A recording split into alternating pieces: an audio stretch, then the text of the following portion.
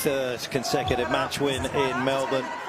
Taylor Fritz, only time he's taken sets off Novak was here in Melbourne, of course, in their clash in 2021. Just a reminder that inside between the two seats, you have a cooler where you can put your ice towel and ice bags and drinks, okay, in between the seats. All right? You will be red for the towels and you will be blue, okay? You wanted to ask Novak? Yeah.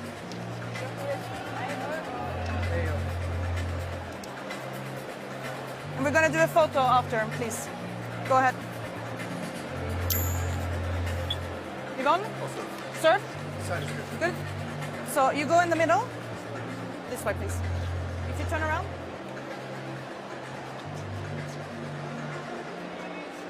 Novak looking and then for one with the players only, please.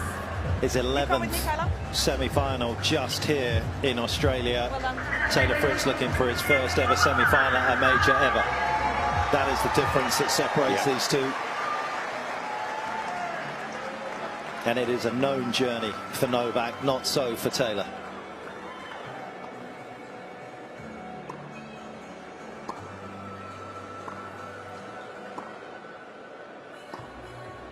Best ever showing for Taylor Fritz is this year in Australia. He's beat his best other result, which of course was reaching the round of 16 in Australia.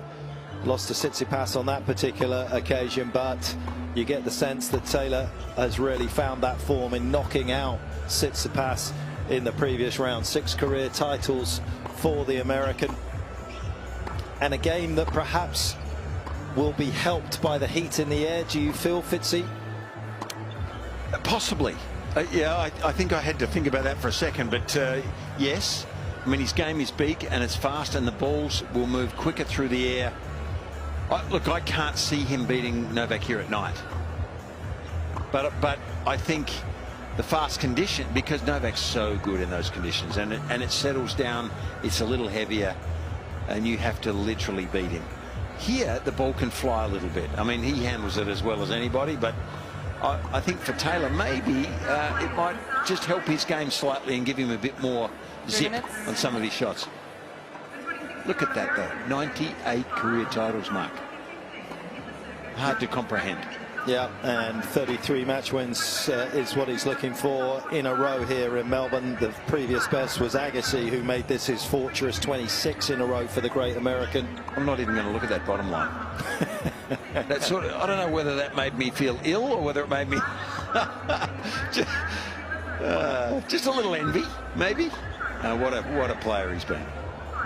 Yep, he's made this place his fortress, hasn't he? And we keep talking about a new frontier as we just touch on the people that he beat. And of course, it was a bit of a bumpy start. Prigmic and Popperin losing those sets. We haven't really seen that from Novak in the past.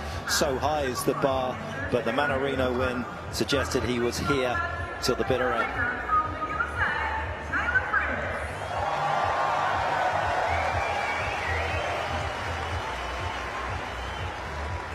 8-0 for Novak in terms of their meetings in the past, and the last one, as you can see in the quarterfinal stages of the US Open, was a comfortable victory for Novak. What has Taylor got to do today to get his first ever win against the world #1? He's got to play out of his shoes in every facet of his game. I mean, he's got a big game. I mean, if he wasn't going against Novak here, you'd in his current form, he's playing well here, and you would give him a big chance against anybody, I think. But Novak, out of all of the remaining players, of course, you would give him the least chance. He's got to serve big. He's got the forehand he's got is world class and one of the biggest we've seen we see currently in the game. He's got to find his range on all of those shots, and he's got to play without limits.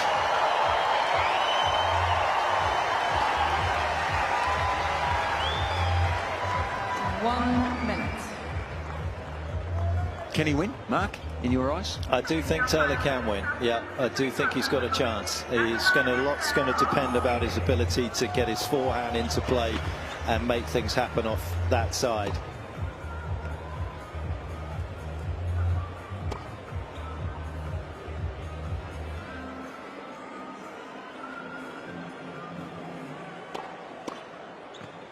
Seconds.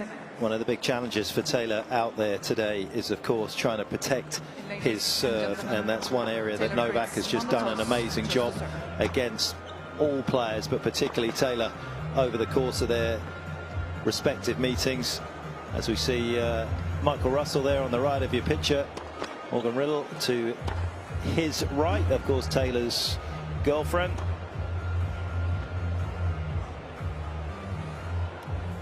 We've got Lily Russell, Michael's wife, there as well, and his trainer Wolfgang. So I was just having a little look at some of his numbers about what Novak does better against Taylor on a hard court than the rest of the tour. And if you look at Taylor's numbers against the rest of the tours, we see Novak's team, Marco Bianchi and Goran Ivanisevic at the far right of that. 77% of first serve points won against the rest of the tour. That drops to 70 against Novak. 52% of second serve points won for Taylor. That drops to 40 against Novak for Taylor. These are the numbers. This is what Novak does to you. And holds of serve usually around 85% for Taylor against Novak, 67%. Hanging on to his serve has proved to be very troublesome for the American against the game's not just greatest player of his generation, but the best returner ever. First set, Taylor Fritz to serve. The stage is set. Ready?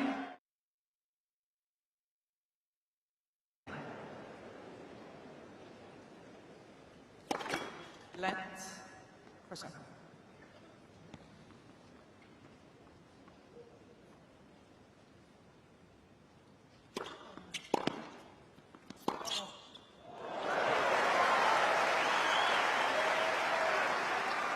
And that is some start as well. Novak with just a touch longer on court than Taylor to get to this stage.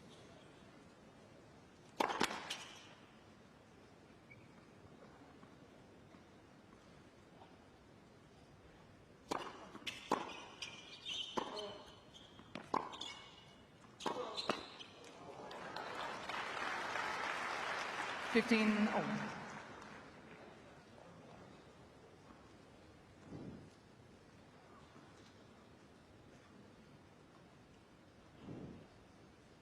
already you get a sense of what today's all about. The Fritz forehand on the opening point, the depth from Djokovic on the second. Ball.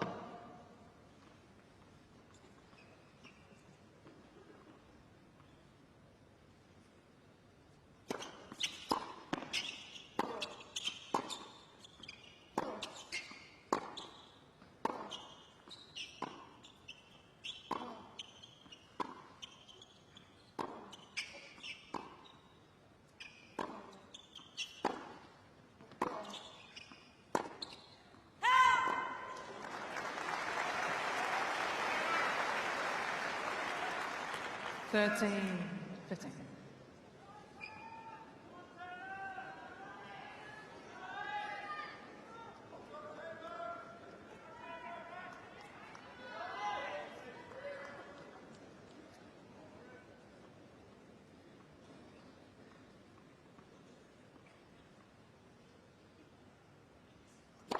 Ball.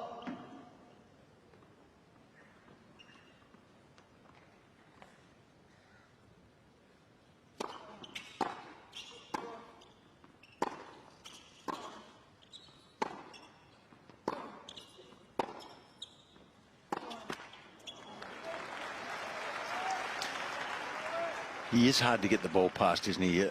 Because of his anticipation, his court speed, and 30. called him the AI machine last match against Adrian Manarino. He was just machine-like and tough to win points against, even for a forehand this good.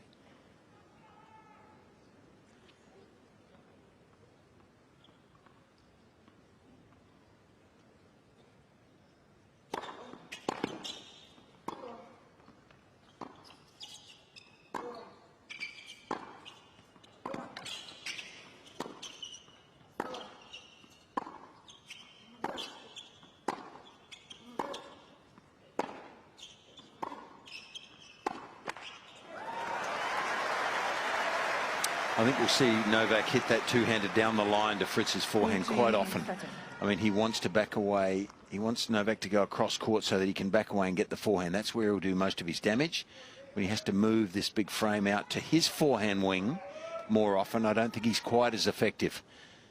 We saw De Minaur in Perth give him a hard time there, but a lot with the slice down the line.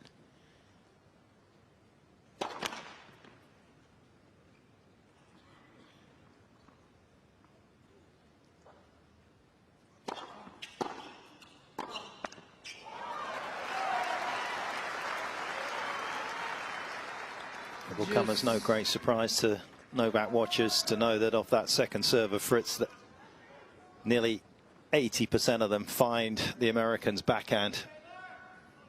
And he'll be looking to do that again today.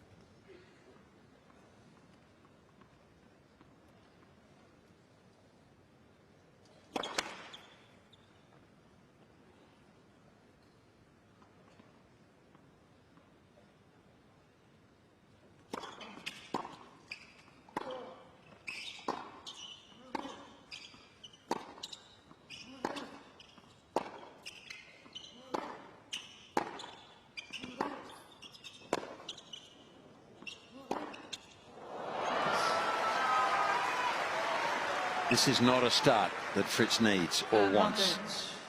Djokovic. For me, it's important and imperative, really, that he starts well, Fritz, here, and keeps ahead. He's serving first. You don't want to get behind in the first set early. It can set a tone.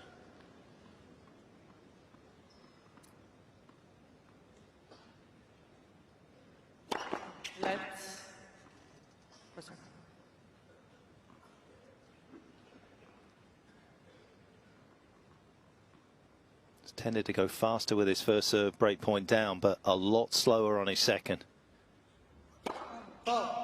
10 kilometers down in general in this tournament for Taylor Fritz. A massive opportunity here for Novak.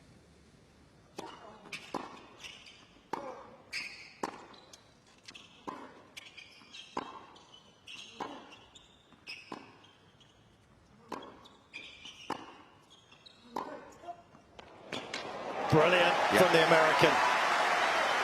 Well, he took the risk, didn't he? And probably had to. But that was fraught with some danger there. A low percentage shot that he hits perfectly. Gets out of jail.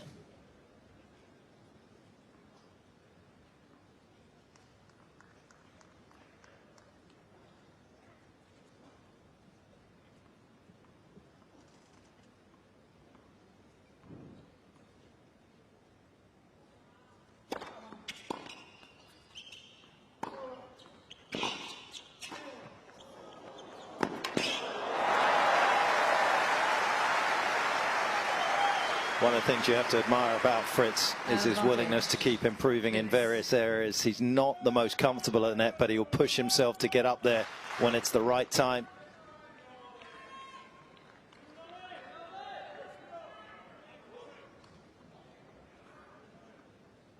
Fantastic outcome.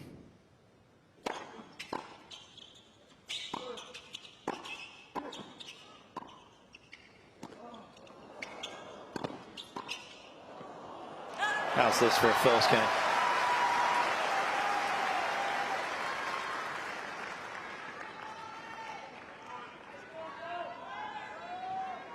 Juice.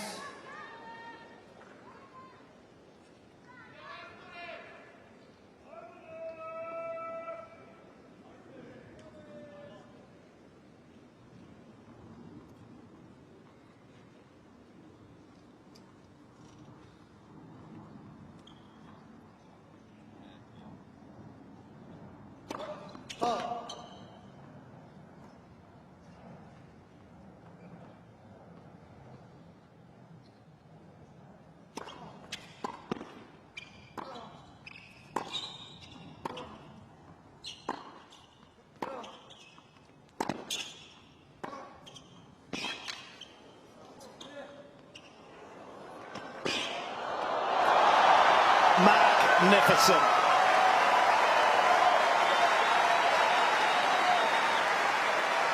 You know, I've got to admit, I thought Novak was coasting there. I didn't think he was sprinting full out. I thought in an instant, I thought when I looked at this, he doesn't think he can win this point. I thought he was coasting a little bit, but no, how wrong I was. What a player. Please.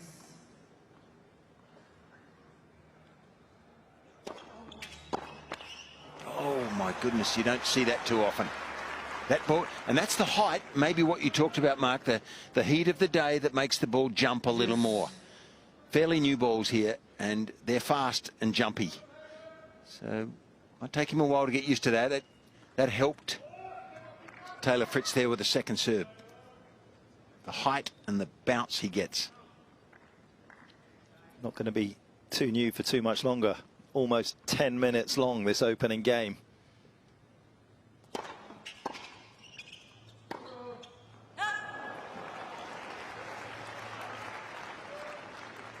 Advantage. For me, so much of the success today, potentially for the American, revolves around that shot. His ace percentage stays the same against Novak as it does against the rest of the tour. His unreturned numbers. But when it comes back, Novak tends to dominate.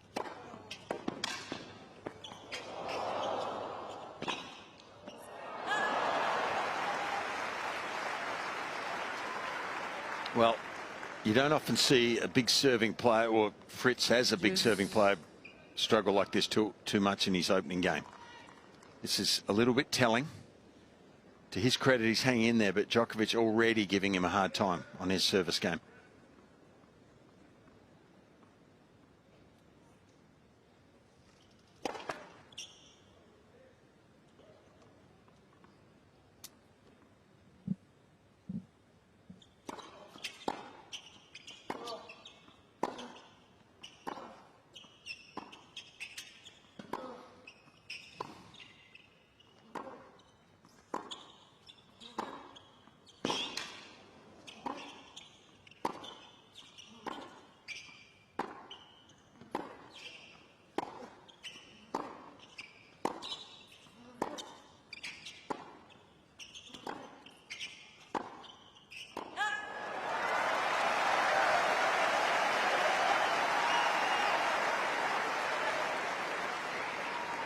Advantage. Fritz. He's done well in the longer rallies in this opening game. Taylor Fritz tends to lose the majority of them against Novak in the past, but he's won 4 of the 6 that have gone past 9 shots.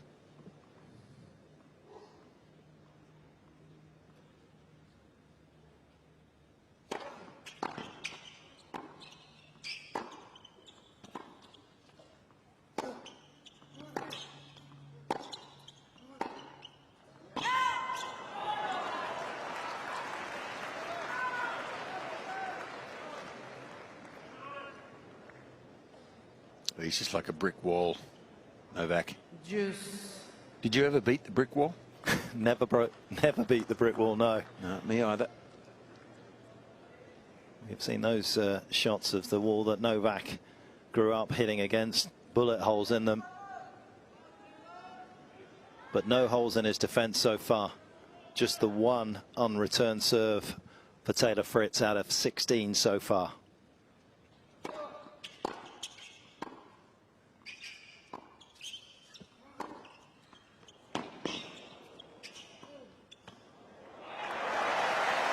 Been a shot, Fitzy, that he's been working hard on with Michael Russell and Paul Anico in the drop shot to change up the pattern and just bring something new to some of these exchanges.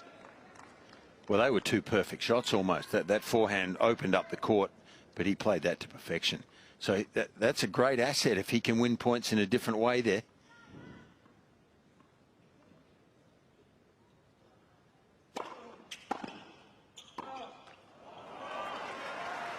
And in amongst this epic opening game, which is now 12 minutes long, a quick shout out once again to Tennis Australia for the new policy of allowing fans into the stadium virtually continuously, because they would have been kept out the whole time, but it is virtually full again now.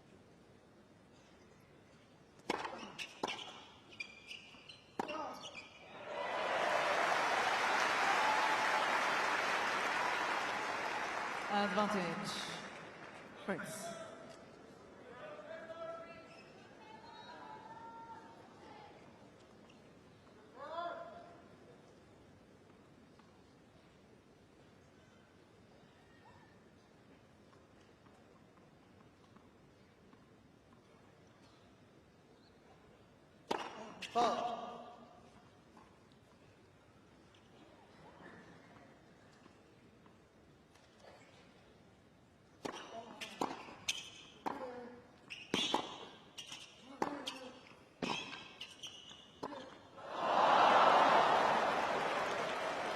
He totally mishit that, didn't he?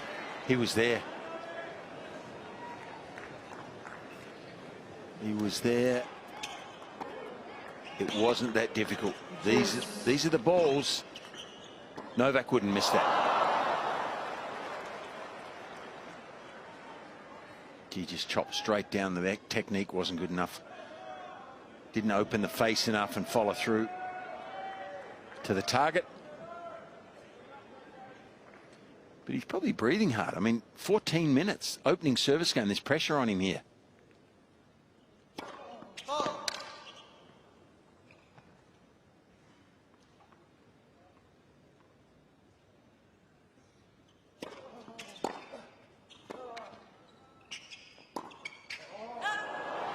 Gee, it was open.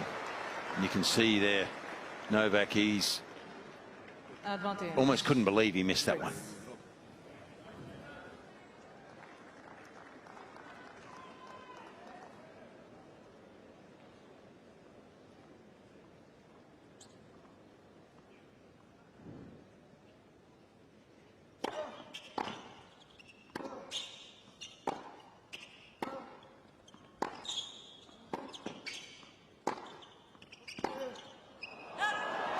Quarter of an hour gone.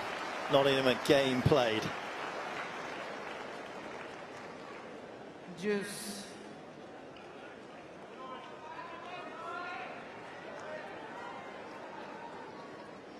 And the first state in the Western world, state of Victoria, to introduce the safety belt. Strap yourself in, Fitzy.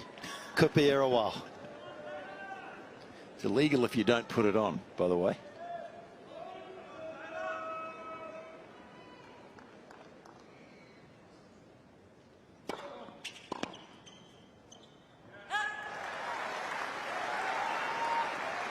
Advantage.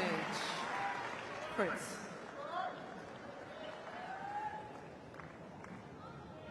Just the second return he has missed out of 23 in this opening game.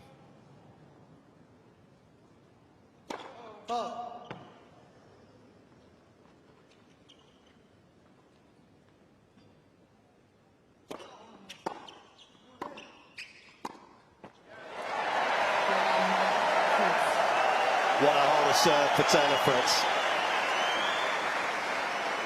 What a triumph early on. And one man that's going to be absolutely thrilled about that is fellow American Nick.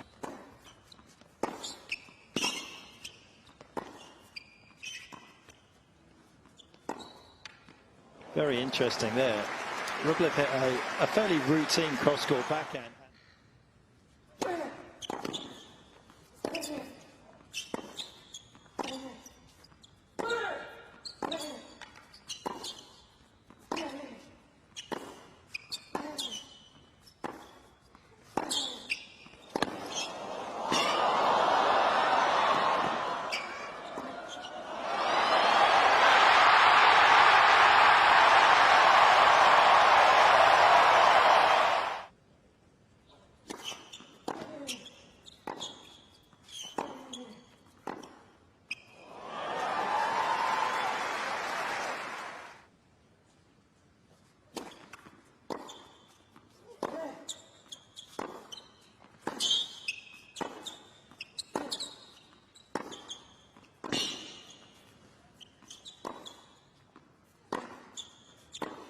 Oh, he found his range.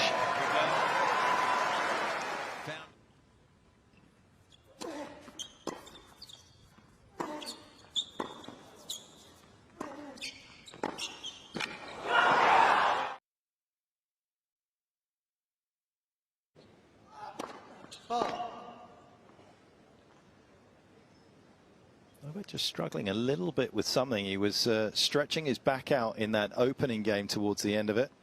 And you could see there with his left arm.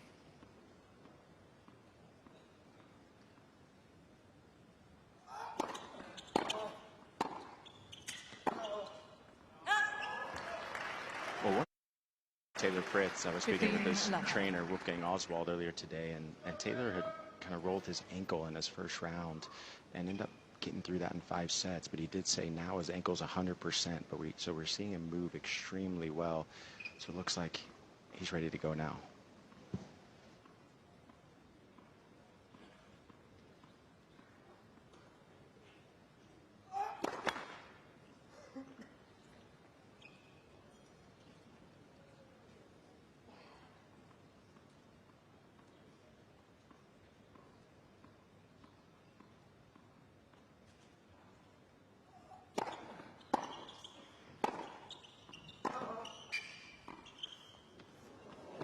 Come on.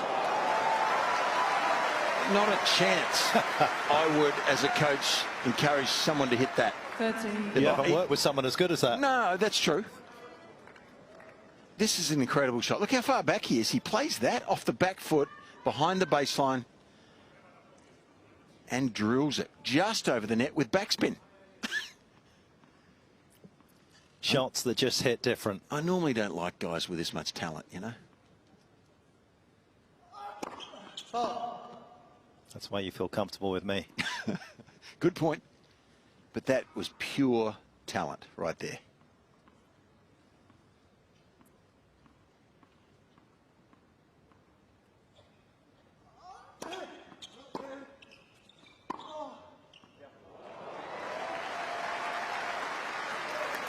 So not his more ordinary cousin skill. That's just pure talent. Is that not a shot you can learn? Is that something that you almost are given? What, that drop shot he hit? You can try to learn it, but you'd probably want to practice it for 3 years straight. 36 years? 36 years. But,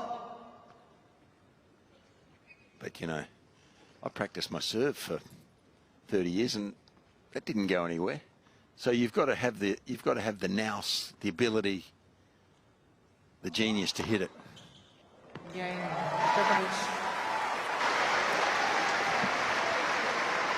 Hey guys, just a little something I'm recognizing right now. Novak Djokovic, he was coughing in between first and second serve in his service game there. And, you know, he hit that drop shot from behind the baseline and he kind of looked a little weary. And I know it's early on in the match, but he's, you know, kind of taking a lot of time in between points. Just, you know, something to keep an eye on. He's got his towel on his head right now. And, you know, he hasn't played a day match here in quite a long time. So this heat might affect him. Let's keep an eye on it. Well, he hasn't been feeling well. Came into the tournament, of course, with the wrist problem, but that seems to have subsided, although we did get a little bit of a look at it in the Popperin second round. But the cold that he's been carrying has probably been the biggest obstacle for him to overcome.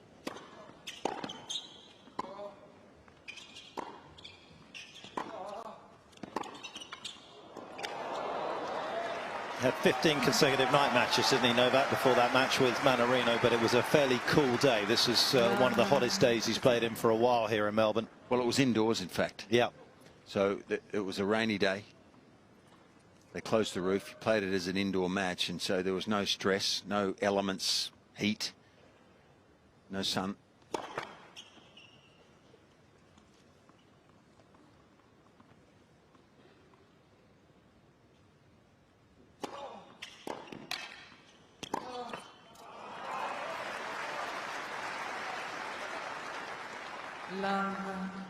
You might have some work to do down there, though, Nick. I mean, he is chatting already to his box, isn't he? And sometimes that provides a little bit of entertainment.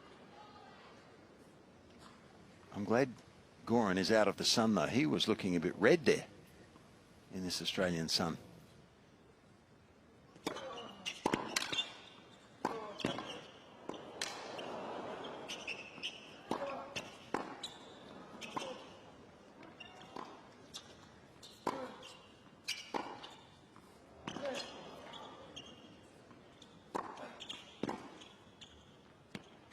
And the best player in the world shows why. Anticipation, defense, and then the diagonal dagger of a backhand that just took Fritz off the court. He's created some angle, hasn't he? He's talking to someone in the TV back there. Could be Jim Courier.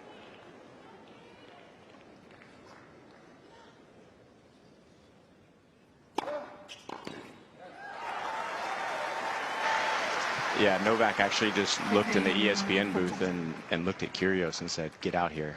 So just, yeah, something to keep an eye on with Novak. He's got his hand on his hip right now, breathing a little heavy.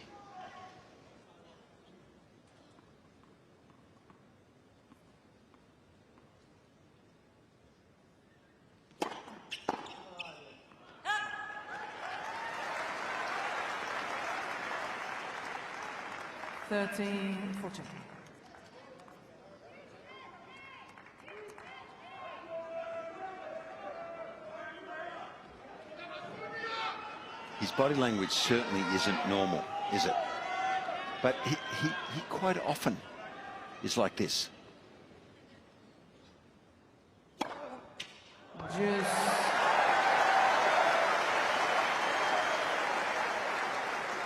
There's been a lot of times over his career when you look at him, you think, gee, is something wrong with him today? But he finds a way out of it. Either he's, yeah, he feels a bit off colour, but give him time.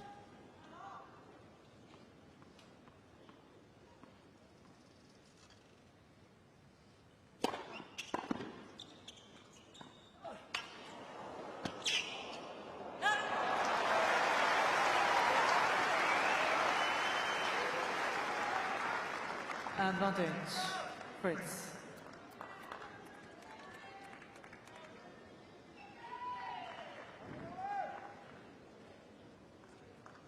Yeah, and because of the power that Fritz has on that forehand, it does create a lot of space in the forecourt, and he's finally exploring it with those drop shots. And that is a massive hole for the American from love 40 down. 2-1. Fritz leads by 2 games to 1.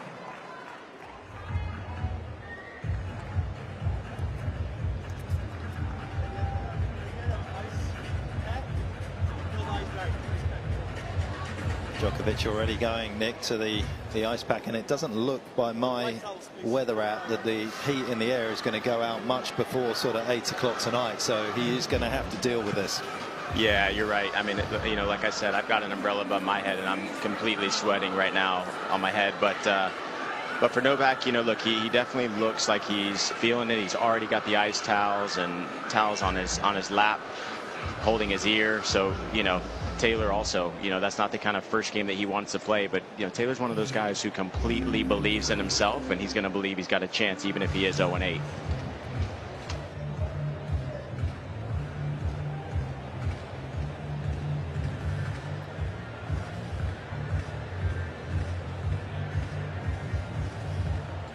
Time. 14th quarterfinal for Novak Djokovic in the beautiful city of Melbourne. And on the previous 13 visits to this particular stage, he has won 10 times. Up against a man today that has 6 titles, picked up a couple last year outdoor on the hard courts, did Taylor Fritz in Atlanta and Delray. But notably, against Tsitsipas, picked up his first ever top 10 win at a Grand Slam. He had been 0 for 11 against the very best at this particular type of tournament. But the win against Tsitsipas started moving that particular stat in the right direction for him.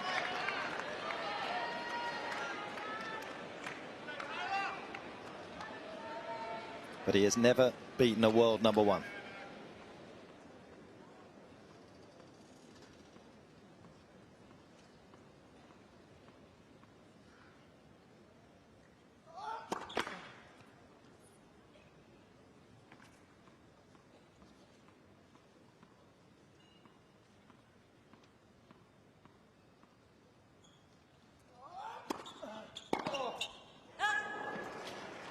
Now, the good news for a player like Taylor Fritz is that he has a big game. And if you possess a big game, you can shake a lot of players. I mean, if you have a rebounding sort of counter-punching type game against Novak, you basically don't have a chance. But at least if you have a big game, something that can hurt, or a few weapons that can hurt the opposition, you're always in a match.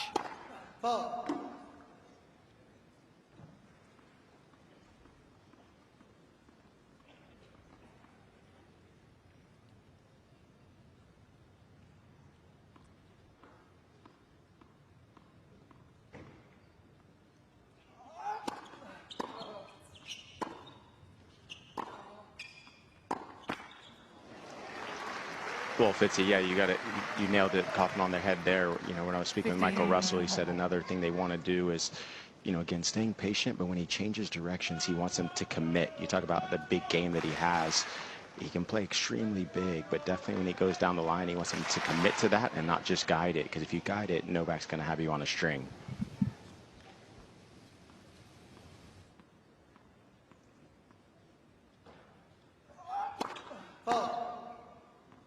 Good guy, that Michael Russell.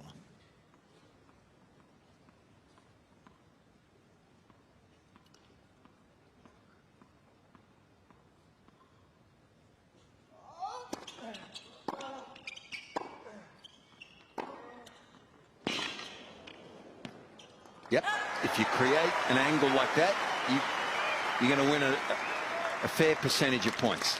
15-30. We've seen Novak do that a couple of times already in this match.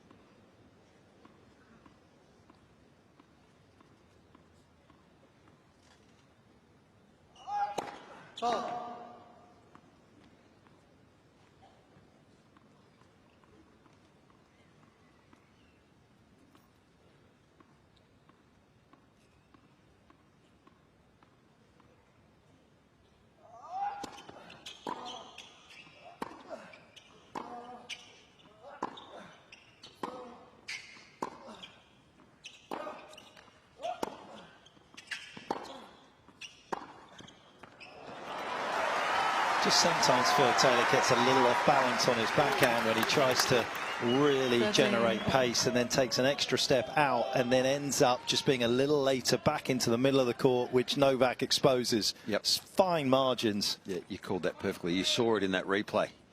He went wide and then just got caught. It opens the court up.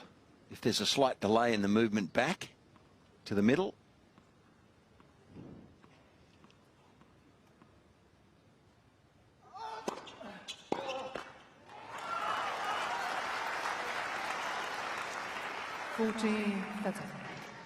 Yeah, you guys are right. Taylor doesn't often use an open stance backhand. He typically goes with the right foot across, and he's able to go down the line and cross court with both of those. But you'd like to see him kind of be able to also develop an open stance backhand.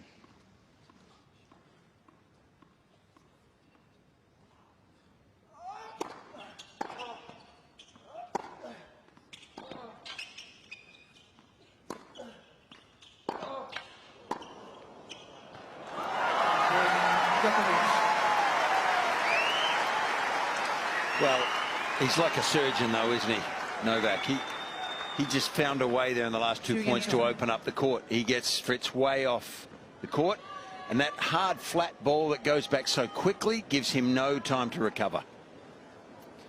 Well, the other thing that Michael Russell was talking about with the ATP today was how to try and sort of get on to Novak's second serve. Well, he's had a lot of looks at his second serve in those opening couple of games. Novak making just a couple of first serves, very below the sort of normal numbers he's going to be making, but has backed it up, winning 6 out of 8 of the second serve points. So the American hasn't been able to make inroads as yet. 15-11.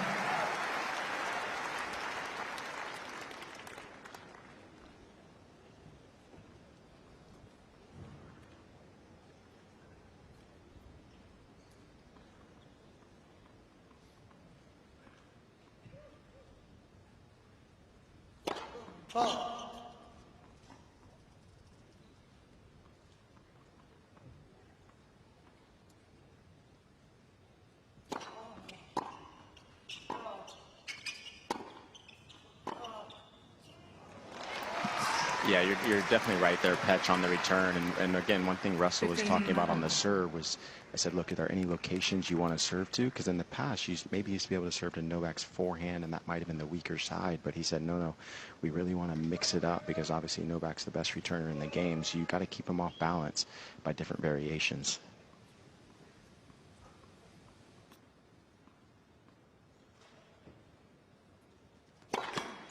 Ball.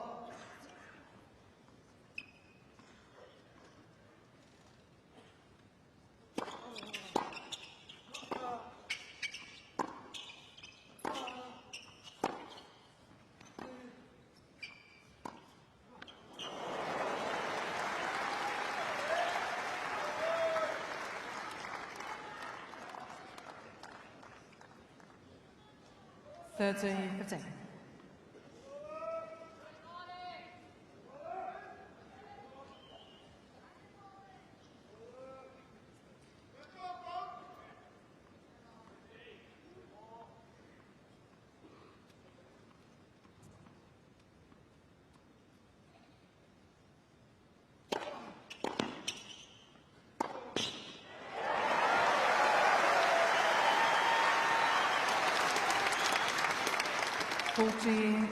Since September 2013, Novak has taken on American male players 41 times, and he has lost just once. Wonder if Nick Munro can name the one loss.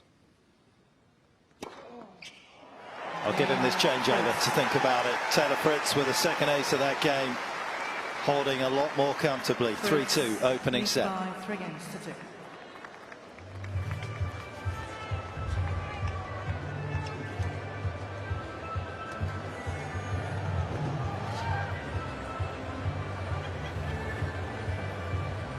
Well, that was the perfect antidote, wasn't it, for Taylor Fritz after a couple of very tough service games for him. He's managed to ease his way through that one, just dropping the 1 point.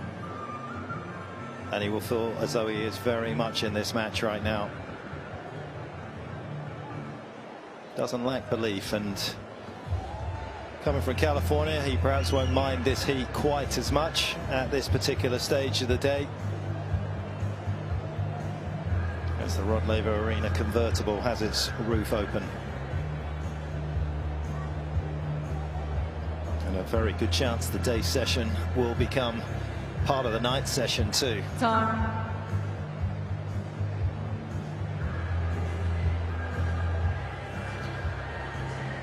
We're back, Nick. You know what's so funny is I was sitting right here right next to Chris Eubanks, and we were both trying to figure it out. So you definitely stumped us. But one thing I do know is, you know, he has a 33 consecutive match win streak at Australian Open, and it started with an American by the name of Mitchell Kruger in 2019. So I sent that to Kruger today, and he was laughing and said, yeah, it all started with me. It's all because of me that he has this great run. But who beat him? I'm not sure. Petch, you're going to have to enlighten us. Sam Querrey at Wimbledon on the grass back in 2016. That's right. Big SQ. That was a massive. I mean, Sam served massive that match. Yeah. Yeah, he played extremely well. Yeah. Pickleball Sam, as he's now known.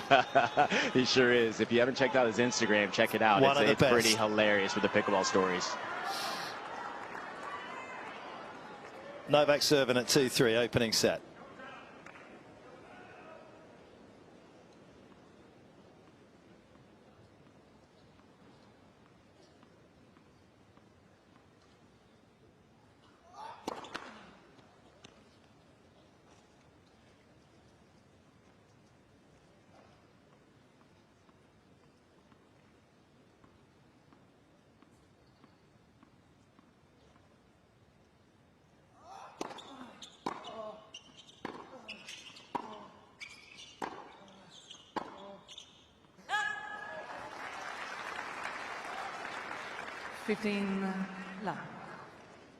One of the big changes that Taylor made back in 2022 was to drop a little deeper on the first serve return. That's obviously an area that he was looking to improve. Serve's always magnificent.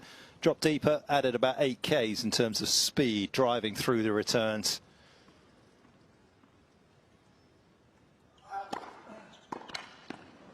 But you may have seen Novak use the slice so effectively against Mannarino, and already at the start of this match introduce it a fair bit. That's because Taylor, out of the world's top 50, sits joint last in terms of using his own slice back, and that's what Novak's looking for, is to try and force him to hit those topspin balls off a nothing pace shot down low.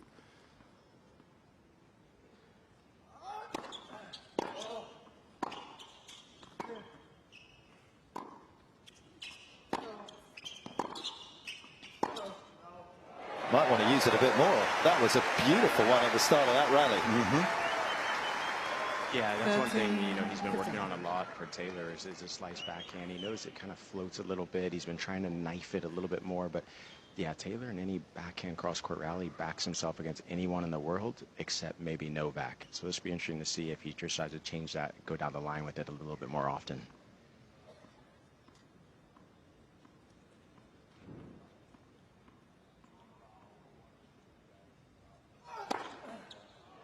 For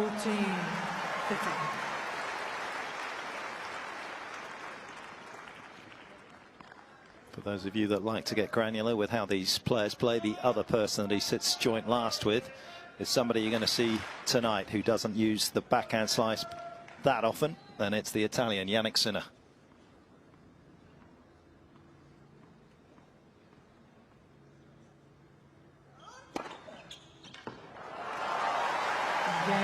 Djokovic. Both players have warmed up nicely on serve, 3 apiece. As long as in this heat there's not a fine line between warmed up and worn out. That's what we don't want. I think they'll both be fine. It's not that hot. I mean, I know it's hot sitting down there, Nick, but compared to what it can be here, well, it's quite bearable, I think. I mean, there's a breeze, isn't there? Yeah, compared to what it can be. But the issue is the players haven't played in this kind of heat since they've been here in Melbourne. So this is completely new territory. Yeah, good point.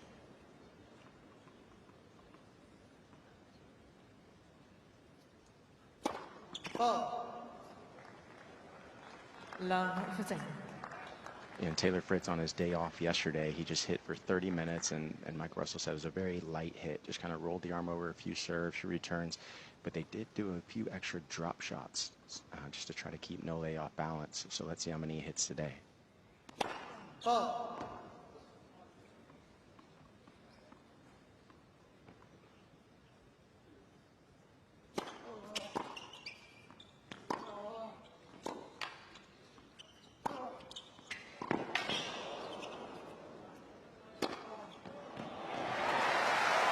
He usually has no problem up there. Service motion, 15. Very good smash. Novak got a little sort of negative here. That was a miss hit. And this was a bit of an ordinary shot too. Just another miss hit that dropped it short. He was instantly in trouble when that happened.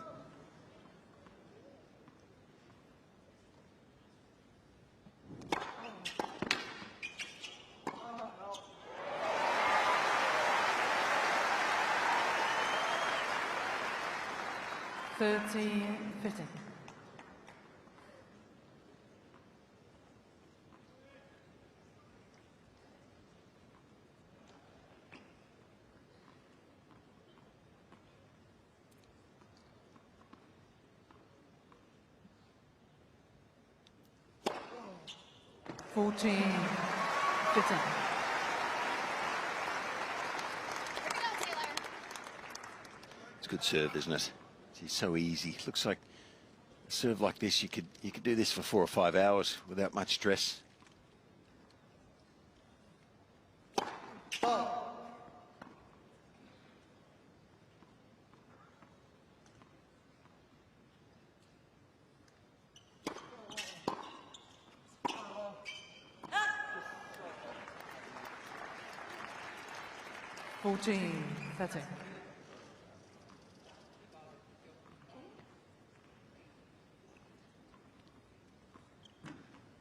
Quality of Novak's returns into the backhand side of Taylor compared to other players on the tour just puts a lot of stress on that first serve. You're absolutely right. It is effortless, the American serve.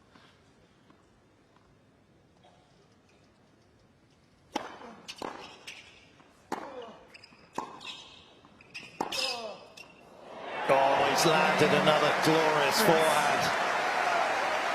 High risk, but plenty of reward there for Taylor Fritz. 4-3. Fritz leads by 4 games to 3.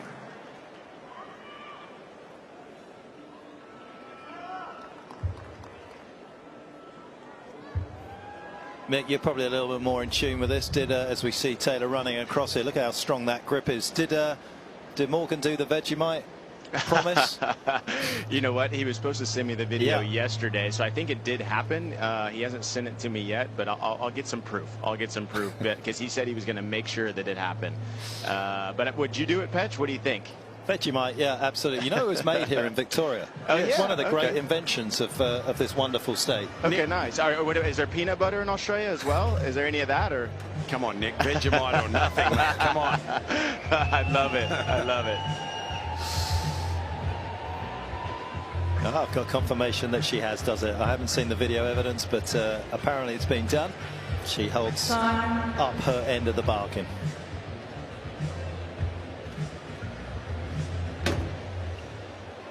It's been a lot to enjoy in these opening 7 games. Some chances on both sides of the net, but both have settled in to this quarterfinal.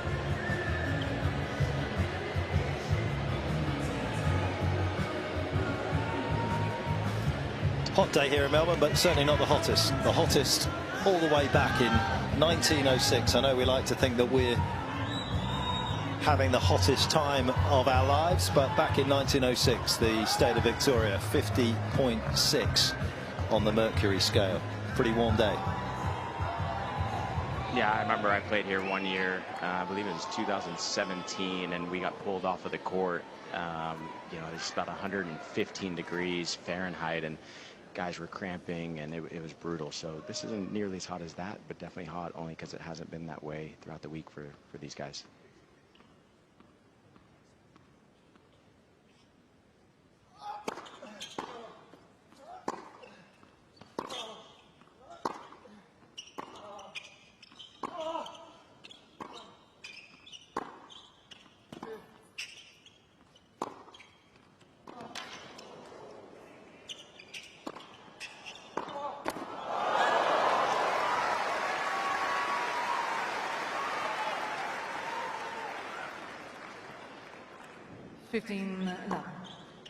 Well, on a warm day like this, notice I didn't say hot, Mark. It's really important, I think, to get the first point on the board, and it sort of sets the tone. If you're trying to break serve and you don't get that first one, oh, gee, you know, there's going to be a big physical effort now here.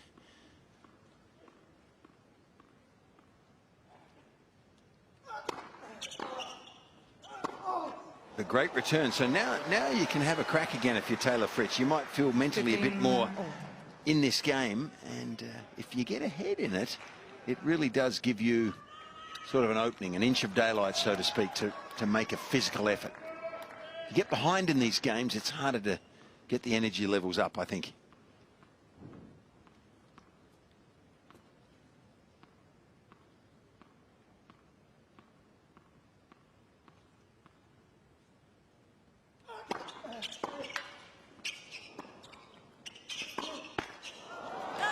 Great approach. I mean, he's a complete player, isn't he? I mean, you go to hit the slice and you can't just hit it anywhere in the box straight to that forehand. You've got to do something offensive with it, and that comes with the length. Within 1/3 of a metre probably of that baseline makes it awkward to pass. Clever player. Ball.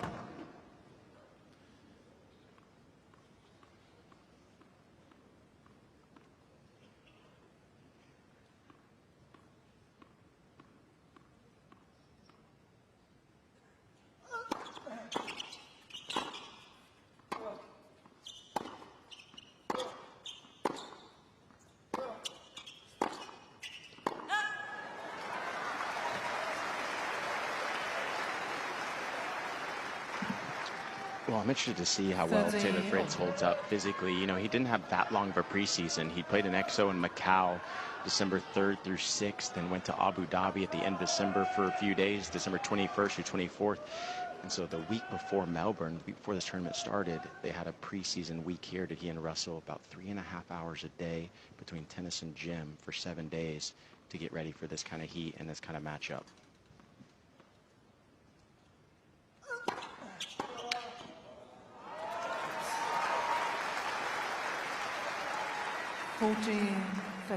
Well, he's the type of player that one day, I don't know if it's today, but one day soon you'd expect him to break through this quarterfinal barrier. And then with a big game like this, you'd expect anything could happen.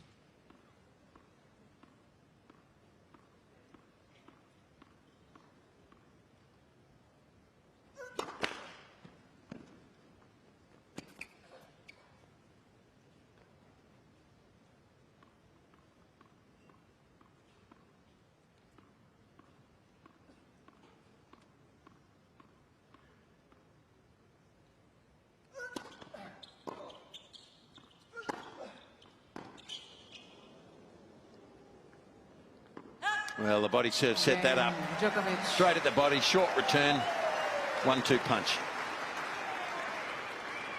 Yeah, and he's given him a pretty varied diet on that second serve on the outside, isn't he, at the moment? Those quick ones down the tee that we know Novak likes to hit, particularly on the break points down. Taylor was ready for that. He wasn't ready for the body serve. He won't give him too many off-pace kickers out wide to that backhand. That backhand return from Taylor is very strong. Why wouldn't you go more at the body? Long arms, you know, get him to tangle himself up a little bit. That was a perfect serve there.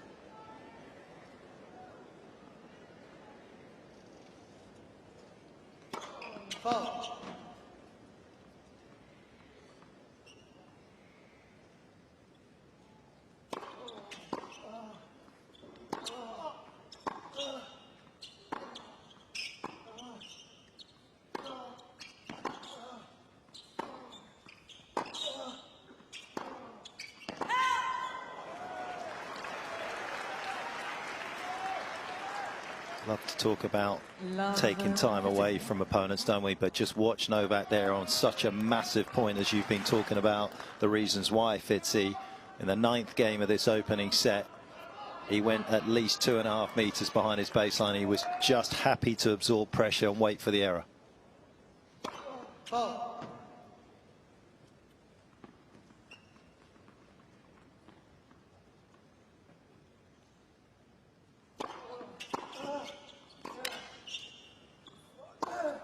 Yeah, look out, Taylor. Guys, I mean, how early did he take that second serve return and then just put it right on the baseline inside out? I mean, you know, taking time away, Petch, amazingly there on that return. Just so much pace on it, and Taylor just couldn't get it.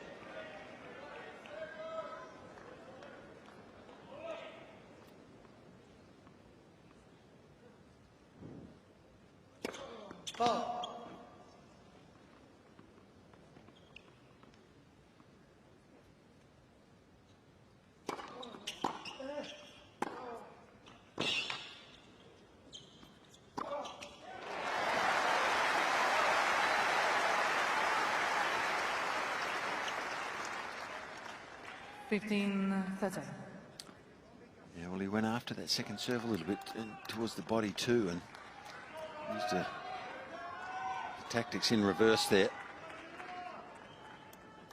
If he has plenty of time on that forehand, it's lethal.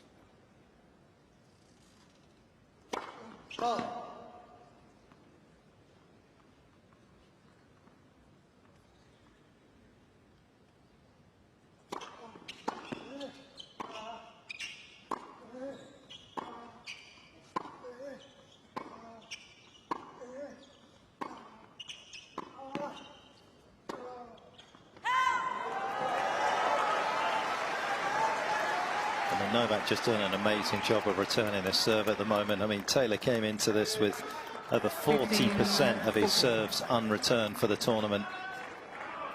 It's at 20% right now. He is having to work so hard to protect his serve.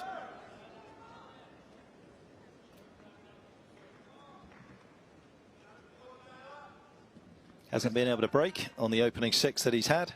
Just see the intensity there, though.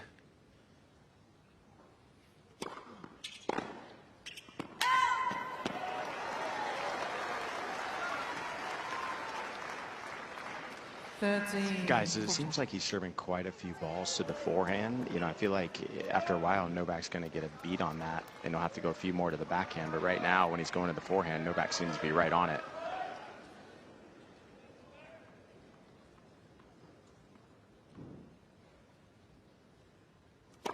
Ball.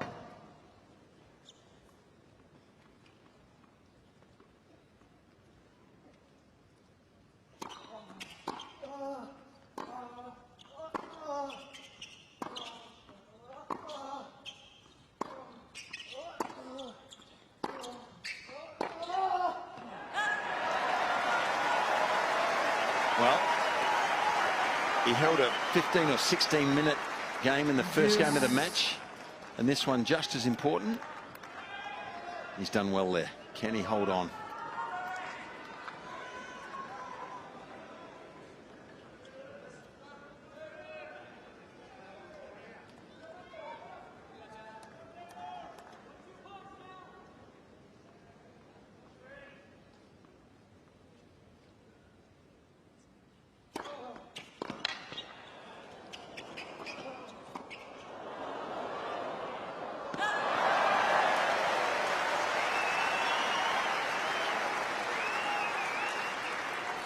Advantage. And back to the forehand. Got a shortish reply. His heart would have been in his mouth as that lob sailed over his head, but traveled too long.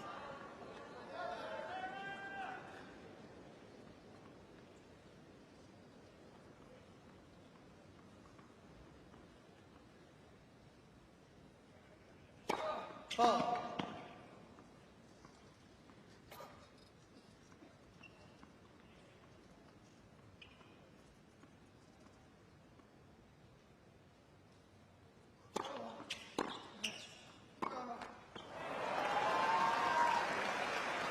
Just sometimes like to see Taylor use his feet in those moments to get his forehand into play. It wouldn't have taken much.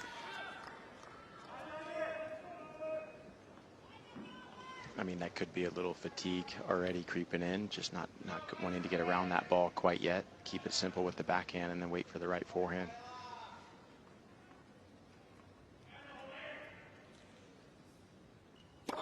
Ball.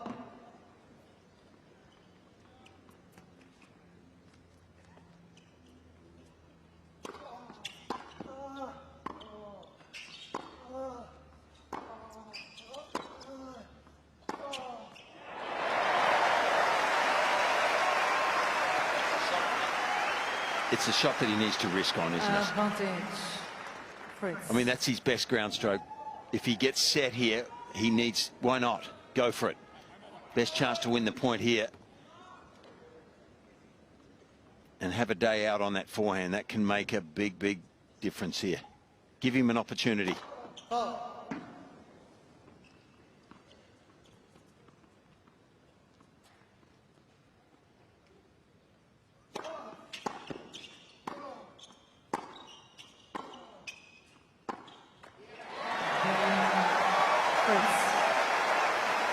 Another very gritty hold from Taylor Fritz. 5-4.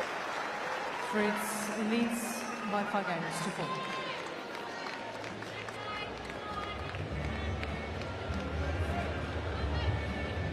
That is just going to infuse him with a little more belief that he's been able to scramble to safety, saving 8 break points in this opening set so far. As for Novak, he's going to be quite happy, I think, as he sees that shadow continue to drift across this court. Won't be too long now before it's actually all in shade, and despite the heat in the air, it will definitely get a little bit cooler just regardless because of that.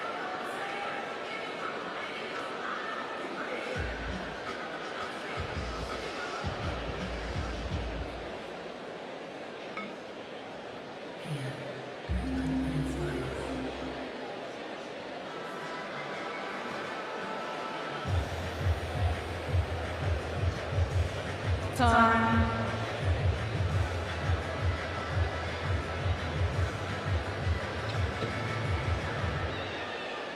Taylor still looking for his first ever last 4 visit at a major. Novak, of course, has had at least 10 or more at all 4 of the majors. 13 is his most in New York, He's had a dozen semi-finals reached at both Roland Garros and Wimbledon, and looking for his 11th today here in Melbourne. It's astonishing.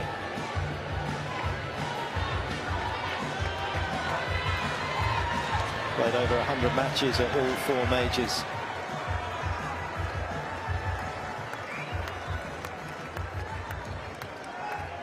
Experience on his side today, no question. And in the rivalry with Taylor Fritz, but not the scoreboard currently. Fritz leading 5-4.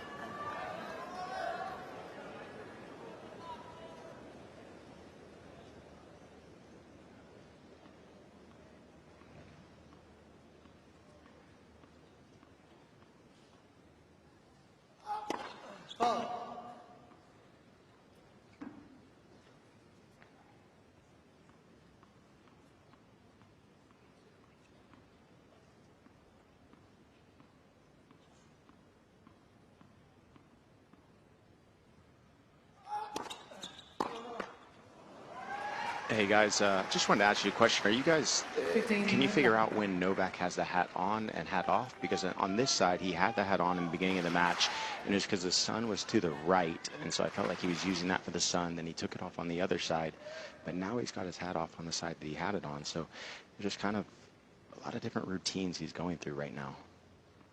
It was definitely from this end at the start of the match.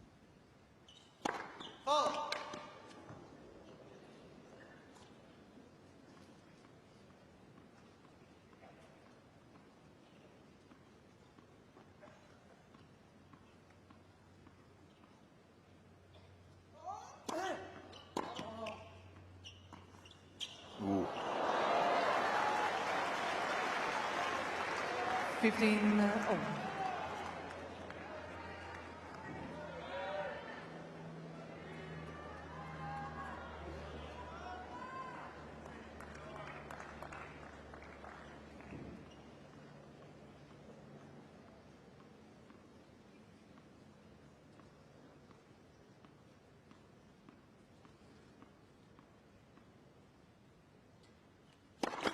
Oh.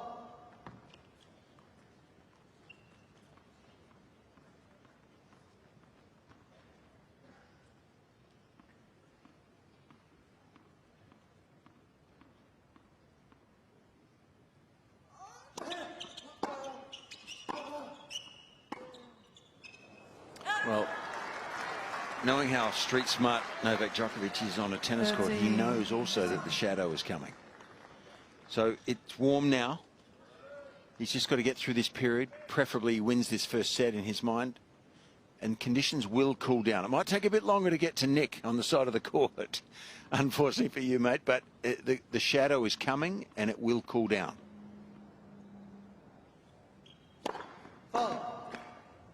Nick's a tough guy anyway. You know. Braving it out, guys, braving it out. Just like you guys. Great tennis out here.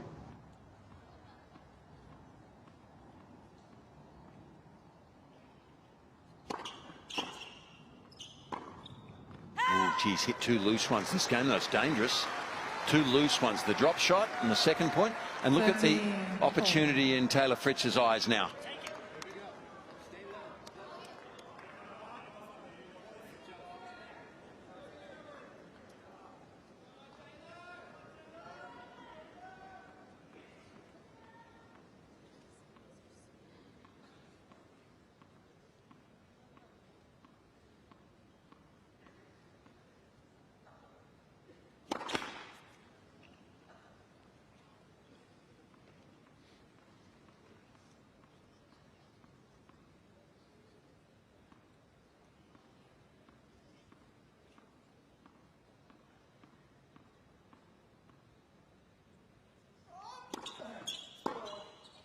Oh, what a waste. That is a huge waste from Taylor Fritz. I mean, you've got a sense when Novak is just stumbling slightly by his standards, he gets a second serve. That was when he needed to use every ounce of energy he had. I think it was a change of pace on that second serve, because the last second serve he had on this ad side, he went really big, about 178, I believe, and on this side he went 152. So changing the pace is big time on second serve, is affecting Taylor.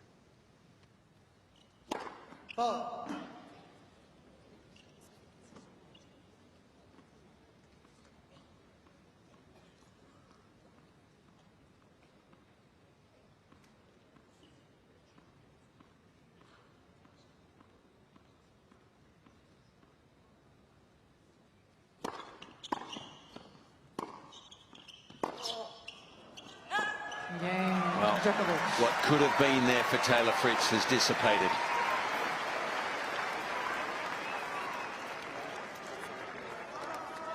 Five games on.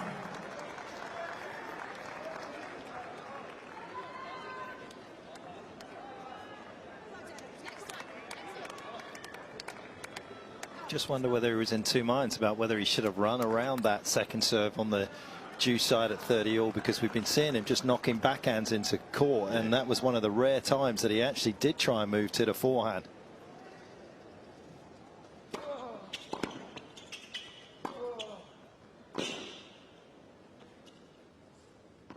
Well, if you listen to Michael Russell, and he says he's got to take his chances. He's got to. That was a forehand all day for me, and it's his best shot. He had time, and maybe it was the pace that threw him slightly, but that was a ball he just had to make. The juice one, second serve. Nevertheless,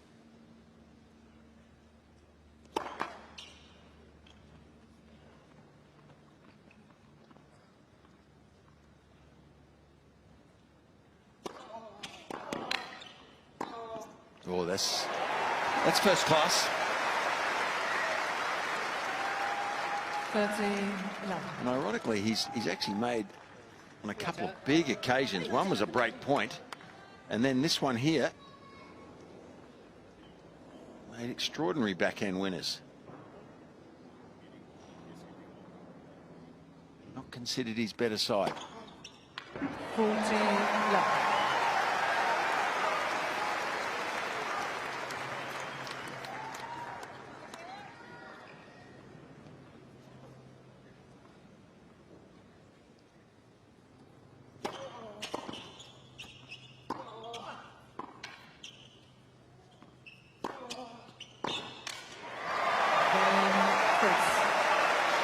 So he had to say break points, or he's kind of cruised through his service games. Taylor Fritz, big delta between the two. 6-5 opening set.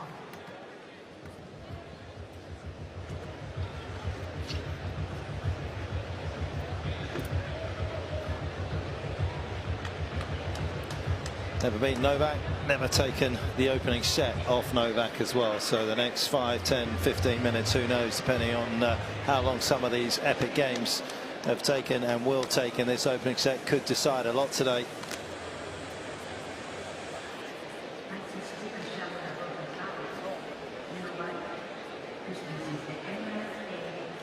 His attention to detail is legendary, although it would appear that there is something that is missing right now from Novak's bag.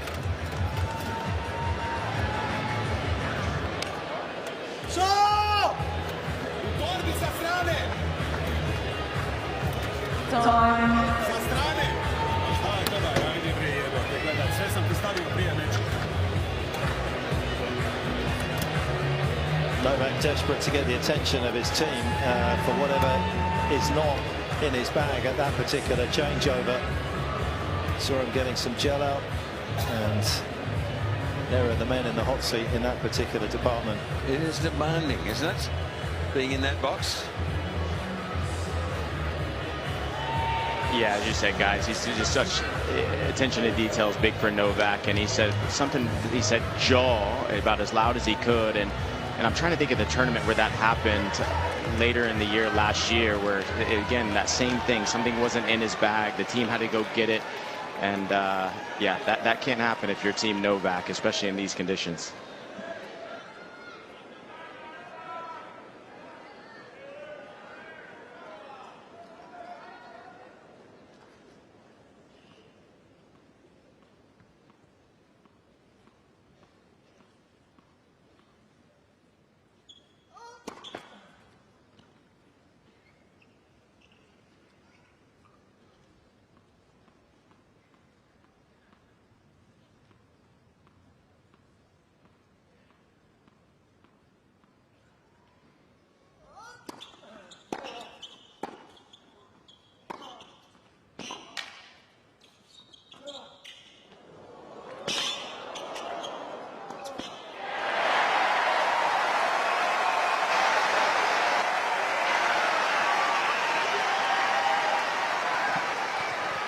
Well, guys, there's the drop shot that Michael Russell said they were working on yesterday. The short one inside out from the backhand side. And using it in a key moment like that is impressive from Fritz.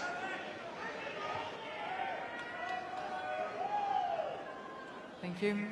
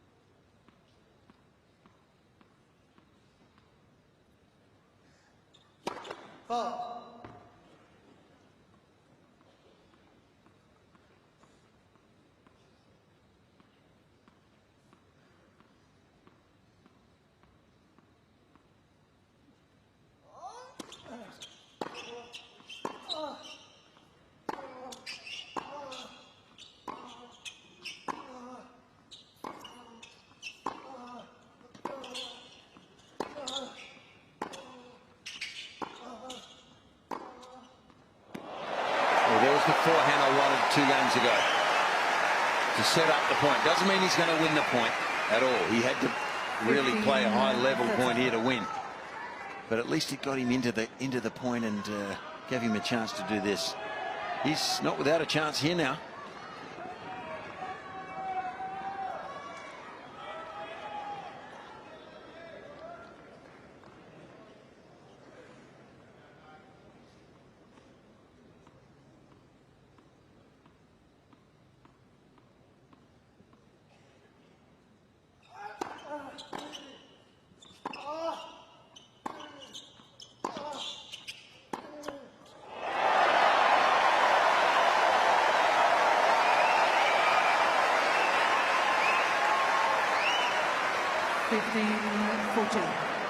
What a passage of play this has been from Taylor Fritz.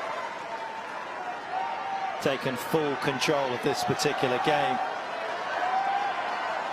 Introduces the ball to the line and himself to a couple of set points.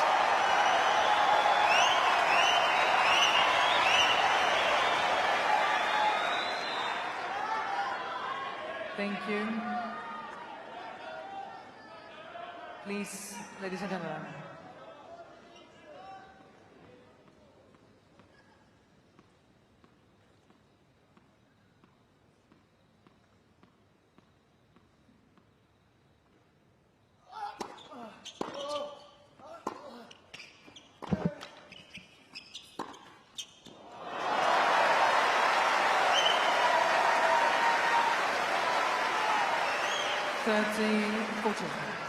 Pure perfection to save the first of the 2 set points.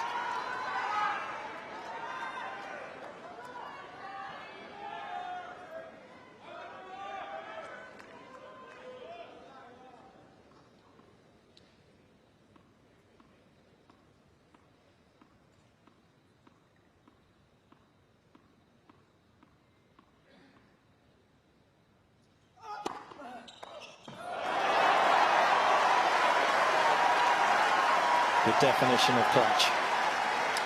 In 2021, I saw Taylor Fritz lead 2 sets to love against Novak, and it looked for all money like he was going to beat him that day, which turned into a bit of night in the first COVID year here. And I just had a little recollection of that then in 1540, but Djokovic, to his credit, his eternal credit in clutch situations, comes through.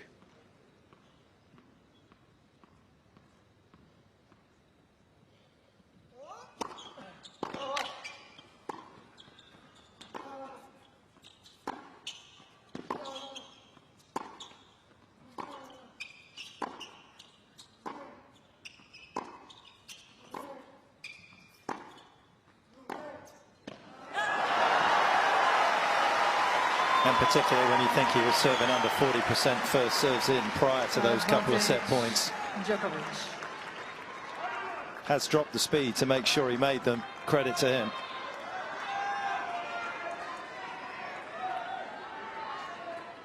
but it may just be enough for the world #1 to drag himself into a tiebreak.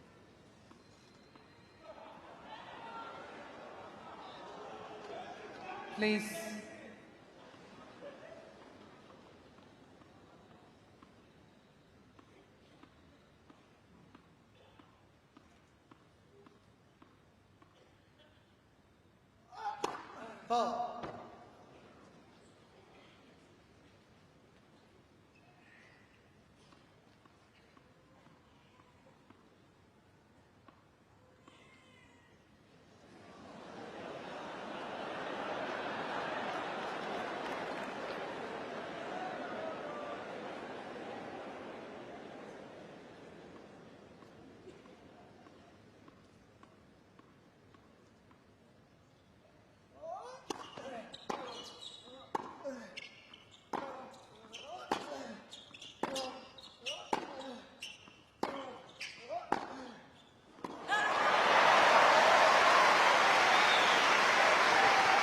Well, guys, if I'm Taylor Fritz here, from 1540 all the way to get back to deuce, here, that's 4 serves in a row to Taylor Fritz's forehand. So as a returner, you got to start looking and see what are the tendencies of your opponent. And so far, Novak Djokovic is going into the forehand wing when he needs a point.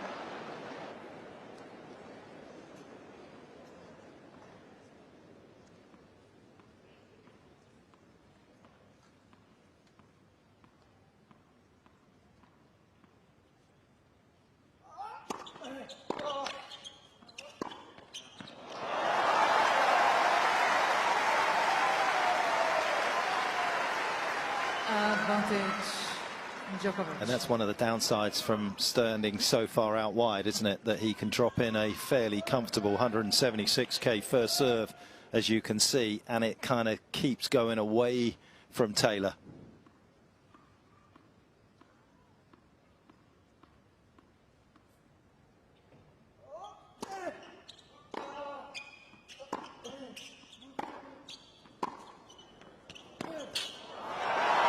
How did he manufacture that angle?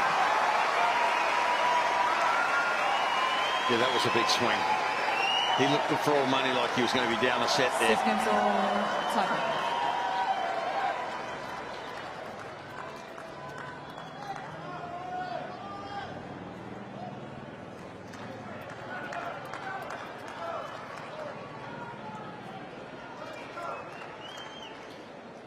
Yep, he looked a little more gone than goat at that particular stage, but he is absolutely the GOAT when it comes to tiebreakers. The best ever.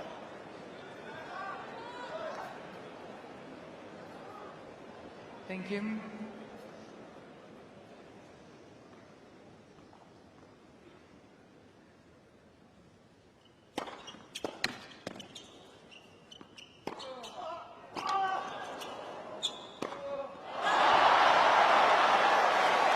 And there's the reputation tax you pay.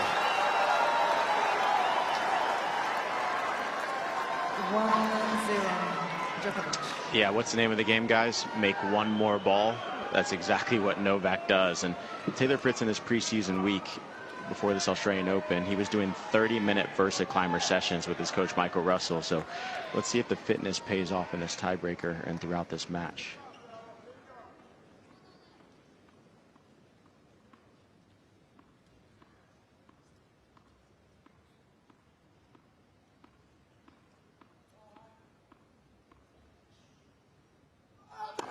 Ball.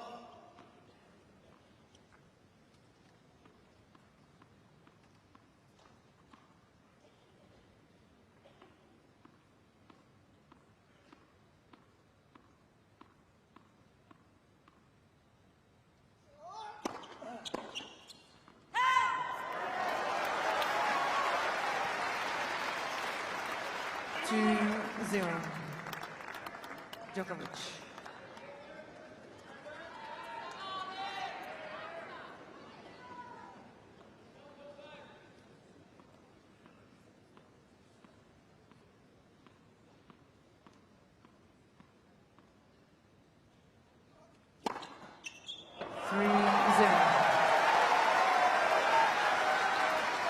Djokovic. Taylor last season played a lot of tiebreakers, as you would expect for somebody that serves as well as he does. We won 26, lost 17, which is not the greatest ratio. Novak last year won 31, lost 8.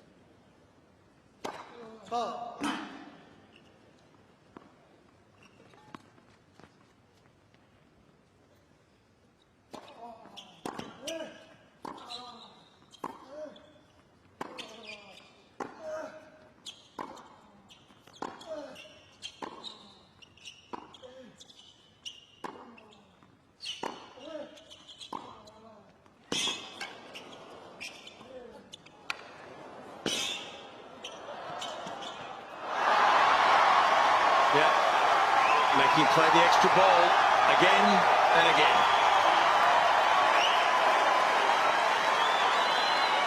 What a turnaround this is. 4-0. Djokovic. Yeah, and I think that's the tricky part, right? When you work on your drop shot, you also have to work on what happens after you hit the drop shot. And Taylor Fritz's grip just wasn't able to where he could get under that next ball. Yeah, well picked, Nick. It is so extreme. Anything low and short. When it bounces up like that, last one, he's fine. 4-1. But you're putting all your Djokovic. eggs in one basket, aren't you, with that extreme grip if you're moving forward to a low ball.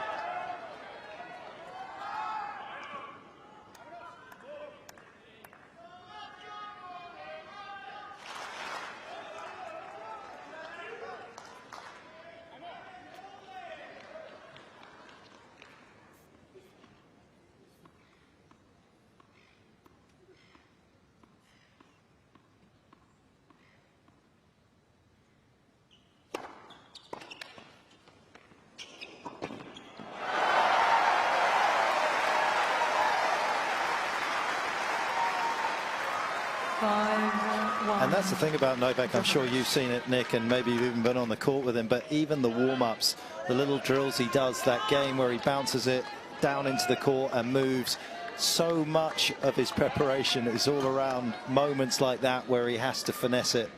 Yeah, you're completely right, Petch. I mean, you know, those little intangible shots, right? Like, you know, Taylor hit a good drop shot. He got drop shotted back, but then he's never really worked on what happens when I come up in the court like that. But that's why Novak works on those little short angles, everything from the service line moving forward. Those little games turn into big pressure moments, you being able to be ready for them.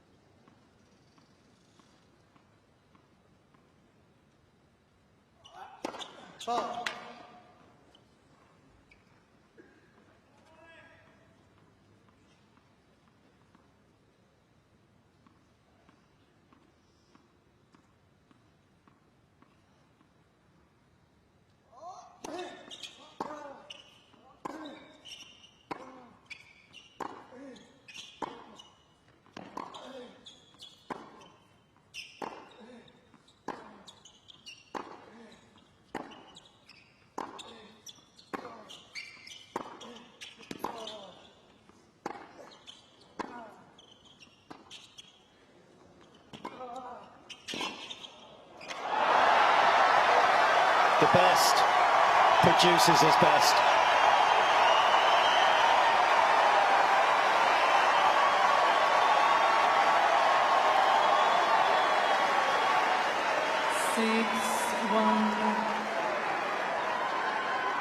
Djokovic.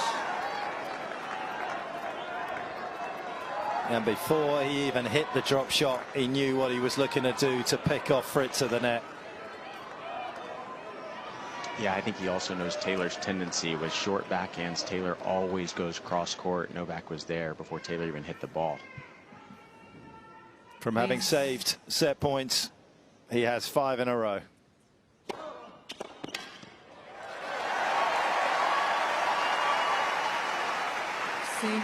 To Djokovic.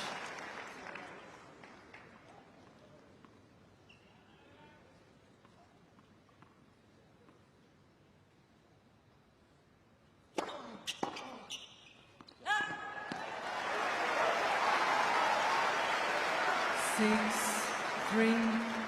Djokovic.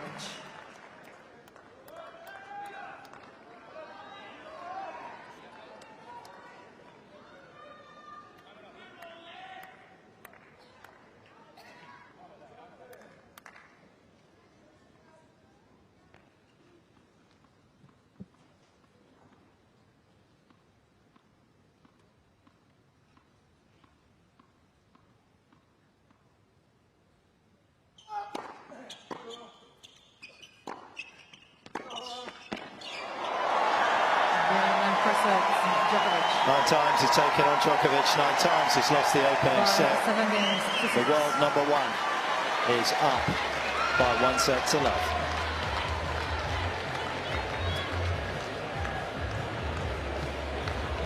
And I wouldn't be surprised if both the players maybe take their leave here. Novak is certainly making his move to come off the court as he takes an opening set that just has huge ramifications on a day like this in Melbourne as well, from the heat that we know he doesn't always absolutely love, but he's overcome so many challenges in hot conditions in the past. But what it does do is give him a free set potentially somewhere along the way from here on in, if he does have a bit of dip on a physical scale, because he's managed to take that right out of Fritz's hands, who had it on his racket. Yeah, I always think that it's like a 2-set swing to me. You know, it gives him breathing space now. Things can go wrong a little bit from here, but he can then recover.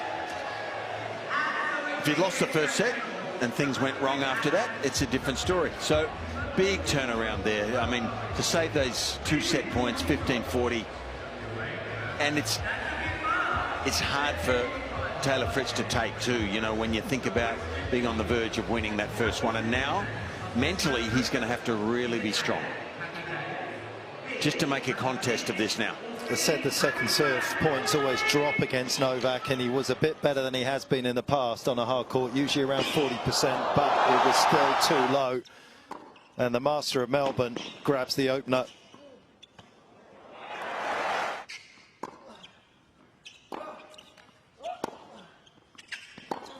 Just a couple of the great highlights in an opening set that lasted, what, 85 minutes. Novak managing to take it under pressure at times, although he himself would have felt as though those 8 break-point chances that came in amongst the set would have allowed him to win it. But that shot there was the one that took him towards set point, and asking for the love, which he gratefully got in the end. And Nick, how big a set does that feel as a fellow American? Yeah, I mean, that was obviously a massive set for Novak Djokovic. As I said in the beginning, you know, it was so hot, and Novak was kind of blowing his nose in between first and second serve, and he was looking a little sluggish even in the first 3 or 4 games. And I was, like, as I said, I was sitting next to Chris Eubanks, and we both were talking about how we never seen Novak kind of looking like that early on, but, you know, he hasn't played in this kind of heat. But for Taylor Fritz, you know, he's got to see the positive in what happened that set. Being able to have 2 set points, 15-40, having chances, you know, and I talk about it, I can't say it enough with Taylor Fritz. He utterly believes that he is the best player in the world and that he can beat anyone. You know, obviously he's 0-8 against Novak, and he knows that Novak's the king, but in his mind, he feels like he can beat Novak, even though he's only won 2 sets in their prior 8 meetings. You know, so even though he lost that first set, he's still going to feel like he's got a chance here. You got to love his belief. Okay, Fitz, I'm going to ask you first, what do you think that Taylor can do to chisel out more points against the second serve? That is a huge number for Novak, one of the best ever in terms of second serve points won in his career, but 64% of points won on the second serve. What would you like to see from Taylor? Well, I think he's got to go back to his biggest strength, and for me, you know, if he doesn't take the risk when he's got the opportunity to take the risk, he lowers the percentage chance he's got of winning a point. So for me, especially on that first court. Now, sometimes Novak's going to get him with a fast second serve. He does that. And if he runs around to his left, Taylor, to take it on the forehand too much, he'll pay a price at some stage out wide. But I think he's just got to take more risk on his forehand. It's his best shot. Occasionally you can hit that down the line and come in too. But if you get involved in the rallies with Novak, that stat says that when they get into rallies, Novak wins 2/3 of the time. So try to keep the points shorter with that forehand for me. That's the first thing I think. You have a contrary view there, Nick, or? Yeah, no, you know, I think the toughest thing for Fritz is that Novak is mixing up his spots quite a lot on the second serve. As you said, Fitzy, he can go a little bit bigger on that second. But for Taylor, what he's got to realize is that on big points, Novak has consistently gone to his forehand return. So he's got to take one step over, maybe take that one away from Novak and just bait him to go to his backhand, because he knows if he goes to the backhand, Taylor's not going to miss that return. So I think it's more about maybe a change of position on the first serve, and then maybe even a change of position on the second serve, just to show Novak something different, because Novak does hit a lot of different spots on the second. So that's what I'd like to see from Taylor. Yeah. Well, it's sort of interesting, isn't it? And who knows? I mean, he is playing the best player in the world, but I can't help thinking that if he only gets the ball back into play and they start a rally, he's losing 2/3 of the points. So for me, I just like him to go for more, a little bit more. He's got the weaponry to do it. About 30 seconds left as you see the team there just taking a little bit of a breather themselves. You know, at the start of the match, I said he did well, Taylor, in that opening 16 minutes to hold on. He won more of the points that went over 9 shots. Over the course of their matches on a hard court, he's only picked up just under 40% of those points. That's a bad percentage battle for him. He doesn't want it to go long, and that swing has happened in this opening set as well. By the end of the set, Novak had won 11 of the longer points and just 6 for Taylor, so he picked up 2 more on that swing. So that last swing from the first game to the rest of the set went 11-2 to Novak on any rally that went over 9 shots. So from that point of view, again, it just goes to show that there may be a part of Taylor that wants to build longer points, check Novak out from a health point of view with this cold on hot day. The reality, and you can't airbrush reality in a tennis match, is that that just simply isn't working for him right now. Whether he's playing a longer game, we will see. But the other bit of good news for Novak, and it's coming in droves right now, is he's going to play the rest of this match in the shade. Yeah, guys, it got a lot cooler down here just in the last 15-20 minutes. I mean, I'm actually not sweating at all anymore. So for both players, they're going to be much more comfortable going forward.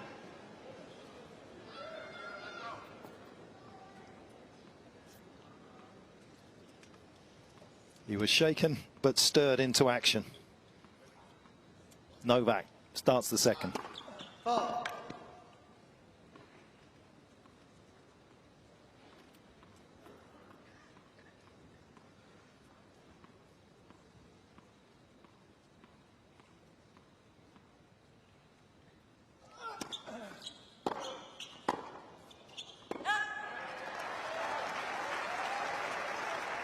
Love 15.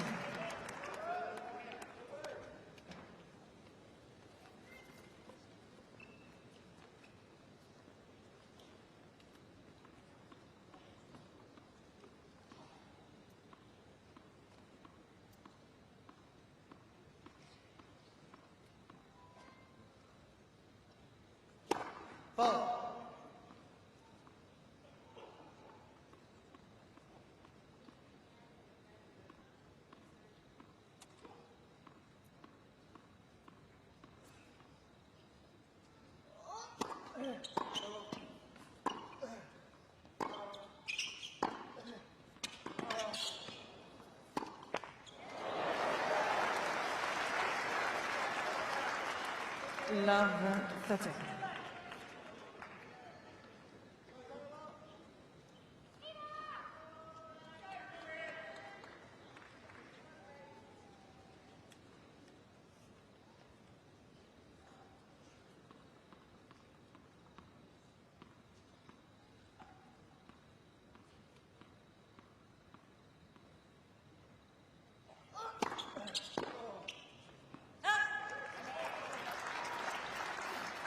Fifteen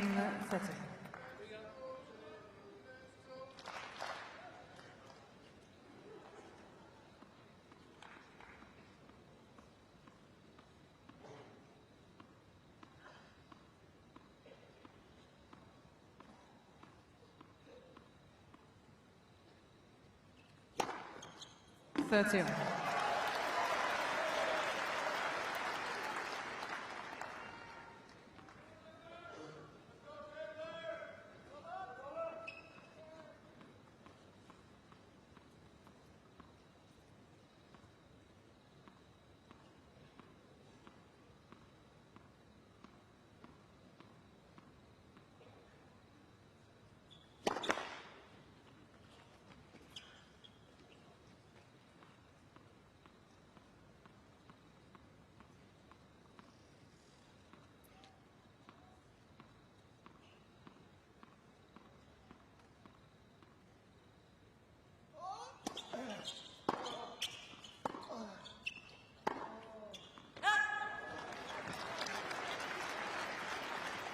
Novak serves that well on the second ball, it's hard to really make many inroads. Anyway, we saw Taylor there hit a pretty good forehand, but it didn't put him or give him the upper hand in the rally early. So, yeah, the second serve was good. Only 140, but directed really well. And he does have that wide, fast one up his sleeve as well.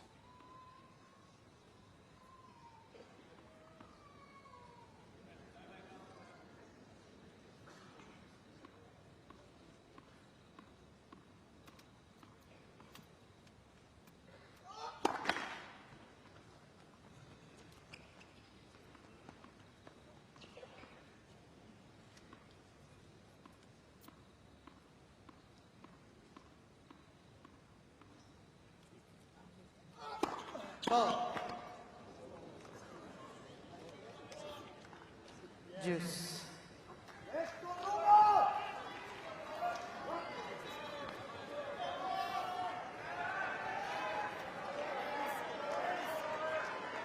Kind of feel as though he's hit a little bit of a flat spot at the moment, Novak, and he's just trying to kind of rile himself up.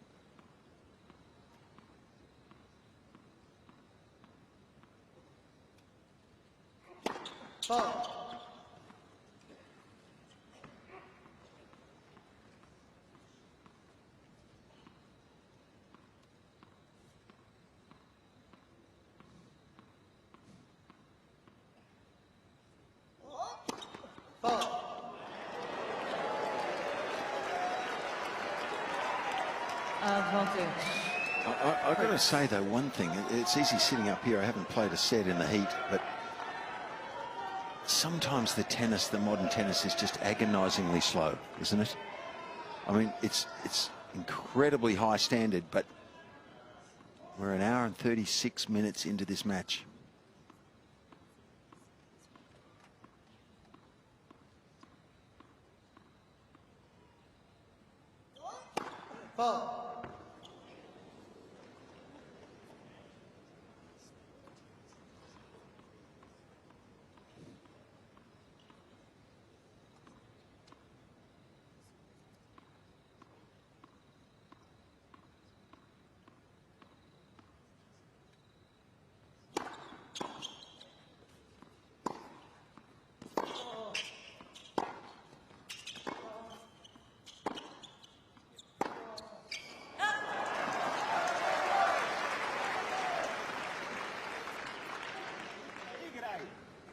Guys, how big was that second serve? 190 kilometers an hour after double faulting.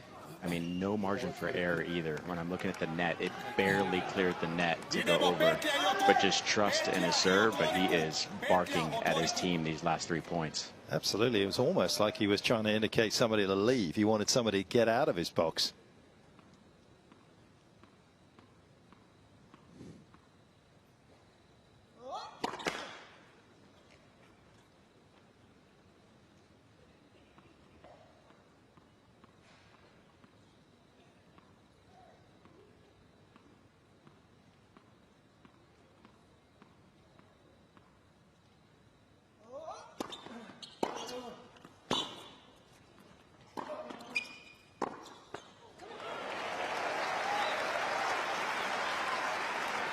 Advantage.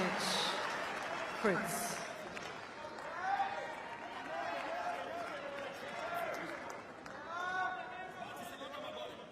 Can Taylor Fritz get out of the gates quickly at the start of this second? Seemingly dropping even deeper, the American, for this first serve.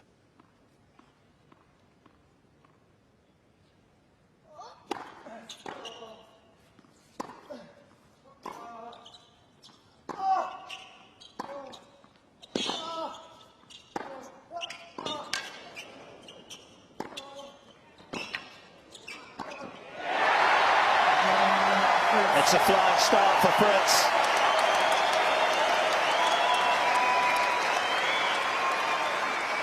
And a double fault's costly for the world number one. First game, second game. Yeah, guys, you nailed that right on the head, Fetch, how far Taylor Fritz went back behind the baseline to return that serve. And, you know, that just changes up the rhythm for Novak as far as the timing of balls coming back. And then Taylor Fritz completely taking advantage coming to the net here at the finish. But, you know, his energy has been the same throughout this match, Taylor Fritz. He hasn't gotten 2 up, 2 down. He's been the same. And for Novak, let's see, now that when he's close to his team, let's see if the barking continues even more.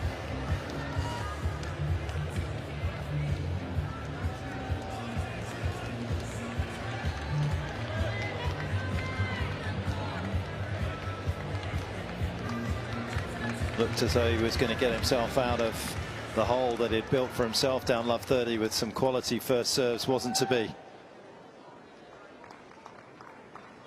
What sort of reaction will that opening game provoke from the world number 1?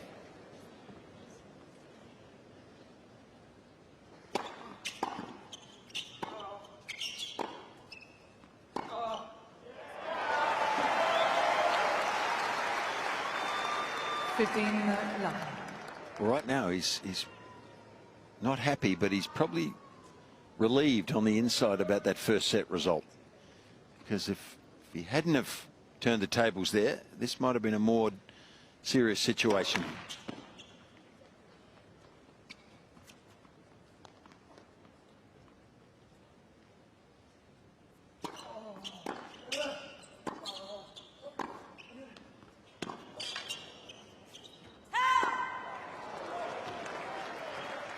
Certainly a bit aggravated though, isn't he?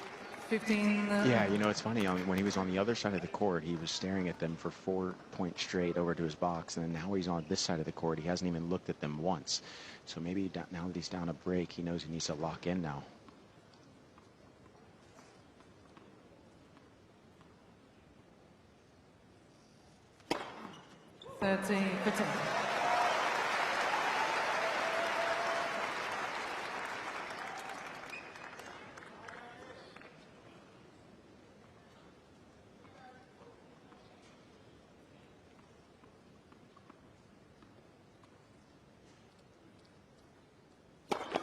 Let's first serve.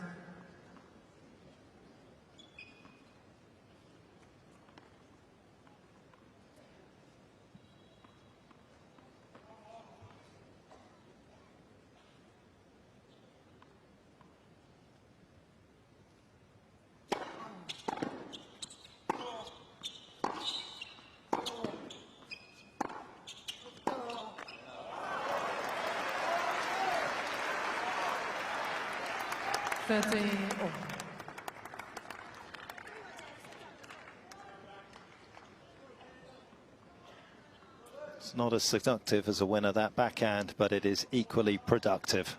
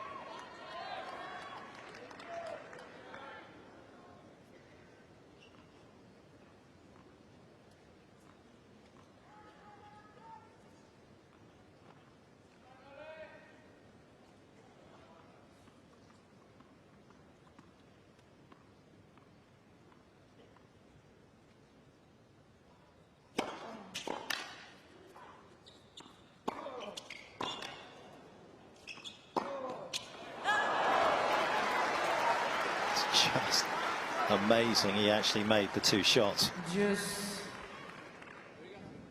And not just made them to a length, which just put pressure on Taylor Fritz. Yeah, I mean, Novak Djokovic, he's looking like Gumby out here. I mean, seeing the flexibility and dexterity that he's got, it's just incredible.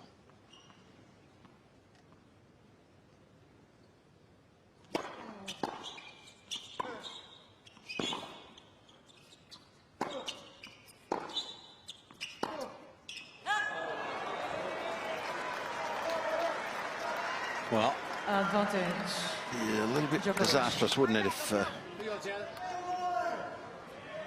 this break of serve goes back the other way against Taylor Fritz from his point of view. He's got himself in a position where he can stay within touch with a break in hand.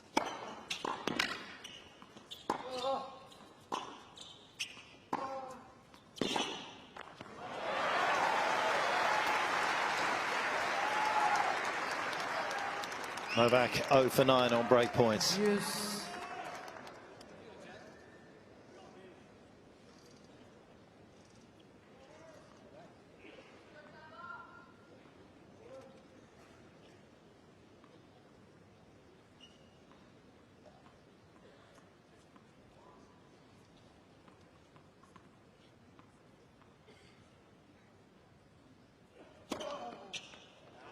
Advantage.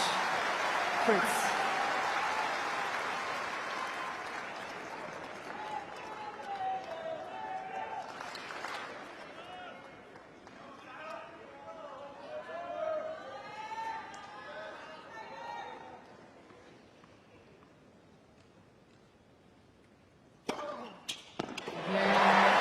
Fritz. Couple of aces back to back consolidate the break. Fritz Aces leads number 7 and by 8 2 for the games. match for the American. Well, guys, the closer Novak gets to me, and I'm staring right at him, you know, I've seen a lot of sniffles from Novak. You know, that definitely doesn't seem like he's 100% yet over that cold, and he's definitely been sniffling quite a lot, so I'll keep an eye on it, see how he's feeling.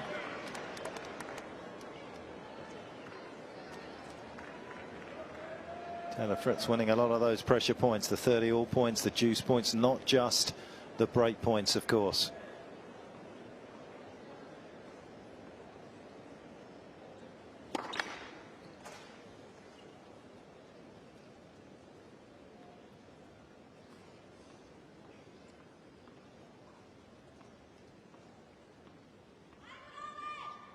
Please. Especially between first and second serve.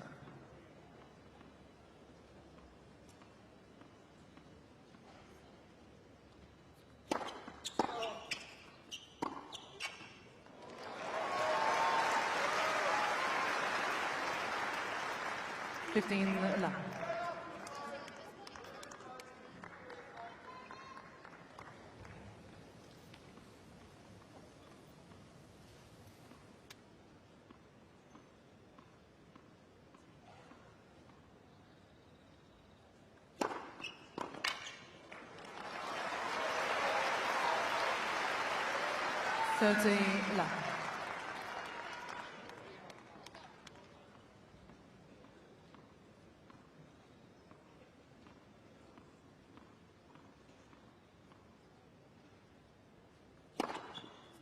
14 left.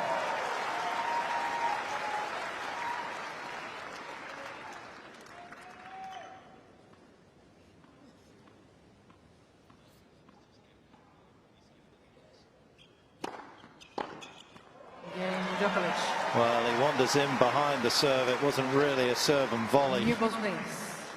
Taylor Fritz has done a bit of the hard work at the start of this second set by taking the break. Leads 2-1. Can I send this racket in? Can I send this racket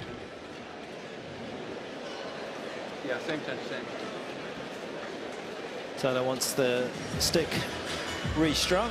He's planning to be around for a while. Interesting sort of game that, and obviously a look. Novak with the towel over his head at the moment. And that was when he was in the opening set just calling for some food, refreshments. And that was after the double fault where he was bitterly disappointed. That was something we're unsure about.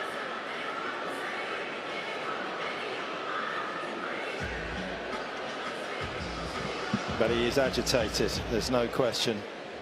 And those Serbian fans will just be a little concerned about the state of the mind of the world #1 for the time being.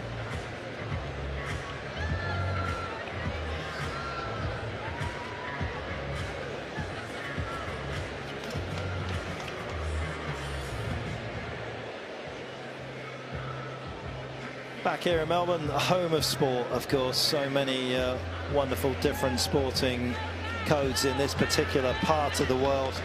A very special promenade. Of course, home to the Olympic Games, first Southern Hemisphere city here in Melbourne to host the Olympic Games.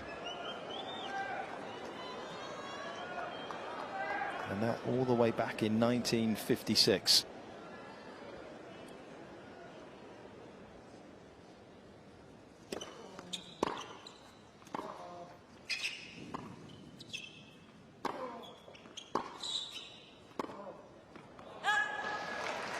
Well, guys, that last changeover, Novak Djokovic had the ice towel around his neck. Taylor Fritz did not. So it seems like Taylor is completely fine with the heat and what's happening right now. Novak, body temperature maybe a little bit high, so he's trying to cool down.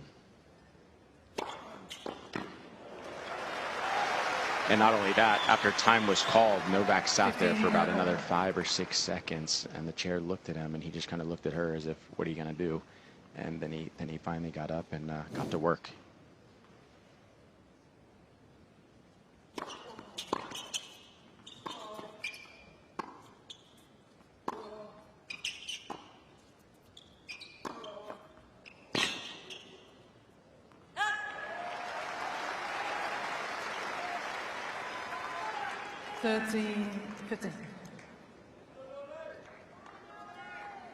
Can be a little difficult to gauge great players in these moments.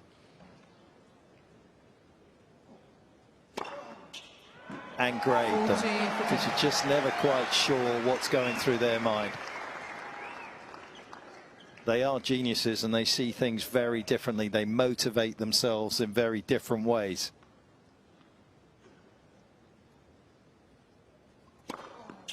Well, he's not showing any energy at the moment here at all, is he? So he's having a rest period here in this match. That opening break and then the saving of the break point from Taylor Fritz was pretty important. It might just let him roll through this second set. I think we can expect something different in the third if that happens, but he is in second gear right now, not running on 8 cylinders. Novak.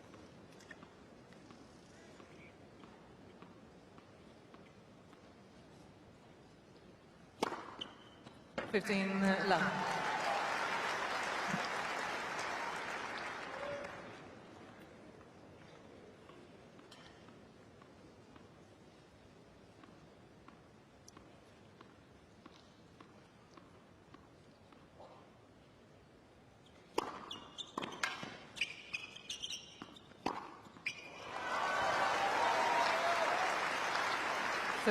Love.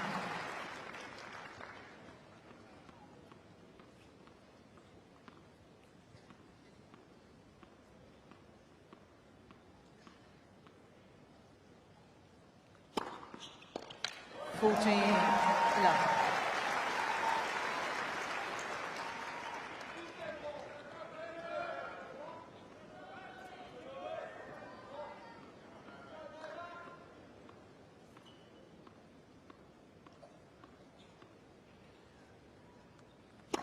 Ball.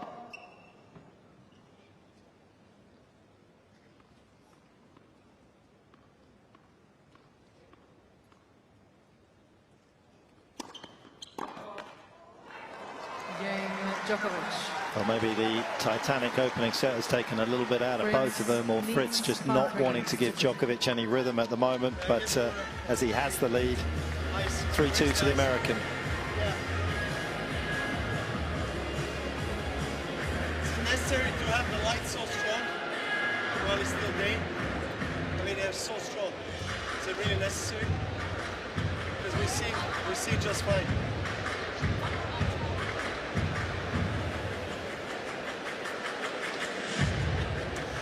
So just asking there whether the light should be on. It's probably a valid question, really, I guess. I mean, it's a bright day. There's no problem with seeing the ball down there. Maybe they're on in readiness for the evening session. I don't know how long. Well, I actually don't know how long they take to warm up once they go off. So Novak asking the question. They seem to bother him a little bit. Yeah, look, down here at court level, I mean, the lights don't need to be on at this moment. It's definitely bright enough, but hey, here we are with the lights on.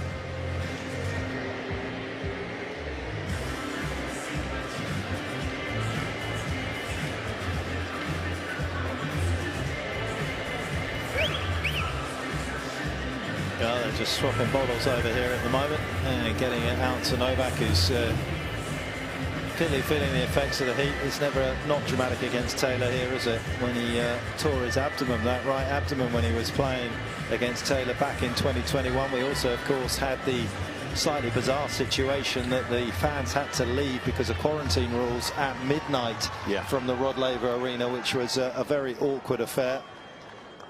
Taylor was a bit disappointed. He got distracted in that one by everything that went on. Let first.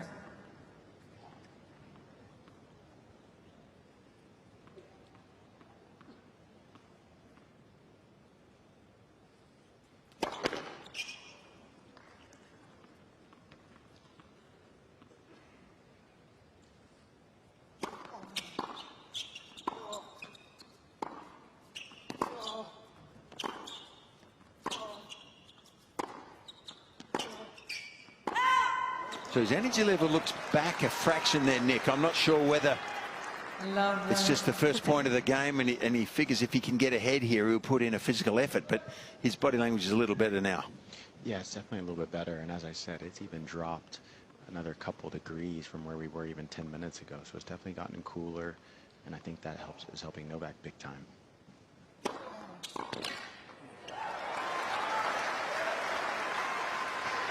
And not only that, I mean, the greatest know when to step up, when it's time to step up, and being down a break right now, this is the time to try to get a break back.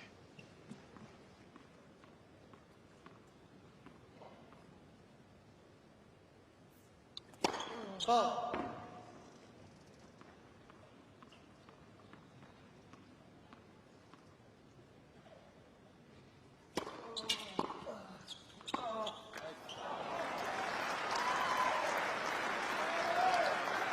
Fifteen, 13.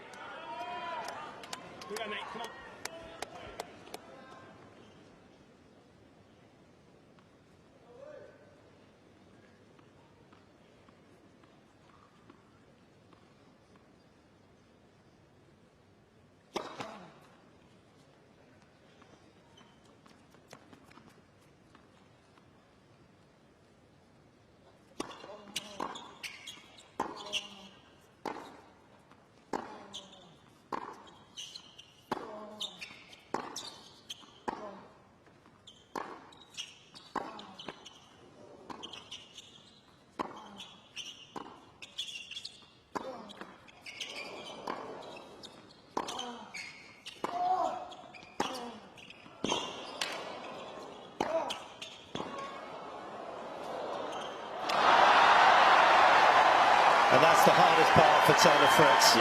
That massive grip change. He tried to get it in the right place. It just didn't.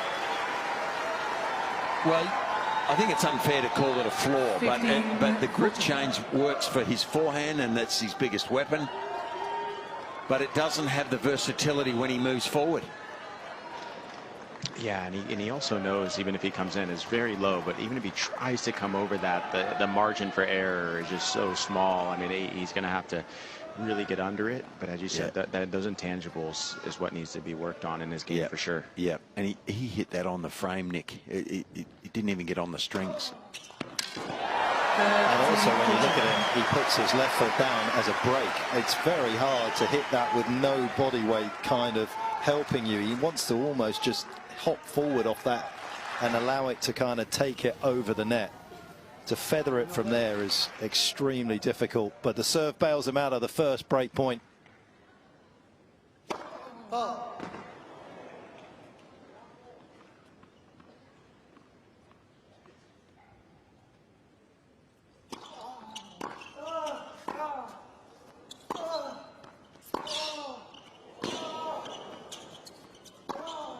He did well there, though, by Novak. Yeah, and he applauds him. I mean, Novak hit a great return to get the upper hand in the rally and followed it with a great forehand, and that was the result. He hit that forehand Fritz to get back in the point and finishes it. That was one heck of a turnaround there in that particular point to save the break.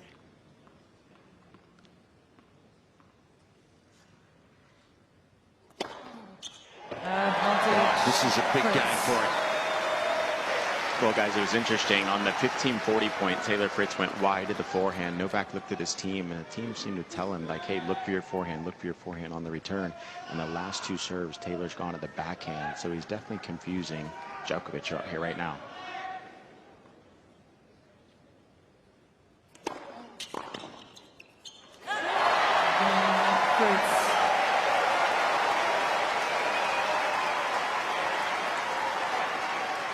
Fritz leads by 4 games to 2.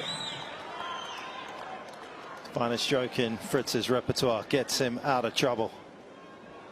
And just a couple of games away from squaring up this quarterfinal.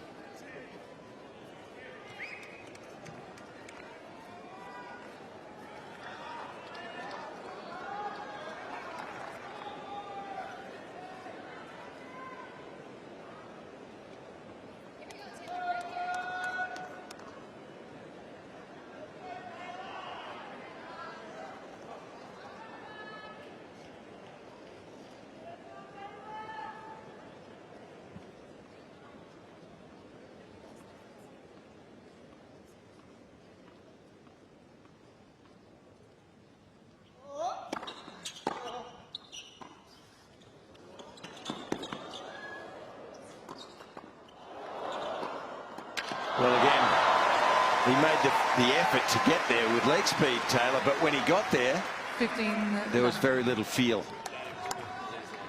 Yeah, I mean, I think, look, the best shot for me when somebody drop shots, you try to drop shot it in front of you, bring your opponent forward so you give him less angle. But, yeah, he doesn't really have much feel when he has to run up and get that drop shot.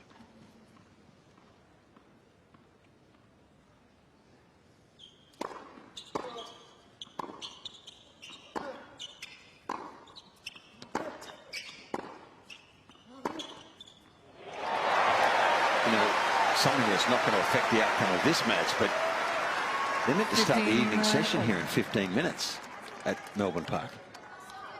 The day session has gone excruciatingly long.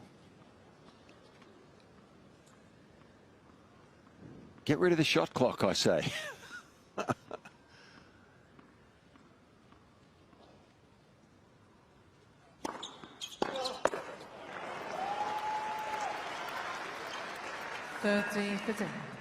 But, you know, the players are so used to taking so long between points now, and they watch the shot clock. And matches are just taking so long these days.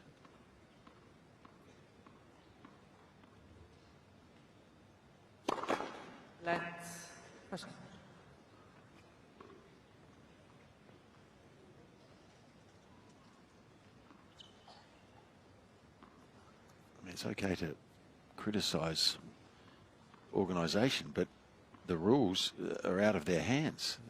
The rules allow these matches to go so long.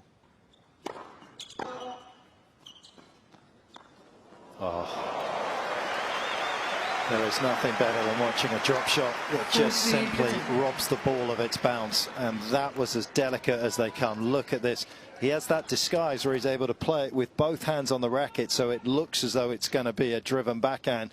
Some two-handers, they put the non-playing hand right at the top, the non-dominant hand, and you kind of know it's going to come. Novak doesn't. It has perfect disguise, as that serve had perfect placement, and this second set is still all to play for.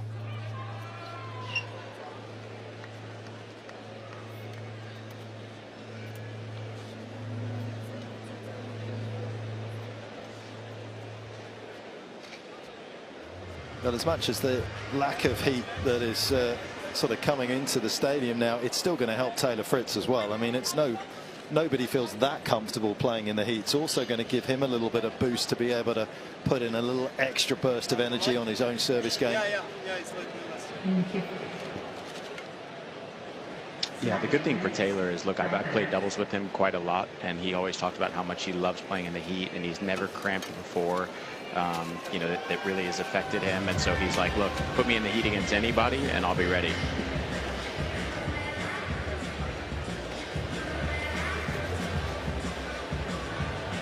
Time.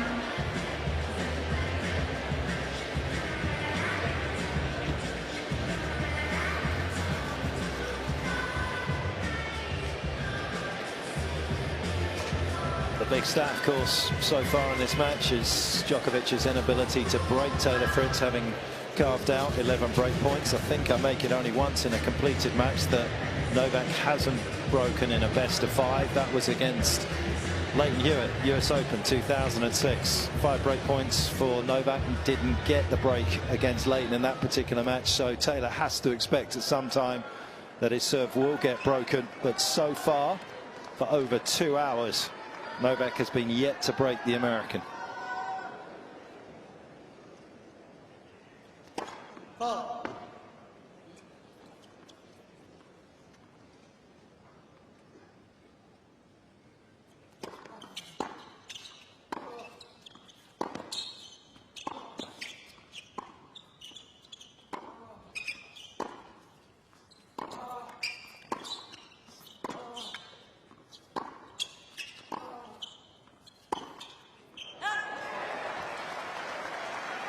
Done a good job as well, Taylor, using his backhand down the line to force Novak to go forehand cross to get his forehand back into play.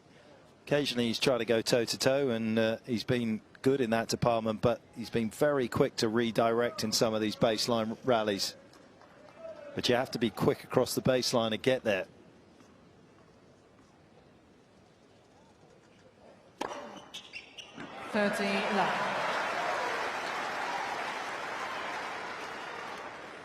Novak not flinging himself at as many serves in this set. 7 aces already for Taylor.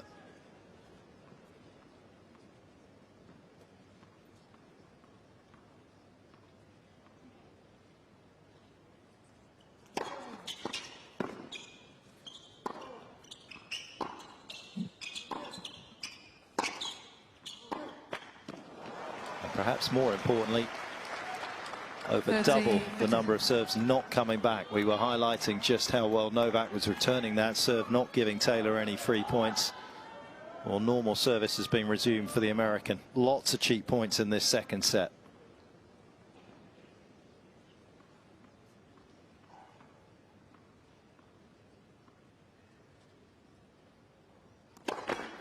Let's proceed.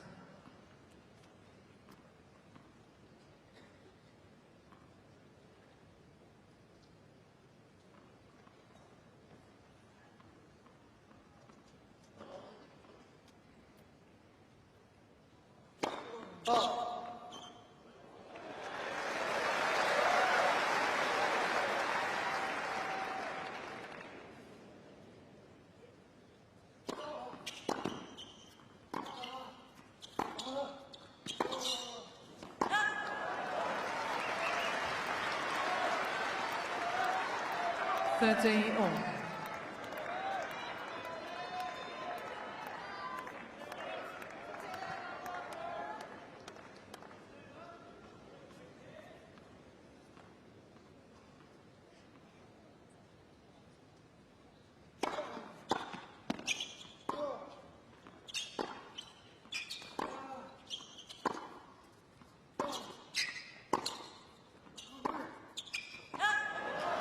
Well, I hope you haven't put the mozza on him, Mark, or jinxed him in your language. 14.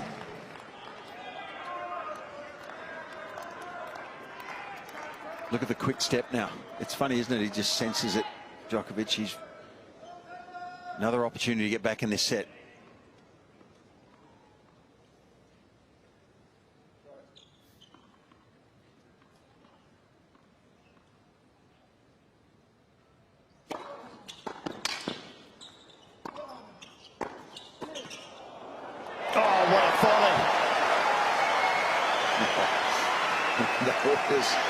That could easily have gone out with the angle of his racket face. Yeah, guys, that was a great volley. You know, after that approach shot, I was thinking to myself, oh no, because, you know, Novak is such a great passer, and Taylor Fritz got on top of the net there, was holding the racket actually with two hands when I was looking at him. Finally, last minute, took the left hand off. Picture perfect, though, moving forward. I think Nick was holding his breath down there. We know Novak's got all the weapons.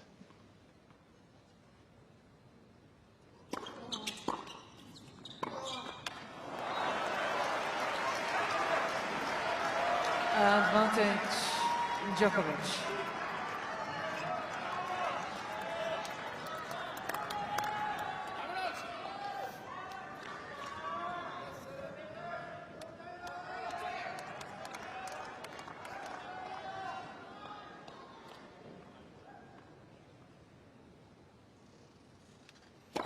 Let's first serve.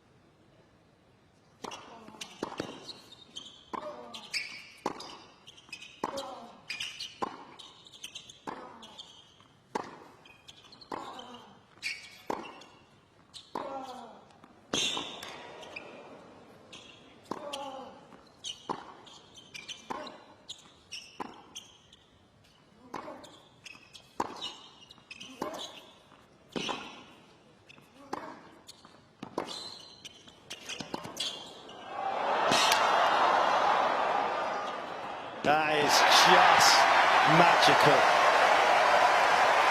How did he conjure up that angle?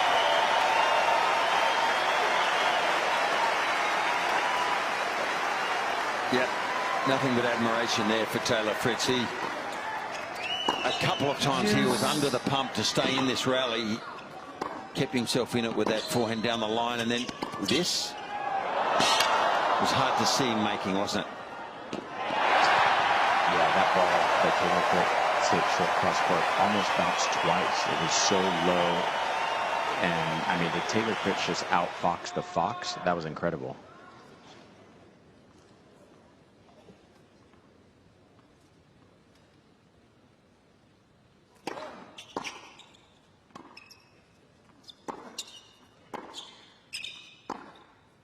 Oh. You can do it once, but maybe not twice. Advantage, Djokovic.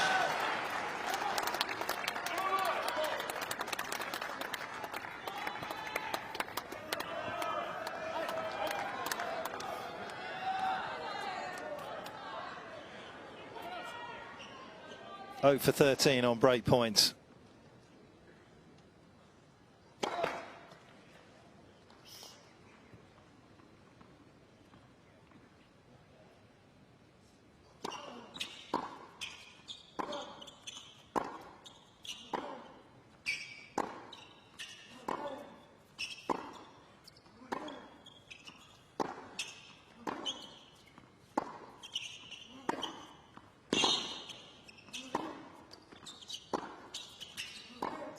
And he's got him again. Astonishing courage. Well, we don't see it as his best ground stroke, but it's actually saved him on several occasions, hasn't it, tonight? Break points, particularly. Having the courage of his convictions.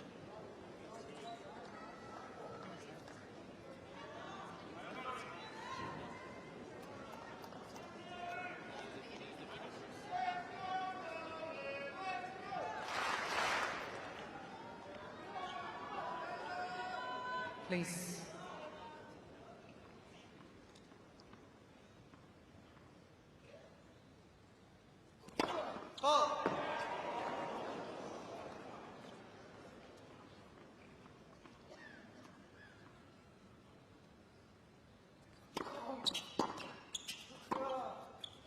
I mean, the 3 returns that he has made on that deuce side have been right under the shoelaces of Taylor Fritz.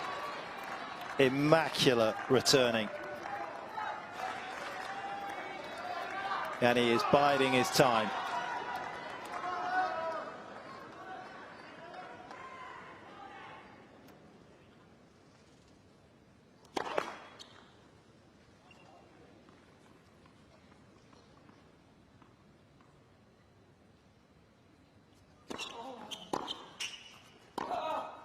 Oh, and still there's no way through. Fritz knew what was coming. Trademark return into the backhand. But this vintage shot from Fritz. It's the old bull and the younger bull here going head to head.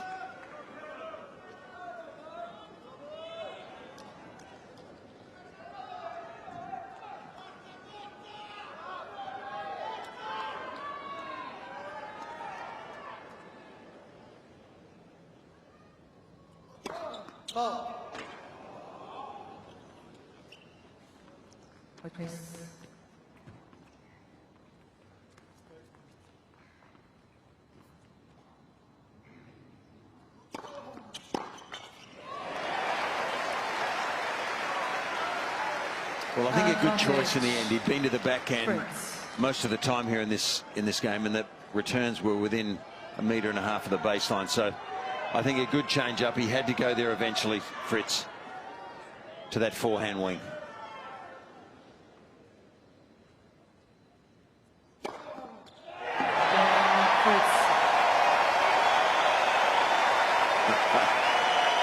Well, that was one heck of an effort there, wasn't it?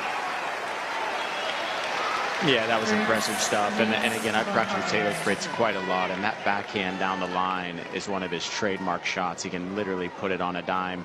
Michael Russell a lot of times just puts a tennis ball down as his target, and you'll see Taylor Fritz either hit the ball or be well within hitting it. And yeah, that saved him big time there, and we're in a battle. It's important to do it on the practice court. It's even harder, though, to do it out here in Novak's house, as we are 1 minute shy from the evening session getting underway, which will be significantly delayed tonight. It's going to be a late night in Melbourne.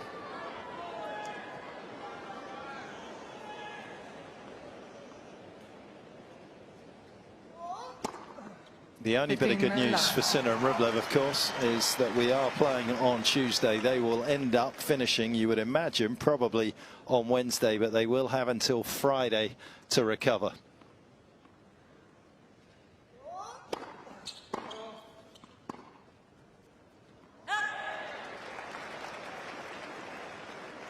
$15.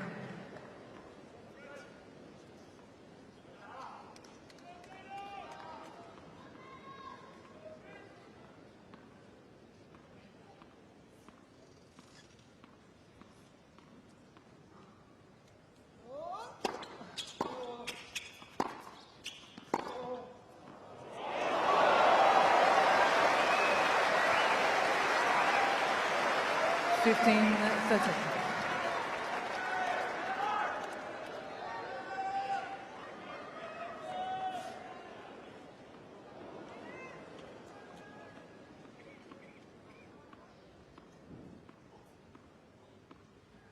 th winner.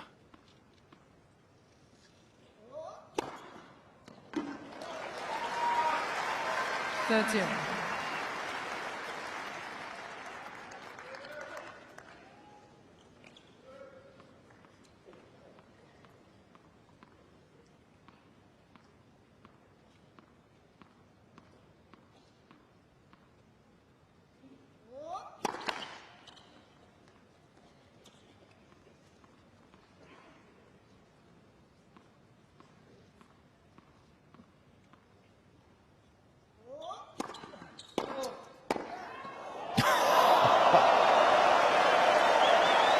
Did I just see that? What I want to know is, does that go down as a serve and volley on the stats? Yes, it does. Guys, what just happened there? Have a look at this again. I mean, say what? Nick, do you know if that was actually going out? No, it was going in, but you know, I mean, Novak's just ready for anything. That's why he's the GOAT.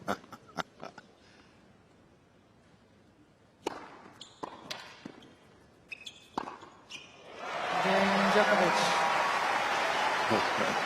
Last chance for Novak to salvage this second set. Taylor will serve for 1 set apiece.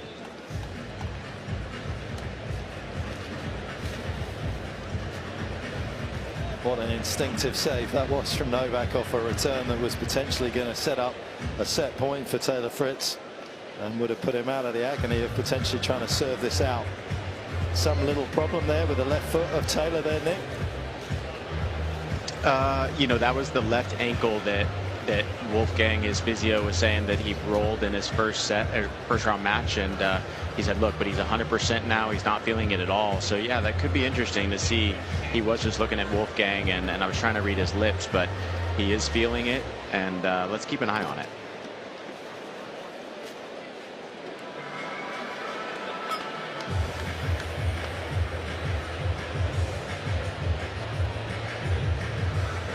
Time. Perfect weather and magnificent crowds here.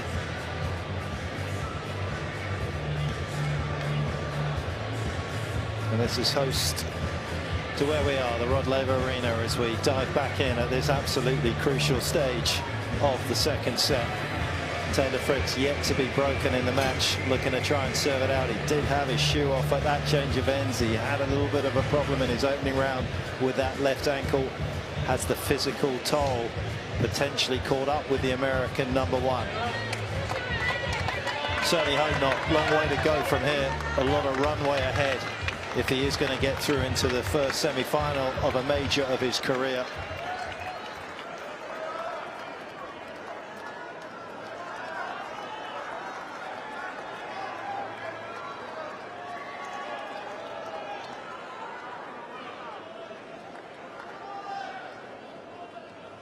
Thank you. You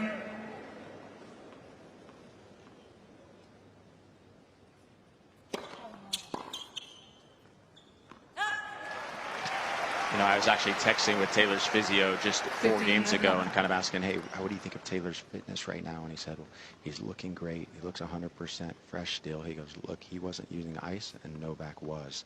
So he's got the upper hand.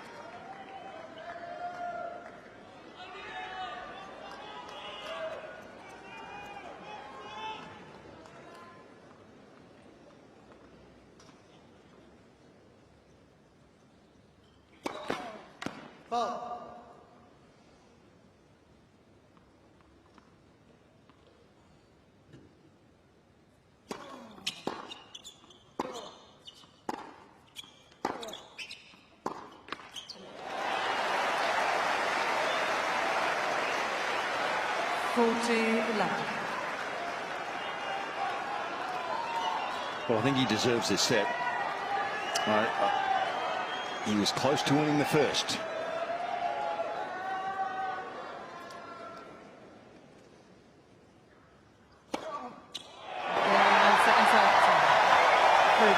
Just the third set he's ever picked up against Novak. He'd lost his last 13.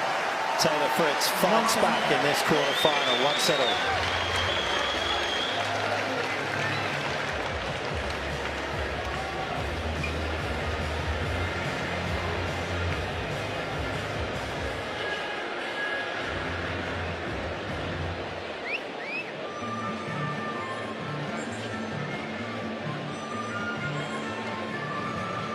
Taylor to take.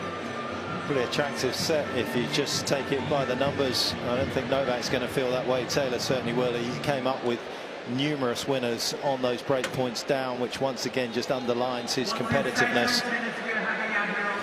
Takes a lot of belief as Taylor's out of his chair. Louise is going to get a little notification, I think, that the American would like to leave the court.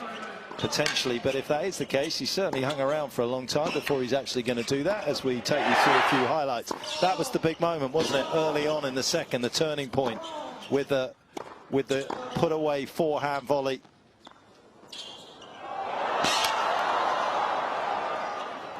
But it was his ability to play so well under pressure when his serve was under siege. That was another breakpoint save with the backhand down the line, coupled with another one. And that was the dagger.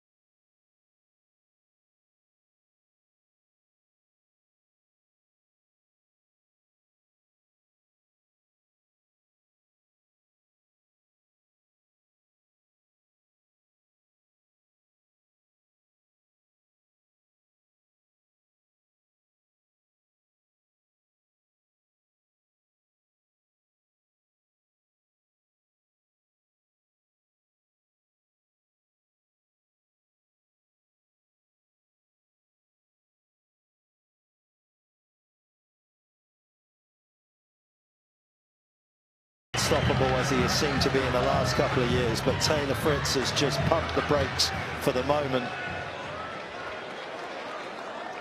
How will Djokovic respond? Djokovic to serve.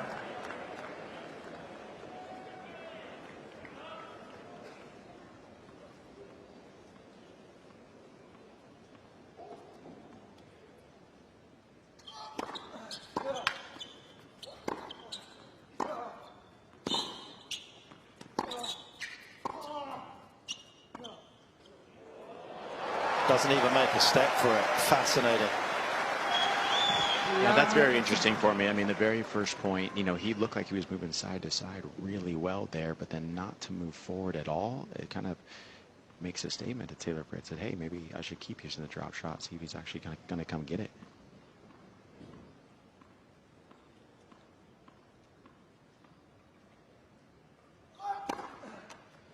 $59.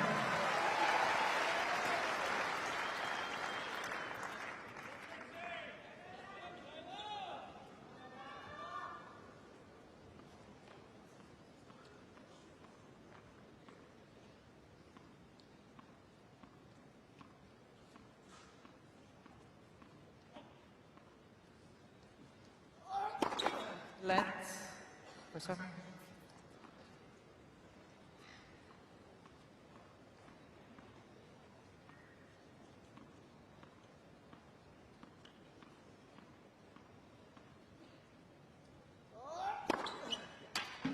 Let's see, 15.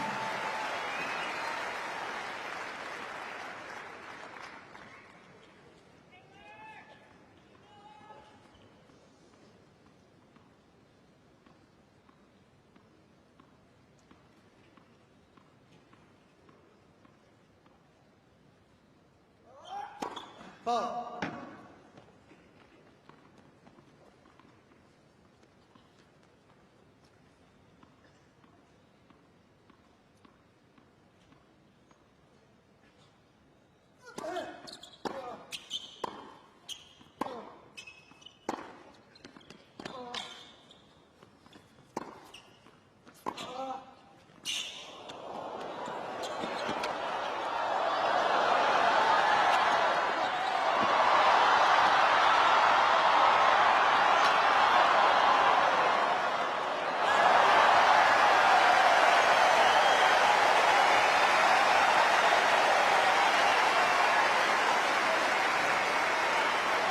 This is some fabulous moving from Taylor Fritz and some delicate touch from Novak to just somehow come out on top in this exchange.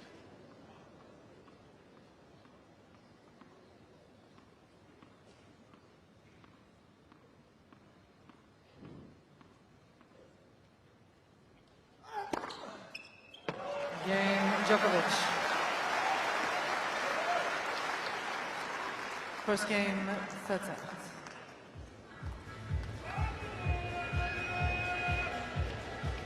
Nice clean hole in the end as we take you backstage to some of the great American champions. Jim Courier's doing such a wonderful job as ever here. Pete Sampras. Andre Agassi was in town. It was great to see Andre here, four-time champion, back in Melbourne. And hopefully may see him a little bit more around the game over the course of the next year. Inspiration, no doubt, for Taylor Fritz, and of course many stories would have been told by his second coach, Paul Annacone, about the great Pete Sampras. Paul that spent time with Tim Henman and Roger Federer, and one of the great minds in tennis, trying to plot a way around the world #1 for the first time in his 9th meeting with him.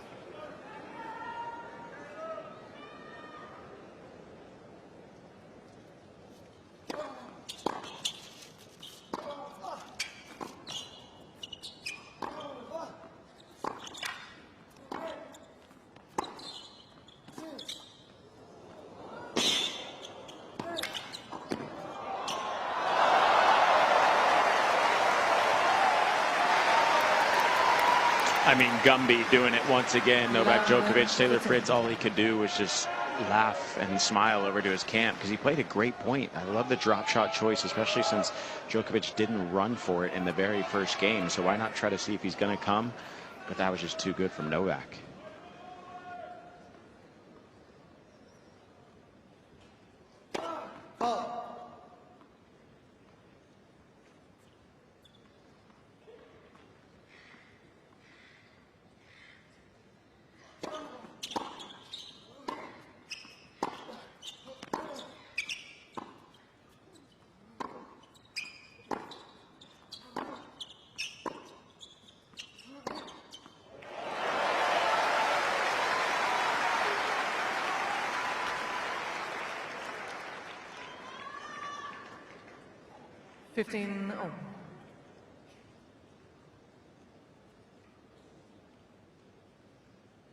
Certainly look as though it's going to be probably the longest that he spent on court, through 5 rounds. If he does make the semi-finals here, Djokovic, he's closing in on almost 14 hours on court already in his opening 5 matches.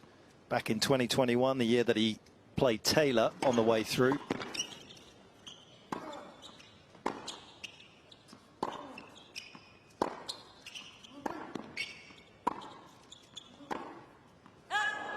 He had battles with Francis Tiafoe over 4 sets. That 3.5 hours. The Fritz match was 3 hours 25. Milos Raonic 3 hours. Zverev 3.5 hours. Obviously went on to claim the title. Couple of straight sets wins in the end against Karatsev and Medvedev in the final.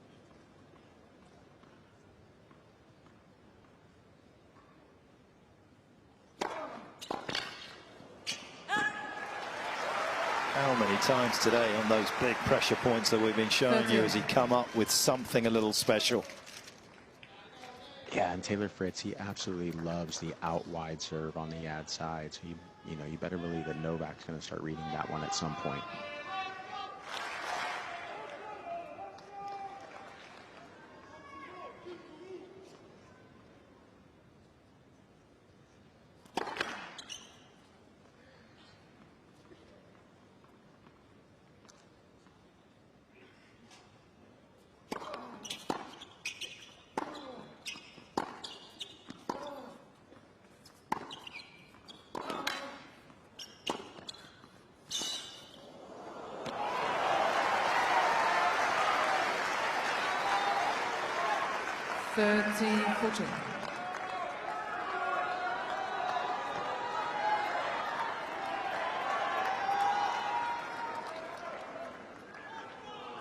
What a start this potentially would be for Novak.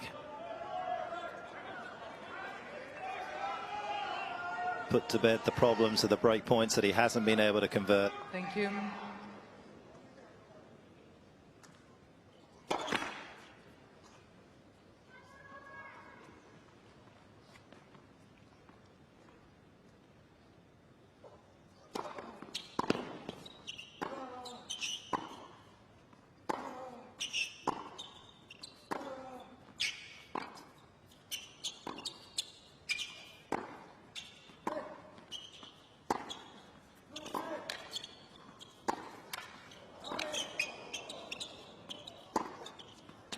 Well, it was only a matter of time, sure.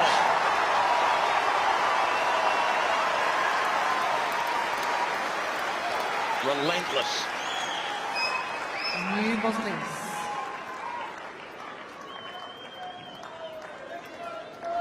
Djokovic. And that's the kind of expansive play that we see. This is a great dig from Taylor Fritz. Gave himself a half a chance still from here to maybe rescue it. Just couldn't. Yeah, how good, guys, is Novak at spreading the court? You know, we tell juniors and adults of moving the ball side to side, keep your opponent on a string, but Novak does such a good job of getting the ball off of the court and just keeping you moving non-stop.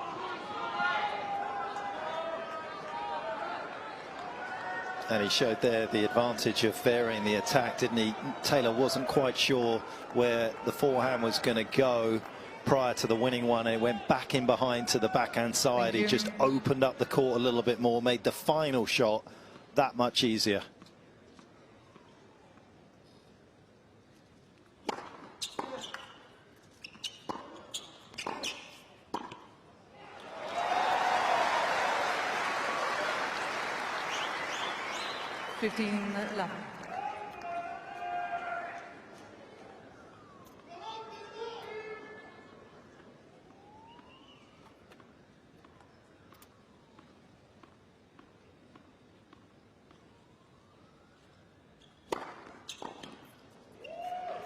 I don't know if Taylor is winded here or he's actually wounded, 30, because he is not moving as well as we have seen in this match.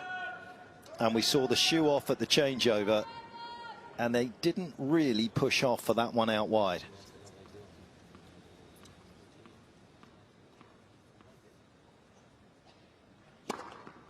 Gee, that didn't look good either. I mean, that was a nice serve, good serve, but he guessed then and started moving to his left. Never a good look.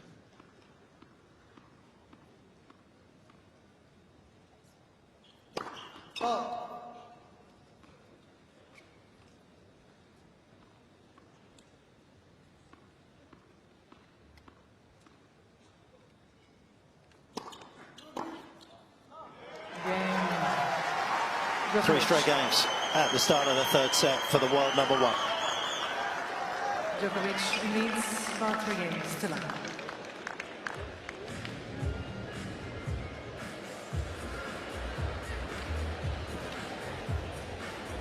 And Nick, he's had a few problems with his feet in the past, hasn't he? That one just before the Indian Wells final that he amazingly ended up winning. That was obviously featured on Netflix, but he's been in a boot before for stress fractures.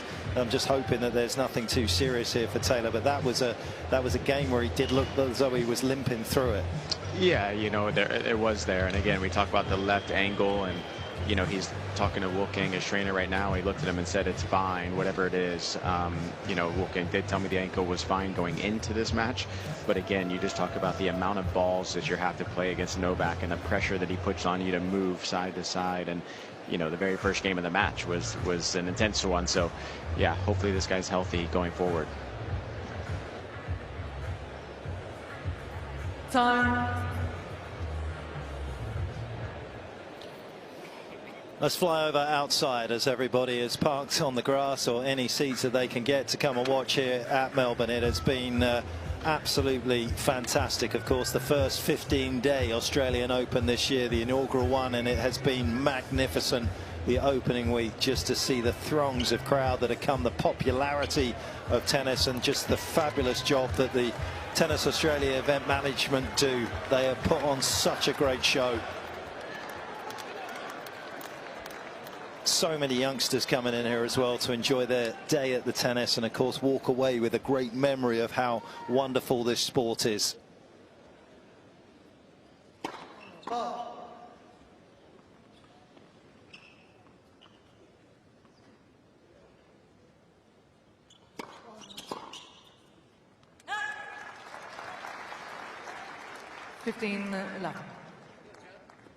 Taylor, of course, has made some miraculous recoveries from injuries in the past. The meniscus surgery that he had just at the French Open in 2021. We never thought he'd make it back for Wimbledon, but he managed to. It was an incredible effort from him.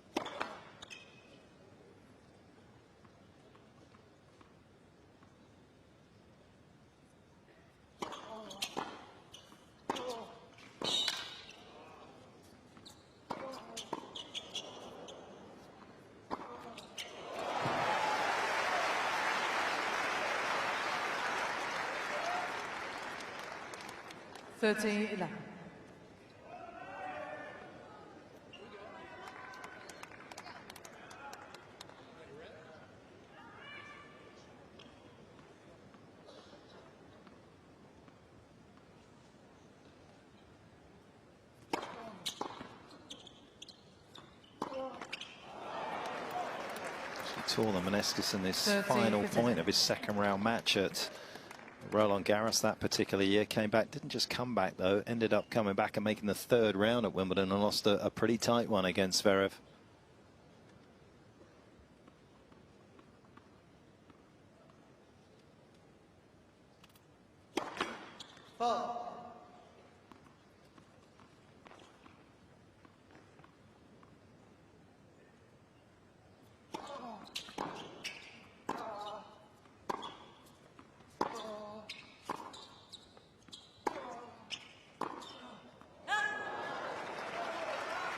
Look at his the backhand return though from Djokovic.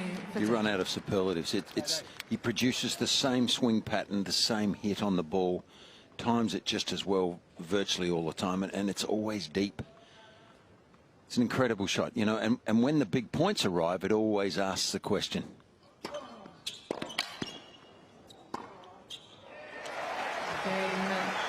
Fritz.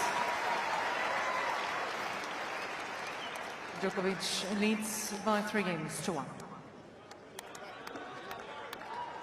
Sun just still peering just into the roof of the Rod Laver Arena at the moment, but it is certainly a lot cooler, and it does allow that breaker serve as well for Novak just to condense his energy into these one games. If he gets a little look on a Taylor Fritz service game, great. I'm sure he'll invest in it. But these are the moments, particularly the first couple of points of each service game, that he's going to give absolutely everything to. 15 love. I remember Stefan Edberg once saying to me, always concentrate on the first 2 points of every single game. The serve game and return game. You get up 30 love, you're pretty much home and dry. I kind of felt like there was no chance I could ever take my foot off, ever.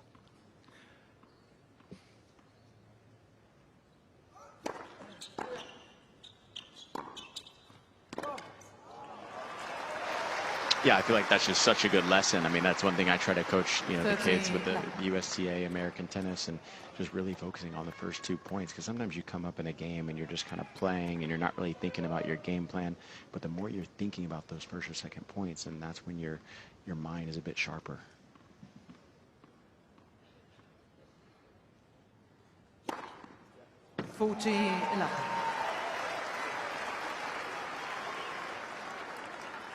One thing you know, that over the course of 5 sets, or best of 5 sets, players have their dips and their peaks, and Novak's no different. At times he has those low times in matches, but he will come good.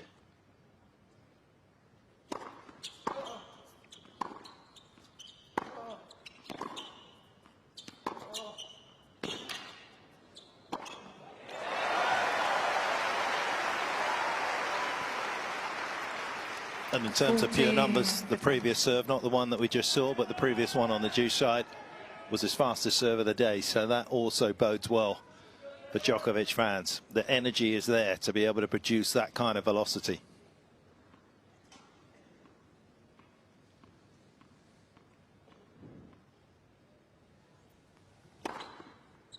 Game, Djokovic. Suddenly running riot on serve. Aces galore in that game. 4-1. Djokovic leads by 4-1.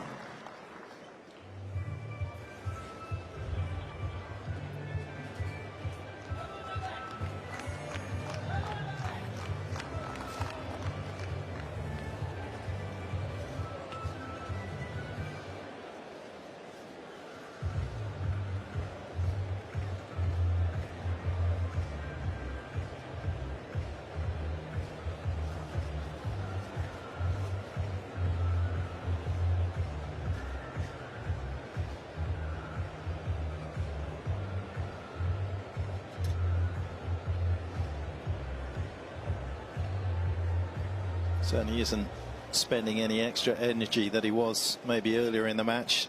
Everything that he is doing is conserving as much energy as he has. Time.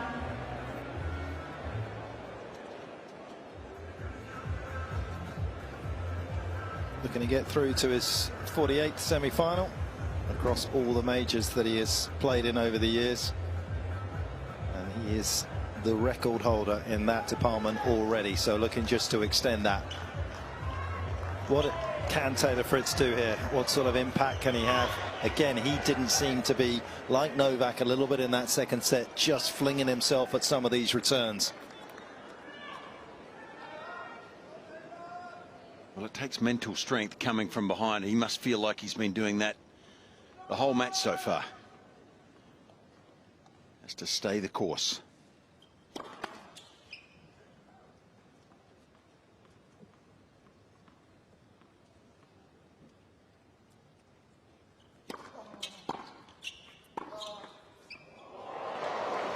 Well, guys, Taylor Fritz in true Taylor Fritz fashion on that changeover looked over at his camp and is like, don't worry, I'm going to hold. I'm going to hold. And so in his mind, he's like, look, I'm going to keep holding, and I'm going to see if I can get that break when it matters most.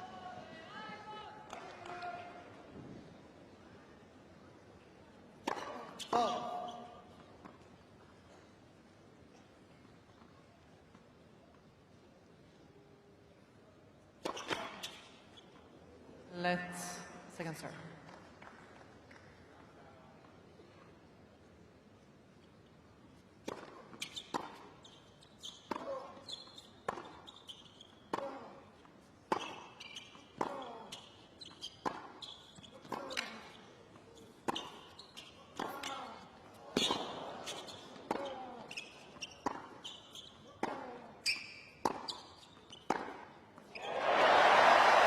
You know, I can't tell you how good Taylor Fritz was there. The length of Djokovic was astounding.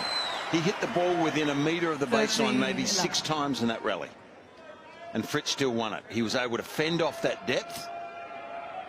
And finally, that one dropped a fraction shorter than most, and then he rips one. Heck of a point from Fritz there.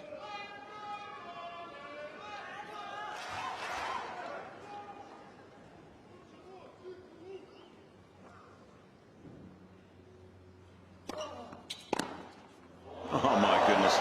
You know, the previous point, he must have felt like he was half bowling everything, and he still won the point. Not a bad serve, not quite close enough to the line. Good night.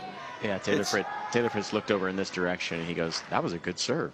Yeah. And then just got taken over by Djokovic. Yeah, it's relentless, Nick, isn't it? Sure is.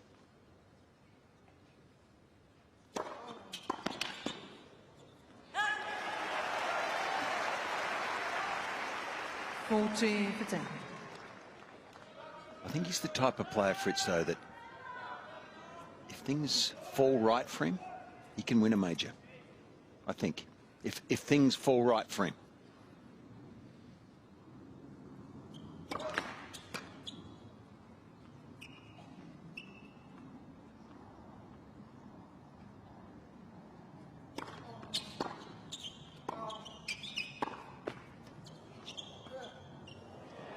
It's really been a joy to watch him work on that sort of shot. It isn't something that's ever come naturally to him.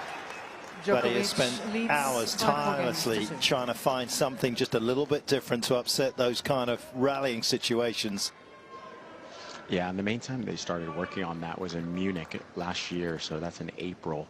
And, you know, I was speaking with Michael Russell during that time, and he said, yeah, we've got to find a way to get drop shots into his game. And that Munich tournament is on the clay courts, and that was a perfect time to work on it. But Fitzy, I'd agree with you. This guy could definitely win a major, and it goes back to his belief in himself. He just believes he's better than anyone he plays against any given day, and that belief is huge. I still think, Nick, he's got to fix that grip change on the low, short forehands. That's the biggest thing for me. When the ball bounces up, he's as good as anybody in the world. But hey,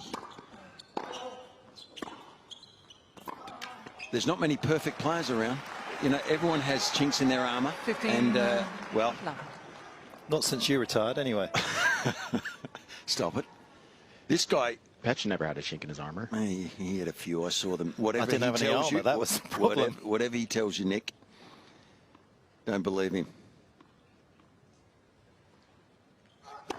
I mean, most players, though, they don't have perfect games. They have weaknesses and strengths. And yes, he's got a bit of a weakness on that low forehand. But if he can work on that a bit, he's worked on the drop shot. He's right there, coming into the prime of his career.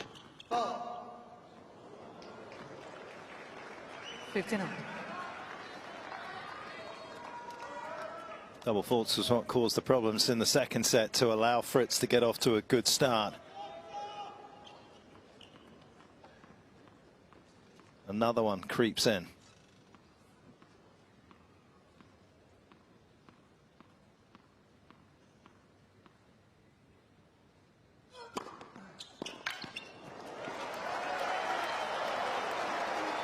Still feel as though Taylor is struggling a little bit to push off, and that's why he's kind of guessing one way or the other to put weight on one leg just to make it a little bit easier to move. rather than holding a neutral split step and being able to push.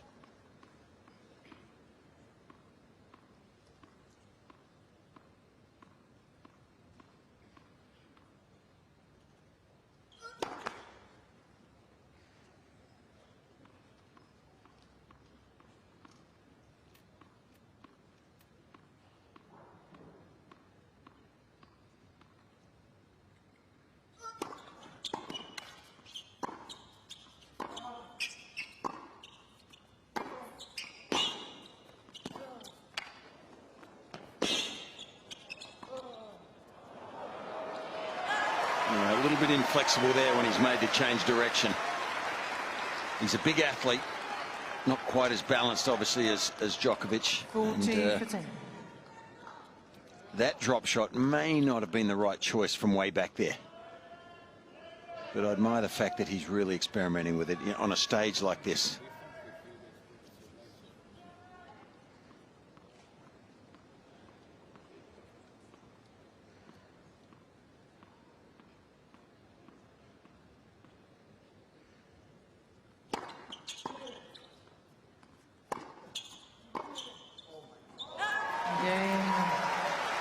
Djokovic. Barely dropping points on serve in this third set. Djokovic pulls ahead, 5-2.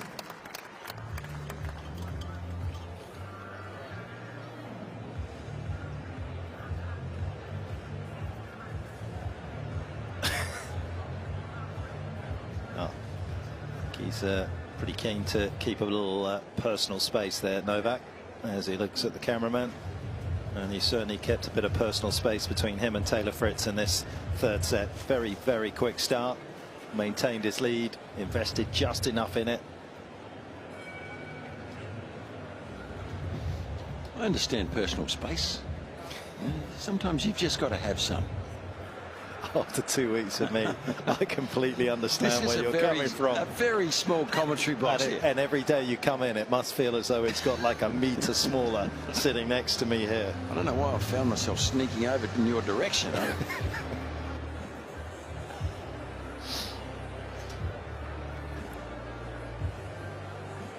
Time. Taylor's going to have to fire up here. We're going to have to see a little bit of Taylor fizz in the next sort of 10 or 15 minutes to see whether he can't just find a way just to insert a little jeopardy into Djokovic's mind that this third set isn't going to get wrapped up convincingly. He has been so impressive under pressure. Backs against the wall though in this third set.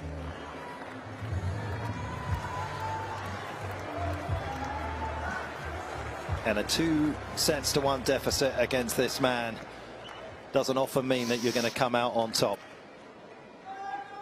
It would take some performance from there. And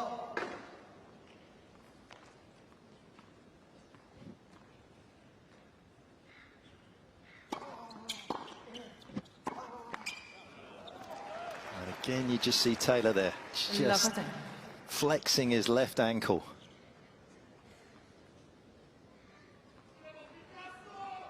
So tough if you feel like you've got a problem there and you're just not able to load in the way that you need to. Look at this.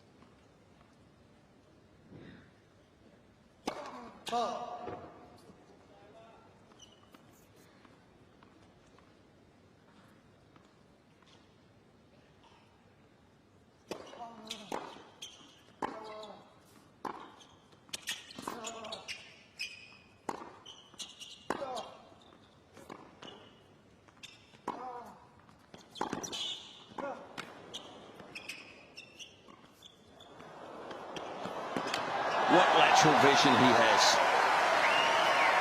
You know, I had my eyes on Taylor Fritz in that rally just to really check out his ankle. And he covered a lot of court there. He competed well, hit some good shots of his own. But when he finally, at the end of the rally, got caught behind the baseline and had his body weight moving the wrong way, Djokovic hits the drop shot. So he gets him back there behind, and laterally, his vision sees him, and he throws that in.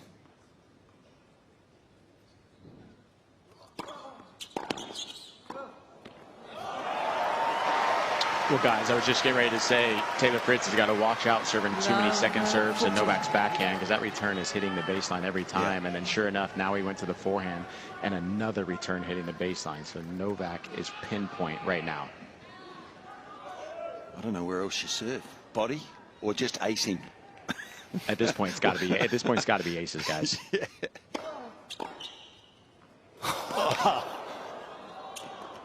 Yeah, there goes the body theory. You don't need to put an invoice in today, Fitzy. This man, however, has put himself up 2-1.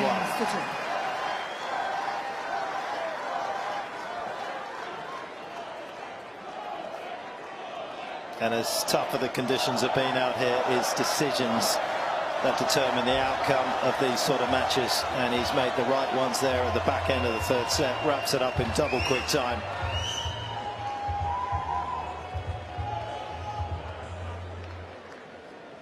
As Taylor Fritz once again digs in his bag, having a little look around here, the shoes off. As some of the crowd take their leave, although at least they know they'll be able to get back in relatively quickly once they've got a drink and a little rehydration. Can we just have a little look at the left-hand side of that screen for a moment there, Nick?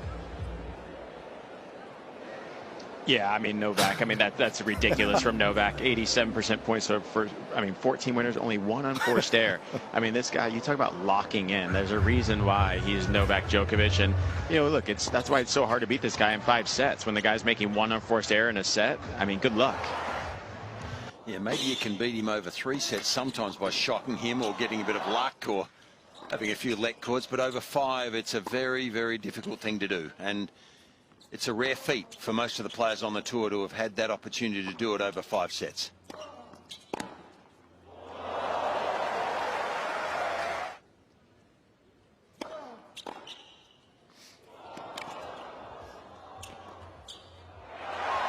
Well, there was a ludicrous end, wasn't it, to that third set? Just an absolute booty collection of returns from Novak that nobody, not just Taylor Fritz, but nobody has an answer to when he produces shots like that.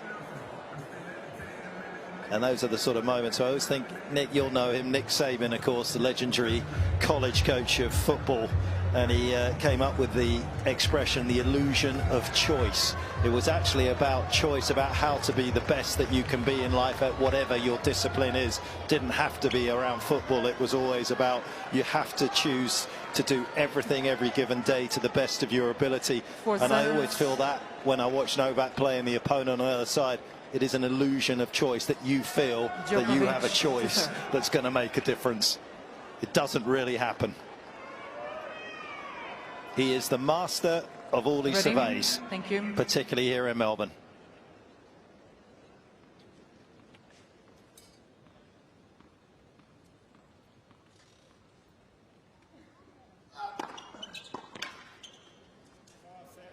Well, the pendulum certainly swung, hasn't it?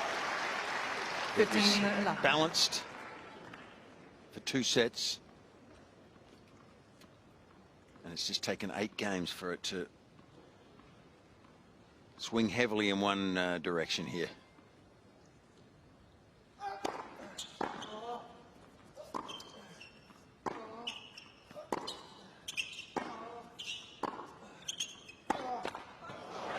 Well, guys, you talk about the illusion of choice. You know, last year at Wimbledon, I was in the gym after Novak won his semifinal match, and 20 minutes later, he was in the gym doing a 30-minute workout of light weights, stretching. You know, you talk about sometimes you win the semifinal, okay, let's get some rest. You got the final in a day and a half. No, no, no. This guy went right back to the gym, got right back to work to get ready for the final, and we all know what happened there.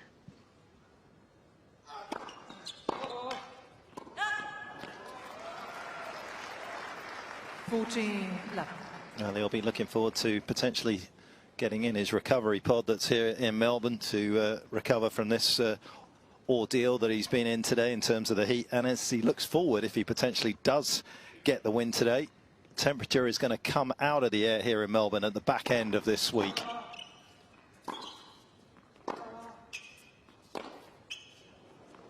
Hang on, did I just see a miss hit? I know, I feel like Novak doesn't even know what a miss hit is. That's crazy.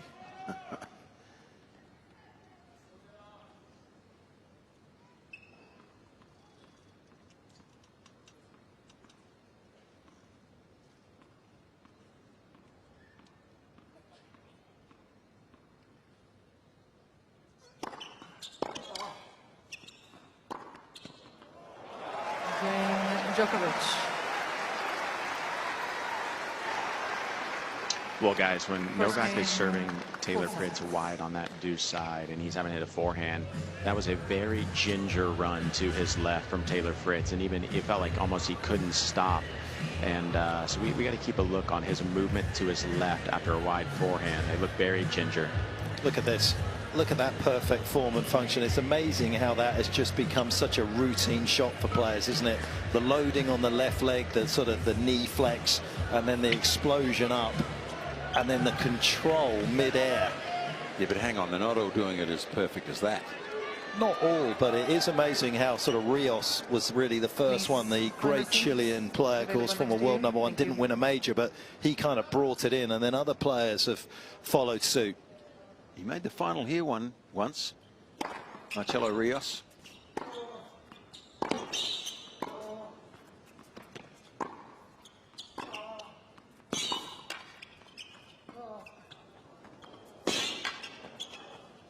Yeah. This is good for his game. All power to Mike Russell. I think as time goes on, he'll use this more and more, because you need different ways to win points. I mean, Novak has it. Roger had it. The great players have it. And the really, really good ones do too. You can't just win 2 or 3 different ways.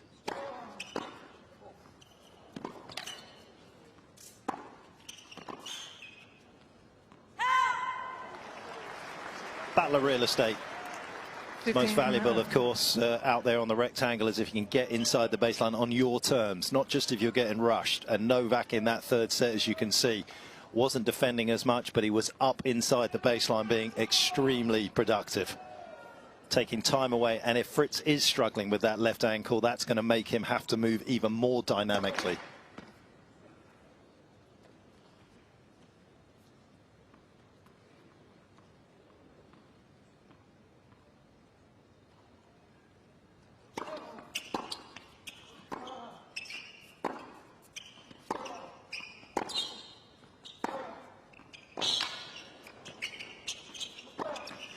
If you're a metre further forward, let's say you're half a metre behind the baseline on one set and you move half a metre in front of the baseline on the next, you gain 2 metres, because the ball's got to go down the other end and come back, and that means the opposition is going to be rushed.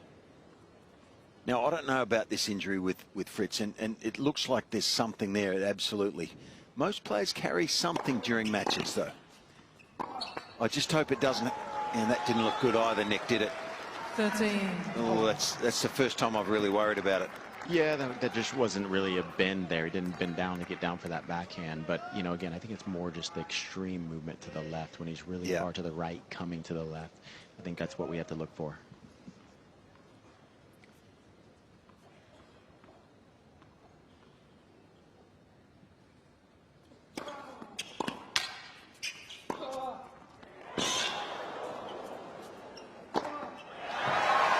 Well, the problem is if it takes 2 or 3 percentage points off your movement against this guy, it's a problem. You need to be at full tilt.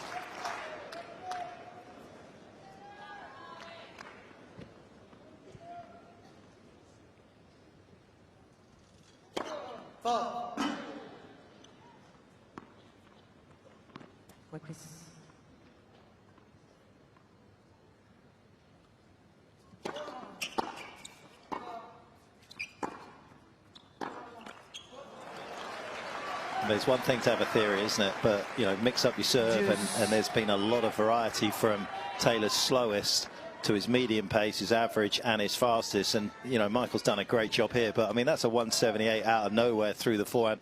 And Novak's picked that up, no problem. Yeah, and pretty much what gets to Taylor a lot is if he's missing too many backhands. We just saw him miss a couple backhands in the last few points, and he's looking at his team like he can't believe it, because he never misses backhands in his mind. Yeah, he's in all sorts of trouble. Partly due to the injury, but also Djokovic with a tailwind here. Djokovic. And he may well show him his tail lights at the end of this point.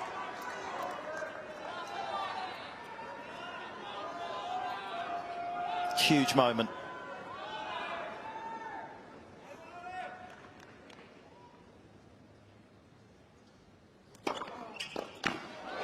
Well, you're not literally talking about a tailwind, because generally the wind comes from this northern end most of the time, not always. So you're just using a figure of speech. Mark, I'm assuming? I make most things up.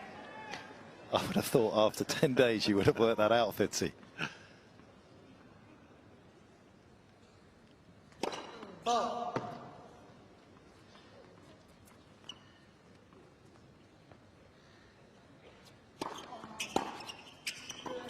Has he got the best faded forehand return on the deuce side down the line ever?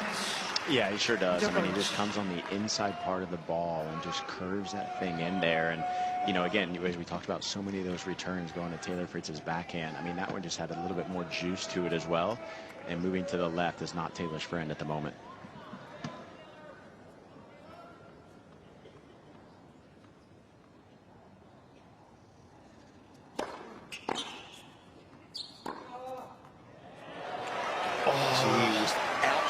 Edge, surely. I mean, he has taken an absolute speck of paint, hasn't he? Oh, it's a little bit more than that.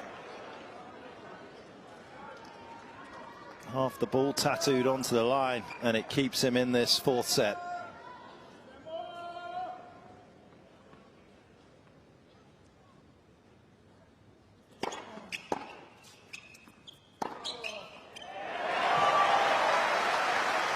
Taylor was a bit unsettled. He looked like he almost had the yips after he hit that backhand, thinking he'd missed it. There's a bit of jitterbugging going on there, but he caught the line, and it's a game of centimetres. Sometimes he's still in it.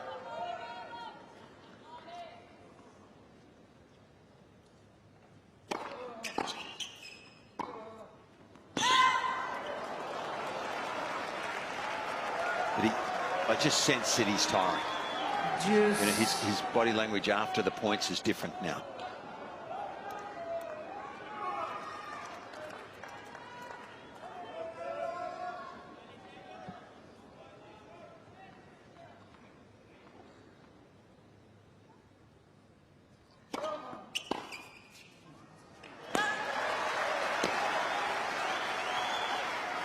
Advantage. Fritz.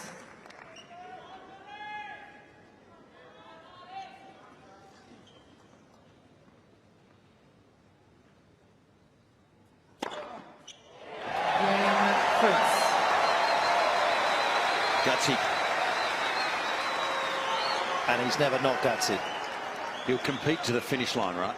Whatever limitations he has against the absolute elite, it is not his competitiveness.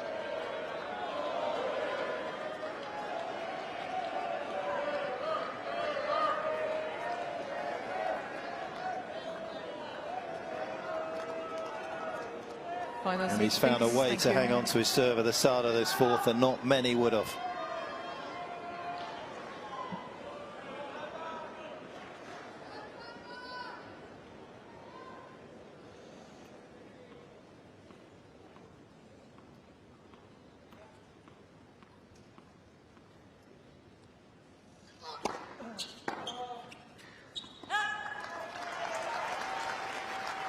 I just wonder whether the lack of movement that he has on the return means he should shift his position up onto the baseline and just gamble a little bit more, just try and roll the dice on the return.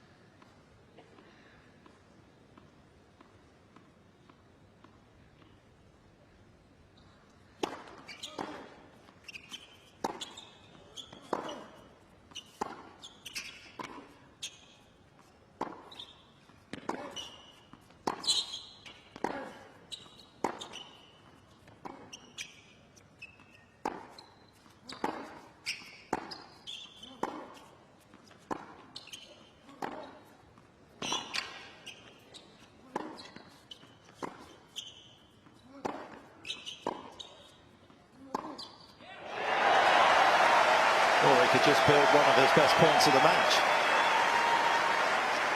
24 shots. Gee, it's a good forehand, isn't it? 15. It really is.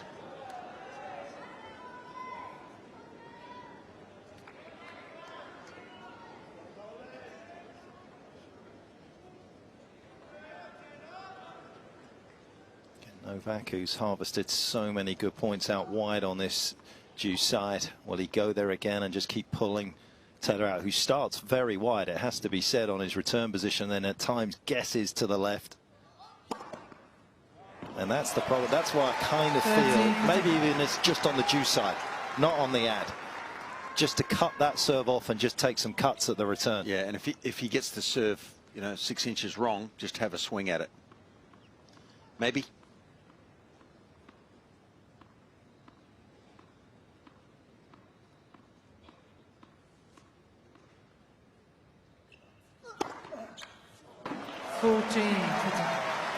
And just optically, I feel as though he's got to give him something different to look at, because he is just rolling Novak through these service games.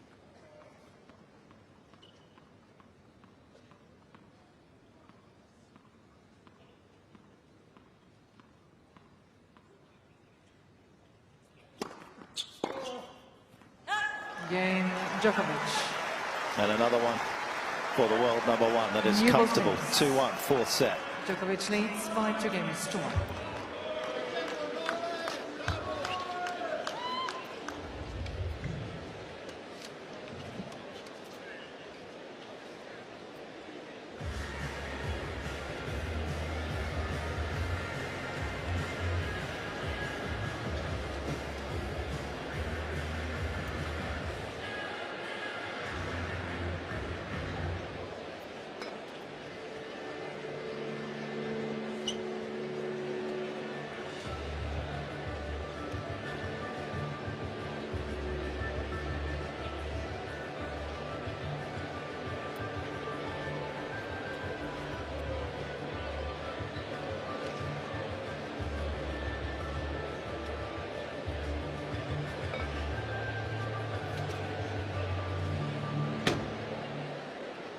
Time.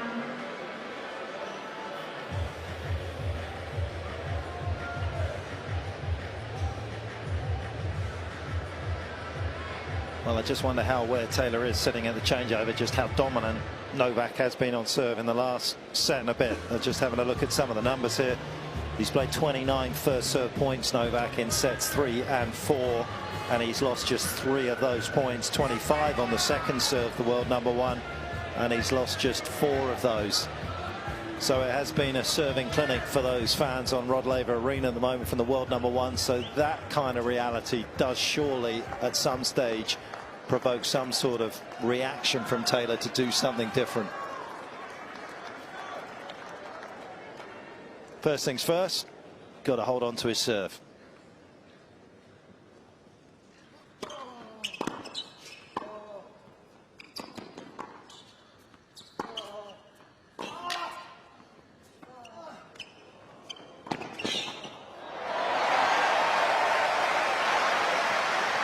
Well, I'll tell you what, guys, the sniffles that maybe Novak had in the beginning of this match, early on in the first set, you know, with the cold and kind of battling that, is completely gone. I mean, Novak is moving the best he's moved the entire match, 3 hours and 20 minutes in now.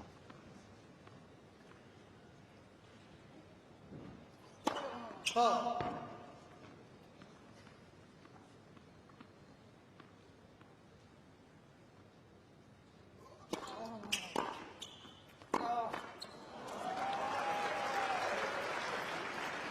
$59. I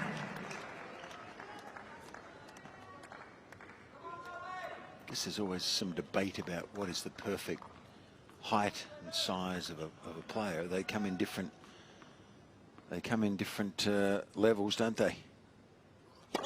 Let's.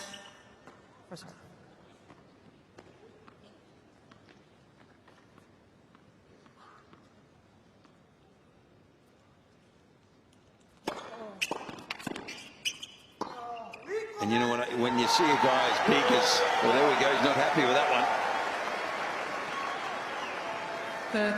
30%. I think a miss hit there that dropped short that he's very unhappy about. It doesn't happen often to him.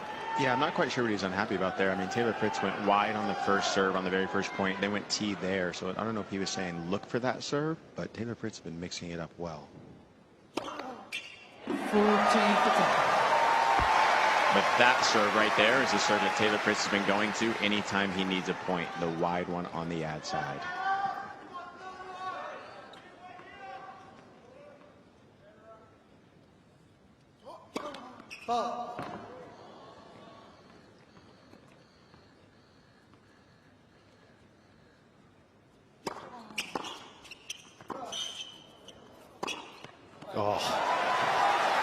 So when you're Taylor Fritz's height, it's inevitable you're probably not going to move as smoothly and as quickly as this guy. He's what, 6'2.5", 6'3", Novak.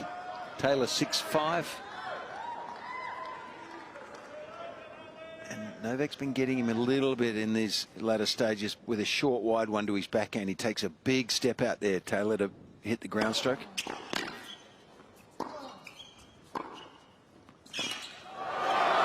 It's amazing what 20 centimetres or difference almost makes on a serve, isn't it, to the outcome on the other side. I mean, the other one was perfect and he got the 3 point. That one was good. It just wasn't quite as great. No. And it came back with interest.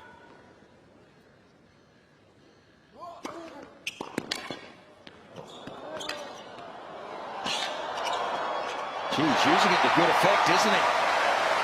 I still think when he gets that short ball there and it bounces up, he should go with his big forehand because he's taking a risk with the drop shot. But look, all power to him. He's using it. It's mixing up the thought processes for Novak. He wasn't expecting that then. Good to see.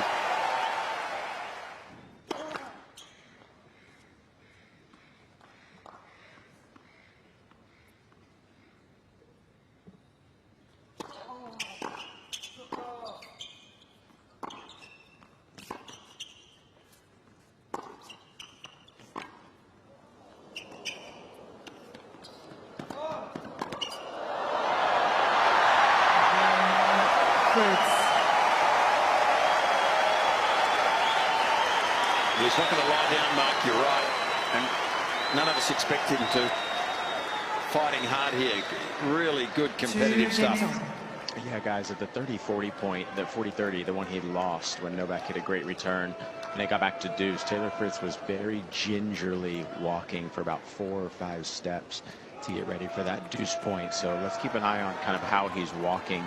It almost seemed like he kind of jammed his toe in his shoe, so it could be a little bit of a toe or ankle type deal going on here. Thank you.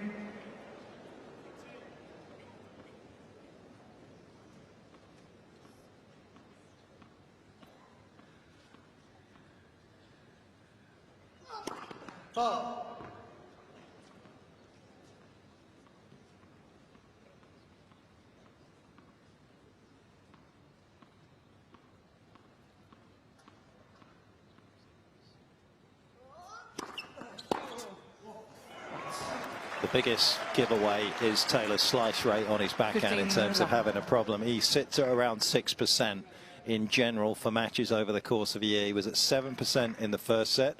That's about normal. He was down at 2%. He was gripping and ripping in that second set that he won against Novak. He has steadily climbed. He was at 15% slice backhands in the third and 20% slice backhands in the fourth. And what that says is he's not getting out there quickly enough to hit his two-hander. Yeah, his movement's not as good. 30-11.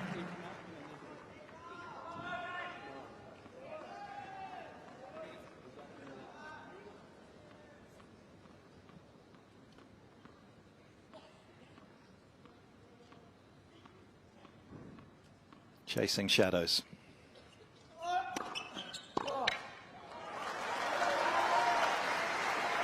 Yeah. 40-11. You know, Nick picked this up a fair while ago, and it's becoming more apparent. I think he's more proppy as the games go by.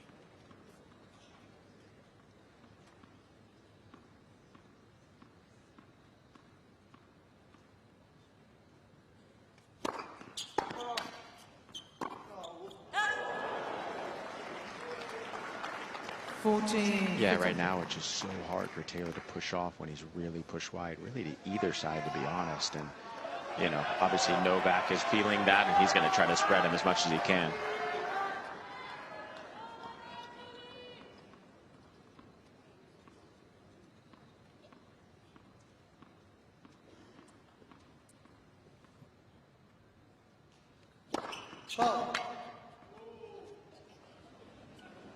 Please.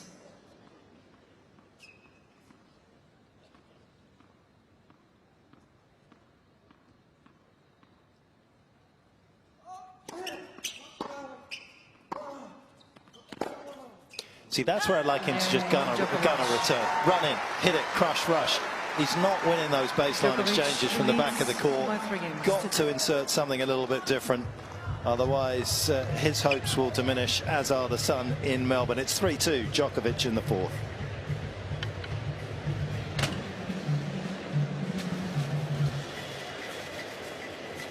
Beautiful city, as we bring you a little bit more confirmation of what is happening in terms of Taylor Fritz's first serve return hit points.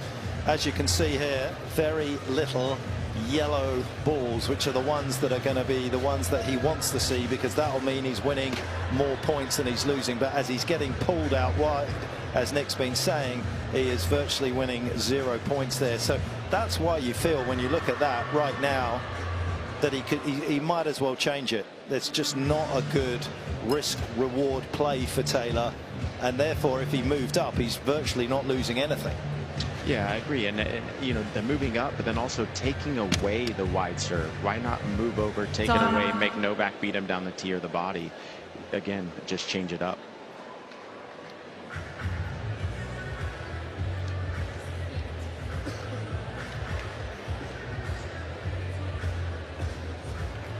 Well, we take a quick look at Taylor flexing his left foot out there, and a little bit of pain etched on his face. He won't be giving up here. I can tell you that Novak got out of his chair there a lot faster than normal, and as you can see, he is already waiting for Taylor to step up to the baseline. There was a purposeful walk from the world #1. This is his moment to strike, and he is often deadly.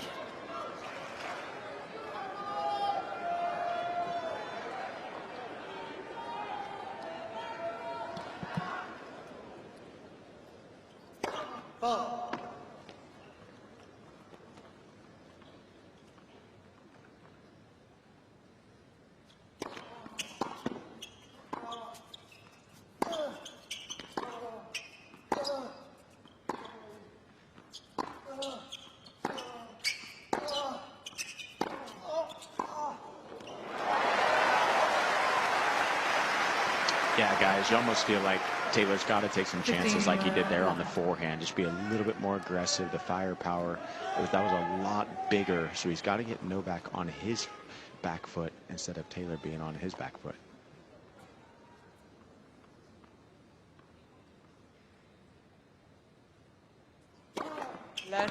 Well, the injury accentuates that. I mean, generally speaking, I think that's true too. I mean, you don't want to be defending all the time against Novak. If you can help it, it's pretty hard not to, because he's so good, but you're better off being aggressive, I think, against him.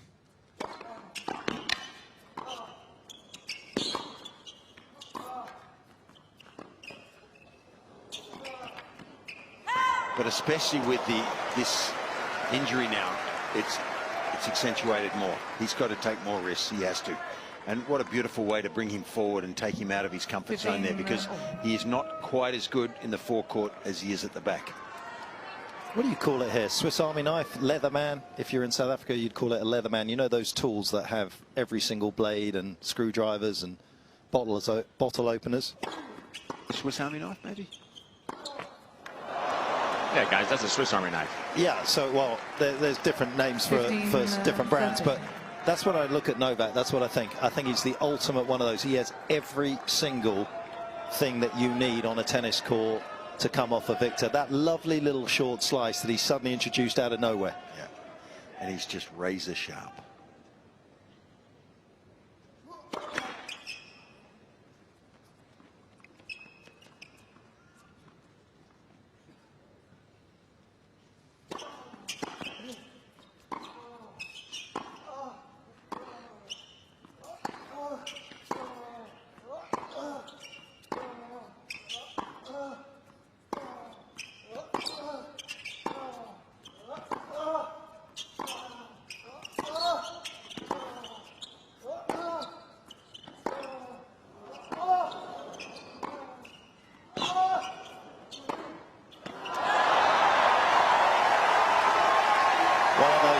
moments where the opponent feels like they're in it, but they're not really. Yeah. And this is it. This is it, Mark. This is the crucial time. This is the edge of the cliff, really. 15-14. And you heard the output there from Novak. Yeah, guys, Novak just went into complete lockdown mode there. Was not going to make a single mistake, and Taylor Fritz bit at the very end. This is the elevated version of Novak Djokovic. When the moment arrives, so does he. Thank you.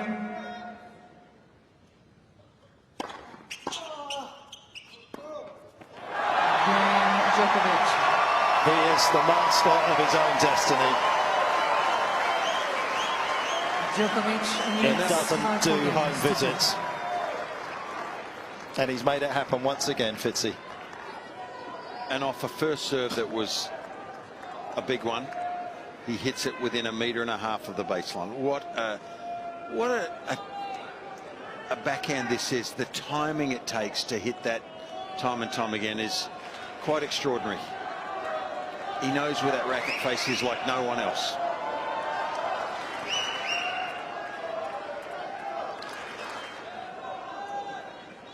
Most of us are just thinking, can I get this back over the net somewhere? Well, not only that, how many times has Taylor taken it to his forehand on those big points and won the point? And yet changed it up, went huge, as you say, and Novak still pinged it back to the baseline.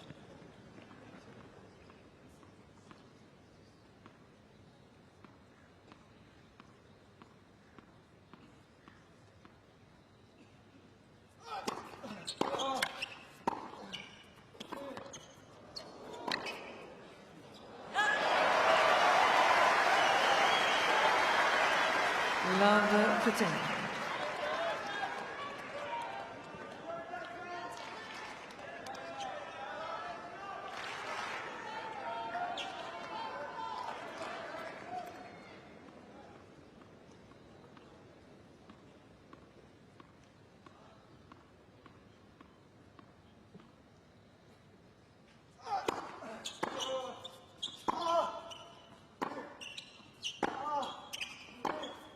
There's a risk.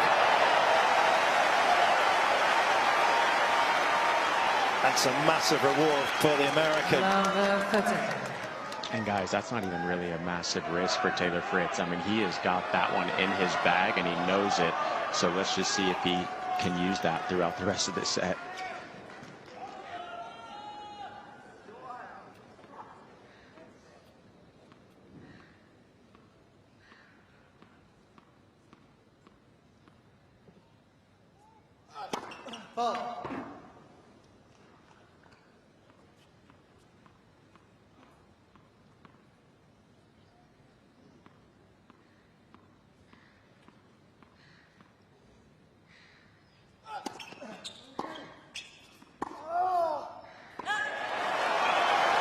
What a response from Taylor Fritz. Well, I have to admit, I didn't really see this coming after that break and serve. He's made no more than a faint presence in Novak's service games for 2 sets, and all of a sudden. Well, but this is the competitive spirit you've talked about. All power to him.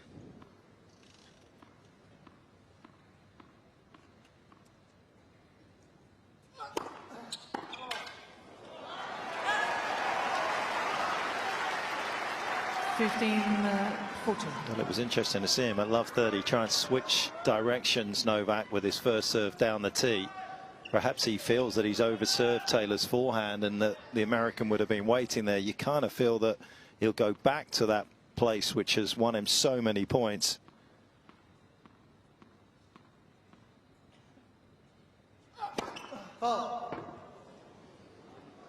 And he hasn't hit many there, and that's perhaps just cost him the opportunity to make a first serve.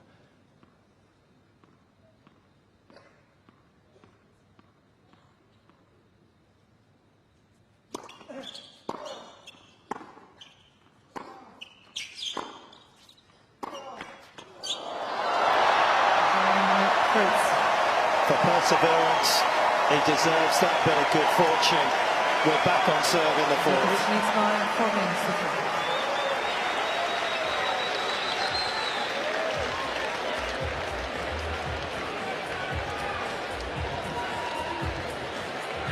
There may be some fans outside milling around, getting their third or fourth drink, awaiting the evening session, and maybe disagree with that, but Taylor Fritz certainly won't. He seemingly hasn't used up all his powder yet. A little more ammunition from the American in there. And then the chef's kiss off the net.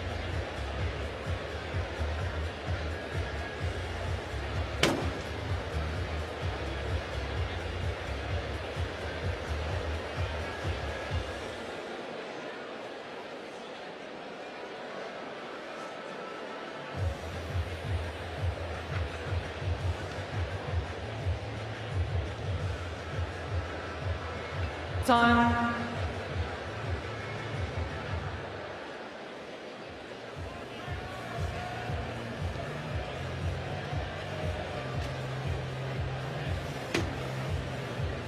One fan happy that Taylor has managed to break back, as you can see here outside.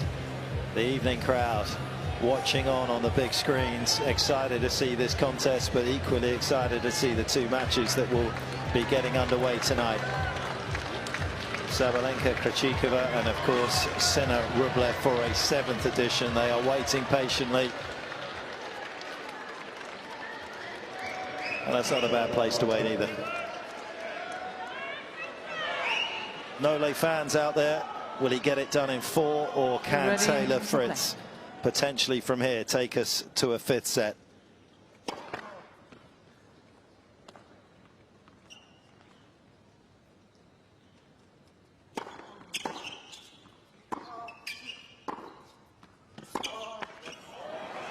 I almost feel like the quicker the second serve, the worse it is for Fritz at times, because it's back onto it. Yeah, I agree.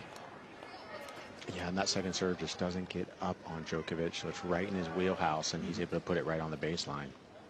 I think especially on the first quarter, it slides into the body or into the backhand rather than biting and kicking high.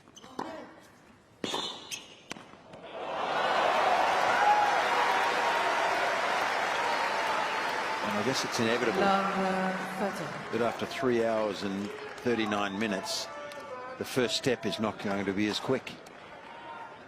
It becomes attrition, doesn't it?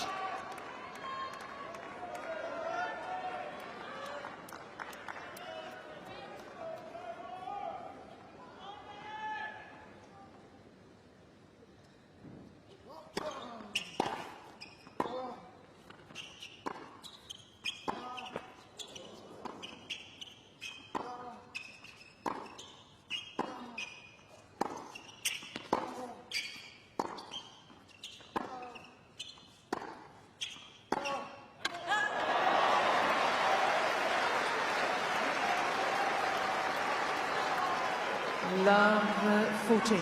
Well, he's less animated now, Novak, and I think deep down he knows. It's like slow death in a way, isn't it? Even though he lost that previous service game. I'm not sure his opponent is wounded, but he's slowing. Let's. Professor.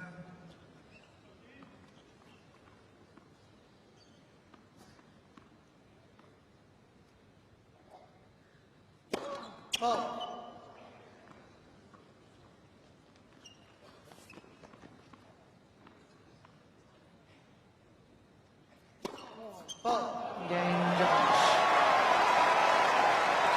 a couple of really impressive boomerang breaks for both players. Firstly from Taylor,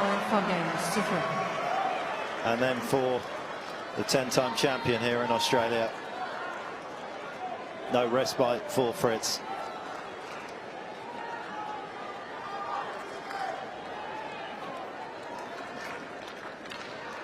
Yeah, Michael Russell just telling Taylor there, stay aggressive. That was the game plan coming in. Stay aggressive. If you're going to change to go down the line, commit to your shots.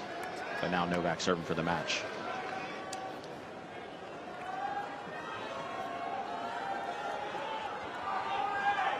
Please, the players are ready.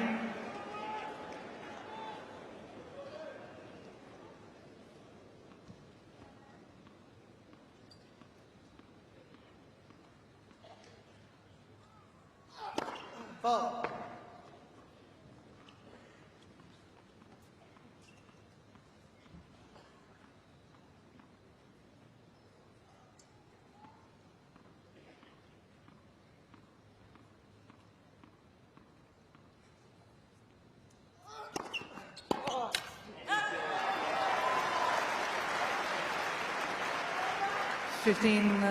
Love. He's just half a step slower now, isn't he?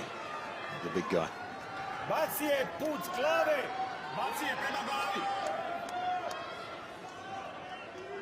Thank you.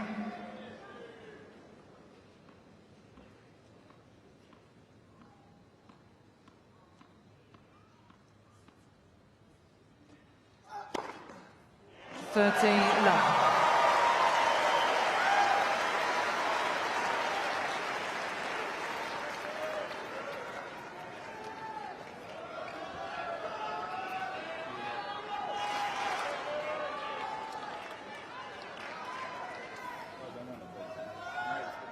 Ready for play.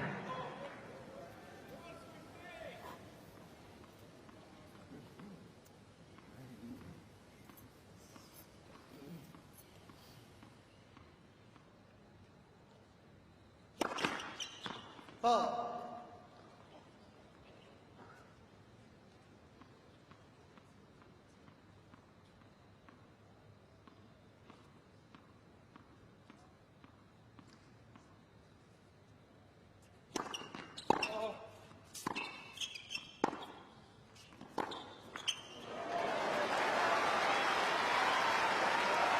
So 10 plus aces in 5 consecutive matches now, Novak. That's not something that happens too often. Just the second time he's done that in his career. Back in 2021 when it seemed a lot quicker, has to be said. He managed that particular record from the second round to the semi-final.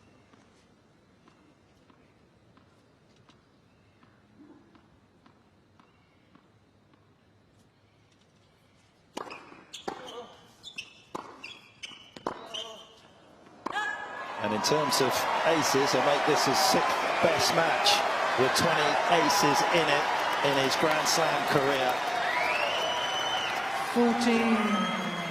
15. He's been on point when he's needed to be, and that has brought up match point.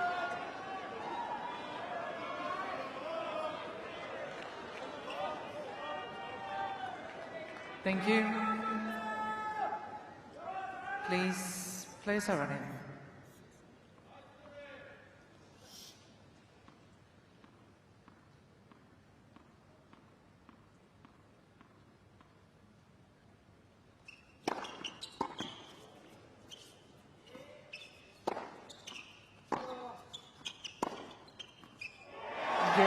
Second match, Djokovic. 3001. He finishes with a flourish.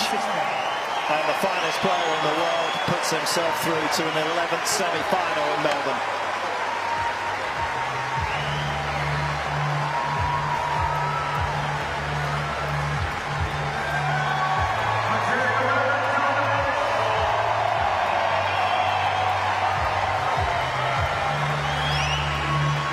It's taken him over 15 hours to get there. That is the longest mileage he's ever put on the clock to get through to this stage in Australia.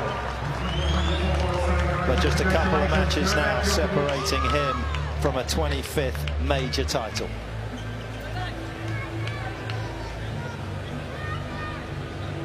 Well, it wasn't without issues, not for Novak.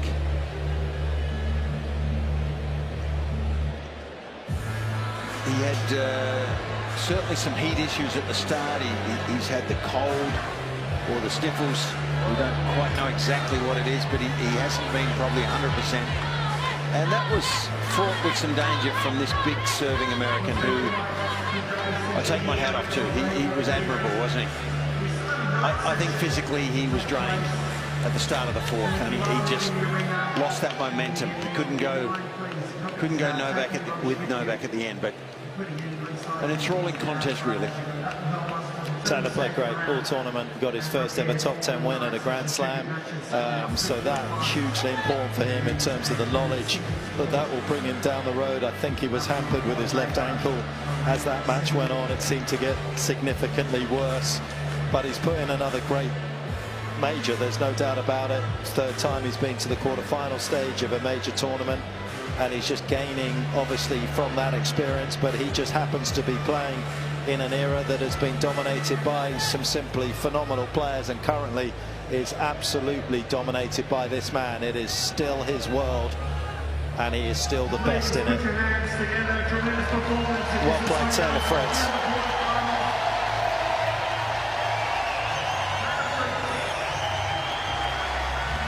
The 10-time champion got a bit of a scare for a while, and he'll be back. He's just 26 years of age, and you can see how tenderly he is walking up those stairs as well, and he may well have masked that pain from us as a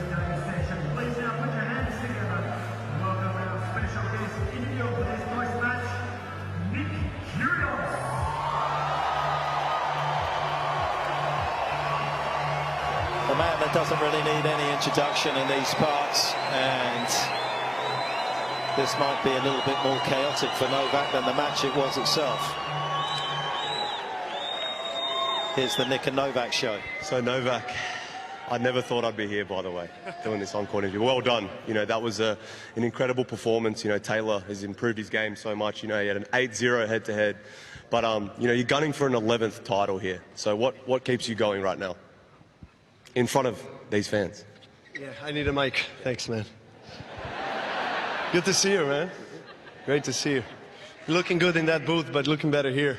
Hopefully with a racket also soon. Yeah. We miss Nick. Come on, guys. Show him some love. Yeah.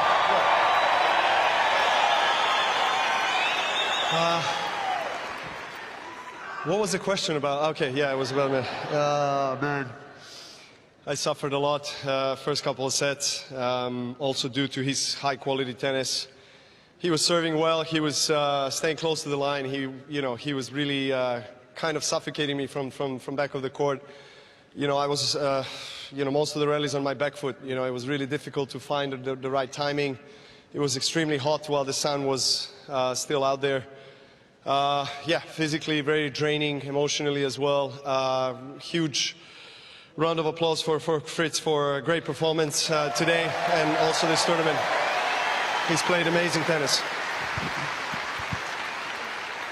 So you were actually 0 from 15 break points today, and that was the first time ever in your career you weren't able to take one. How were you able to keep bouncing back?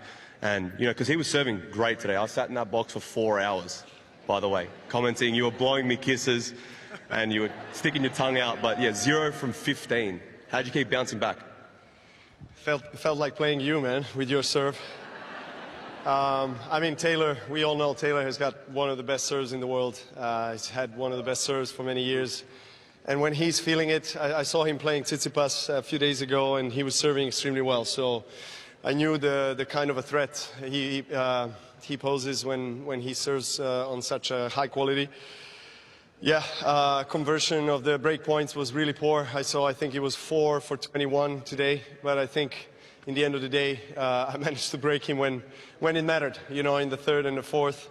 I think I upped my game probably in midway through the third set, all the way to the end. I served extremely well. I think I had probably even more aces than he did, which is a surprise stat. But you know, it helped a lot, obviously, in this kind of matchup. So your next match is either. So your next match is either between Jannik Sinner or Andrey Rublev, and you're going to keep them here till late tonight, by the way, because they're still going to be playing tonight. Are you doing that match? No, I'm going to bed. Okay. But yeah. So what are your thoughts on that? You know, Sinner had some success against you to the end of last year, but I mean, some two young guns there. Hello, 1, 2, 3. Yeah. Okay. So yeah, different matchup. Obviously, both Sinner and Rublev are in great form. You know, I watched Rublev the other night against Deminor. I mean, 5 sets, some of the quickest exchanges, grueling exchanges I've seen in Rod Laver Arena in years. You know, they both played incredible tennis. Sinner, he's probably playing tennis of his life. You know, he had a fantastic ending of the last season, and we had a couple of great encounters in Torino, also Davis Cup. Very close ones, going 7-6, 7-5 in the third. So, yeah, I can expect him to play always on the highest level. But look, let's get some popcorn. You and I, we chill on the sofa and we enjoy the match and watch them play. Last question, because I know I'm probably never going to do this ever again. So I know there's a tree in the Royal Botanical Gardens that you go to and you hug, and I don't know what you do. But can you just show me which tree that is? Because I need to get healthy, because I'm sick of you winning on this court. And I just want to come back maybe once and beat you one time. Yeah. Show me the tree. Where's the tree? Okay, I'll show you the tree, but you can't tell anyone. It's a big secret. So what you got to do is take off your shoes, climb the tree, the highest point, and hang upside down on one of the highest branches for 33 minutes and 3 seconds. And you're going to win a slam. All right, guys, Novak Djokovic, give it up. He's into the quarterfinals, semi-finals. Semis.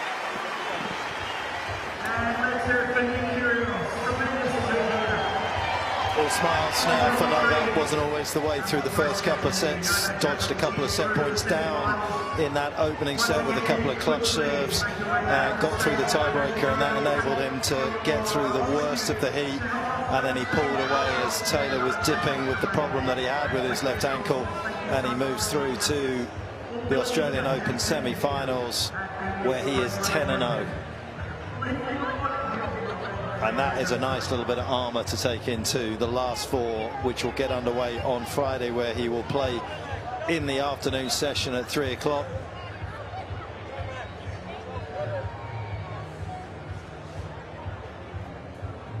And I think when you look at him there, Fitzy, he knows that was a big test pass, not just the opponent who played some lights out tennis, but also the fact that it is going to be the hottest day that he's going to have to play in. I think so. And maybe he got used to the conditions a little bit too. He'd played in the evening so often, as he does. And just a little opener, really, for the one on Friday. So he's used to it. Look, the body and the cold is not perfect. You think 2 days now as well. Yeah. It's a big thing to get over it for him. Yeah, sure. He can take the whole of tomorrow off. And can you imagine being in 10 semi-finals here and never losing? Yeah. No, I can't. You know, well, sorry. Me either. And that has to stand him in good stead mentally. He is one of a kind. Yeah, arguably the greatest player out there on the tour. He certainly feels it when you look at him in terms of like the lack of weaknesses in his game. It's just very hard to formulate a plan that will beat Novak, especially over the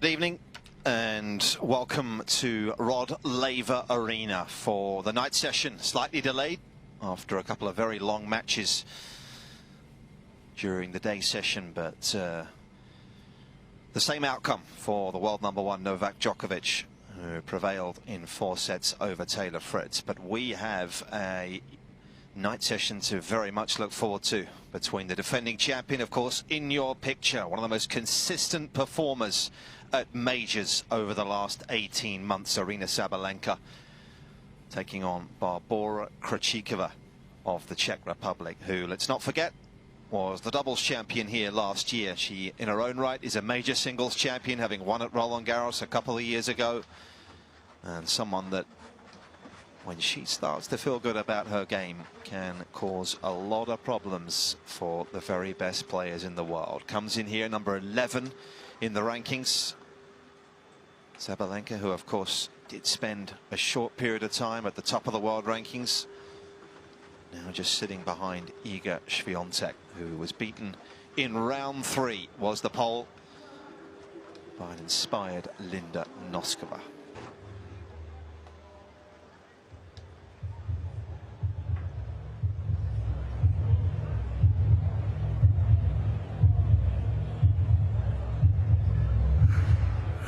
It's women's singles quarterfinals. Please welcome tournament 9th seed, Barbora Krejcikova.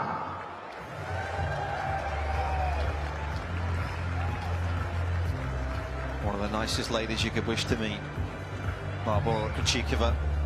Success came a little later in her career. World #2, Aryna Sabalenka. But she has been in imperious form over the last 10 days or so, has Aryna Sabalenka. Runner-up in their very first tournament of the season in Brisbane. Played some good ball there, but was undone by Elena Rybakina in the final. So far has swept aside all challenges. Yeah. Had a few meetings, these two, particularly in recent years as well.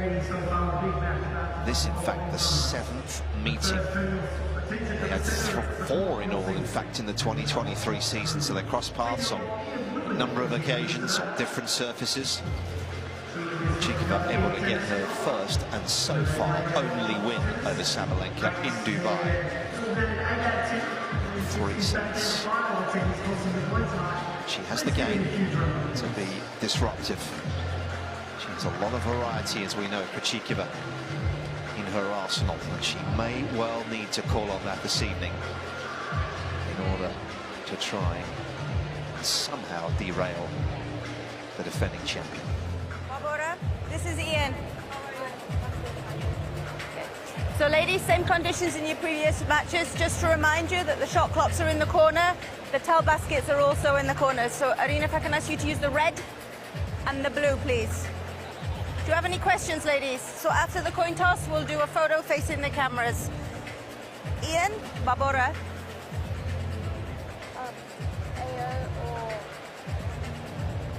Yvonne.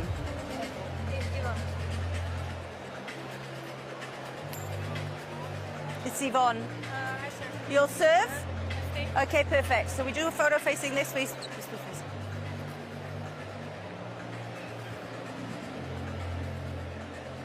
Barbora, you said serve, yes? Serve. Thank you. Thank you. Of all the quarterfinals in the ladies' draw, this is the one you sense that just jumps out. It's one that could well be a high-quality contest. We know how many surprises there have been over the course of the first 9 days in the women's draw. In this bottom section, Coco Gauff, 4th seed, has already made her way through. Somewhat of an epic earlier on today. Here's the world number 11. Has been as high as 2 in the world, as Barbora Krejcikova, of course, now based herself in Dubai in the Middle East. Had some injury problems over the course of last season that definitely at times halted her progress. Wimbledon, of course, she had some physical problems that forced her out there. She was then out for a month, but has won 7 career titles, no doubt the biggest of those coming in Paris in the 2021 season.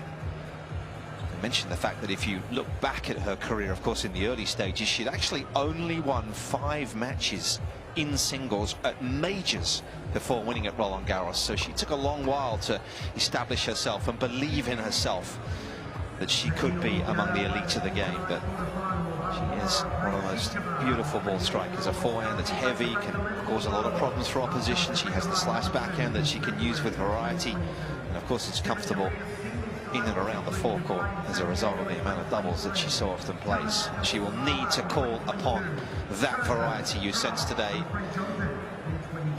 against Aryna Sabalenka, the number 2 seed, who has lost so far only 11 games through the first 4 rounds. It's been absolutely outstanding. And the champion last year, for the very first time, of course, winning a major in that extraordinary final, beating Aryna Sabalenka.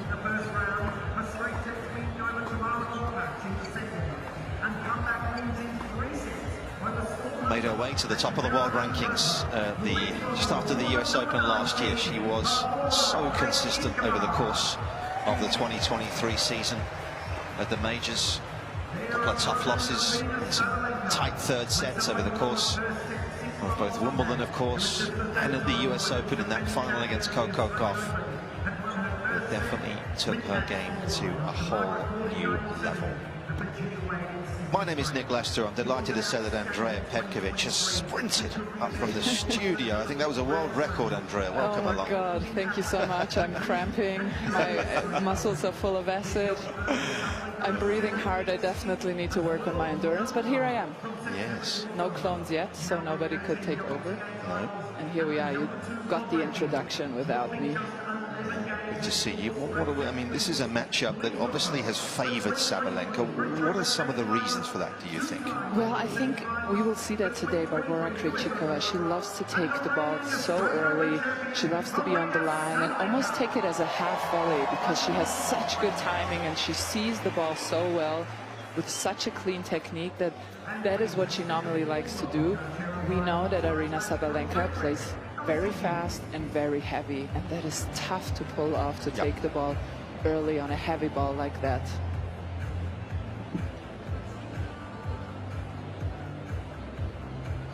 Here's a quick look at the routes for Krejcikova. It's been significantly harder work for her, hasn't it, over the course of the first 7 or 8 days.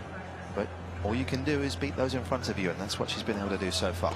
Absolutely. The only thing that is concerning to me, she's lost a lot of first sets over the course of this Australian Open, and I think she cannot afford to have a very slow start against Aryna Sabalenka, because in every single match, Aryna Sabalenka, the moment she had an early break or an early lead, English is a tough language, thank you, she's just never looked back. She's so confident right now, and she's such a front runner that I think Barbora today has to really be on it from the get-go. Let's bring Danny into the conversation, because Daniela Hantukova's courtside for us. Danny, what tools do you think Krejcikova's going to have to call upon tonight to make this uncomfortable?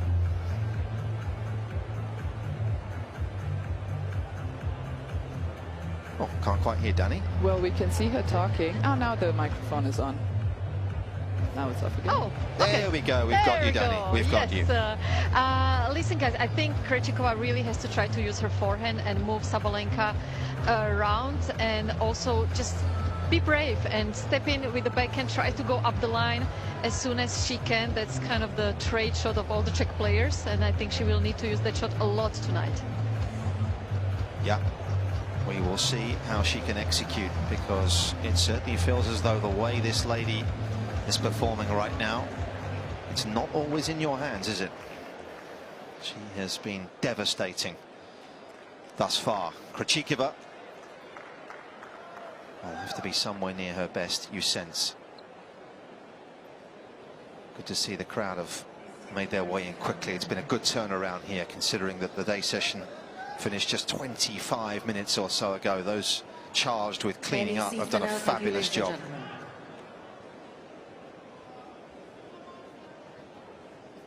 We are all set, very nearly. Any seat, thank you. For the second of the women's quarterfinals.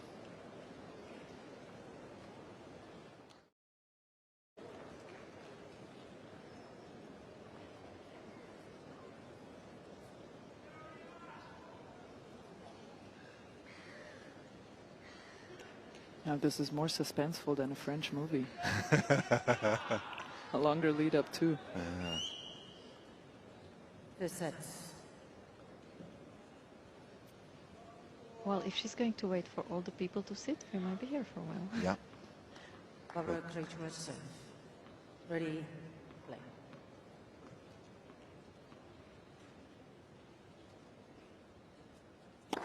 Let the serve.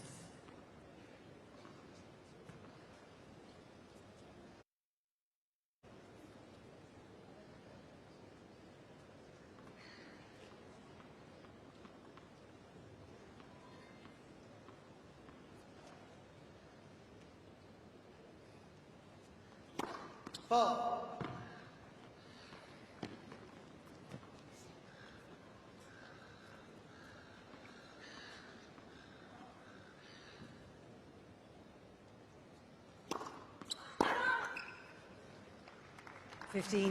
Love. How much of her doubles skills has she been able to implement, Petko, into the singles game? Because we know that her career was effectively dominated by success in doubles, wasn't it, for the first 5 years? How has she implemented those skills on a singles court, in your opinion? You know what's really interesting? She's actually won the last match because of her double skills. She had lost 5 sets in the row against young Mira Andreeva. She had an 0-2 head-to-head. She had lost the first set, and she just started rushing forward, started playing serve and volley, started rushing the returns, and all of a sudden the match turned around for her.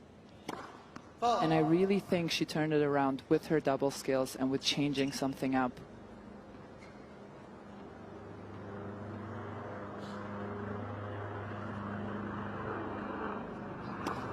Let's. Has actually finally split with Aryna Sabalenka, which is quite a story in itself, because they're not playing together here this week, having been together for well over a decade.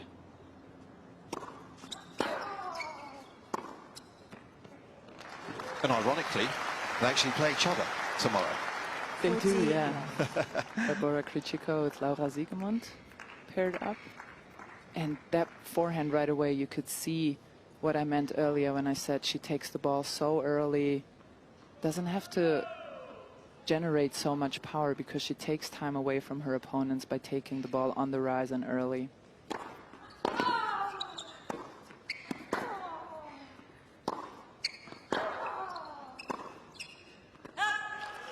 I've spoken to a few players, Petko, and I'm interested to get your opinion on the forehand, who tell me it's quite a hard forehand to read, the Krejcikova forehand. Why is that, and is that the case? It's absolutely the case. I played her a couple of times, and normally her backhand is more stable, that's what you think, but I had such trouble in the forehand because she's able to open that angle and just seamlessly change down the line without you noticing.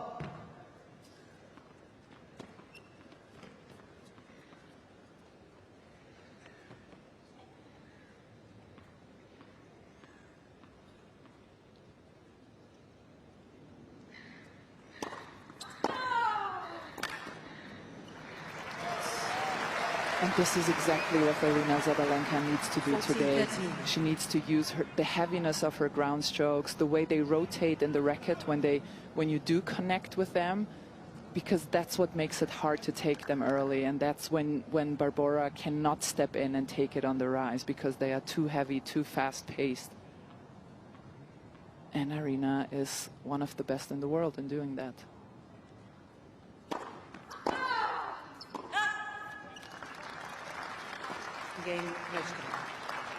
So the check off to a solid start out here.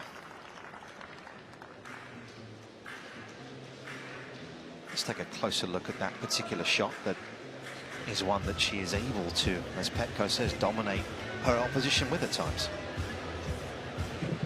And you can see how her whole arm swings through. It's almost, she almost doesn't even bend her elbow, but her whole arm, and I want to say it's not fully stretched out like a line, but it is, for a forehand, it's quite stretched out, the arm, and she fully swings through. But it shows you also why she can sometimes be so off and frame it, because she needs to time it so perfectly for it to pay off. And when somebody is able to put some spin, rotation, and fast pace into their ground strokes, that's when Barbora seems to struggle, or when somebody changes up the rhythm. That's what Mira Andreeva was able to do in the first set, and then she just can't seem to find the timing on when to hit it and when to take it on the rise. Those are the two ways you can hurt Barbora Krejcikova.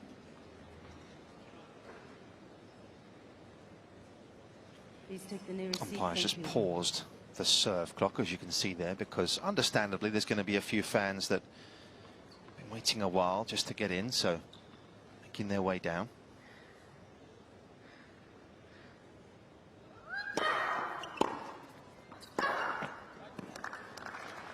Love 15.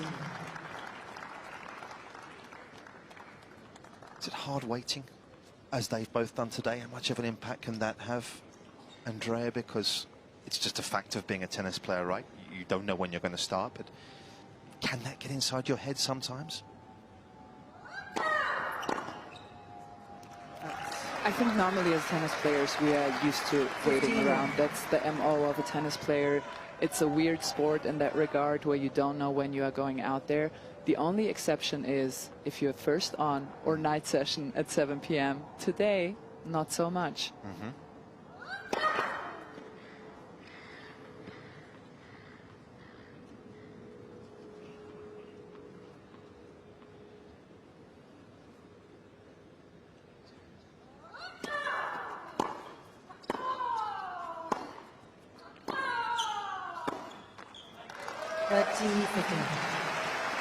Well, I think that's the reason why most of us, we always enjoyed playing the first night session. You don't mind waiting all day because you know when you're going to start. Well, that wasn't the case, as Andrea said today.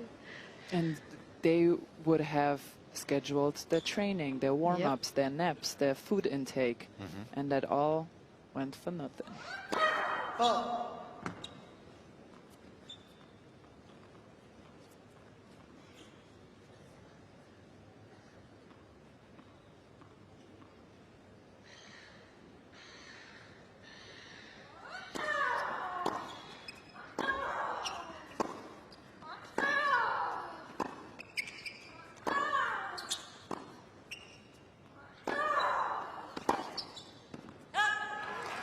Tried to force the issue, Krejcikova, didn't she? That was clear. Got no change out of Sabalenka. And I think one of the most important traits for Aryna tonight will be to get good depth, right? When she hits the ball hard but drops it short, that's when Barbora Krejcikova is best. So if she can get good depth, she will be able to push her back behind the baseline.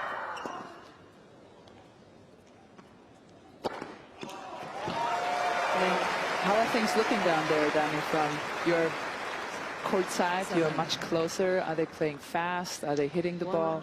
I was just going to say, Andrea, yeah, especially for Krejcikova fans, great news, because it seems like she's starting where she left off in her previous match. All three of us did that one, and we kept saying throughout the second set she needs to step up and start to be more aggressive, and right from the first point she's ready to do that. She's hitting the ball extremely hard, but so is Sabalenka. And as you said, I think it's from Sabalenka point of view, it is so important for her to find that depth, because Krejcikova with that big swing on both forehand and backhand will not like it.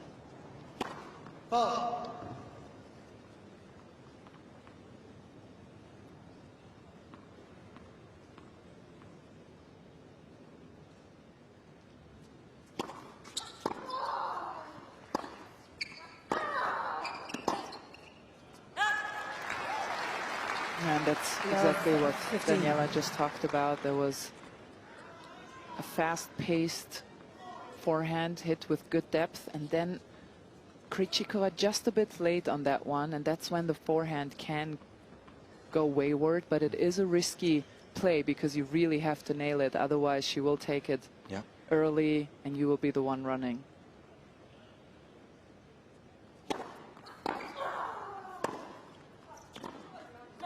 Who has the edge athletically out here, Petko, from a defensive standpoint? Who's the better defender of the two, in your opinion?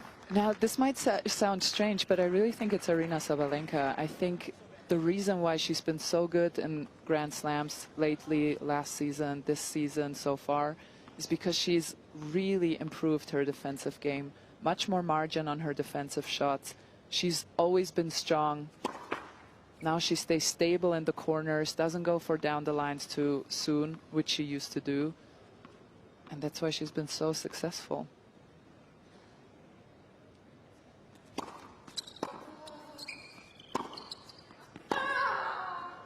Just when I said she doesn't go for down the lines from defensive positions, she hits a down the line winner. Well, that kind of sums it up, to hit it with some depth. Yeah, that was very, very good. Look at the pace, 144 Ks.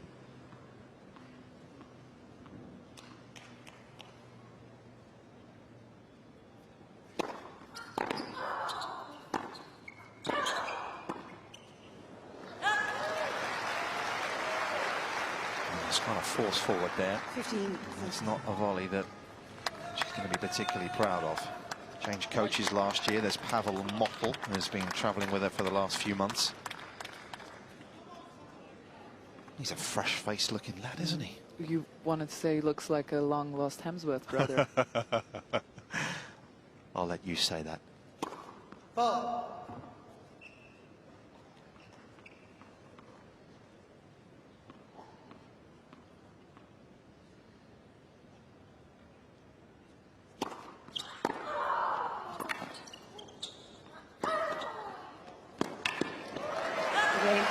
That's too hot to handle, and we've seen a fair bit of that in week one from Sabalenka. Early break is hers.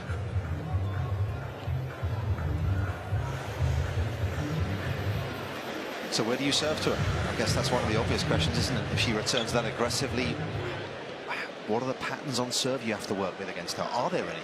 Well, so I thought in the first game, Barbora was really finding the body serve quite well.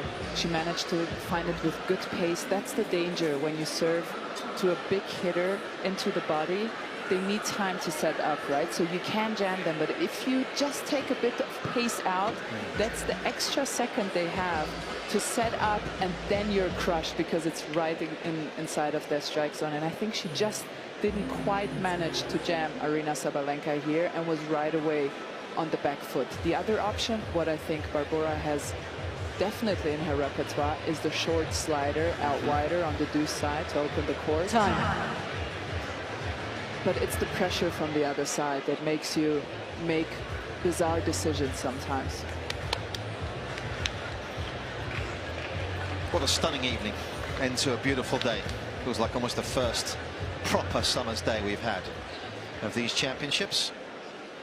Kia Arena, you can see that we're just gliding over there. It's a warm one out there tonight.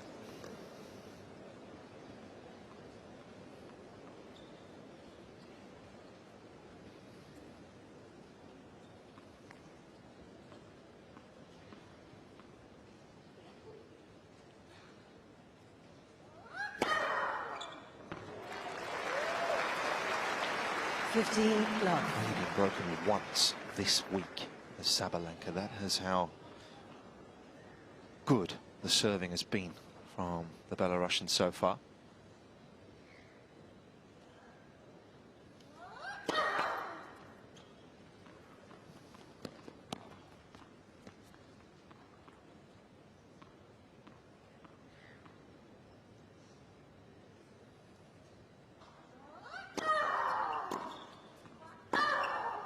Oh, yes. 30 love.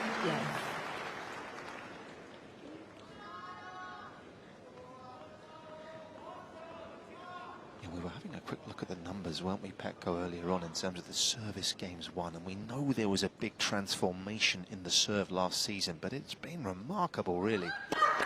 2022 season, she won 67% of service games.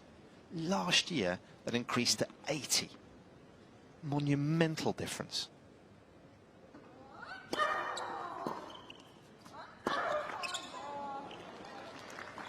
$30-15.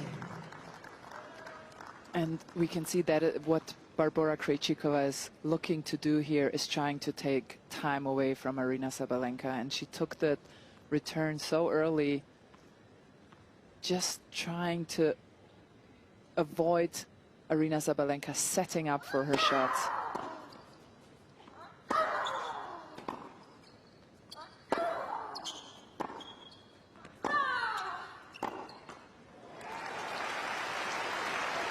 Not a lot of time on the board for her right now, though, is there? There's the team. It's Jason Stacey on the left there with the sunglasses. Anton Dubravov on the right, who was initially a hitting partner way back when he first came on board. Of course, he's known Sabalenka for many years, since they were both teenagers.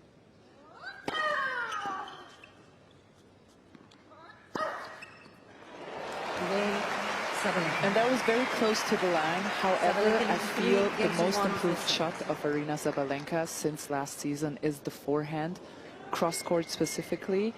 I've called a few of her matches courtside. It has a lot more margin. It has a lot more height above the net. And what it does, it creates this heaviness and the rotation when you're trying. And I saw a lot of girls being in position to hit it, and then just the ball pushing them back because it rotates when you hit it, when you connect with it. Yep. And she's managed to extract a lot of short balls off of that forehand cross court. And then we all know how good she is when she does get the short ball.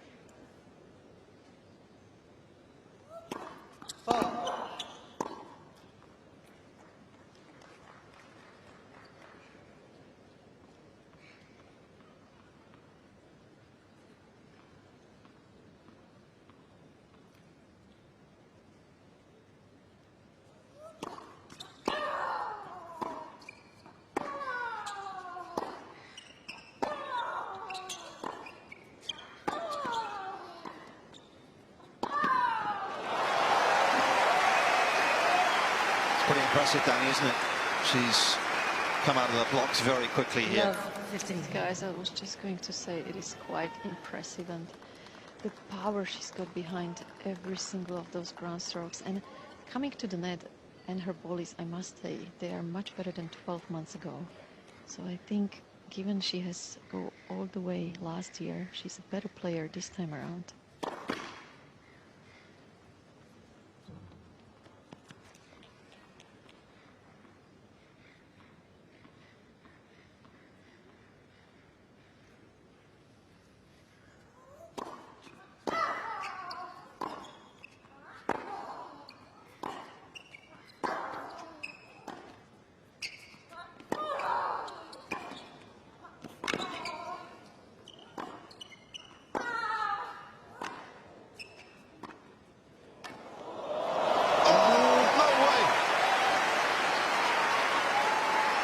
What is going on out here? Love 13.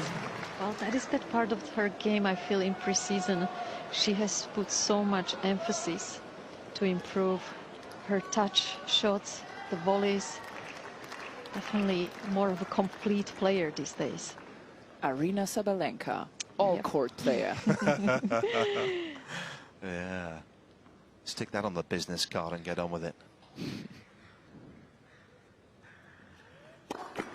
Let's listen.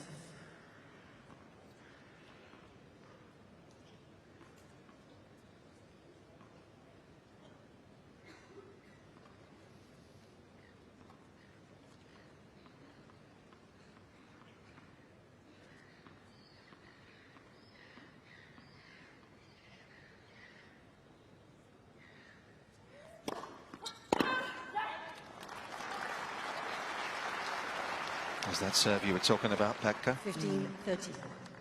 It's a good bit of slice on the ball, isn't she? Yeah, if you can get it moving away from Aryna, so she can't. I know I'm repeating myself, but she likes to. If you just look at her, the way she sets up for her shots, right? But that makes her sometimes a bit inert in that position. So if you can get the ball moving away from her, that always helps, but it's so hard because the balls come at you with so much power. And these type of plays I really like. I think if she can pull the serve out wide and then into the open corner, so Aryna has to sprint to the ball, she will not miss them. She's that good. Sure. But you might get a bit more chance to play in the rally rather than being played at the entire time. Yep.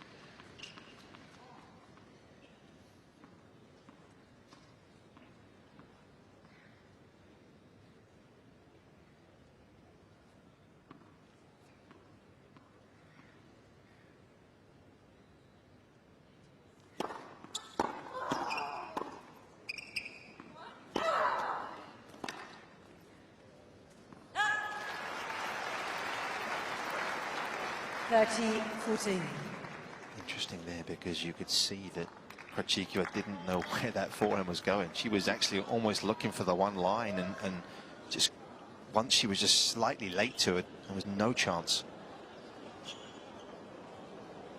We have zoological problems here. Yeah.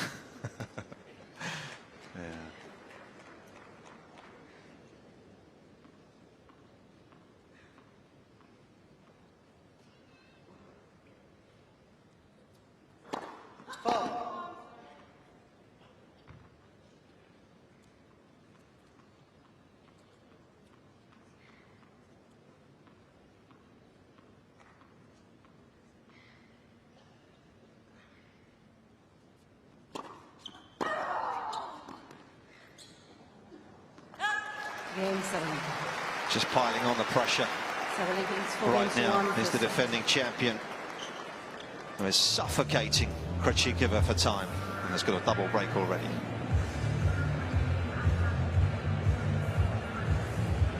And you can see, and I wonder what Dani thinks, especially because she's courtside, but you can see from here why this matchup is a difficult one for Krejcikova, because she just needs that, and it's not a lot, it's just that extra blink of an eye of time to be able to use her angles and her beautiful timing and that beautiful swings. And you can see why the matchup is a difficult one for her. She has beaten her before. It is definitely possible, but it is a difficult matchup. Right, Dani? Yeah, absolutely. But Krejcikova loves the time to kind of get into the rallies, build the points up, and Sabalenka is taking all the time away from her. And I just feel like whenever Aryna is able to find the depth and length on her shots, that's where Krejcikova struggles big time. She likes to step in. That's when she's most dangerous, as she did in her previous match. But today she has less time for that. Now, I don't know what that is, but I know you don't get many in my part of the world. It's an alien cricket if I've ever seen one. Okay. Well, I think we might have those, but they're not that size in my hometown. It's a bit cold where I live. Please find the nearest seat available, thank you. One player who's not cold right now is the lady that's serving.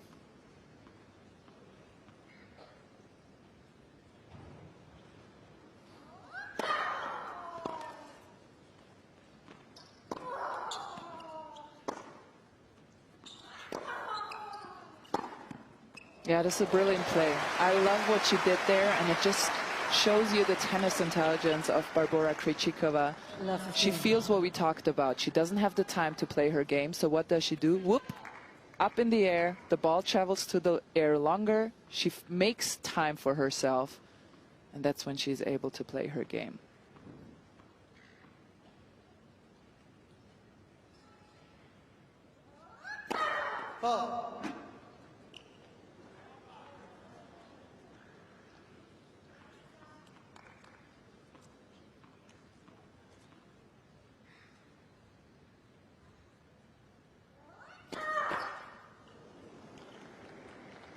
Love 13. And also I feel now is the better part of the set coming up for Krejcikova, because let's not forget the balls are not as new. We feel, right, even at our level, let's go at the Legends, that it's a big difference between the new balls where you have no time to experiment with anything. Now Krejcikova will feel more comfortable.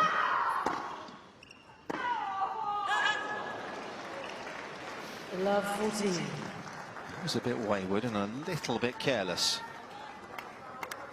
Yeah, it was a way too big swing for how fast the ball was coming at her. That's why she just gets it a bit late.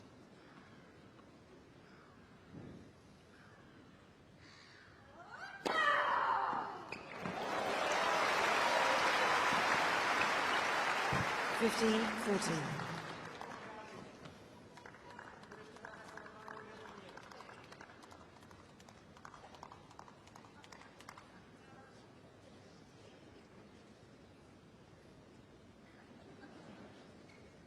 Remarkable consistency. Really has been at the majors, as Andrea and I were actually discussing earlier on. This would be a 6th semi-final in a row at a major. 6 in a row. That's an incredible run by anyone's standards, if she wins tonight.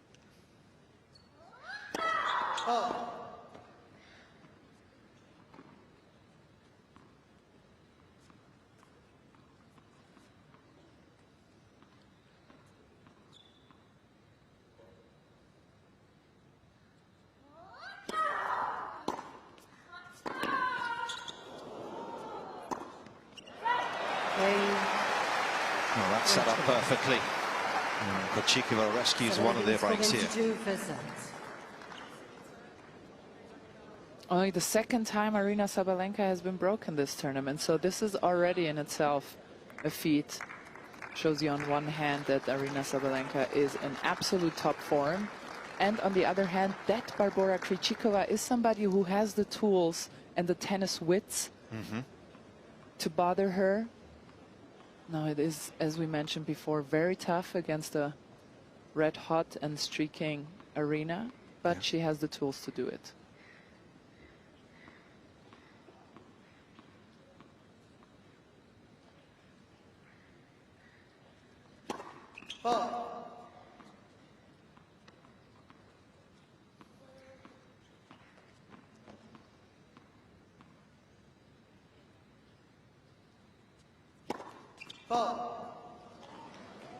Love 15. Look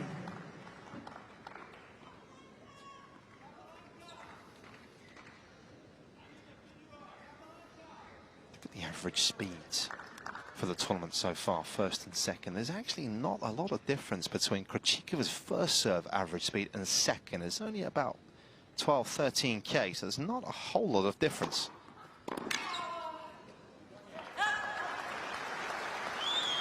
And she did have a bunch of double faults in the previous match against Mira Andreeva, because she was going for that second serve at times. So maybe something to keep in the back of one's mind. 13 doubles she's served through the 4 wins, but as you say, she's played a few more sets.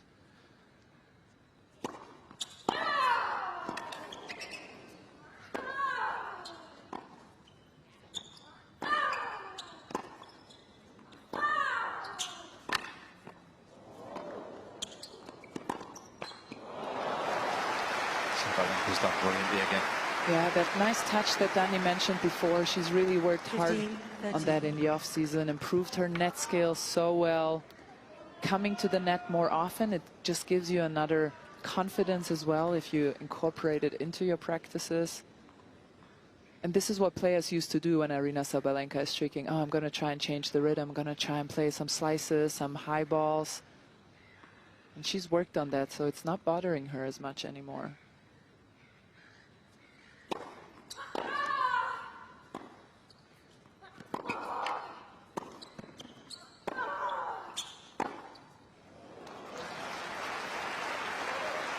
Fifteen, 14.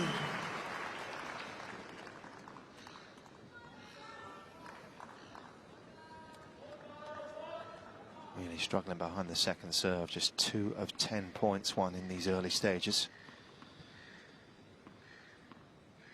Struggling to hold her own serve, more break points.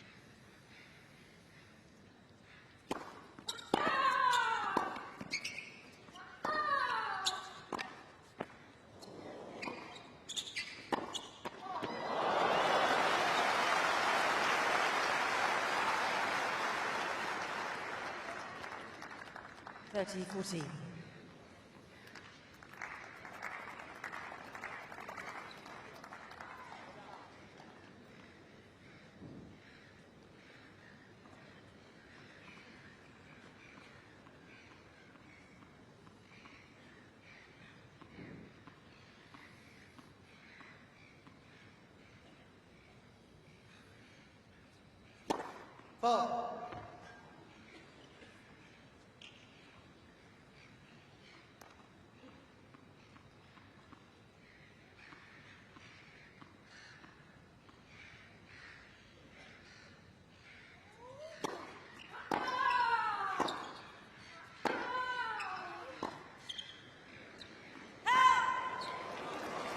Well, I was looking for something different, looking to give Sabalenka something to think about, but just giving it a little too much air. And it's another break. Sabalenka will try and serve out the first.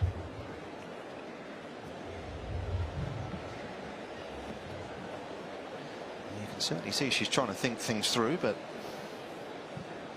not executing at just the right moments. Comes across as a laid-back character. Krejcikova, is that how she is off the court as well? Or, yeah, I would say not? so. I mean, probably Dani better to ask. I think she knows her a bit better, but yeah, speaking about thinking things through, it's easier when you have time to think things through than when somebody is constantly throwing the kitchen fridge at you. Dani, Krejcikova the person, who is she?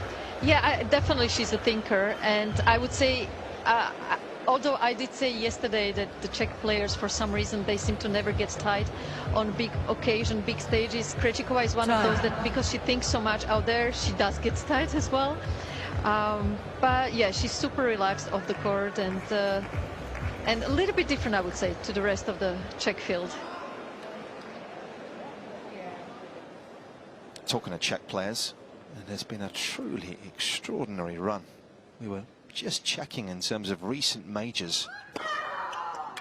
12 of the last 13 women's majors in singles have had a Czech player in the quarterfinals. I mean, if you're a Czech journalist, you get busy, aren't you? That's for sure. Pliskova, Mukova, of course, has had success in recent times. Vondrousova. Noskova now. Absolutely. The other half, in a wide open half, one might say.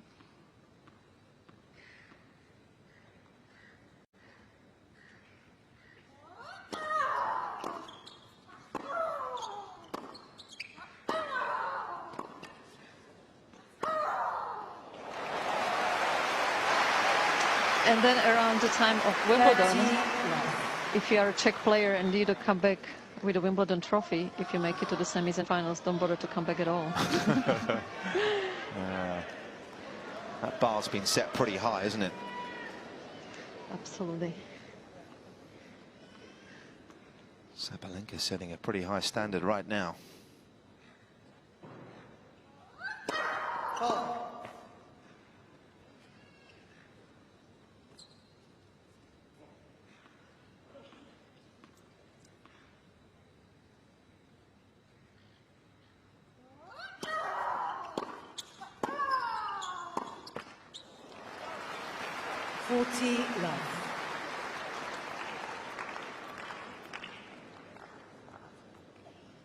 It's only taken 33 minutes. Sabalenka with a handful of set points.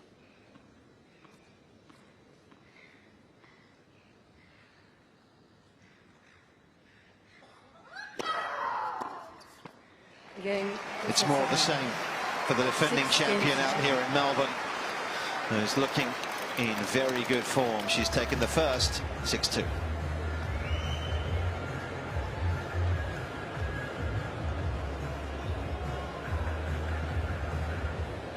Let's have a look at some numbers as far as that first set's concerned. That was about as clean as it gets, I think, Pekka, wasn't it, from Sabalenka's perspective? It really was, and I don't think Krejcikova is playing badly. I just think she's being rushed and she can't play her game.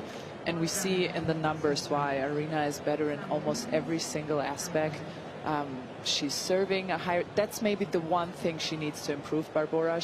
I don't think she will win this match, at a 52% rate in first serves in. I think she needs to get that up above 60 if she wants to get back into this match, because you mentioned it before. As of now, she's only winning 18% of second serves, and she is not going to win the match if she can't get the first serve percentage up. In all other regards, Aryna is better, and she has the right game against Barbora Krejcikova, and this is something I talk about so often.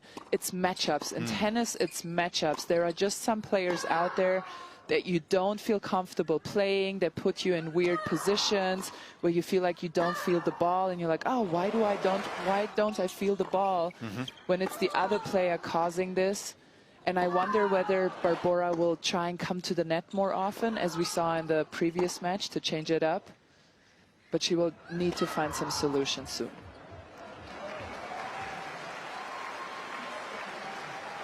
Not wasting any time out there at these championships so far. Second set, Krejcikova to serve. And halfway towards a semi-final meeting with Coco Gauff.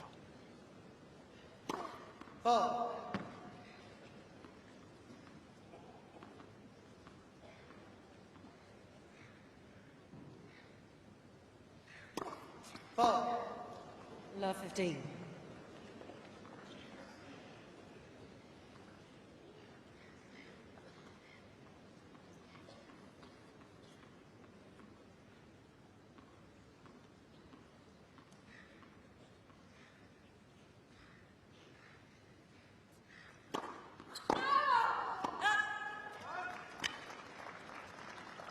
All.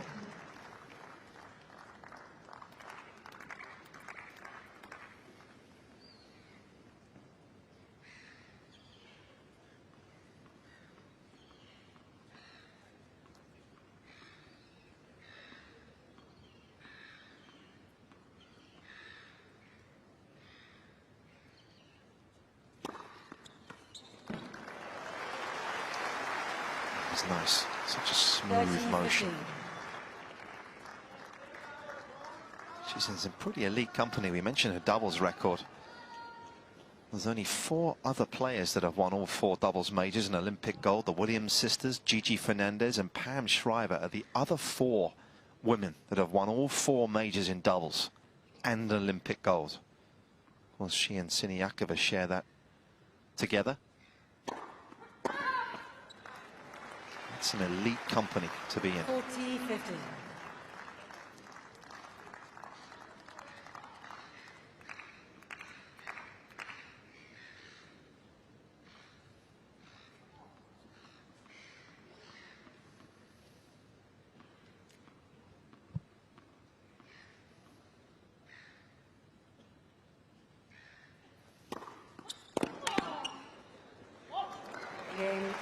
Well, that serve has hit the spot a couple of times there, and a much needed opening game.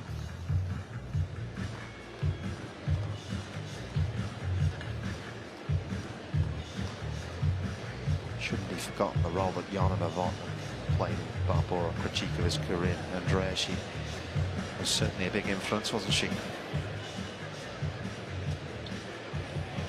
Yeah, hugely important person for Barbora Krejcikova.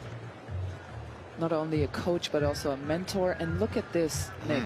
Shots taken inside the baseline. We talked about how Barbora likes to take balls on the rise and play inside the baseline. Sabalenka has managed today to almost double, not almost, double the number compared to Krejcikova's balls taken on the rise and inside the baseline. So you can see how she's been able to push Krejcikova back behind the baseline and really play this match on her terms so far.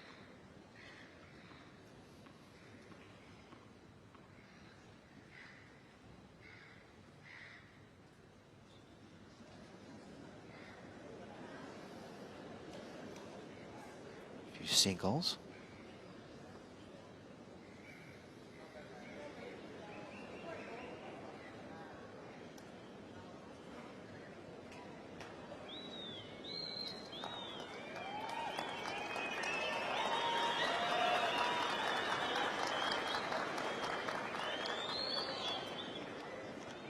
Not sure they're going anywhere either.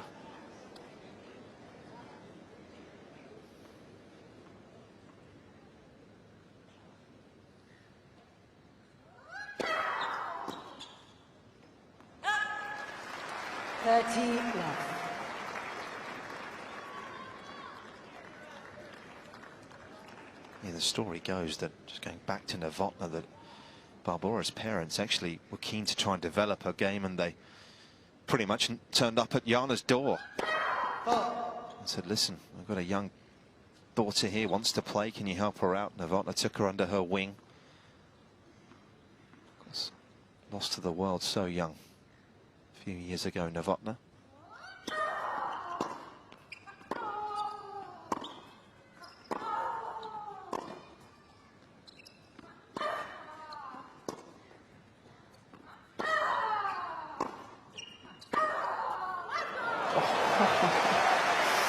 That is brutal.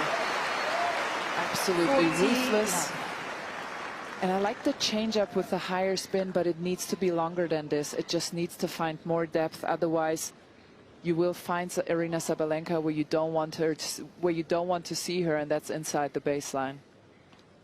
So you need to use this one to get her back behind the baseline, so the ball travels through the air longer and you get a bit more time.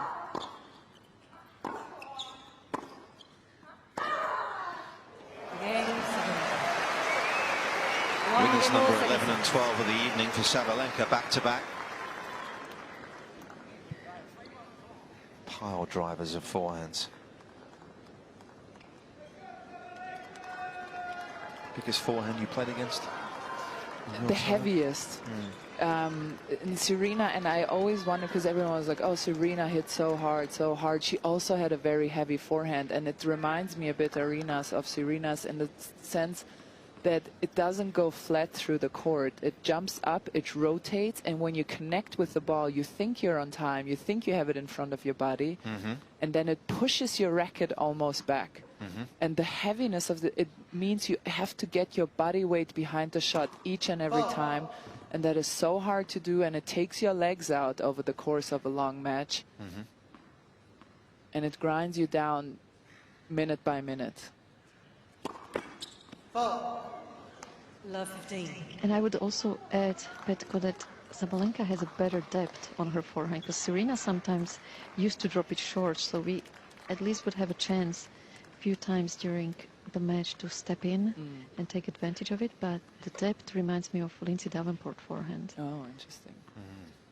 And yeah, like you said, that heaviness, it's so hard for the legs.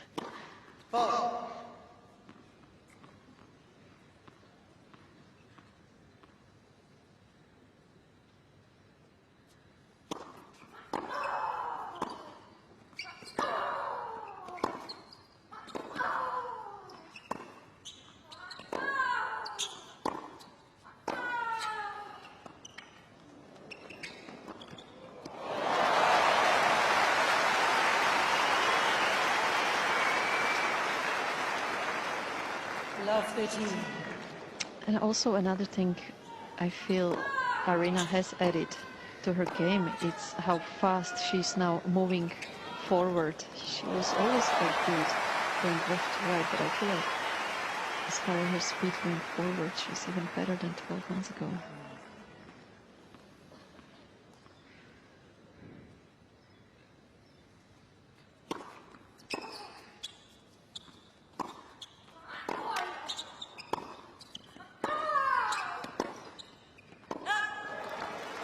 Love 14. There's those numbers, Pekka. Yes, those are the numbers. You can see it right here. And I think the last forehand Barbora Krejcikova hit, she tried to put a bit more pace on it, risked the unforced error, made the unforced error, but 7 Ks an hour more on Aryna Sabalenka's forehand. And if you don't believe us, believe the numbers. 15-14. It's probably the one thing at times television doesn't always sell is the spin on the ball, isn't it? Because it's not always evident in terms of just what the ball is doing off the court, always.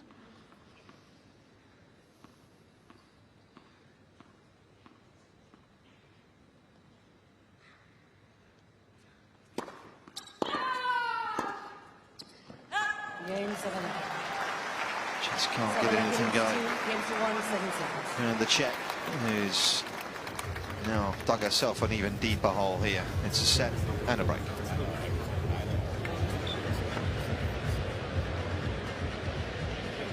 Well, and I wonder whether that will be another way forward for Krejcikova here to try and pick up the pace a bit more, match her opponent for pace. She's tried the change of rhythm. She's tried the slices. She's tried the higher spin balls.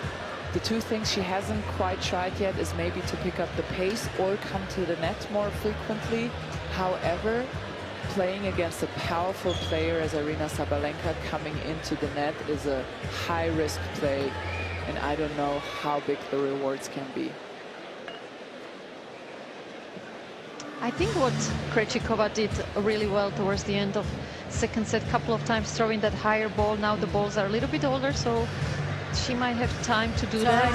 And let's not forget, we haven't discussed the conditions tonight. They're absolutely perfect. 0 wind, perfect temperature, so she can really try to do that again.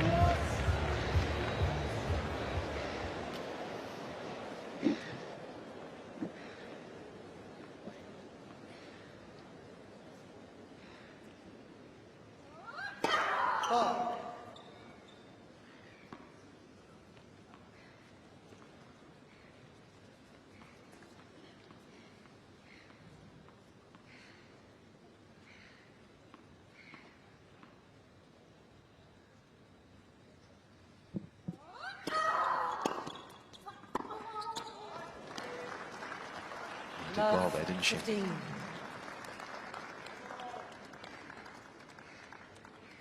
thing that's we've always admired about Krejcikova is that whenever you see her around the tour, she's so often watching matches, isn't she? I remember in Dallas, I think it was in Texas, when they had the tour finals there a few years ago, when she wasn't playing, every time she was in the front row, second row, watching matches and trying to take it all in.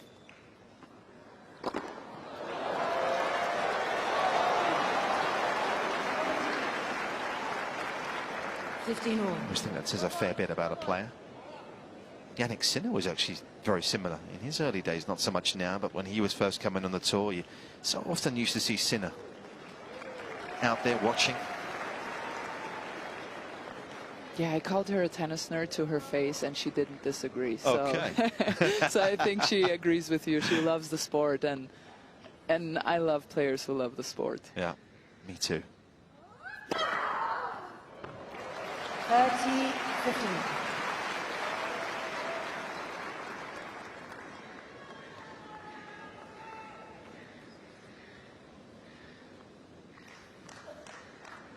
To wait a little bit tonight, these fans, but certainly being rewarded with some quality out here from the Belarusian.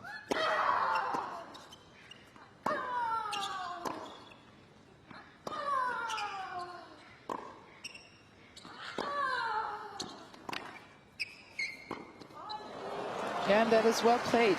That is exactly what Dani mentioned earlier, the higher ball. I'm not sure how loudly that Dani is talking. Maybe she heard her. Coaching is allowed now. So, Dani, you should take a cut of this if she turns it around. But I did also say that Azarenka improved her slice, didn't I?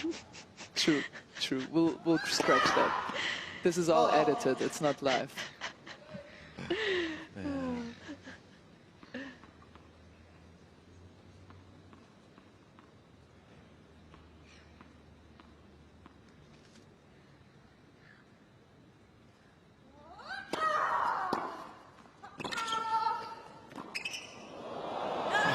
Can you believe it? 40-13. Such a good play. And I think she just wasn't sure whether to let it drop and play a half volley or whether to take it up the air. Let's take another look here. This is almost a sneak attack by Roger Federer. Yeah, it was an okay passing shot. It dropped quite low. But I like that she's changing things up, trying to turn this around.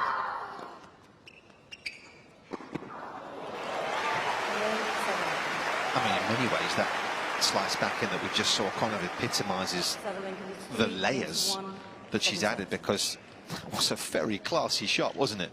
Just to be able to take that hand off and manufacture something. I really don't want to put this pressure on Aryna, but this tournament is hers to lose. She is the best player left in the field. And the only question is, can she sustain the pressure and the expectations that everyone is putting on her?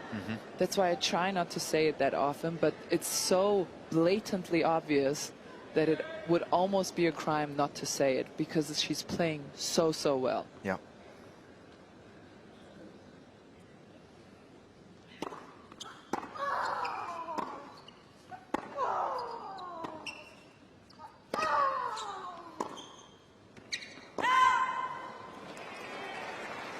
Love 15.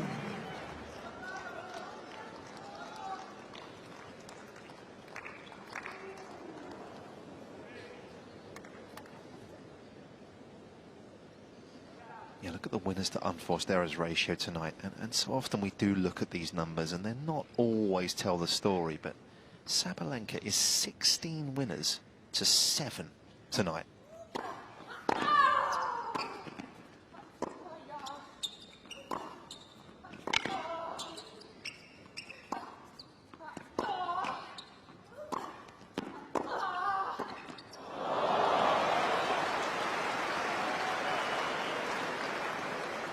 Doing the right thing though, surely, Pekka. Absolutely. If you play somebody that is playing so well, you have to try it all. And Barbora Krejcikova is a player who has it all in her repertoire. And it wouldn't be the right thing not to try the repertoire, to leave it unused. And she is doing that, and I really appreciate and respect that. Because she knows that her opponent is playing so well. She knows that. But she's throwing everything out there, trying to turn this match around.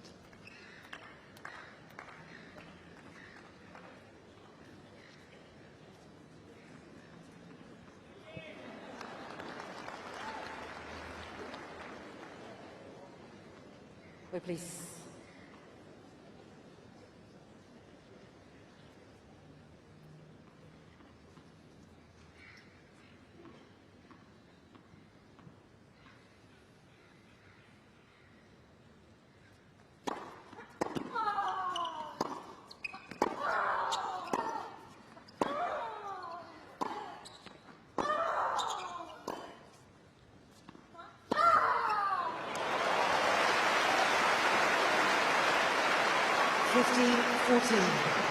Well, the idea was there once again to go with a higher ball from Krejcikova's racket, but with that speed that Aryna was hitting her ground stroke, it is so hard to actually create that shot.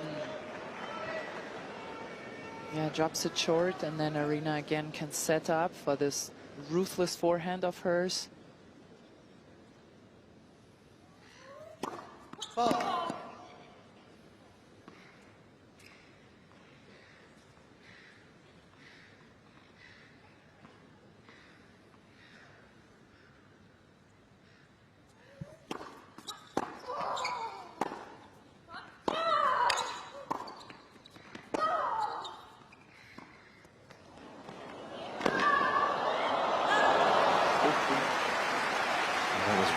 Chase, wasn't it? From Sabalenka came a long way. 30-14. Only just gave it a bit too much.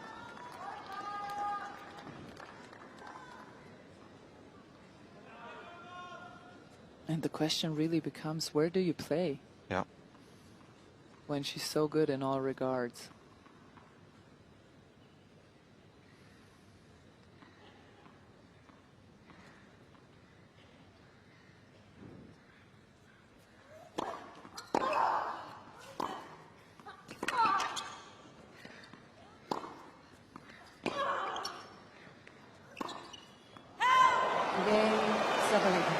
A disappointing end, having done so much good work in the rally. Krejcikova head down.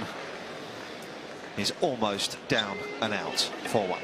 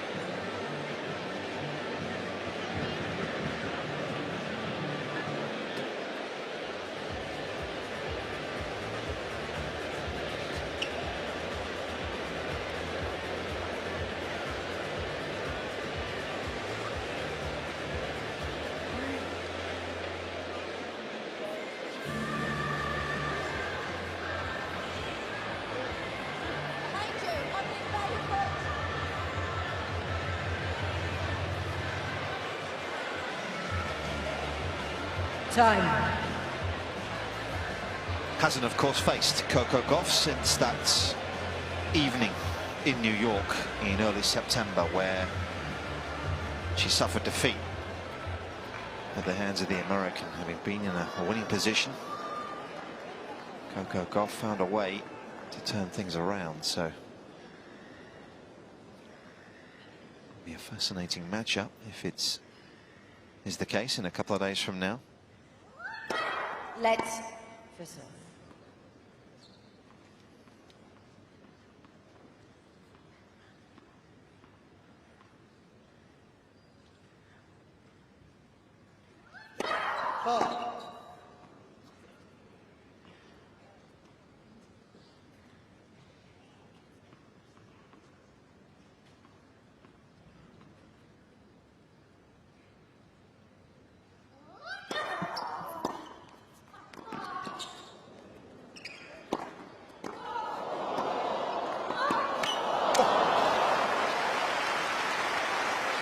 Everywhere. Love 15.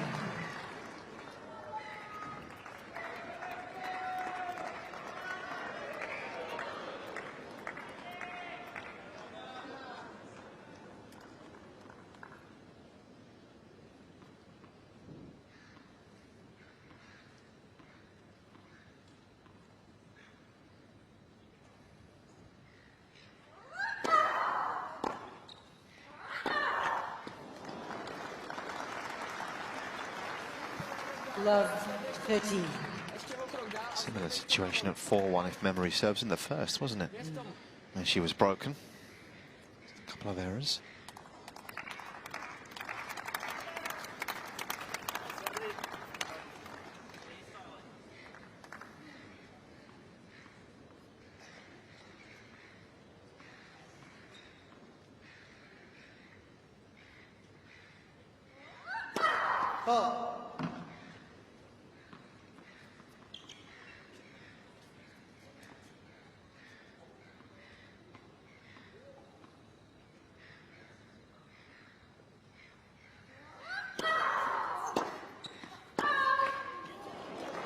Yeah, it's almost copy and paste. Yeah.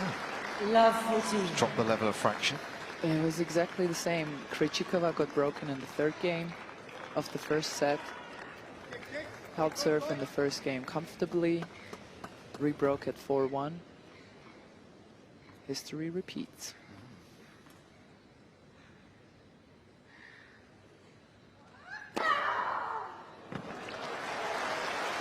Mm. 15-14.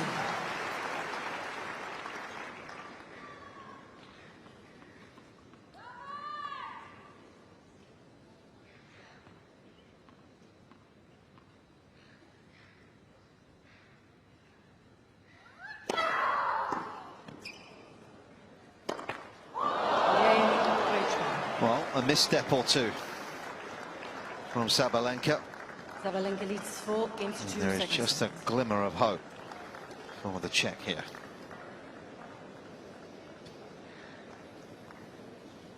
Well, and maybe the constant change of rhythm, the trying new patterns, trying new plays, maybe that investment did pay off a little bit here. Because as we mentioned, Aryna Sabalenka has only been broken once in this tournament so far. That was in the second round against Brenda Fruhvirtova in the first set. So Krejcikova has done better than most other players. Yeah, just getting to an hour was generally a pretty tough task, wasn't it?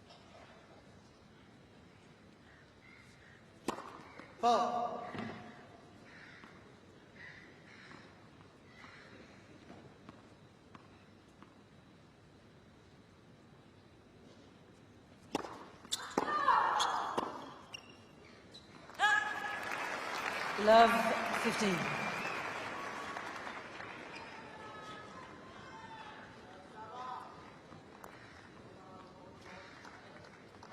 Just the depth of the return, isn't it? I mean,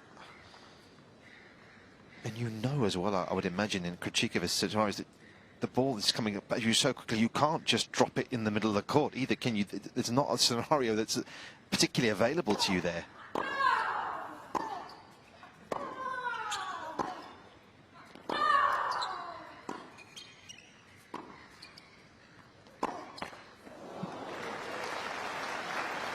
Love 13. A look that says it all. Just whenever she does have a shorter ball that sits there rushing a bit, because you're so not used to having neutral balls against Aryna Sabalenka, that you almost feel surprised at it being there, sitting for you to hit.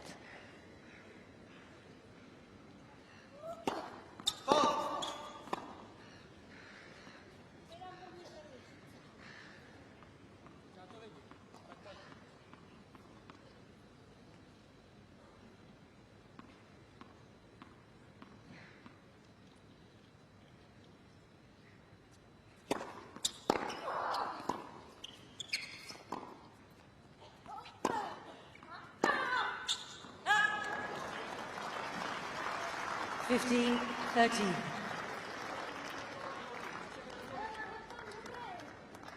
Talked so much last season about acceptance, didn't she? Whereas maybe a couple of years ago, a few errors and the mind would go and then they'd just be spiraling. But last season, she felt as though she could deal with misses that much more quickly, get them out of her mind.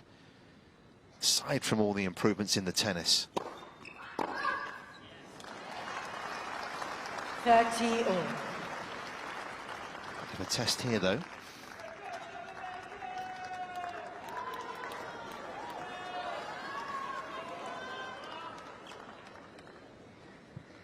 Now would you go for the short slider out wider? I think so. Pretty effective.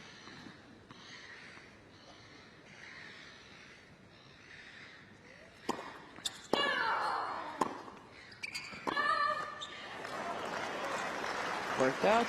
40-13.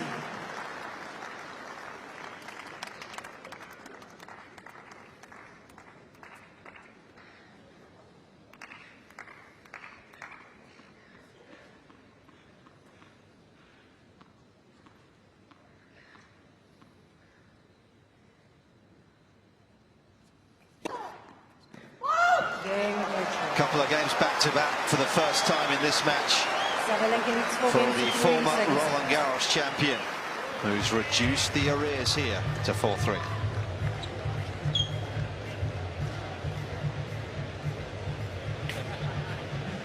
Well, it's something to work with at least.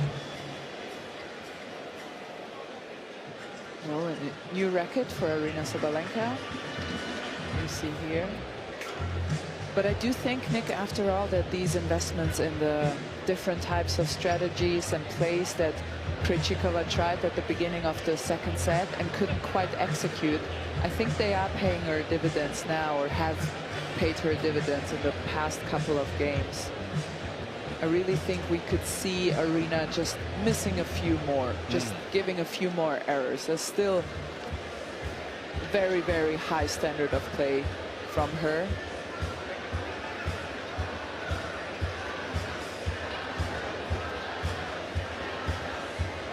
Time.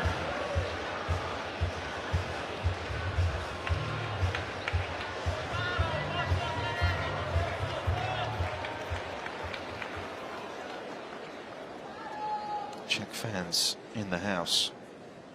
Something to cheer about. Something maybe to get a hold of here.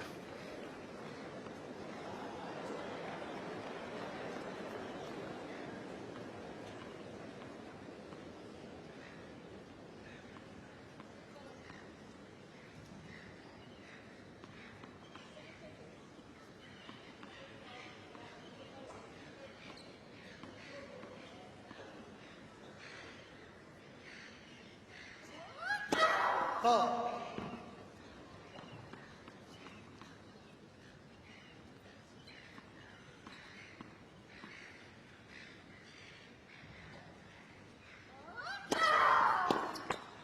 Fifteen love.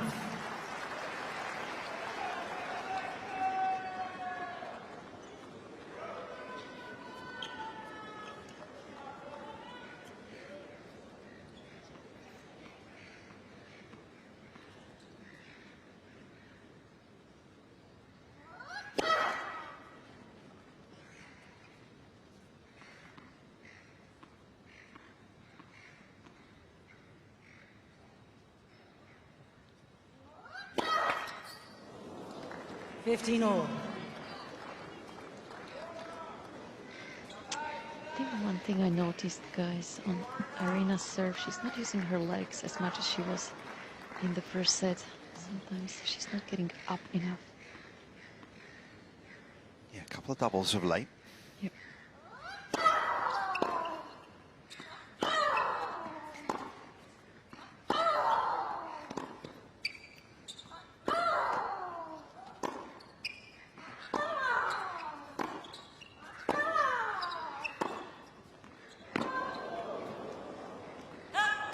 Very well played. So what to dig herself out of the forehand corner with that squash shot to get herself back in the point. Things are happening here, potentially. Let's not forget, Krejcikova was able to beat Sabalenka in Dubai after losing the first set, 6-love. It just seems like there's a small window of opportunity coming her way.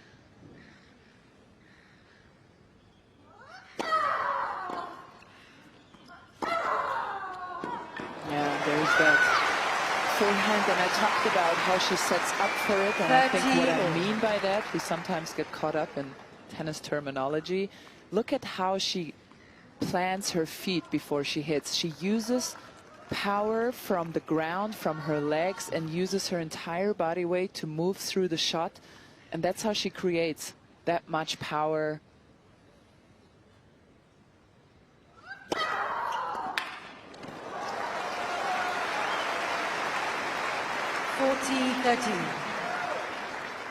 Deadly in terms of the accuracy with that particular serve. Krejcikova, it seems to me, stepped back a little bit off that first serve return, doesn't she, in this set? Tried to give herself a bit more time.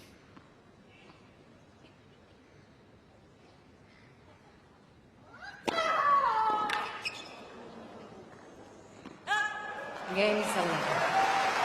New balls, please, Vorchench. Yeah, this is just the confidence from the past matches that she's played, from how the tournament, how the season started for Aryna Sabalenka.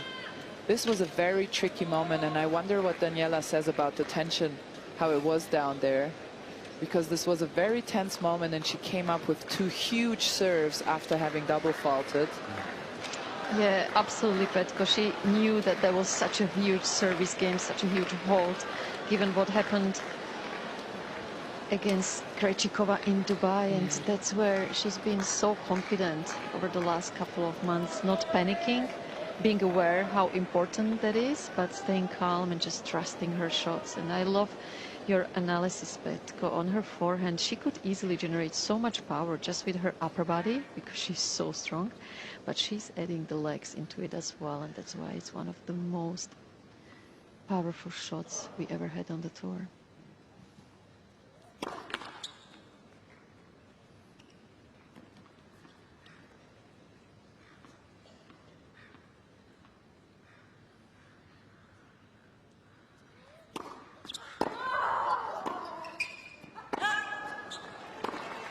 Love 15.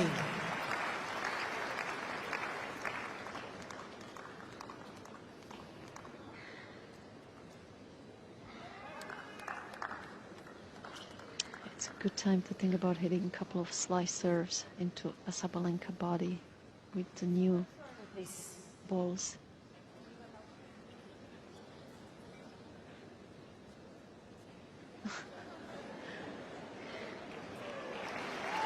Good job. Well done.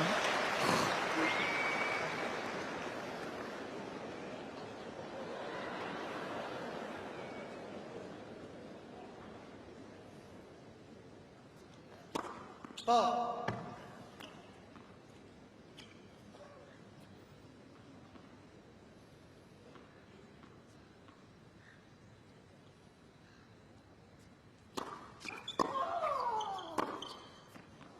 Love 13.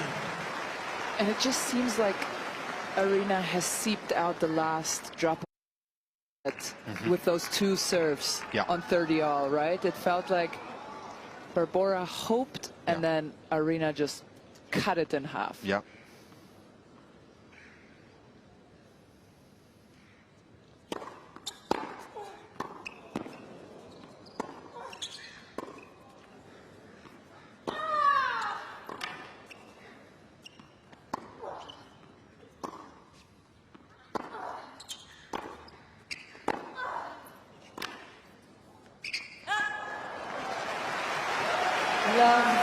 A look of exasperation on the face of Krejcikova.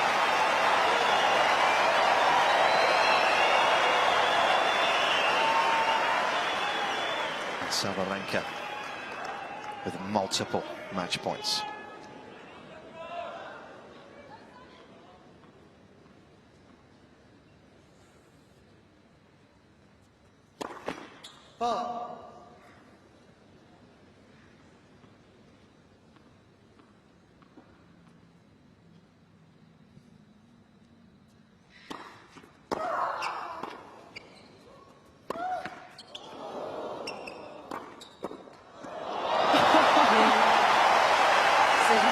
It's 12 straight wins in Melbourne for Aryna Sabalenka. The defending champion simply a class apart this evening as she taps out Barbora Krejcikova for the loss of just 5 games. Impressive, Pekka.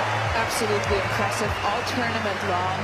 And now we have the match of the tournament probably waiting in the semi-finals. Aryna Sabalenka, so far the player of the tournament, against Coco Gauff, who is only one of 2 women who has a positive record against Aryna Sabalenka.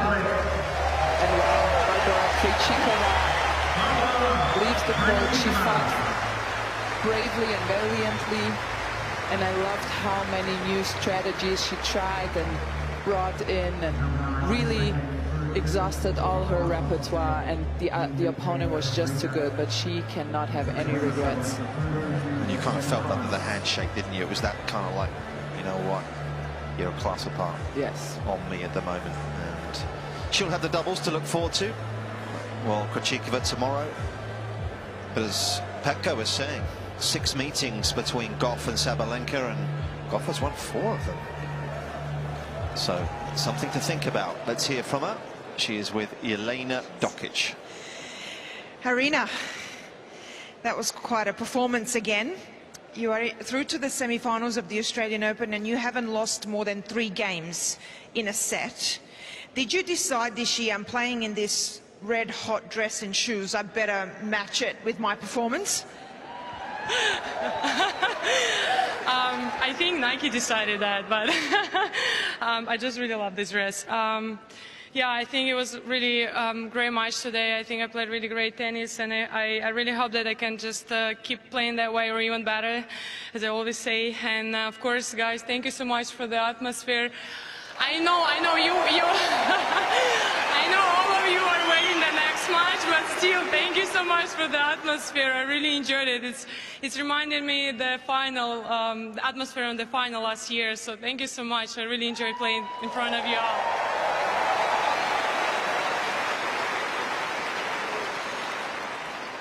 That actually leads me into the next question. I know you love Australia, you love to play in Melbourne, Rod Laver Arena, you love Australians and the crowd, but come on, give me something else. Why are you playing so well here? There has to be something else. I don't know, maybe because I have so many Australians in my team. No, I mean, it's all because of you guys, because of the atmosphere. I think, I don't know, like, I think I have the best support here, that's why.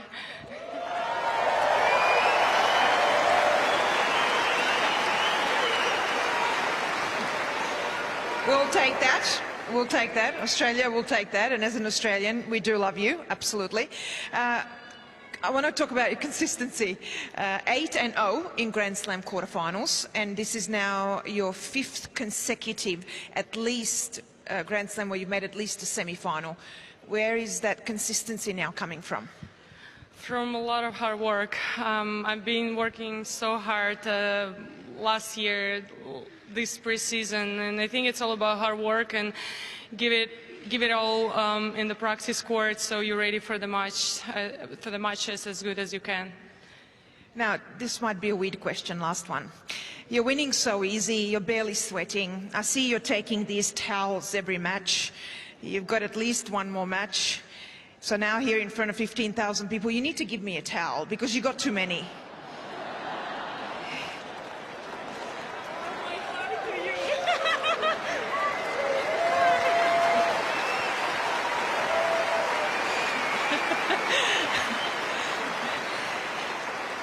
is everything. That's why we love you. You are amazing, such a good heart.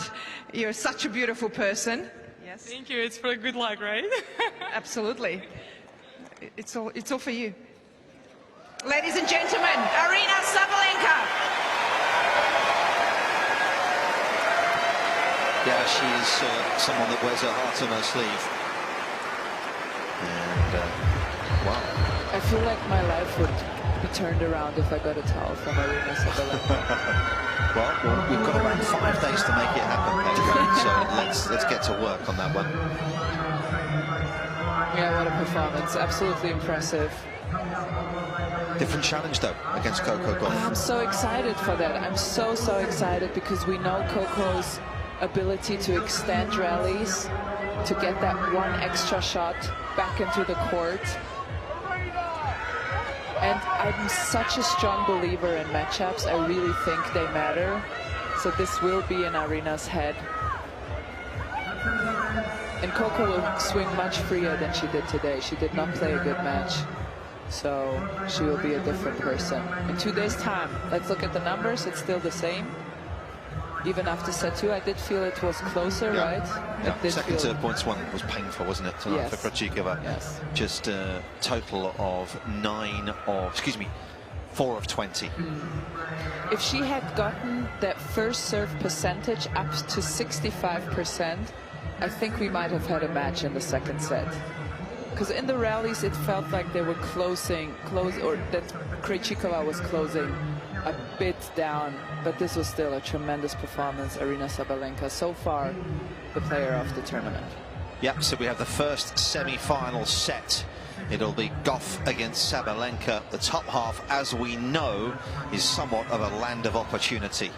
Kalinskaya, Jung, Yastremska, Noskova, they'll be competing tomorrow. A men's singles match coming up here imminently. Jannik Sinner and Andrey Rublev.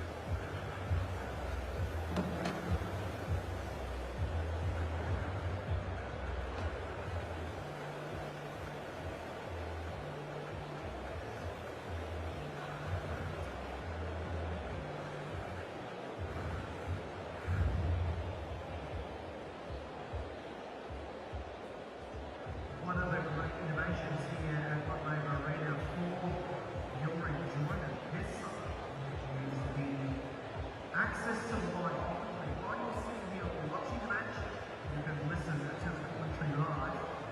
All you have to do is join the Australian Open free Wi-Fi. It's absolutely free. Scan the QR code that is up on the screen at the moment. You'll have access to live commentary, the AO show, the AO podcast, lots of great stories behind the scenes.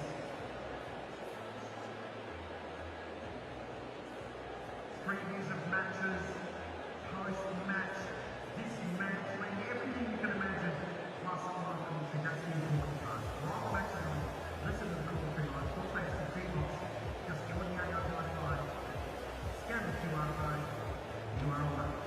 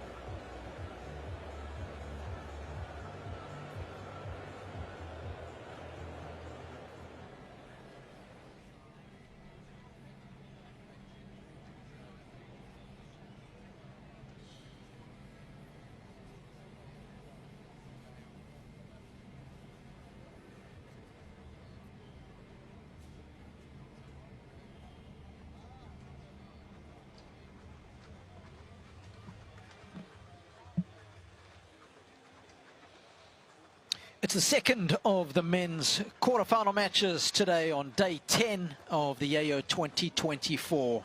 And this could be high-octane tennis. It's getting to the sharp end of the event, and there's much on the line as these two future stars of the sport, future major champions perhaps, will showcase their skills on the Rod Laver Arena.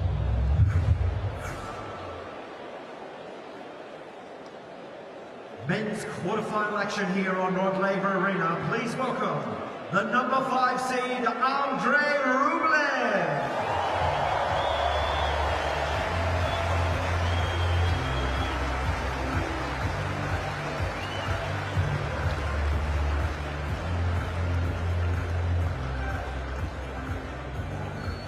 And his opponent, the number 4 seed from Italy, Jannik Sinner.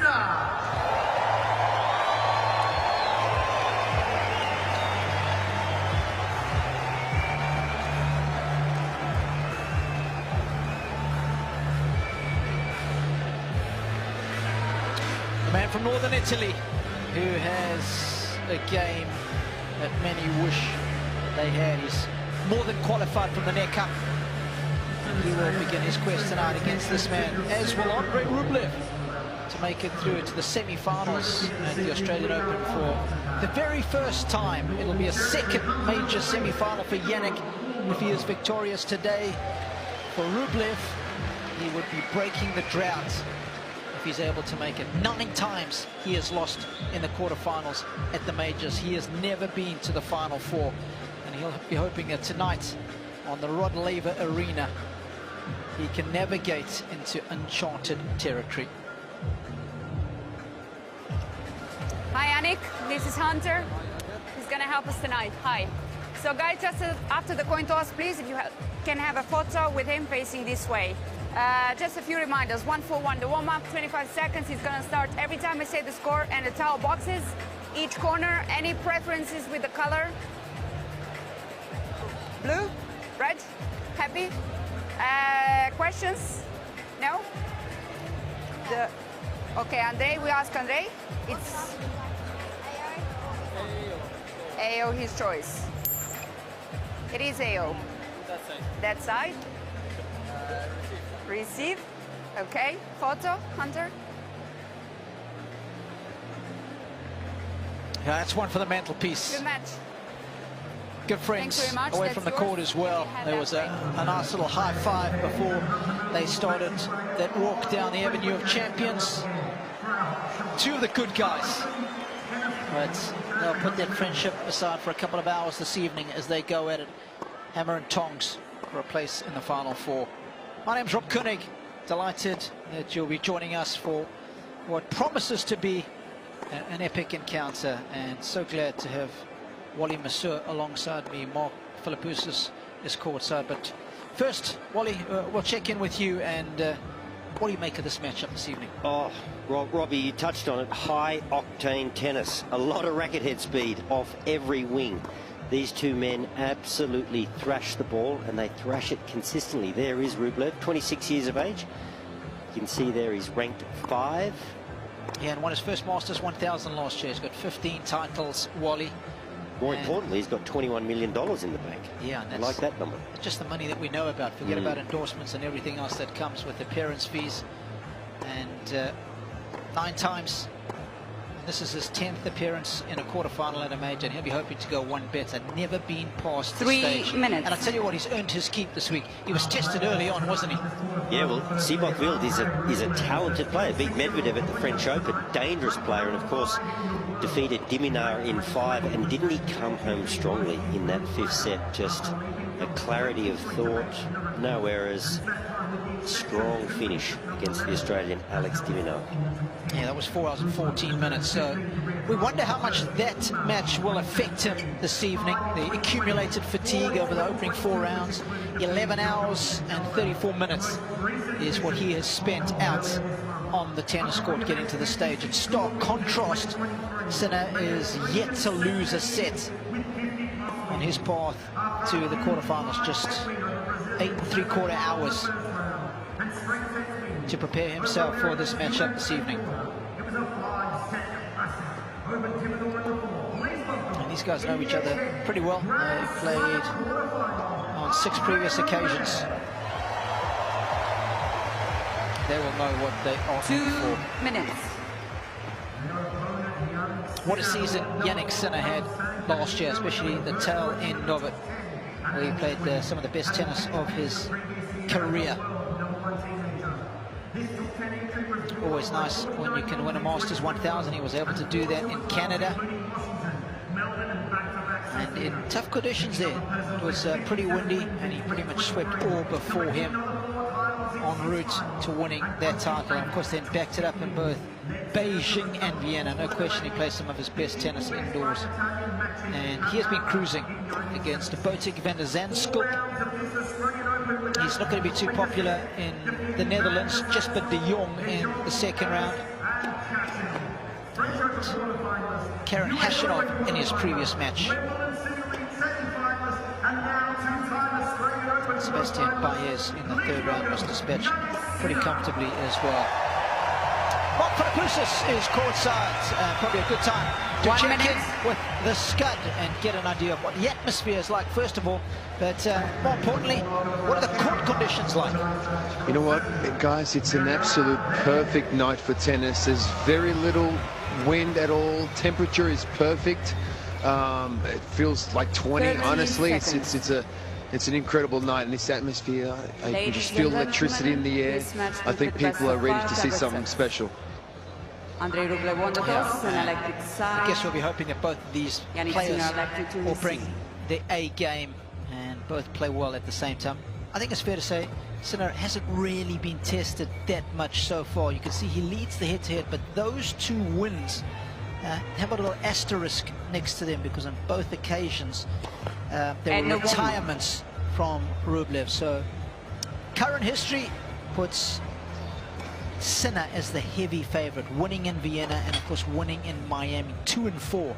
That was some special tennis that he played there, and he'll be hoping to replicate that, and we'll be hoping for a cracker of a match.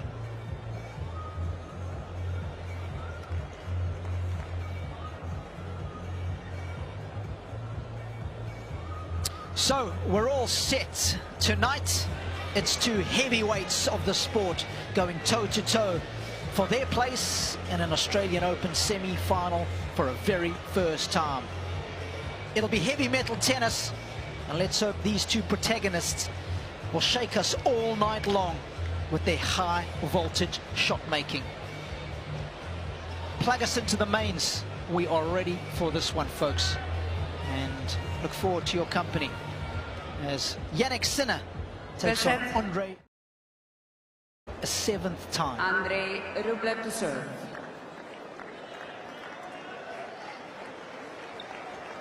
Thank you, ladies and gentlemen. Ready for play. Play.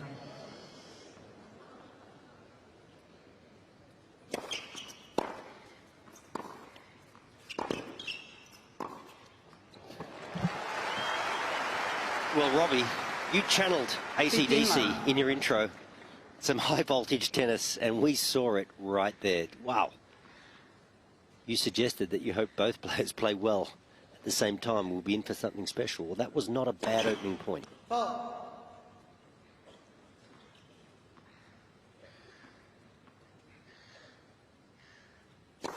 Ball. 15-all. Only 22 years of age, Jannik Sinner, but to me he's improving all the time. He's looking to add dimensions to his game. Big step up in 2023. He's not afraid to move forward. He'll serve and volley occasionally. We know Sinner's incredibly safe from the back of the court, hits with a lot of power, but he's developing a nice net game. Can slice, can defend. He's becoming quite the complete player at only 22 years of age.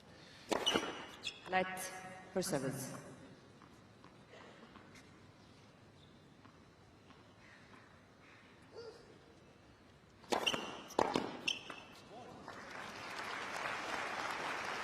40-15. And Rublev, he just keeps coming. Just incredible racket head speed. Doesn't matter where he's in the court, low, high, medium bounce. He just throws his racket at the ball with trust. Game. And I had a chance to chat with him at the exhibition event at the tail end of last year in Abu Dhabi, and you know, he was sitting alongside Daniil Medvedev at the time, and I said, what's the off season like? And he goes, 1 week maximum. He does not like to take time away from the sport. He loves repetition. That's what gives him comfort, Wally. Yeah, repetition will callous your mind, as they say. And you can see in his shots how repetitious they are. Yep. And look, that might be the knock on him, Robbie. Is this his 9th or 10th quarterfinal? 10th. Yep. Not being past the quarterfinals of a slam. For a guy ranked 5, top 10, Jannik it's a little unusual. Yep. And he just has a little bit of trouble. If someone is one shot better than him, he has a little bit of trouble going to plan B, which might speak a bit to his training methods. Thank you. Which are repetitious.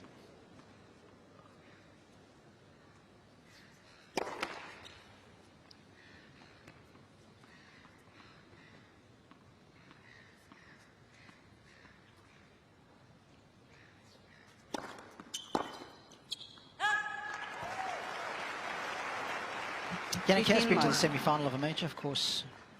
Made it through to the semi-finals at SW19. So he knows what it's like to go deep at a major, but he'd like to go one further. And I think there's many people, certainly within the media world, keen tennis followers, that believe he could do it this year. But of course, he's got to get past Rublev this evening. It's the box. Darren Cahill, of course, you guys know all too well. Simone Vagnozzi in the white Nike shirt. Berto Ferrar next to him. The wise old sage, and just behind Umberto is Yannick's agent, Lawrence Frankopan. What a good signing that was.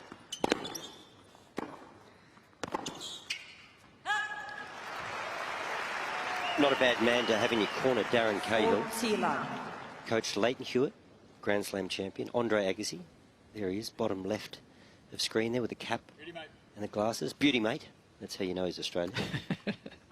And of course Simona Halep. So he's had a pretty good stable.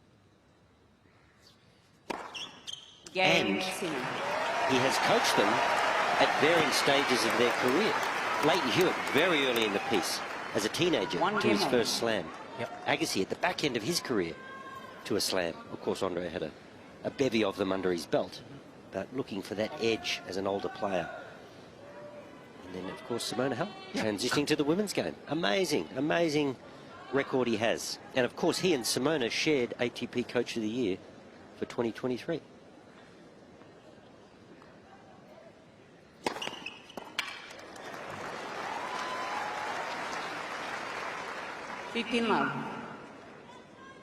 And Darren is pretty quick to deflect praise to Simona. He says Simona spends the greater part of the year with Jannik. 30-love. Simona. And deserves a lot of the credit. Yep. There he is. Was brought in after he split from Riccardo Piatti, who really built the foundation of his game.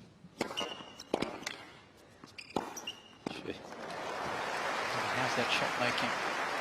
We're going to see plenty of that. The forehand in that fifth set against Alex de Minaur was some of the biggest hitting I've ever seen from Andre. Talk about gripping and ripping.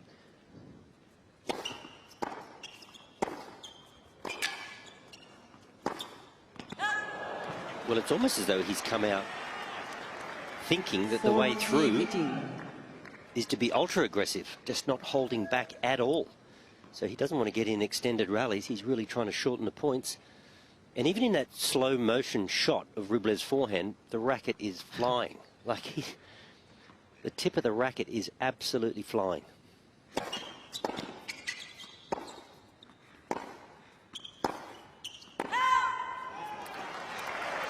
And And if you're going to be on the red line, expect a few mistakes. 40-30.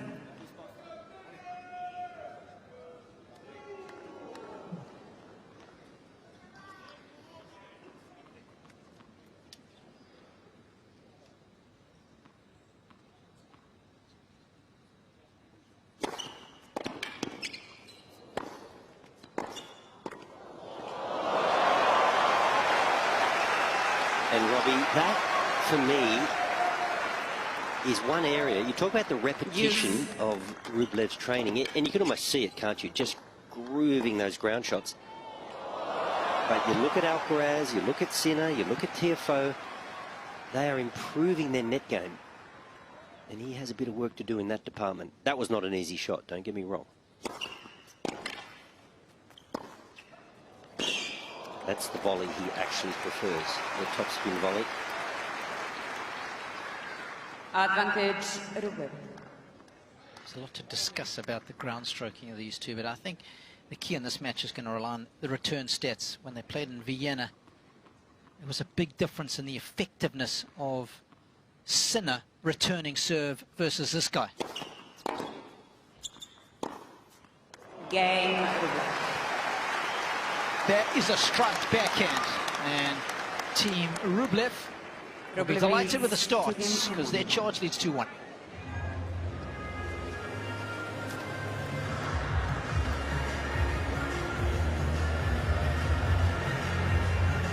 Something else I like about both these players is they play a good clip. There's no mucking about, is there? I tell you, last night I really enjoyed Alcaraz. That's just the little high five with the hot shots ball kid who tossed the point. Last night, Alcaraz and Kekmanovic, wow, they played quick, and they didn't worry about crowd movement. They just kept, at 30 love, people were moving, they just kept playing. It was brilliant. More of it, I say.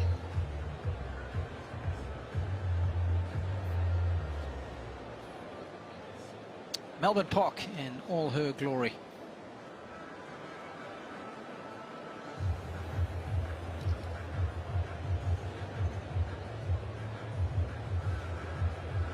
Time.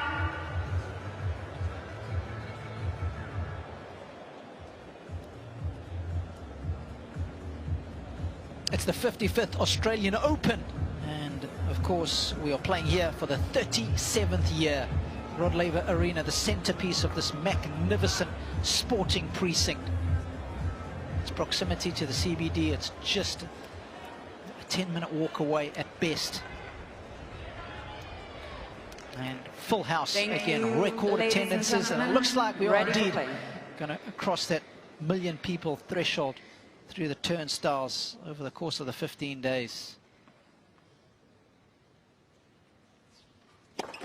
Light for service.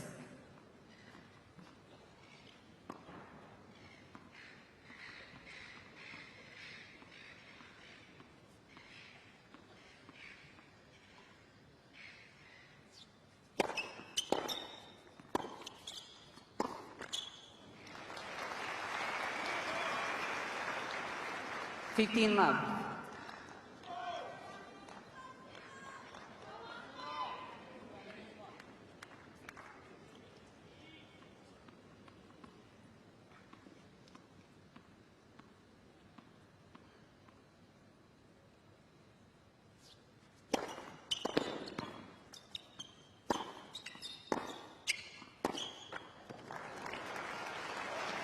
Guys, let me tell you, this is definitely a heavyweight match because there's no jabbing right now. They're just swinging. And the acceleration that's coming from the racket from both players. But there's acceleration and then there's Rublev acceleration. And it's just incredible.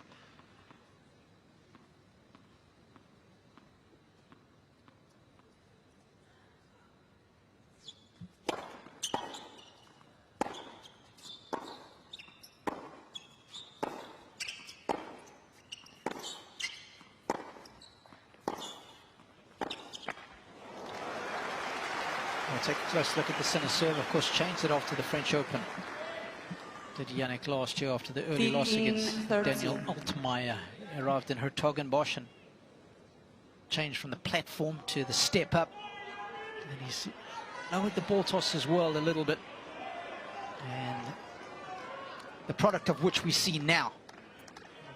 Of course, Flip, you're one of the best servers in the game. I'd like to get your thoughts on what you make of it. Wally, you as well, please.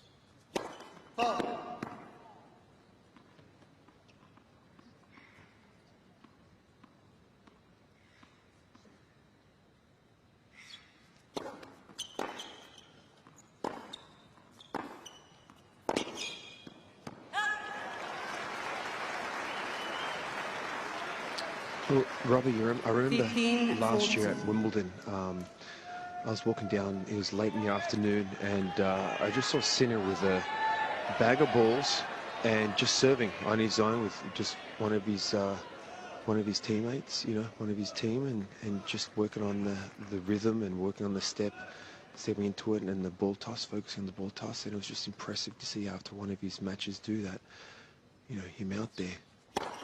But I'm a fan of it. I just believe at times the ball toss can be a touch higher, but it's got some really nice rhythm. And I think it's definitely improved his serve.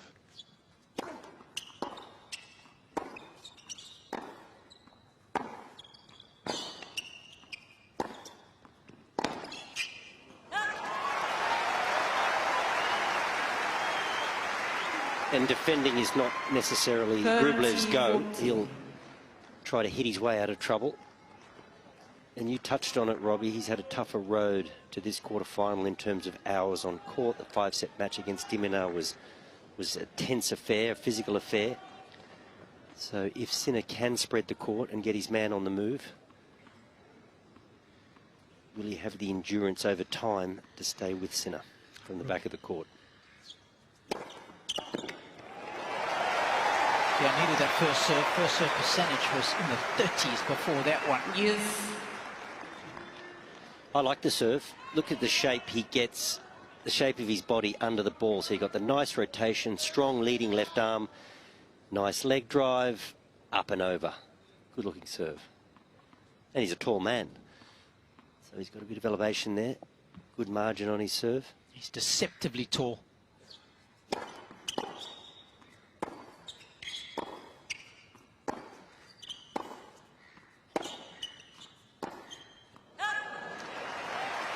You know, Robbie, as you mentioned, he's 22 years old, so he'll continue to build out as well. He'll fill out, you know, as an athlete, and he'll get bigger. You know, stronger in the legs. He'll start accelerating through even harder, and that's going to end up being one of his huge weapons. I mean, he's just got a great all-round game.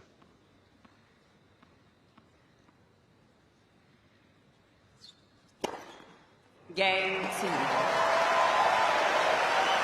Now there's a good example of the serve coming to the rescue just when he needed it. 2 games on.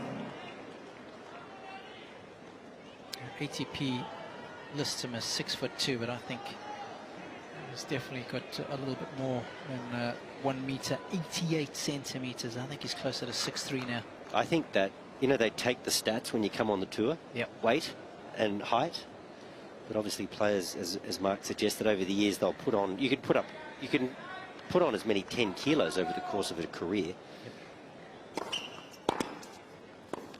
And of course, if they come onto the tour as a teenager, they're going to get a little taller by the time they're 21, 22. It's interesting, there's a lot of players out now that have a slighter physique. They're not too heavy, but they're still strong. Both these guys are perfect examples of that. We saw Daniil Medvedev in action yesterday as well. And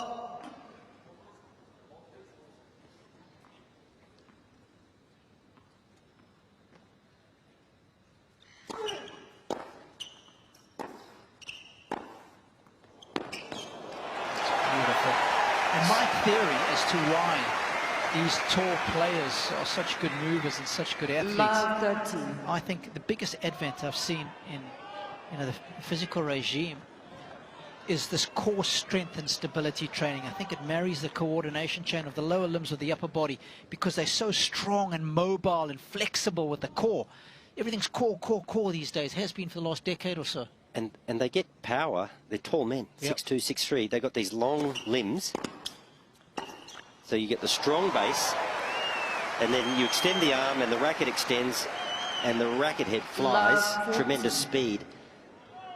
A bit like Tiger Woods swinging a golf club. You know, the tip of the racket is absolutely flying. As I said, strong base. And you got yourself a decent shot. Sinner's got a decent shot here at love 40. He's overplayed a bit this game, has Rublev. He's on the edge.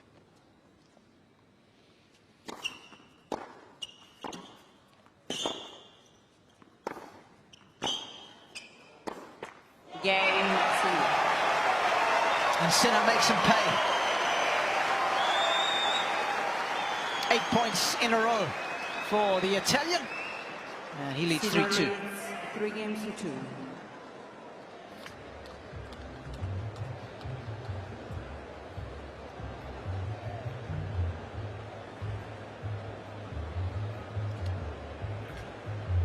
It's almost as though Rublev has come in with a preconceived notion that I just got to play big and keep Sinner off balance, but it's got to be within reason, doesn't it? That's 7 unforced errors to this point, and a lot of them in that last game on his serve. Gifted Sinner the break. I think that's just purely an indication of how fatigued he might be. Just knows that he has to redline. Yeah, possibly. Just doesn't think he has a chance of going toe-to-toe. I think if you step out on the court with an idea in mind that you have to do something extreme or different, you're in a bit of trouble. Got to play your game and then manipulate according to score and what you're facing.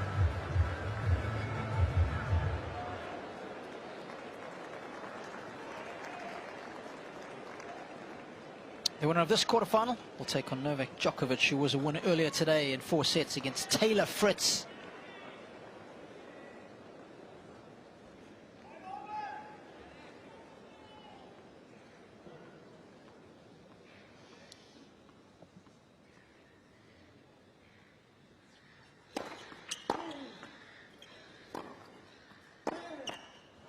Robbie, it's 11 p.m.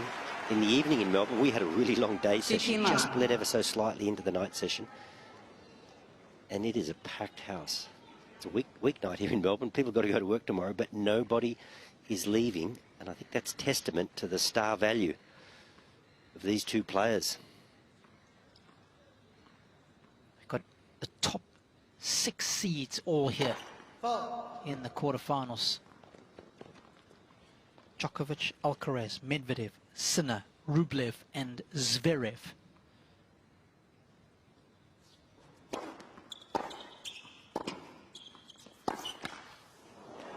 So there it is again. Rublev, he's just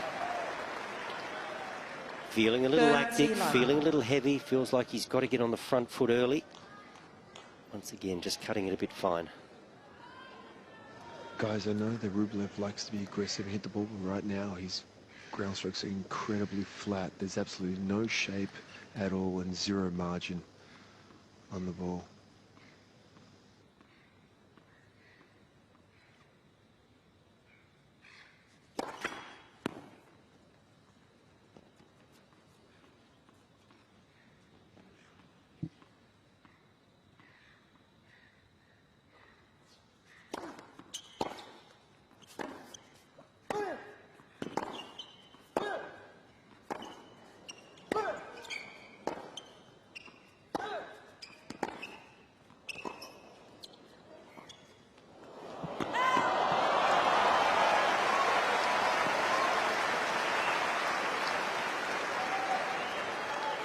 Didn't get it right, but there's the subtlety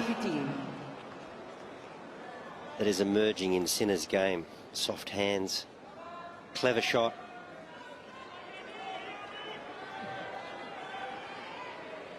Did it from a position of strength. He was up 30 love, took a chance.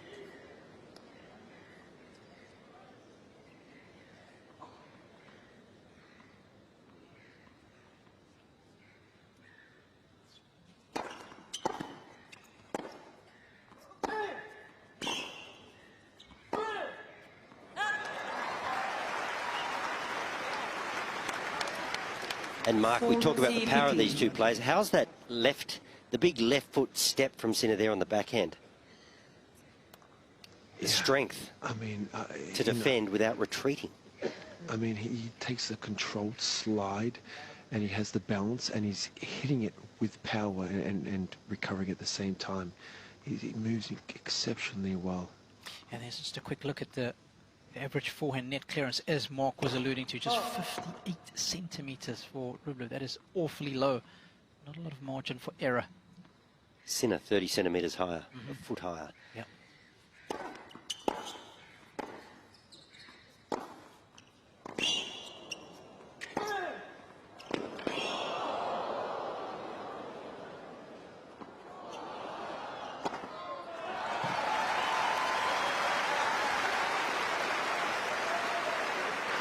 And that's the thing, it's not like Sinner is hitting the ball, not hitting the ball hard. I mean, my goodness, these guys are really pounding the ball. But like I said, it's just got that little bit of more shape on the ball. And I'm just sitting here looking at this and going, I mean, he cannot be consistent, possibly. It's almost like Sinner's like, let me just get one more ball in. He cannot keep hitting the ball this hard, this flat, and this low.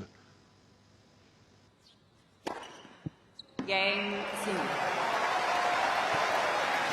The importance of a couple of 3 points on serve, but not only that, but the time which they have came. That serve was so good, it would have been good for both boxes. That's always nice. Dissected the centre tee. There's a great shot of the crowd. As I suggested, it's we're just past 11 p.m. in the evening here, but nobody is leaving. Be a few red eyes at work tomorrow, Robbie.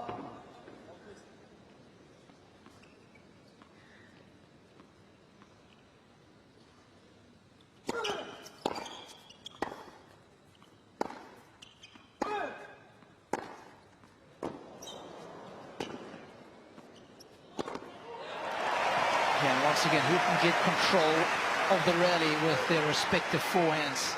Love 15. Sinner with a little bit more shape to his, not the same raw speed that Rublev has, but let's keep an eye on those numbers as the match unfolds.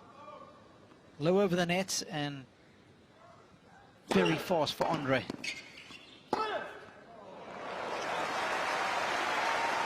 This one is first Masters 1000 at the clay courts in Monte Carlo last year.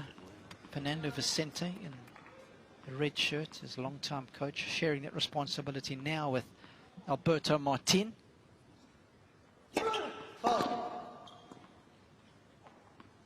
We're seeing that a bit, aren't we? Dual coaches. Both these players have two coaches.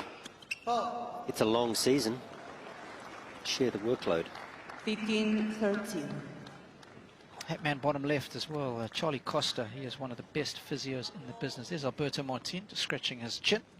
Very good singles player. Both these guys always enjoyed playing on the clay. Let's for service.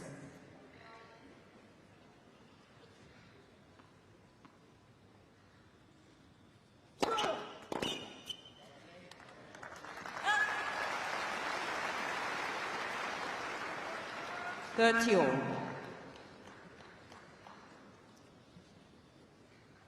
Nice uptick in the tournament wins for Andrey Rublev.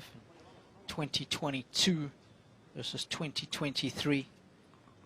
Mostly 250s and 1/500. 2022, of course, then elevated it to that Masters 1000 win last year.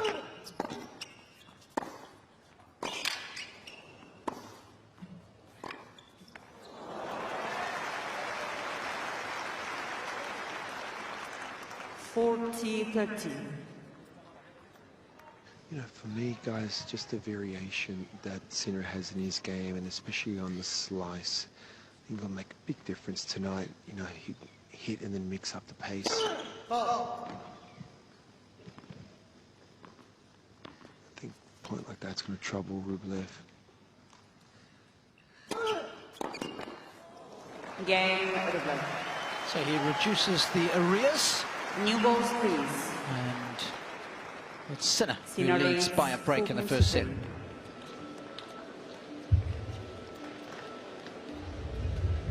I'll never won a quarterfinal at a major. Let's go through those losses and let's decide if it's a match he could have won or not. Nadal, US Open. No.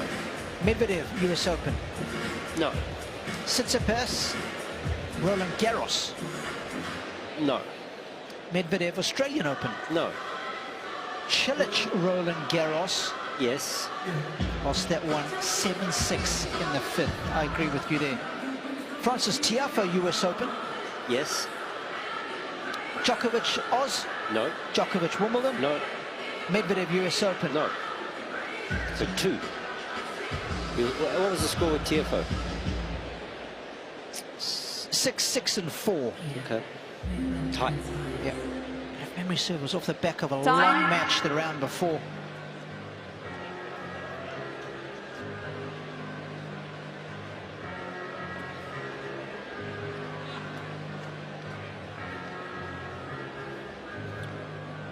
Both players looking to make it through to the semi-finals at this major for the very first time.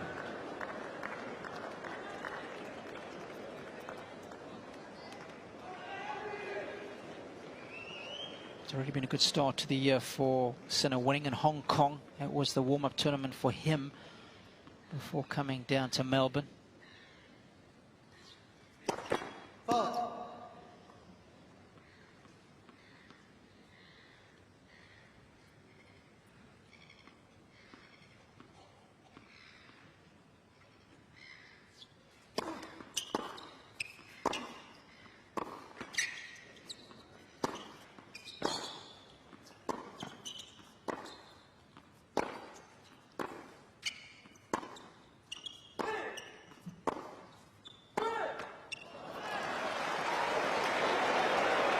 Just thumping his legs, and is that an indication they feel heavy? He's not getting into the position that he would like. But I tell you what, I'm pretty impressed with how these guys defend. I mean, they smack the ball at each other, but they don't give up ground. They're very good at squaring up, moving laterally, but holding their line. They don't give up too much territory.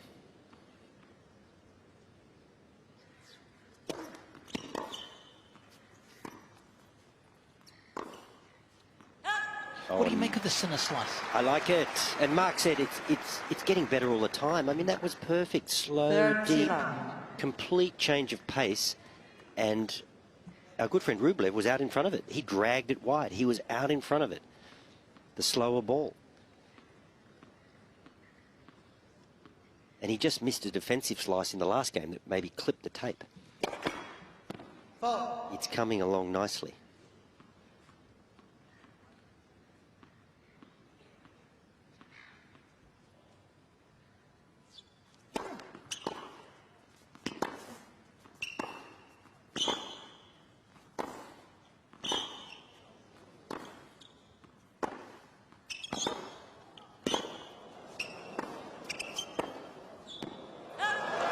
He didn't win that point, but have a look at the 2 backhand defends and the forehand defends.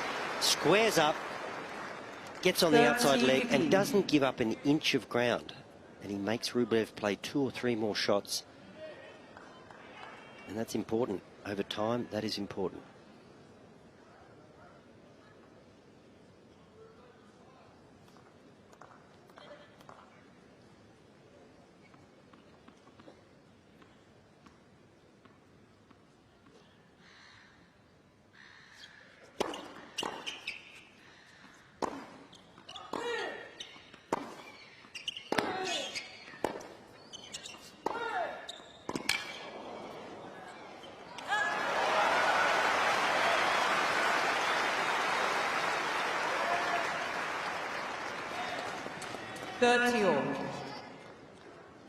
Was just sitting behind Fernando Vicente. It was Gallo Blanco, of course, former player. There's Gallo, and he takes care of all the financial affairs. He's the agent of Andrey these days. Completely committed to every shot, isn't he? Let's see if Sinner goes wide here. He hasn't used it a lot. De Minaur was pretty effective with the wide serve. Let's for service. And of course, Rublev, he stands there with a pretty extreme Western grip to return, so that he's not going to block too many forehand returns. If you can get that nice slider wide, can trouble him. Goes body forehand. I really love that serve because Rublev is staying close to the Melbourne side, but what he's doing is taking a big split step forward when Sinner's putting that ball toss up, and he's cutting off the angles nicely. So body serve is just really smart. Ball.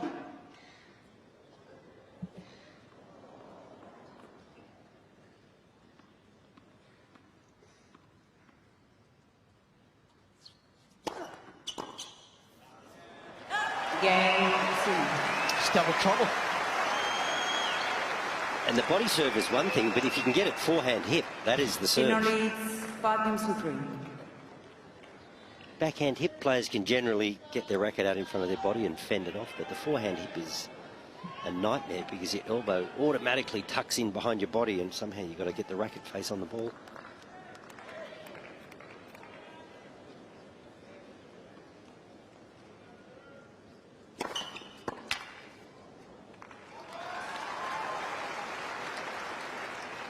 Now.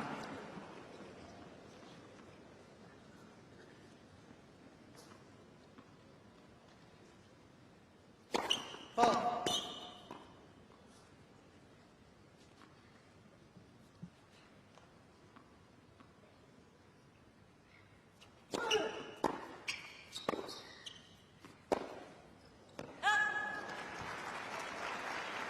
It's just the second point that Rublev has won behind that second serve. It was a problem when they played in Vienna last time out. It's been a bit of a problem this evening as well.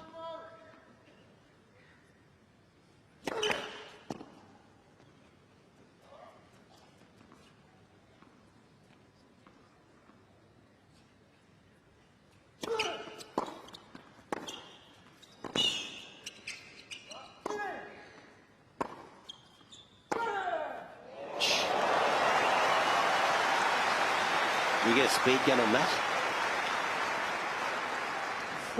Yeah, that is redlining. Boomski of a forehand. 162. Booming through the air. Game. Another strong hold, and he will force Sinner to step up to the line to try and serve out the opening set at 5-4.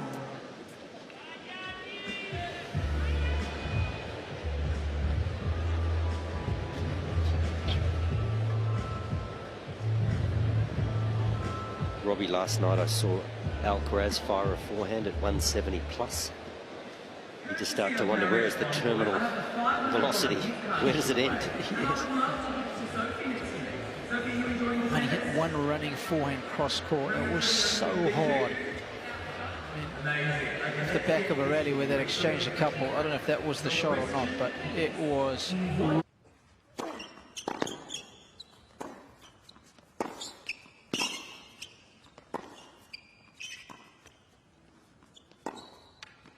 Very interesting there. Rublev hit a fairly routine cross-court backhand.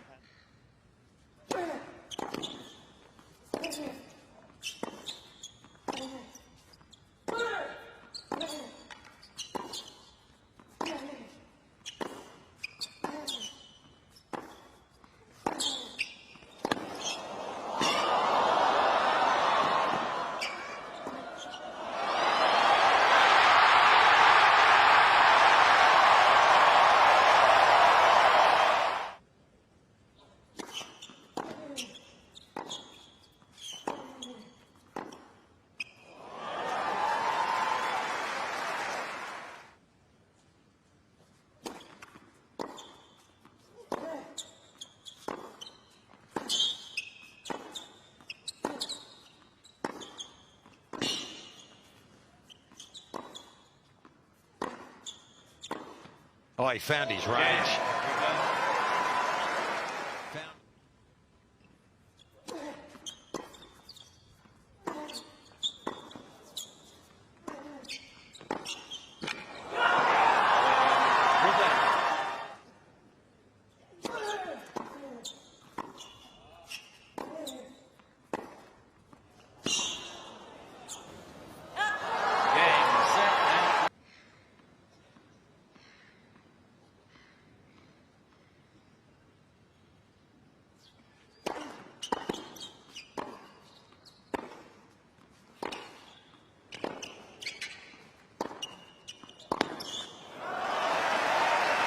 So that's Novak-like, isn't it? You think he's in trouble on the backhand side there, Sinner. But he gets on that outside leg, doesn't give up any territory, and hits an aggressive shot when he's in trouble. 2 shots later, the point is his.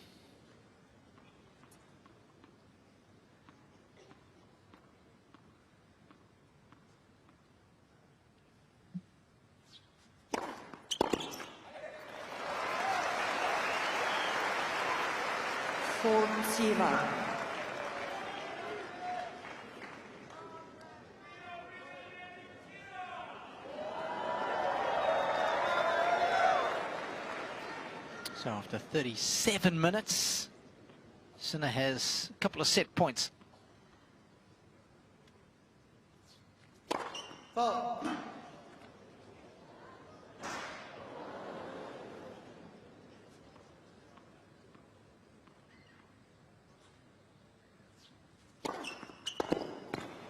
That's a nice way to put the opening set on ice. Sinner does just that. And he wraps it up 6 games to 4.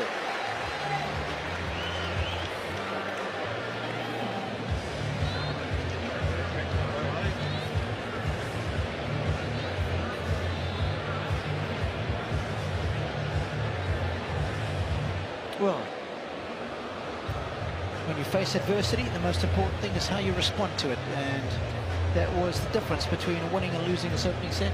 And Robbie, I think you touched on it. There was just that period of a couple of games. We'll have a look here. It's the unforced errors from Rublev just came in a clump, and unfortunately it cost him. 2 double faults from Rublev, but it was a series of ground shot errors early days in that particular set that hurt him. He came good at the back end. It's a pretty tightly contested set, but 1 break was enough for Sinner. First serve percentage at 61%. You can see he's winning 82% of those, and then 64% on his second serve. So he's pretty comfortable. He has faced a couple of break points. And the difference for me has been a couple of the defensive gets from Sinner where he's in trouble. And he just pops that left leg out on the backhand. Maybe we give Novak some credit for the evolution of this style of defence, where you just don't give up any ground and you turn defence into attack pretty sharply.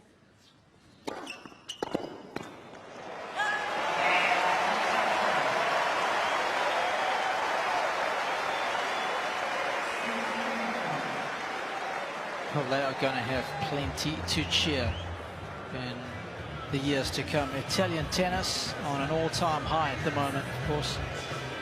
Fresh off the back of winning the Davis Cup at the tail end of last year. I don't want to bring the mood down too much, but of course the Australians casualties along the way. But Jannik Sinner alongside Lorenzo Musetti, and there's plenty of others. Hopefully Matteo Berrettini, we wish him well. Again, having to withdraw from a major. The last Italian to make it through to the semi-final here was Matteo. Time. What a player he is. And we hope that he can get back to his very best. Second set. Rublev to serve.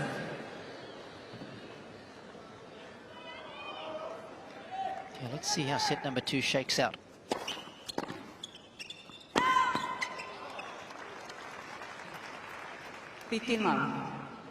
Guys, I'm going to be interested to see if Rublev's just going to continue to hit harder, and if he misses, hit harder.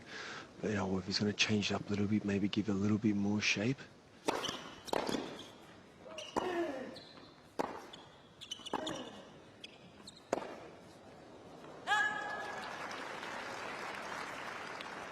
In his previous match, Mark, against Diminar, it was...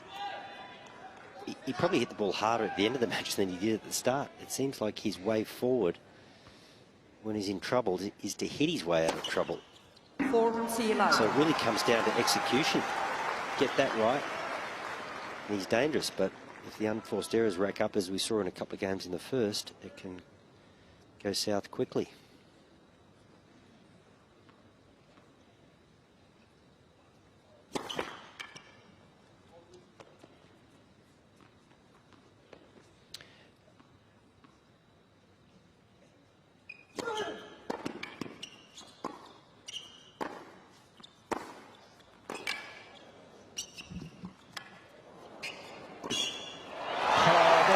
defensive capabilities that you were talking about, Wally.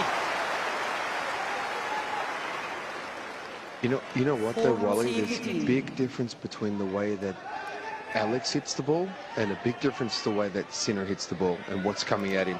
You know, he had more time with Alex, playing against Alex, but here he can't accelerate. You know, the way Jannik's hitting the ball.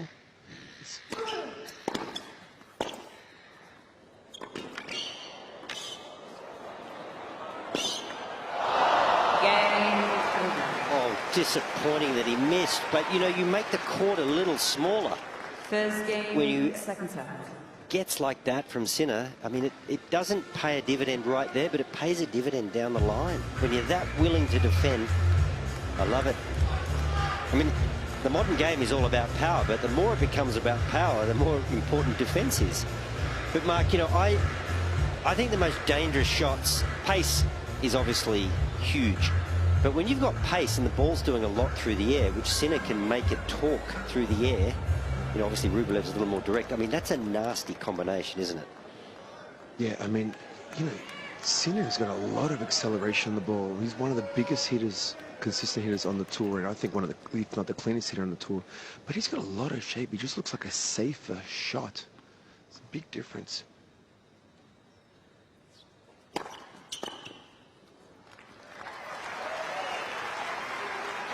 And then, of course, you know, he'll get a shorter ball and he'll step in and flatten it out. But the actual rally shot is heavy, it's big, but it's got shape on the ball.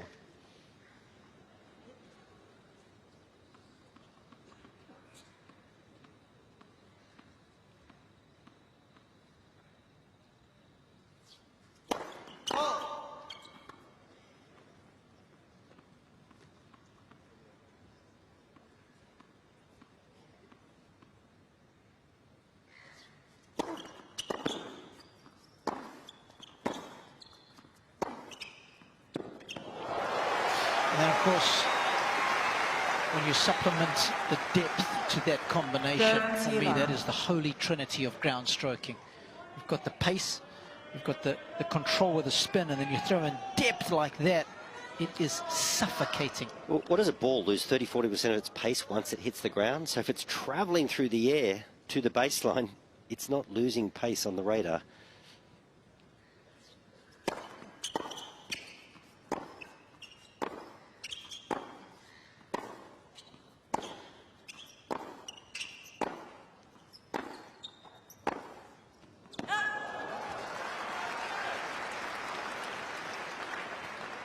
It's one thing I wish I'd concentrated more on when I was hitting ground strokes, Wally. Cross courts, up the lines, you know, you hit 10 or 15 in a row and you think, yes, good consistency, I'm hitting it well, but I didn't have enough emphasis on that ball landing close to the baseline. Just, it's funny, but when I hit volleys, I was very cognizant of it, but not when I was hitting ground strokes. I can encourage coaches to get your players to aim for the baseline, even if they hit a couple of balls long.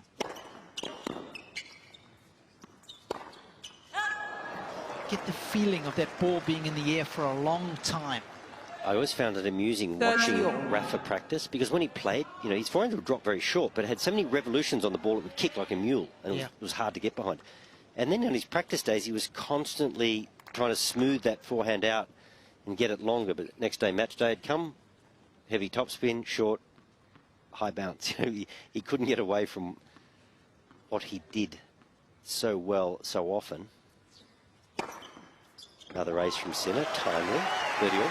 But then when he went line or off, he hit with great depth. His racket would stay on the ball. Whenever he went cross, he'd tend to brush up it a little. And no substitute for depth.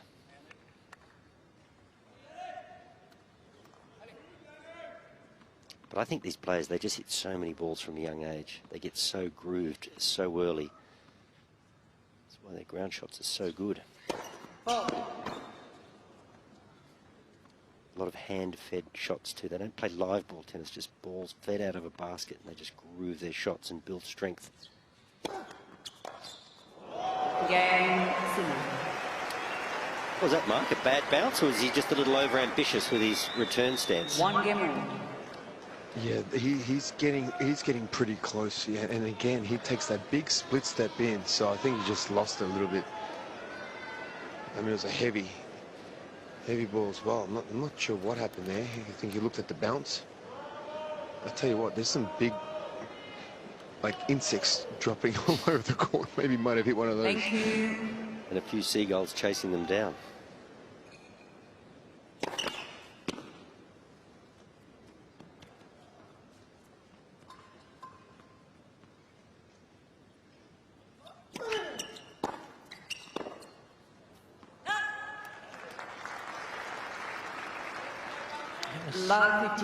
Big difference maker last time they played, and it's proving to be the case again. The ability to defend the second serve. Wow, looks gnarly, that guy. Is that a cricket, a cicada? What is that? Gets more of a cricket.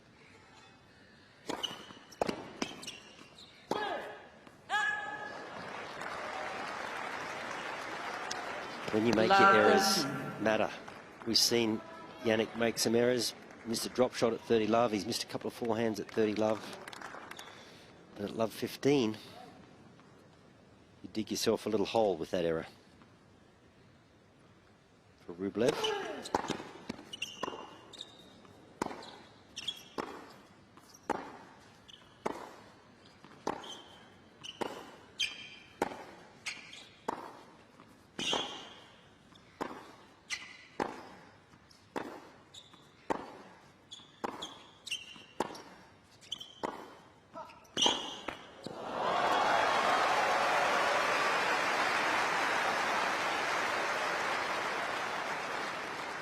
I mean, the depth in that rally from both players was impressive.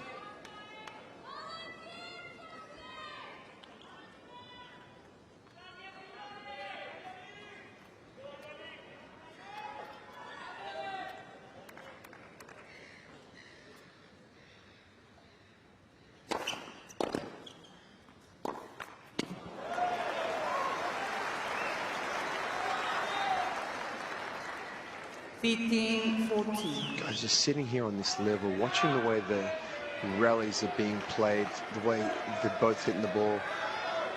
In my opinion, Rublev, if he continues this, it's going to be a short night. I think he's going to need to mix things up, but I don't see that happening.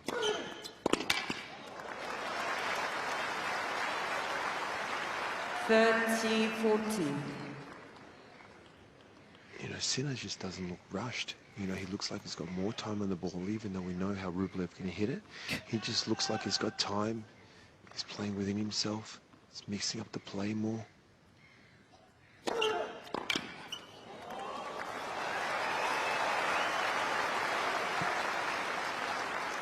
Yes.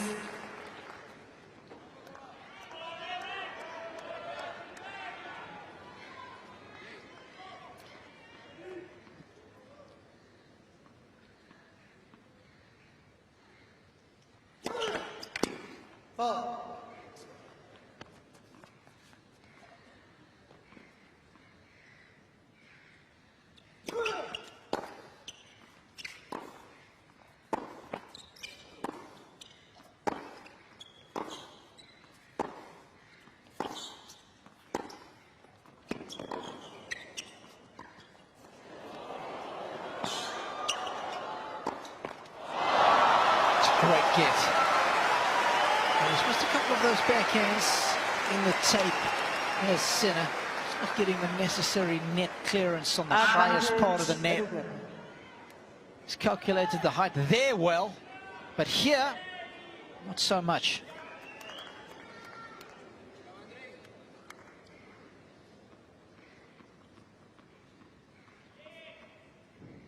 Subtle adjustments have to be made as the night air gets that little bit cooler. Game. Once again, flips the tape. Some good rear guard action from Rublev. It's 2-1 second set. First set, Sinner.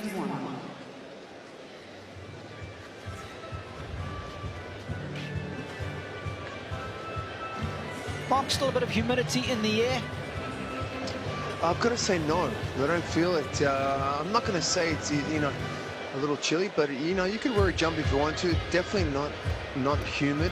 Like I said, I think, the temperature is absolutely perfect to be playing, and no wind at all. So I don't think it's going to drop too much more. You know, tomorrow's supposed to be hot, so you know, I think it's pretty much going to stay like this. Perfect conditions. Okay. It's pretty warm. It's 25 degrees here in Melbourne, and that court would retain a bit of heat from the day because it was 30 plus. So it's reasonably lively given it's 11:30 in the evening. Yeah, you know what, Wally? If you didn't tell me it was 20, I would believe you. 25, but like I said, I don't feel any humidity right now. It's really nice temperature to play.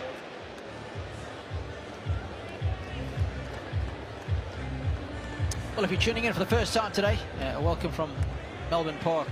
You would have missed Novak Djokovic getting the better of Taylor Fritz earlier on in 4 sets.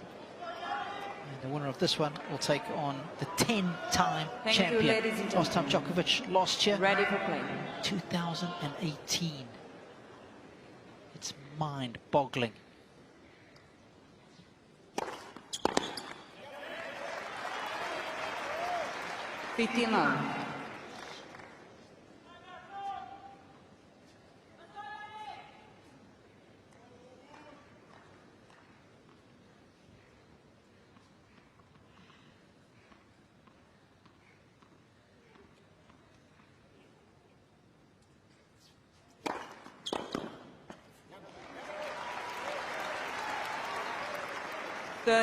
Love. It just feels like Sinner has got him guessing. Corner to corner to corner to corner. I think that was the gesture we saw there on the serve. First serve percentage has been up nicely in the second set.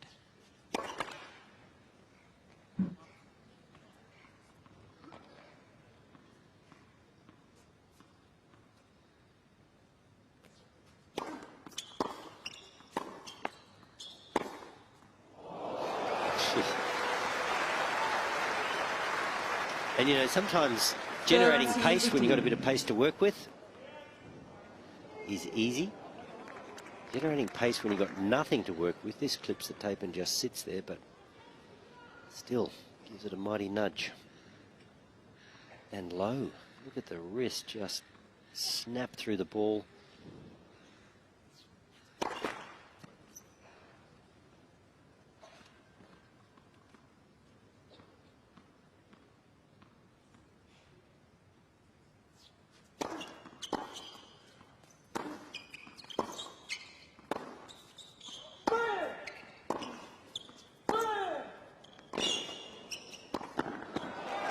Magnificent. That's as good as I've ever seen from Rublev in the forecourt. What a combination of shots that was. 30-all. And nice to see him move forward, not allow Sinner just to float it back and start the rally again.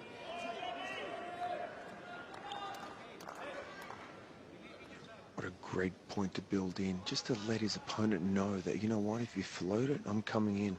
Give him something to think about.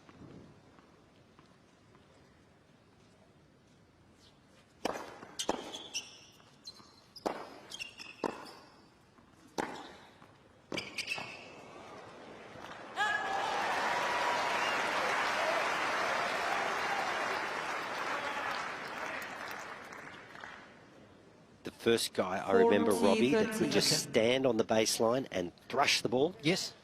Andrey Agassi. Just flush the blade off both wings.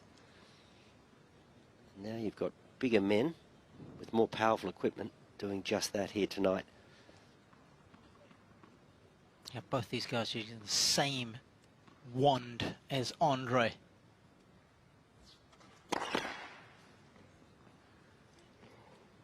Was a head man throughout the course of his career. For the most part, was Andrey. Prince early days. Yes.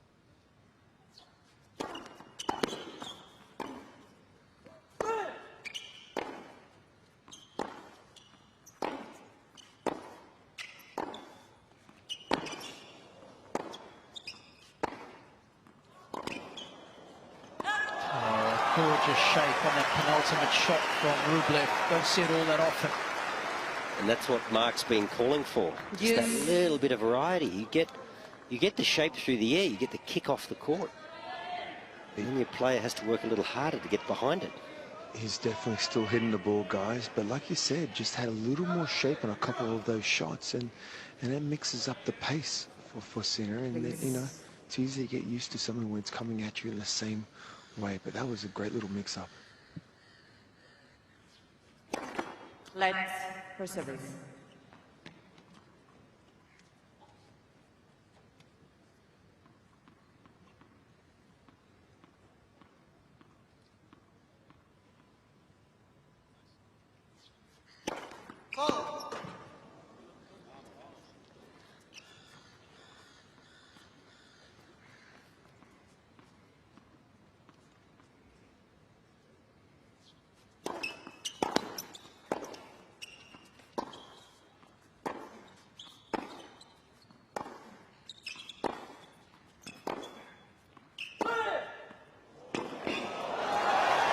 Sears the line with another forehand of rich quality.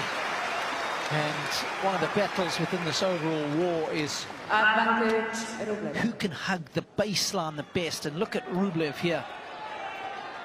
He is camped right on it. Well, if he wins this point, this is almost a mirror image of what happened in the first set, isn't it? He was down 15-40, Rublev. He found a way out of trouble in his own service game, and now he's playing some quality all-court tennis here.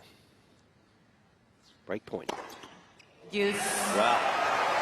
204, Robbie, out wide, and quite an angle. And that's the fastest serve of this set for Sinner. But it was so far up the line, it wasn't necessarily in the corner. Incredibly severe angle at 204. Wowza. How about that? I'd like to see him go wide here at about 175. Oh.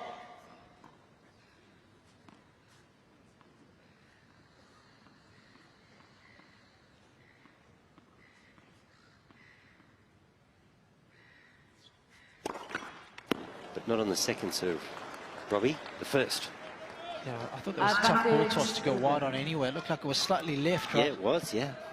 But that's ambitious on a second serve. Slider wide on the first, get your man wide. You got a nice visual to hit in the open court for your second shot. Left and low, Robbie. No chance to hit up on the ball as a second serve there. Bit of desperation, feeling the pressure.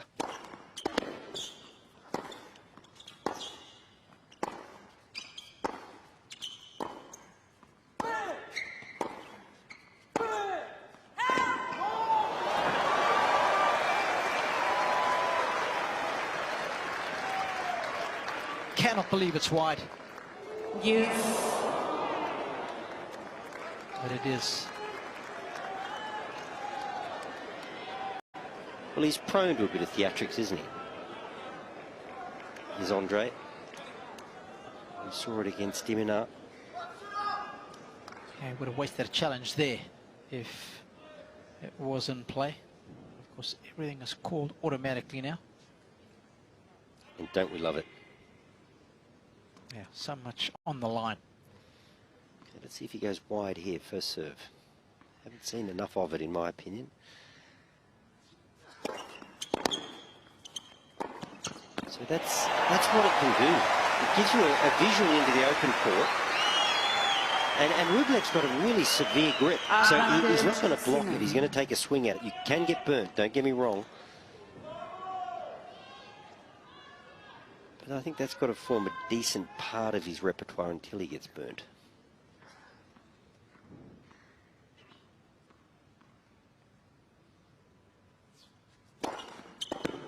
Well, to make the changes to the serve in the hope that in big moments it produces dividends, and it certainly did in that game. A couple of crucial unreturns.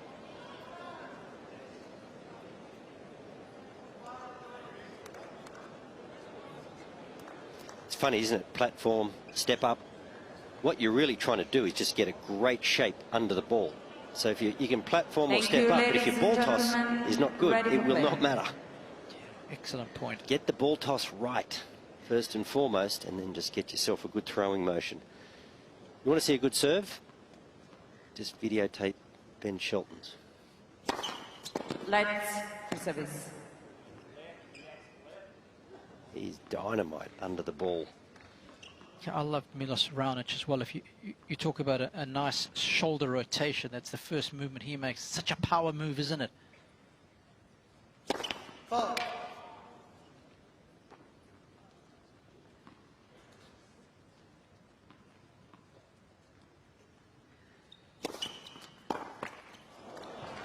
So once again, the backhand finds the net. 15 on. Quite often you see players throughout the course of a night match, they'll send rackets off to be restrung, probably get them done a kilo or two looser, just to give them a bit more elevation.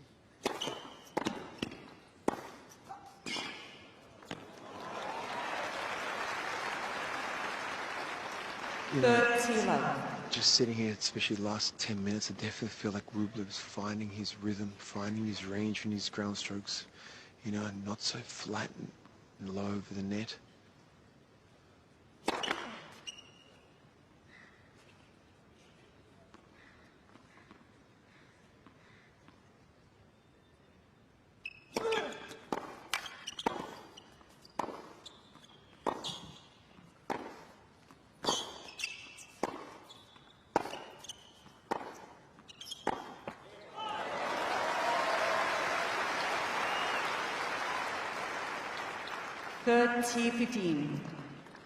And you think with all the tennis that Rublev has played to get here, this is a must-win set for him.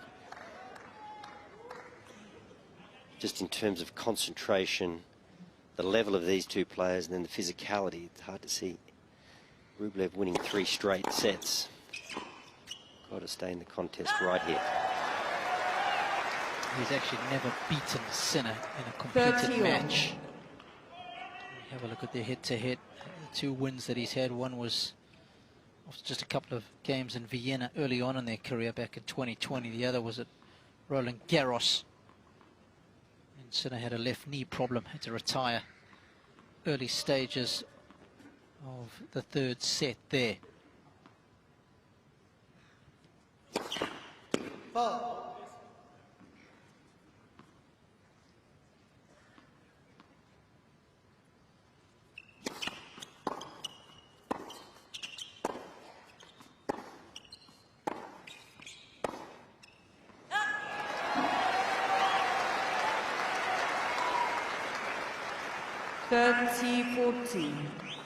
Just as I said, he found his rhythm. He's had 3 unforced errors.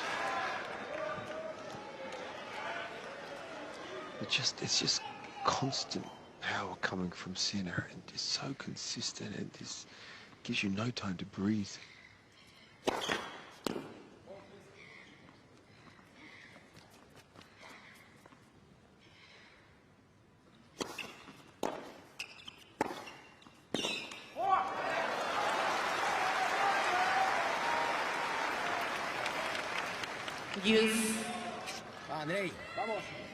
The pressure of a break point doesn't deter these 2 gentlemen from doing what they do best, and that's going for it.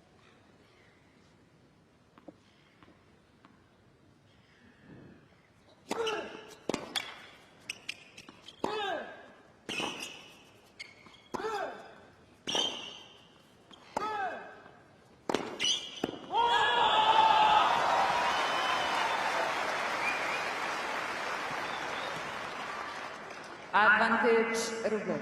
I think he got a little lucky there. I think he was looking to come in and maybe change his mind, and I thought he was going to get stuck in no man's land.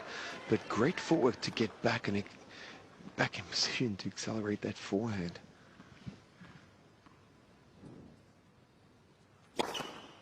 Game Rublev. That's another good hold after facing adversity. Rublev's got the lead in the second, 3-2.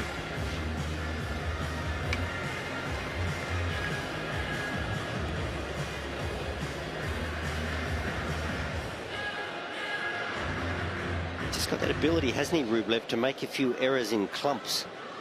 Can get himself in a bit of trouble in that game. Hit himself out of trouble. Saw the ace on break point, on game point, I should say. Big forehand on break point. He's got the firepower to hit himself out of trouble, but making errors is one thing. You just can't make them in clusters. And I think that's been his problem. The quarterfinal stage, Wally, when you start to play better opposition at this stage in a tournament, you throw in those clusters, you come unstuck. That's why he's never won a quarterfinal at a major. This is his 10th one. Pretty impressive though, isn't it? It shows he's very good at beating the players ranked below him. Yep.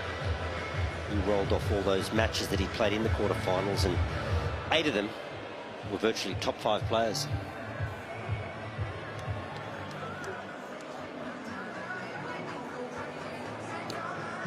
Well, let's take a quick step inside Rod Laver Arena if you were a patron.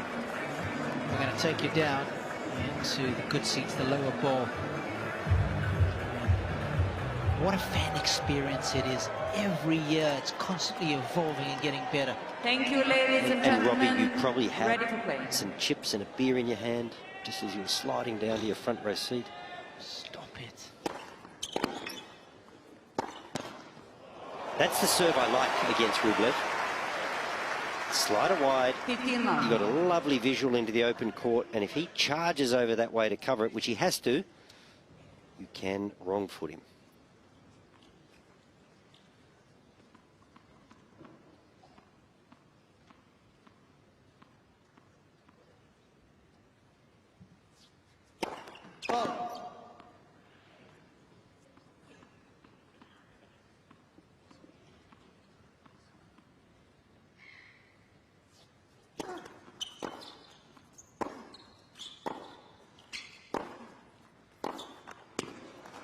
And of course, if you are going to serve the wide one out here on the forehand court, you've got to keep him honest. We've seen the body serve. You've got to be able to hit the flat tee, and it's the variety and picking the right moment that'll get the job done. Gentlemen and boys in Hawkeye tell us when he's gone out wide on the deuce side with that first serve and made it, 100% success rate. Let's And see, Robbie, that's, you know, then obviously you can, if you've got control of the square, you go flat tee to keep him honest. Yep. I mean, that was a let, but that's good serving. And we have seen 2 beautiful body serves as well.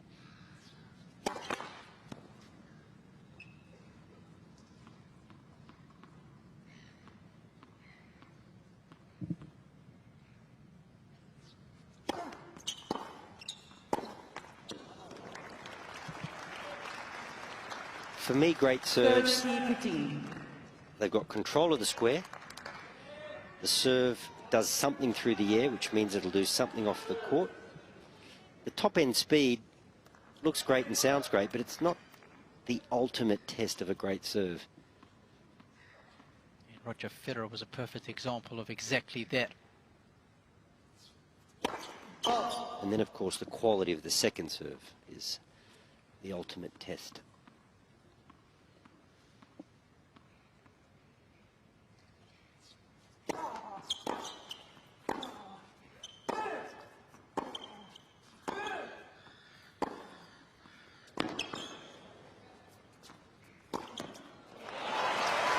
Beautiful beyond compare. The combination of those 2 shots exquisite. So it takes a bit of pace out this backhand. It's all about placement. This shot, it's power, much shorter in the court, beats him for pace. How do you like that, gentlemen? Let's for service.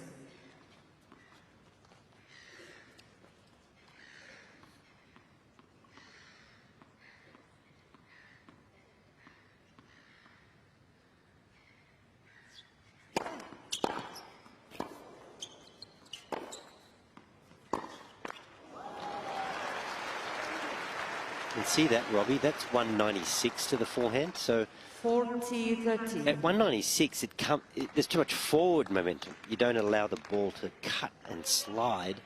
So as we know, our good friend Mr. Rublev, I mean, he loves it right there in the slot. So yeah, it's not how fast you serve it, it's the combination of accuracy and pace. That was just too quick to the forehand.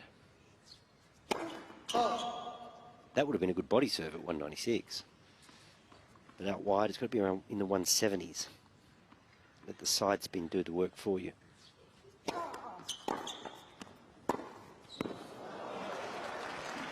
Just propped with the net cord. And did he just reach for his stomach? Yeah, I just wanted to say, guys, that's the second time that he's reached something to his abdomen. I don't know what's going on, but a couple of games ago, he put up his shirt and then something about his abdomen towards his box, and now it's the second time he's done that. So something to keep our eye on. Yes, good look either. Bit of a flinch.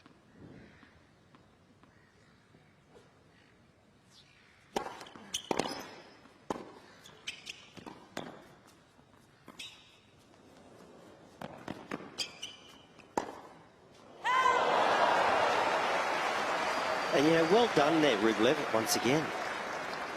It seems quite high. Quite often when you strain an ab, it's really low. It's almost like a connective tissue down into the groin, but it's almost midway through the abs. I like this from Rublev. I'm in a tough position. I'll just put you in a tough position if you pass me too good, and he didn't. There it is again. So you can see it's high, isn't it? It's almost under the rib cage. A little bit of rib cartilage, possibly. Break point for Andrey. But we're not seeing, the pace is not diminished, is it? No, I was looking to see if the pace was going to go down, but he just did a little stretch too. He just stretched backwards, so he's stretching a little bit too, so trying to stretch that stomach. So again, very interesting, but that was 203 down the center, so definitely hasn't lost any pace.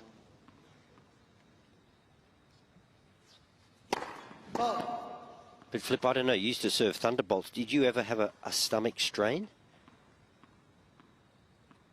To me, it always feels like it's a lot lower.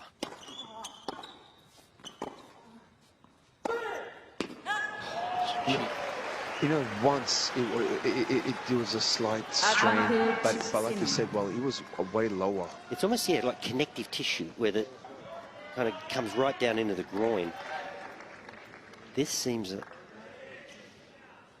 almost the bottom of the rib. Is that?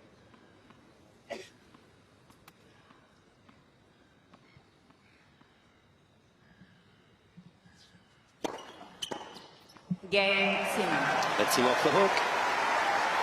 New balls, please.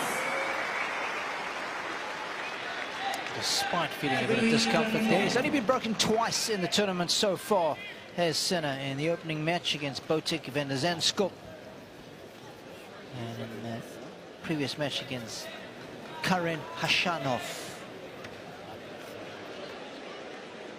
That's it. Well, these two have played 6 times, and Sinner's retired twice. Yeah, the only 2 wins for Rublev, that's right. We don't want to see it a 3rd time. No. Shouldn't bother him off the ground. Ladies and gentlemen.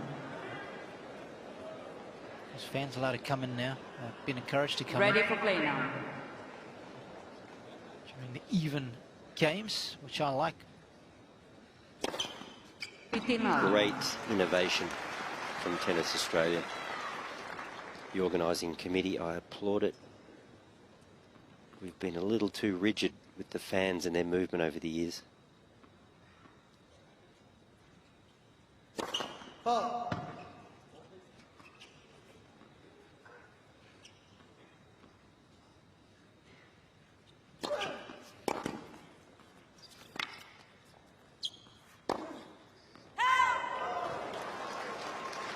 You know, right now he's stretching back a little bit. I'm wondering, and I've had it before, like a pinched nerve between the rib cage, where you kind of, it's a little uncomfortable. It almost feels like it's the back between the shoulder blades as well. I'm not sure if the way he's stretching, I feel like it's almost, could be something to do with more of the rib cage than the ab.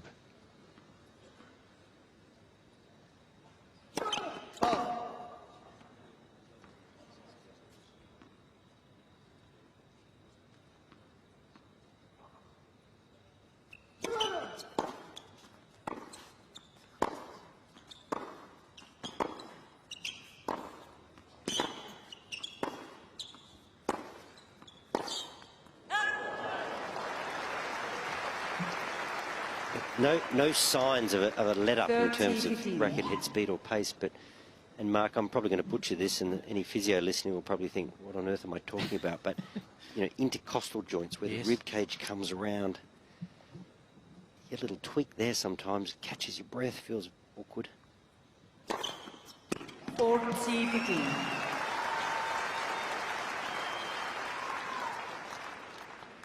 There he is again. So. I think you're on top. Yeah, you're right. Well, I think it's something like that. Just the way he's stretching. I've had that before, and just what he's doing right now to try and stretch it. Exactly what I felt like.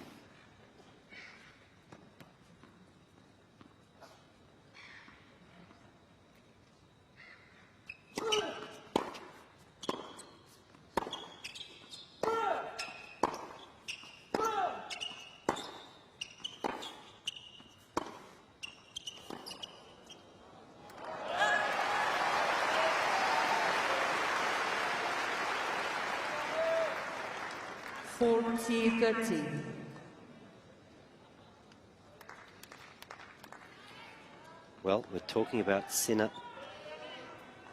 being a potential winner of this event. Look at what Novak had to endure last year with the thigh injury to make his way through the draw.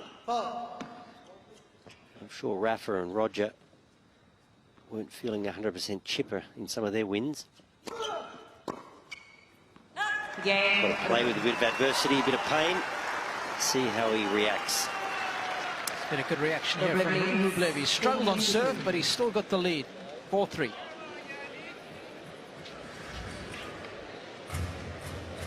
Well, next up to serve, Jannik Sinner, and we've been discussing how well he's hitting that serve out wide and how effective it's been, especially on the juice side, Wally.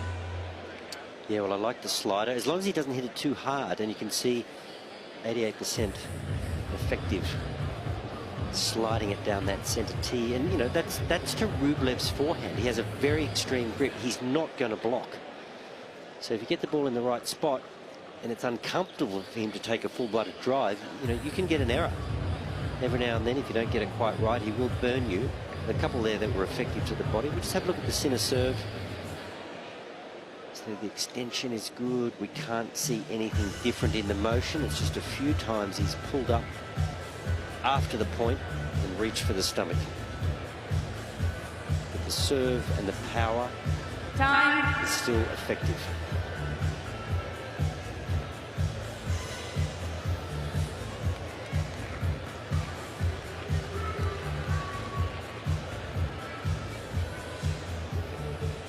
Oh, you mentioned hamstring issue that Novak had last year. What about in 2021? I think he had an abdominal problem that he was managing throughout the tournament, if memory serves.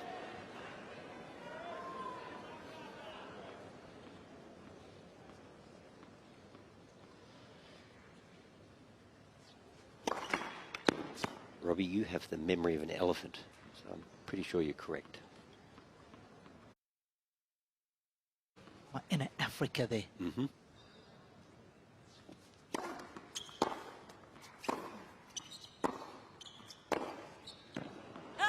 So there he is again. He just reaches for the stomach. Love 15. Hey guys, this is not something you want to see, but he's definitely trying to breathe through it and relax himself, but he's nodding his head. He's not happy.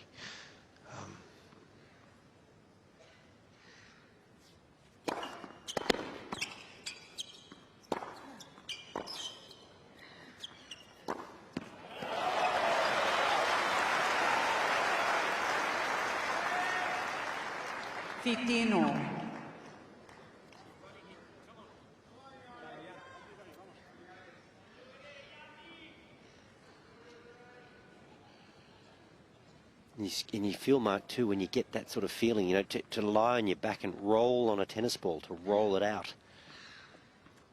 Maybe get the physio to come out and...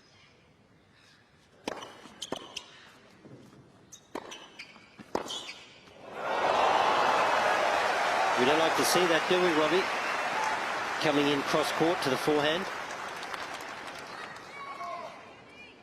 come astounding 15-13. how often it happens. And this is pretty low, so he can't get much juice on this. He's got to hit up and shape it, and look how fast it came back. He didn't have time, he barely had time to split his step.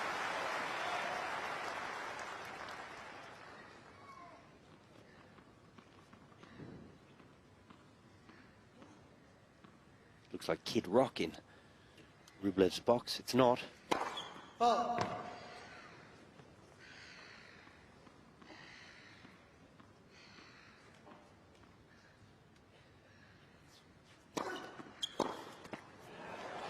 Good jump.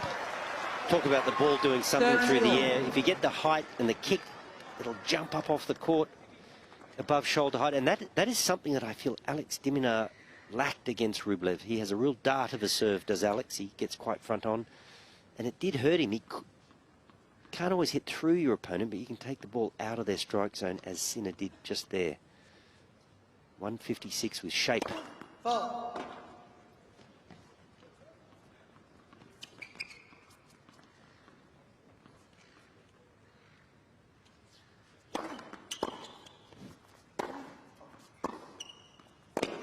He dealt with the body serve well there, didn't he? He sort of got out of the way and just shaved his racket across the ball. 13, found the middle. 14. Good improvisation there from Rublev. He's showing some good signs in this second set, and it is a pivotal second set. We've got the Italian reaching for what we think is a little strain, a little spasm potentially.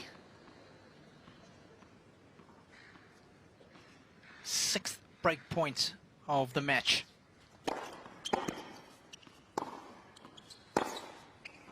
Oh. It's inexcusable. Use. All the time in the world on that forehand.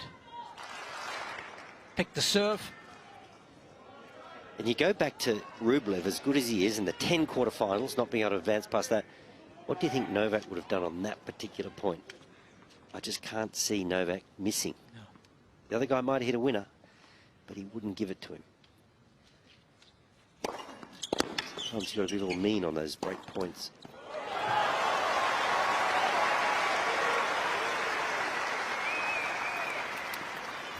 Advantage Sinner. Attaboy. Bravo. Allez. Wide serve again.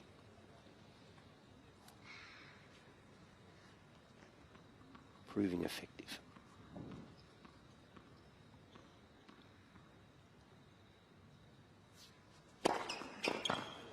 Game Sinner. Still only broken twice this tournament. Fights off another break point.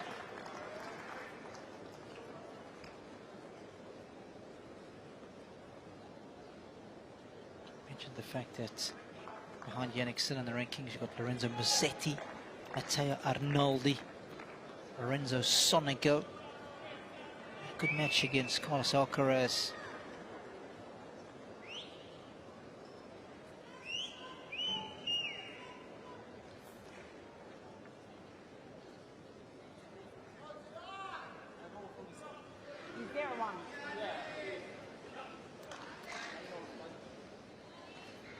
Aryna Veljovic, the chair umpire. Not sure what that was about. Couldn't quite catch it. Mark, any help? Did you catch any of what the conversation was about? No, I couldn't hear anything, but... yeah, sorry. No idea what that was about.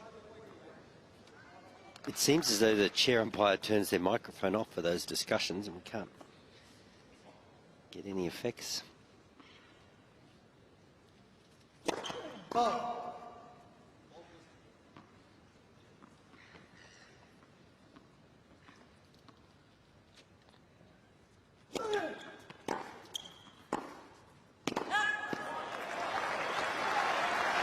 Just when you thought that Rublev was getting some rhythm and, you know, break points and he missed that forehand, all of a sudden, boom, love 30, rushing. I don't know what he had spoken about, you know, with that ref, but something like that, you can see how easily he can just put off that rhythm. Thank you. But definitely something bothering him. He's not happy about something. Please, thank you.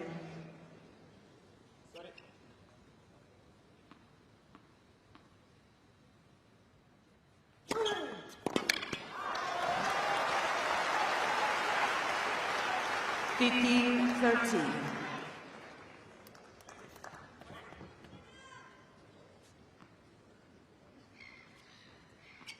Of course, the winner of this match gets 2 days rest.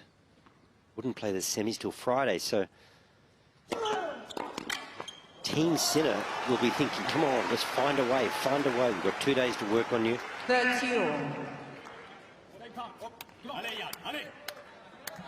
that bald-headed gentleman there, Umberto Ferrar.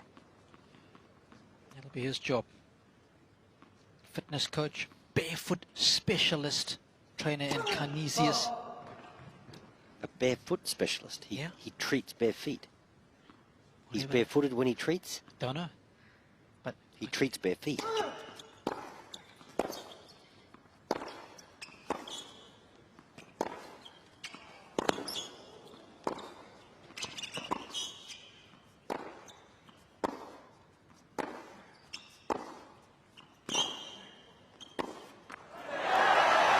There's that big, strong left leg. Doesn't retreat, just jams that left leg in laterally. Holds his ground. That's the barefoot specialist. No. You know it. Not only that, well, it's almost like he's cutting off the angle, not even sideways at times. So he almost like cuts off the angle a little bit. It's impressive. I love it. So impressive.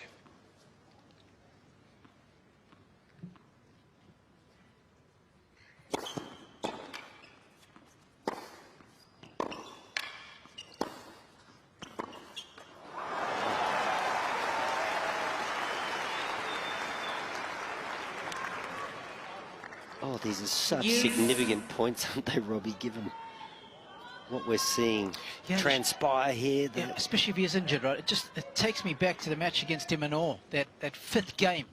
If Demon can just win it to go 4-1 instead of 5-love, you know, there's a chance that Rublev cramps and it gets severe. That was severe.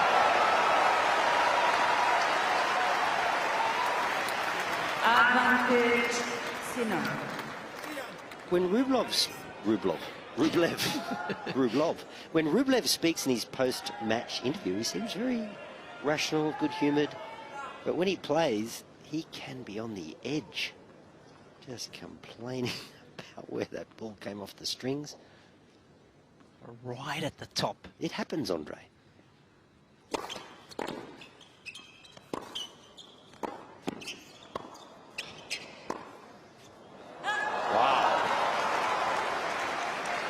It was almost like Jannik hit a couple of lines.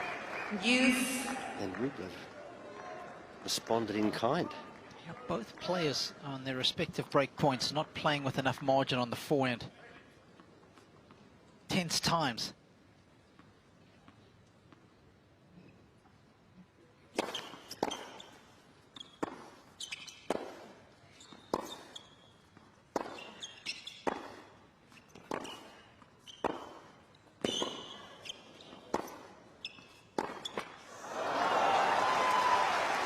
So, Robbie, where are the errors coming from for Sinner?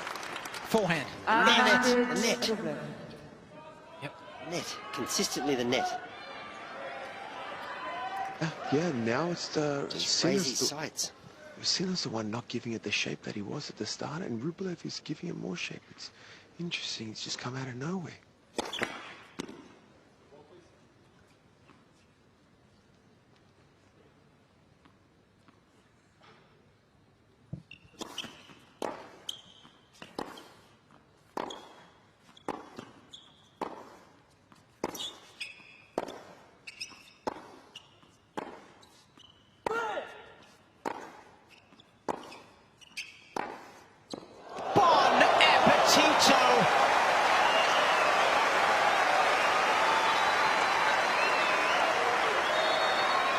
Buongiorno, Robbie. It's 12:15 in the morning. And he has just hit probably the best backhand of the evening. Outside the alley. So he's essentially hitting a cross-court backhand down the line, if that makes any sense. Yeah, it does. A lot.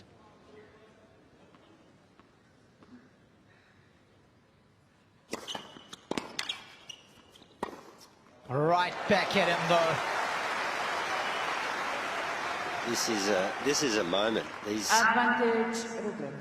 last few games of this second set could go a long way to determining this match.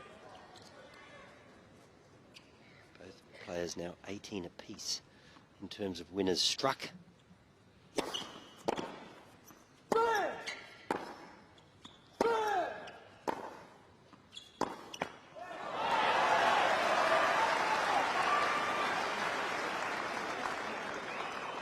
Use.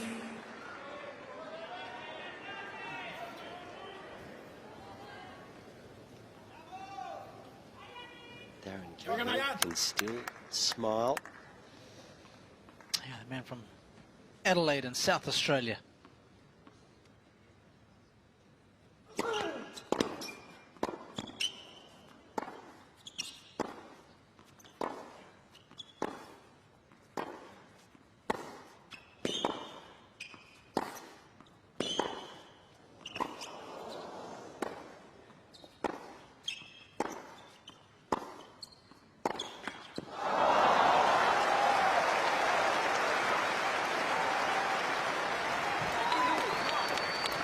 Boys, that I mean, was some ridiculous hitting. The acceleration of both these guys, I mean, my goodness, doesn't get any bigger than that 4-roll deuce, and then this guy's just taking it to another level. Thank you. Unfortunately, that one finding the tape, man, it's just heavy hitting and relentless. Game over. And Rublev, I think, is going to sneak off for a quick bathroom break. And we're going to take a sit down with the boys. It's 5-4 in the second set. Robbie, can he do that? I guess he can. Of course he can. But he's got to do it within the time change, yes, right? No problem there. How's that going to work? Well, I believe there's a toilet right there. I think that's what he was checking with the chair umpire a little earlier. Is there a bathroom just nearby? That's exactly what he was saying. He goes, can I just run? It's just, and he was just saying it's just to the side, on the right-hand side, outside. So that's what it was about. So this won't count as an official bathroom break because he's doing it within the allotted time. What if he's not back in time? What happens? Time warning? Time violation? He's already back. He's already running back. That was quick. Andreas Egli just walking towards us there. Tournament referee. And that's how a toilet break is done, folks. Just like that. That's good. We haven't lost any time whatsoever.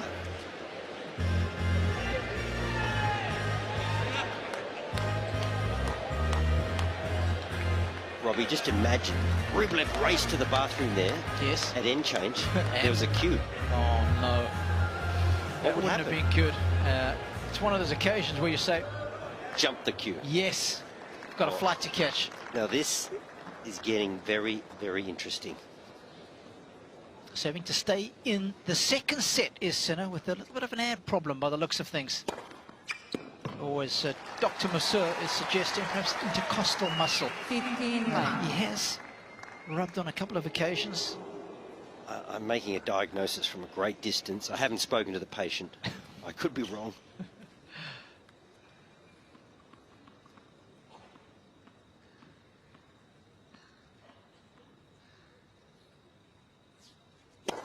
Let's for service.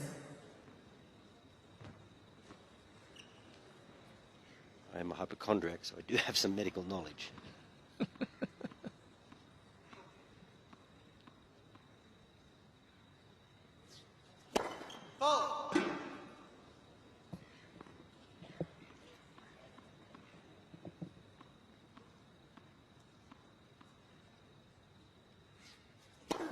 Oh.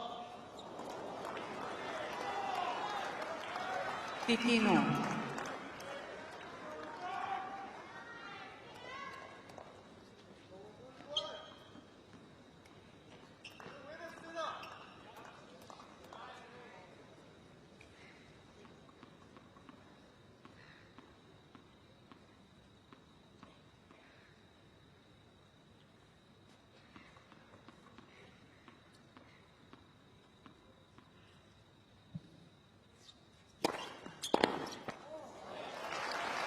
been effective, hasn't it? Swinging serve. He still hits it a bit hard for my liking, but he's getting the result.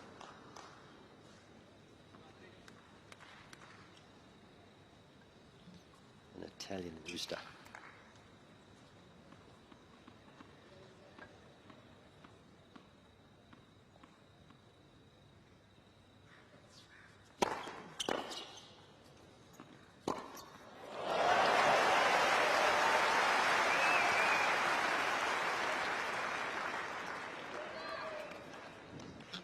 No sign of the Carota boys this evening.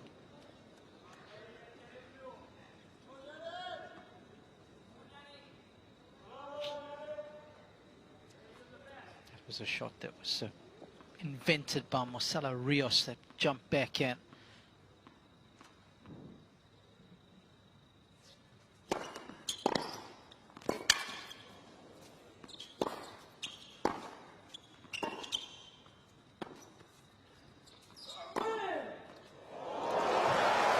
Magnificent.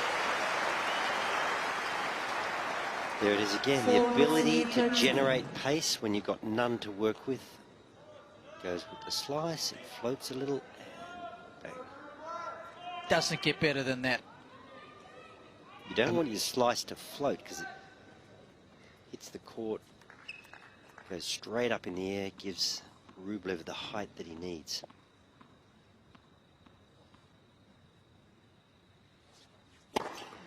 Game 2.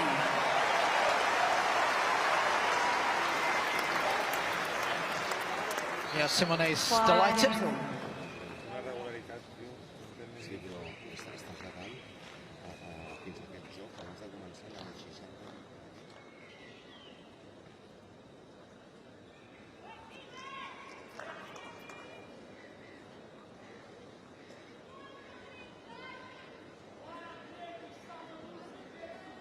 Thank you, ladies and gentlemen.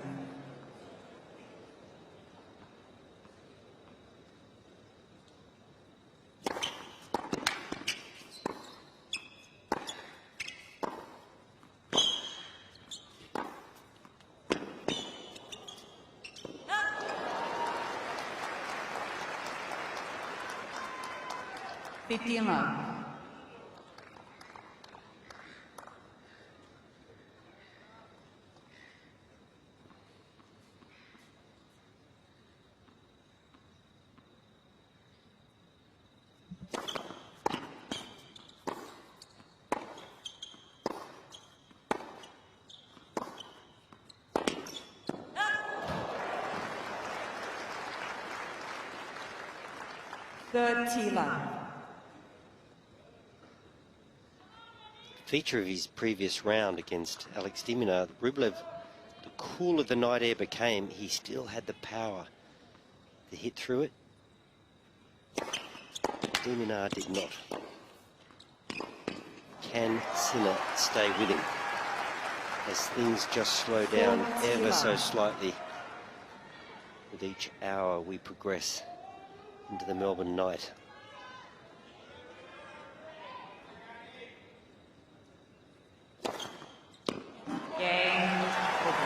That is an Andrey special.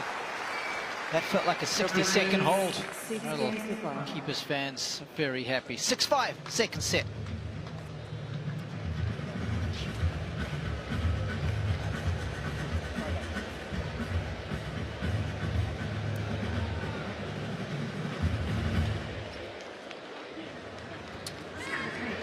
Robbie, Rublev has acquitted himself better than I thought he might.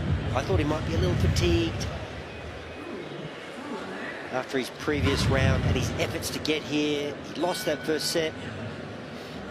Yeah, those break points that he saved in the third game, I think, were huge, right? Remember, down 15-40, he fought those off. I think if he goes down an early break there, this set could be very different. He did well.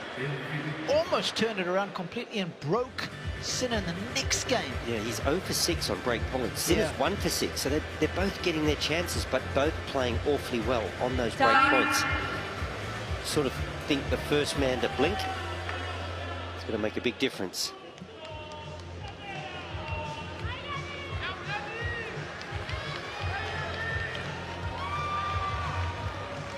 visit the same Taylor.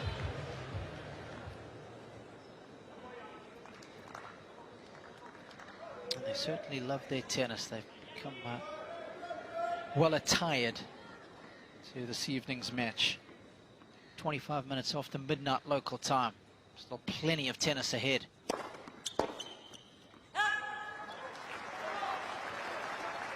Picking love.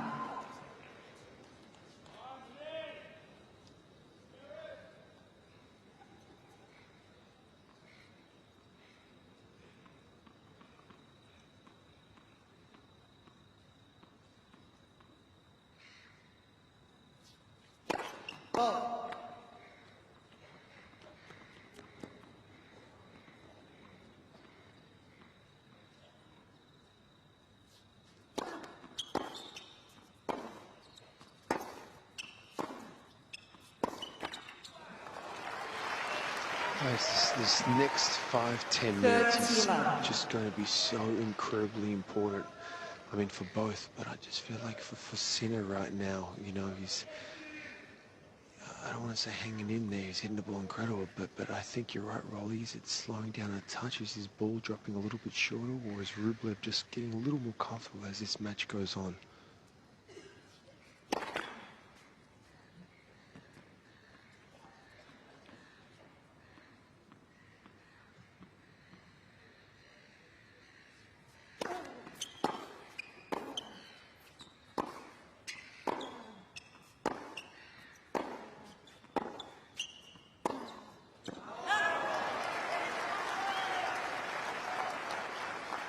Keeping on those forced errors from Sinner. I can tell you in this set, forced errors total 10. And half have come from that side, the forehand side, 3 off the backhand. And you've got the 2 double faults in there as well, making up the 10.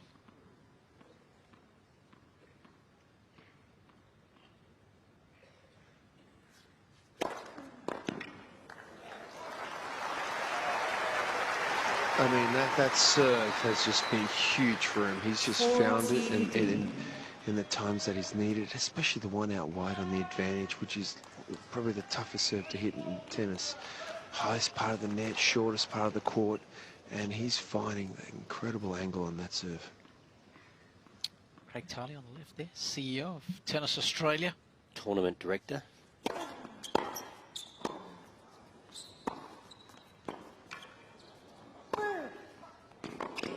You mustn't do that, Robbie. You can't serve there at 193. Just comes onto the racket of Rublev. It's getting cooler. 40-30. It'll just come nicely, nice height. And Craig Tiley, I wonder how many hours of sleep he gets a night during the 3 weeks of the Australian Open, 2 weeks of the tournament proper, the week of qualifying, not to mention the whole lead-in.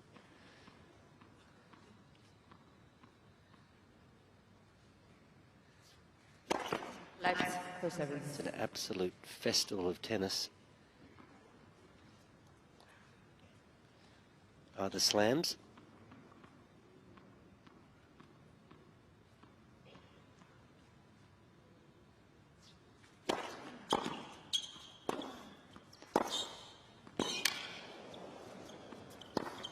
Oh, a couple of decorative forehands there.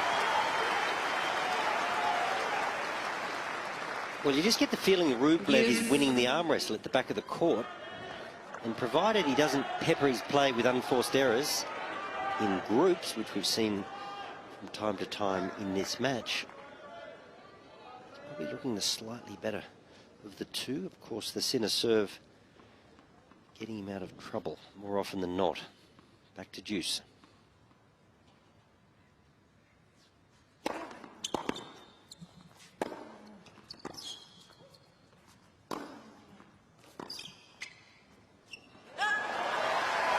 Good little block there from Rublev. We don't see a lot of it. He's adjusting. Once again, he's going there with heat, Sinner. It's too quick.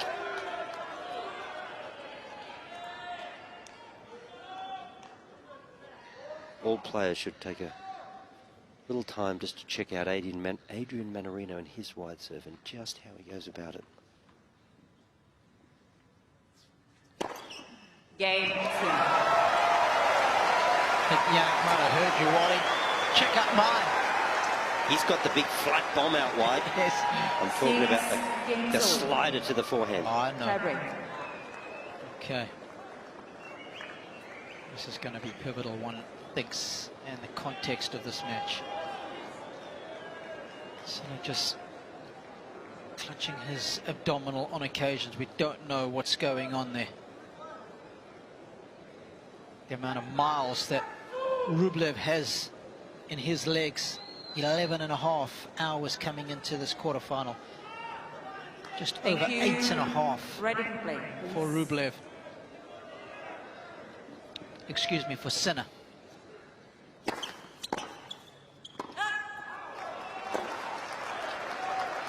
1-0 And there was a staggering stat with Novak at the French Open when he played a series of tiebreaks on his way to the final. There was a staggering stat of just how many unforced errors he made. He made so few. He made every return. He made his opponent play. And he was just about perfect. Thank you. In those tiebreaks. Let's see how these two men approach it. Yeah, those tiebreaks at the majors, I think, dates back to the ones against Federer, right? When he beat him at Wimbledon, didn't make any unforced errors in two.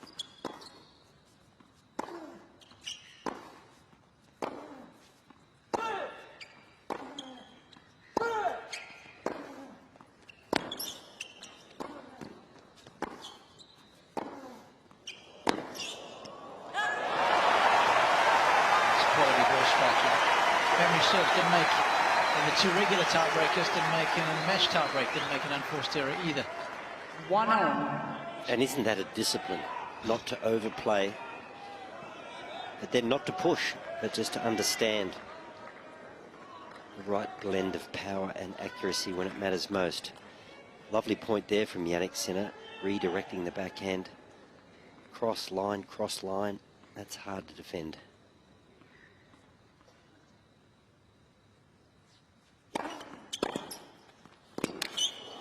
Jannik, it's too fast. It's too fast. It's just coming on beautifully. 2-1. It's 195 out wide. That should be 20 kilometers an hour slower with side spin. Darren, you need to just get the message to him.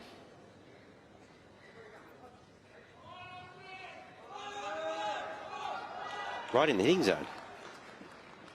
There's no movement off the court.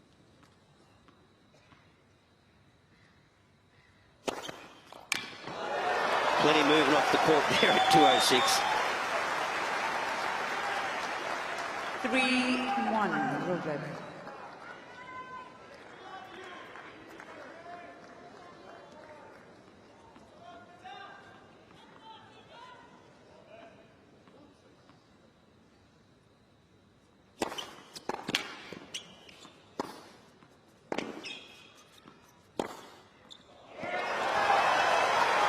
That's money.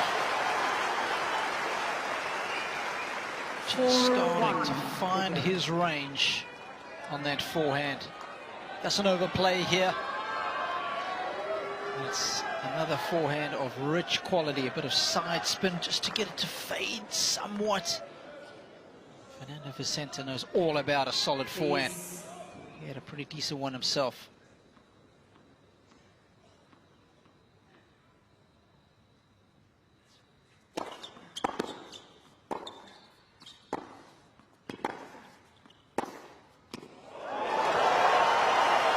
Breathtakingly beautiful.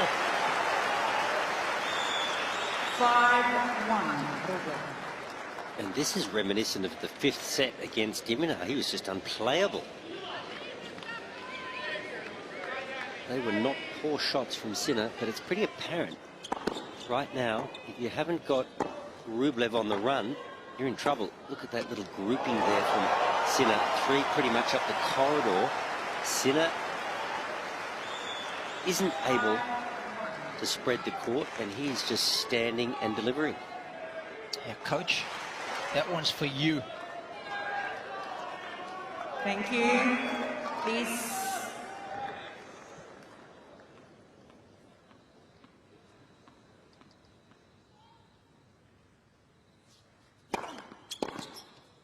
She's flirting with danger. He went there again. It was right in the strike zone. That could cut back cross court 5-2. at about the same pace you served it. You know, I agree with what you're saying, Wally, with that wide serve, but he hasn't really done nothing wrong here, and he's only won 2 points in this tiebreaker. That's how good Rublev is hitting the ball, and he's just taken it up another level. And he's also got some great shape on the ball. Not only is he ripping the ball, he's found that shape.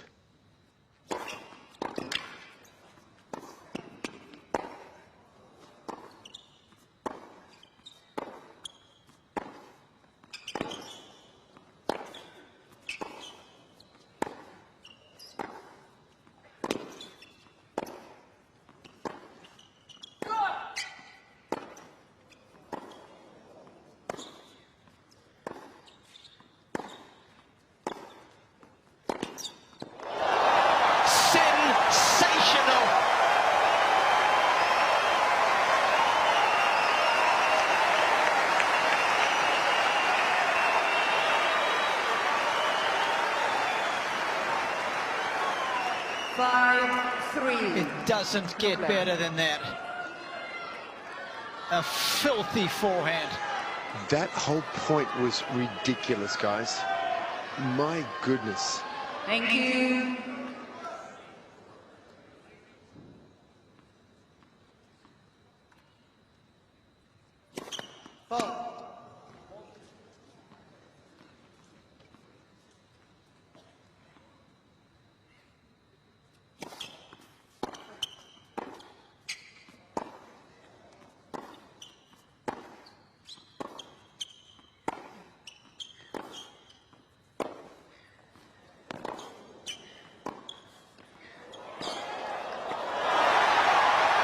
He is right back in it.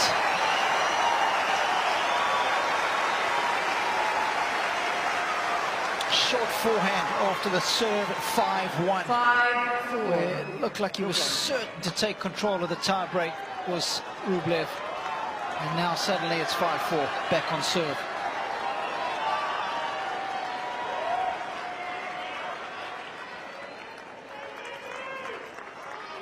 Please. Thank you.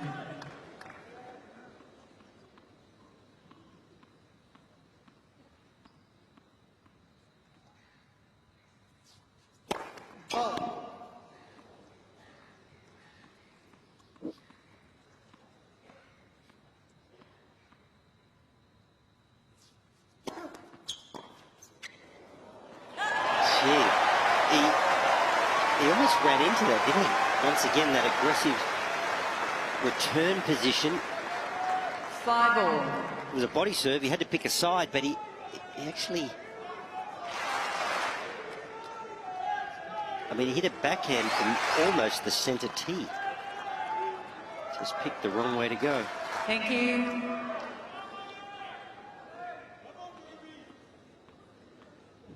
Four points in a row means it's 5 apiece.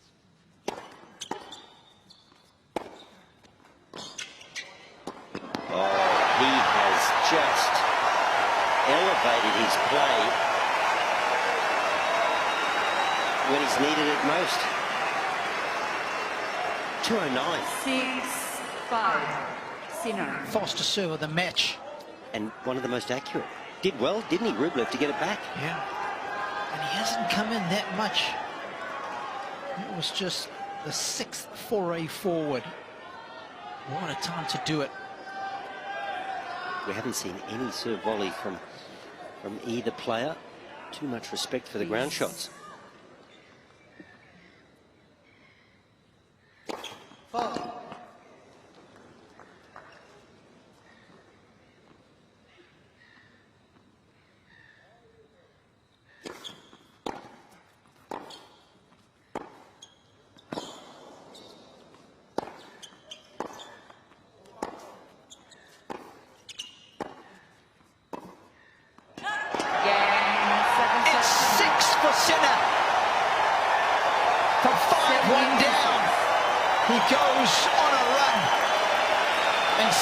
wins the second set. It's got a 2 sets to love lead now. The bet is firmly between his teeth.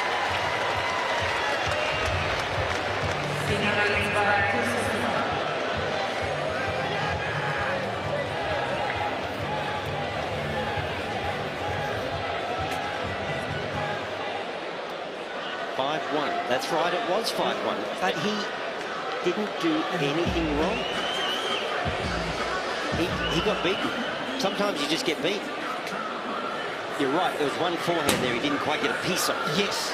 He just mishit it ever so slightly, and Sinner got back in the point and turned it around. But wow, I mean, think of the Sinner serving, the presence of mind to come to the net, take the ball out of the air, the running forehand, you know, flush the blade, hit a winner. Brilliant. Let's have a look at the summary there. 6 aces to 5. So plenty of big serving. 19 winners and just 10 unforced errors. 15 winners and 14 unforced errors. So when the winner count is higher than the error count, you know you've got a quality match on your hands, and we certainly have that. That tiebreaker, I mean, at the start, Rublev was brilliant. And then Sinner just came home in an absolute flurry. That's one of the better, well, 6 points sequence I've ever seen. Yep. And we all feel that it's so pivotal in the context of this match.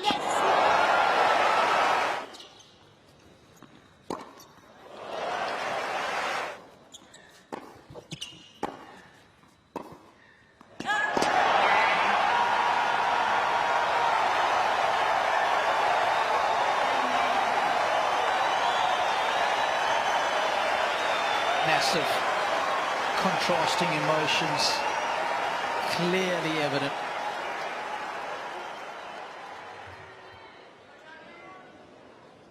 Rublev was gesturing to his corner. 5-1. I had 5-1. He better regroup quickly.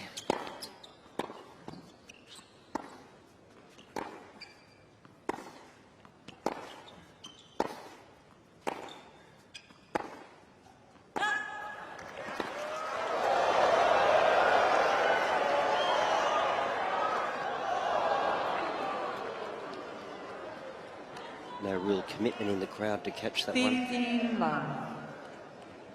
That was on the edge. You were running a little bit of a risk of tipping over. That's right. It's never good. I thought about it for a second, boys, but just... There it is, 5-1.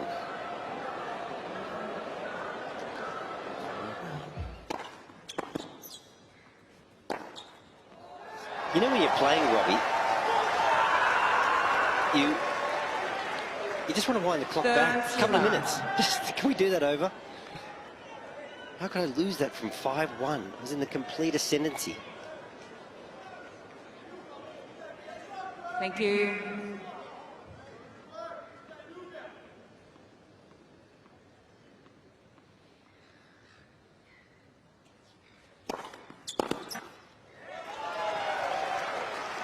You know, from 5-1, Wally, I can't really say Rublev did anything that wrong. Like in the, you know. No, I agree. He actually didn't. I mean, how was the running forehand from Sinner? Just came up with the right shots at the right time.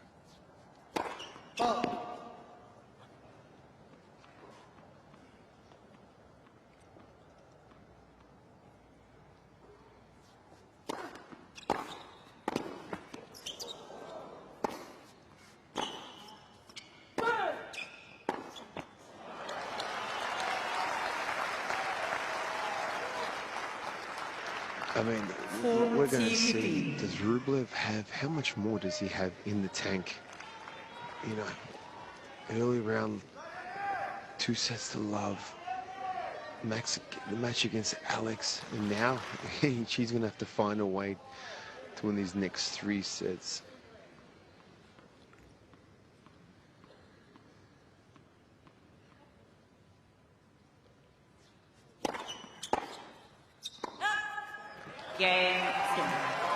Yeah, the reality is that the 2 hours that you have spent on the match court have come to naught, so you start all over again. But the great ones can wipe the slate clean. I've never seen anybody do it better than Nadal.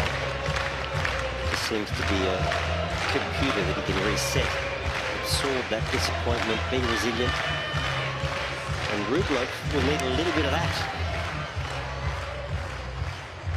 Sometimes in tennis it pays to have a bit of Alzheimer's. Yeah. Not be able to remember what just occurred.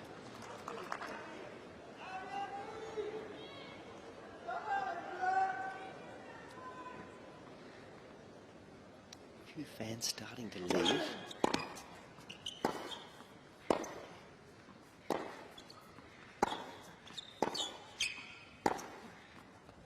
Oh, that's nice. Once again, moving forward. And Robbie, you know, a few fans that are right in the back of the bleachers are now sneaking down to some empty seats down the front, so they're going to get closer to the action. Taking advantage of a few gaps in the stadium.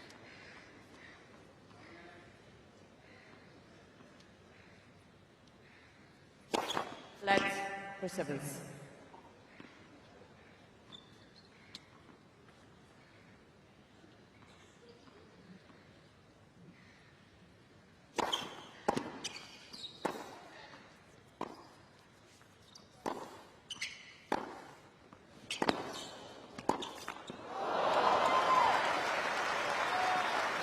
Definitely a shot that Djokovic will take cognizance of. Forehand down the line. You know, when you're in trouble, you can almost give him that. Say, okay, if you're gonna beat me with the winner, I'm not gonna let you beat me cross court, because the one down the line is the one what you're making most of your unforced errors on.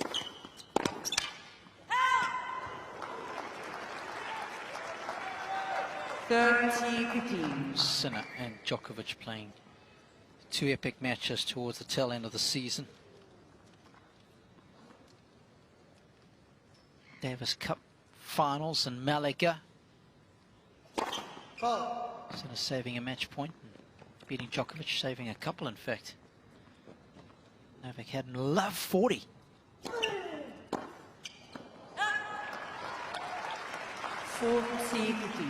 Isn't that just the way with Novak? He beat Novak, but you've got to preface it by saying Novak had a couple of match points. That's how close it was. You just can't put that guy away easily. And just to put that into perspective, I think Roger's number of matches that he lost after having match point was in the 20s. 20-something.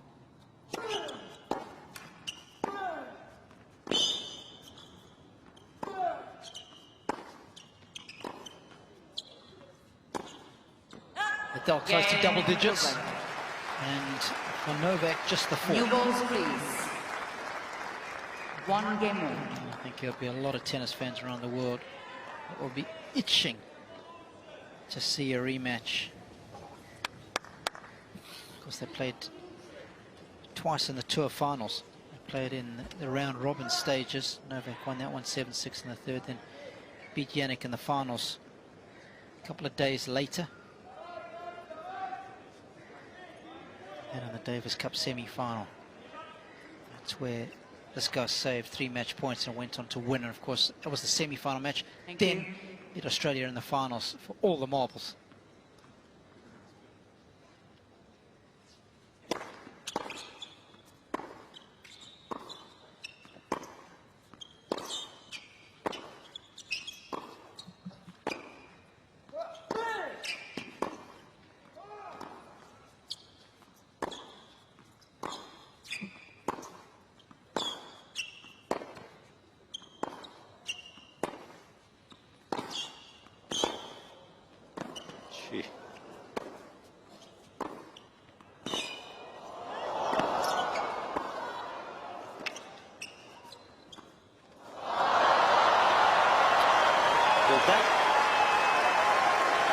That's the reaction from Rublev. And if Jannik was looking down the court and was aware, he would have made him play another couple of heavy balls, because he was on the edge there. Ladies and gentlemen, please. I mean, look at some of the depth in these shots. Shout out during playing. Back of the line. Thank you.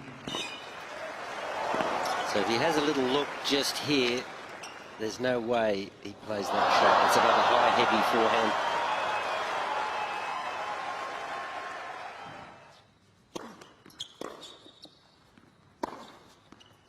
I like that serve, Robbie. 1-5-2 with shape. That's the clay court play, isn't it? Heavy out to the back end. Get your man running. Yep.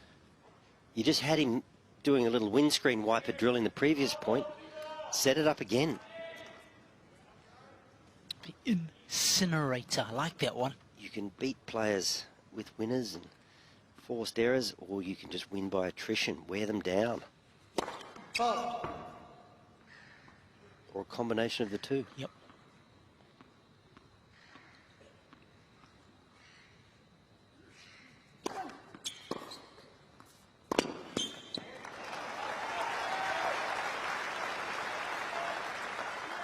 I just love, you know, impressed by the look that Rublev has. I mean, you can see he's here to fight. He's not going anywhere. He's got some stuff left in the tank. And he just puts his head and goes to work and keeps doing what he's doing.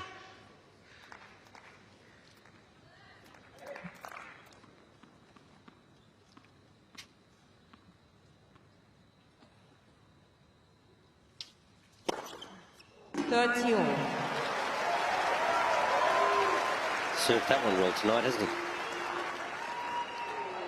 I think that takes the ace count into the double digits. Another one that has burned the line.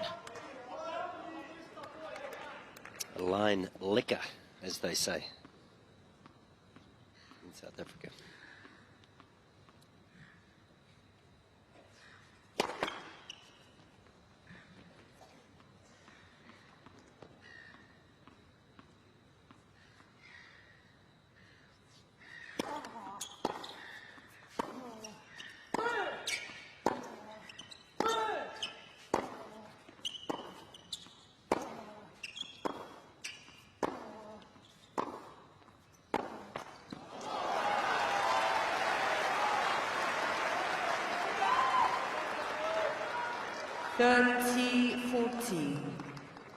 Hello for 6 on break points in this match. Can Andrey Rublev finally make a breakthrough on the Sinner serve?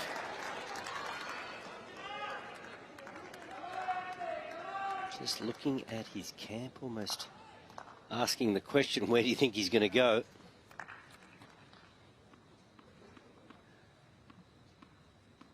The answer is we're not sure.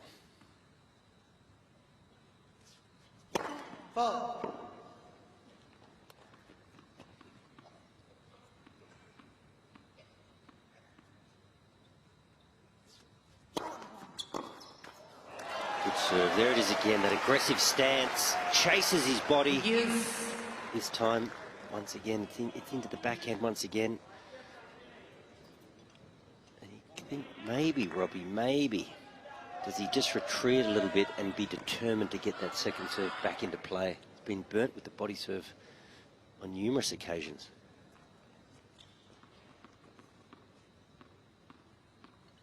Oh for 7, just has to do something a little different on those break points.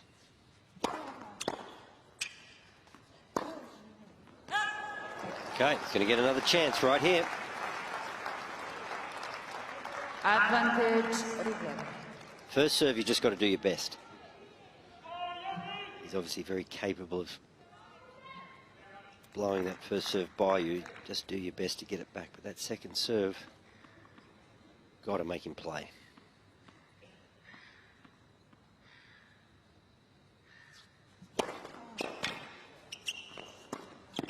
Too good. Almost got to give him the tee now, don't you?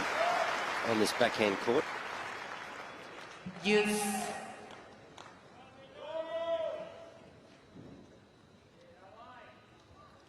Cover wide and make him ace you down the tee. He's very capable of doing that, obviously, but he's been relentless with the wide flat serve. 208, one of his fastest serves for the evening. To the hardest point of the court.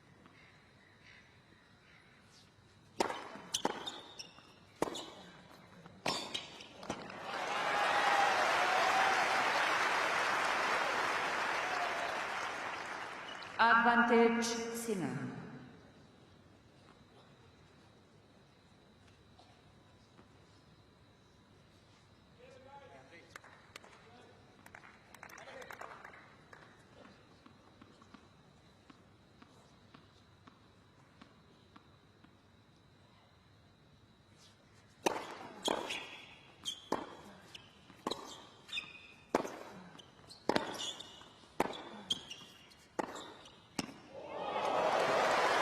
That'll work. That'll work very well. And Robbie, you talk about the line forehand from Jannik. And sometimes to the off forehand. Just here. So this is an off forehand, but pretty much directs it down the corridor. Almost wraps the frame around the side of the ball. Doesn't get that ball moving away.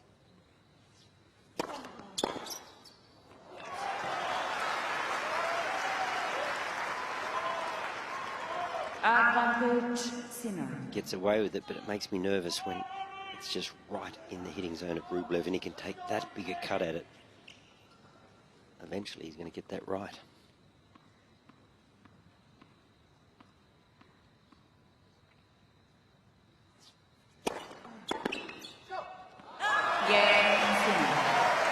That's an important hold. Once again, fights off break points. That's been a theme in this match. 2 games to 1. And Jannik leads 2-1 in the third.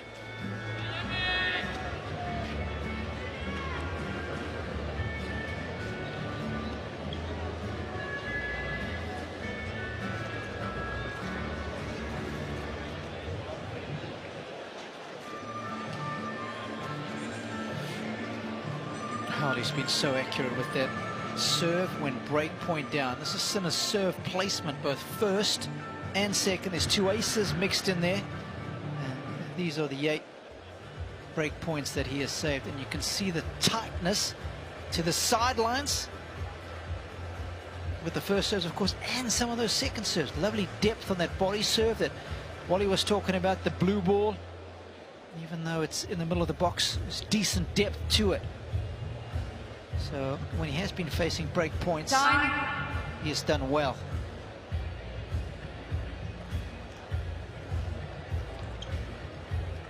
Eight faced, 8 saved.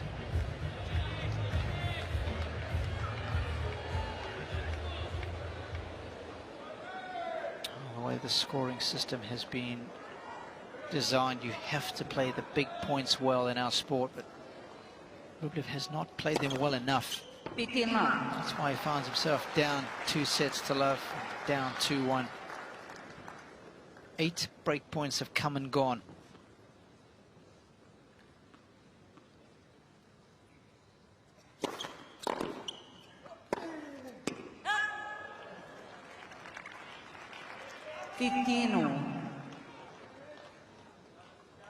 Just can't afford any lapse or dip. Now Rublev.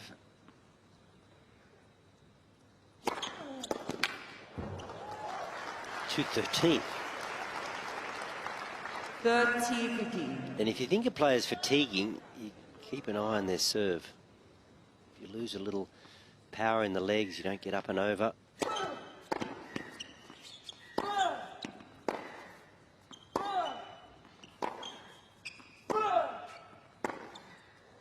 He's obviously still feeling pretty good, Rublev, to generate that sort of pace.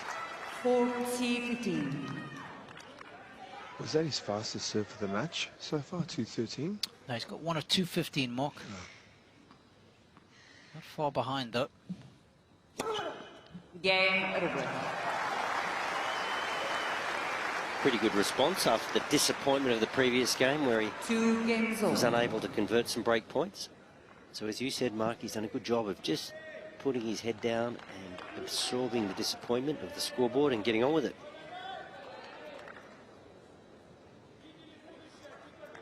Do you think sometimes, Robbie, when there's respect between 2 players, and we saw these guys high-five each other in the tunnel before they came out? Yes. It sort of helps with the attitude of a player? Definitely.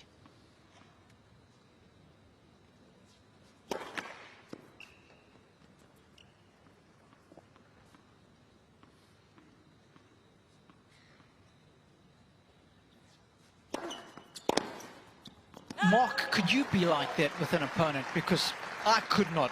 I struggle to be good friends with somebody and then play well against them. Yeah, no, I wouldn't do the high five in the tunnel, to be honest with you.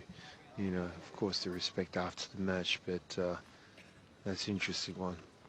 You, Wally? Kind of chance. I was a high five kind of guy. You were? Yeah.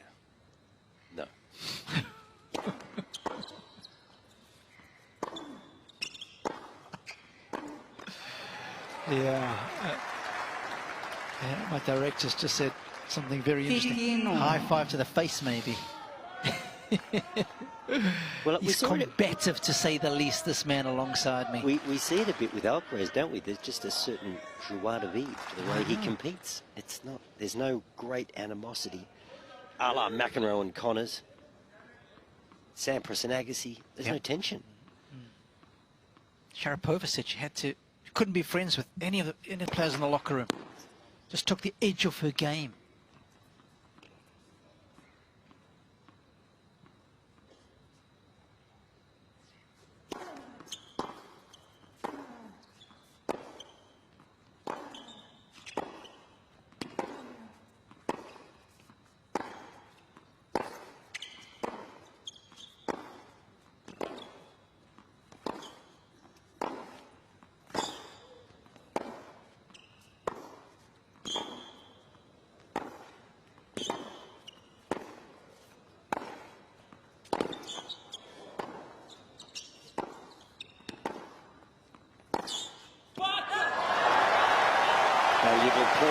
Valuable points. Not only do you win them, you take a little out of your opponent. And you know, we consider the physicality of this sport now, because the ball gets from A to B so quickly, the movement is so dynamic, that's tiring. But the effort of every shot, the rotation, the racket head speed, loading up off the ground, I mean, every shot is physical. 27 of them in that last rally. Wow. It's brutal.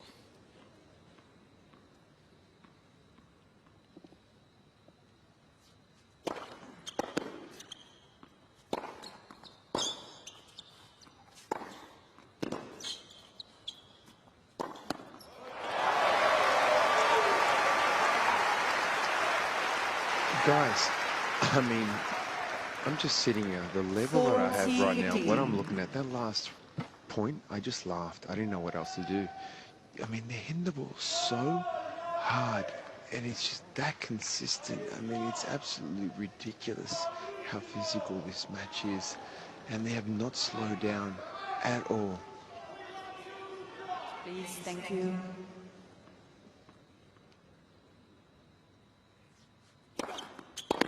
Game. Now, a game of tennis excellence right there. Jannik leads 3-2 in the third.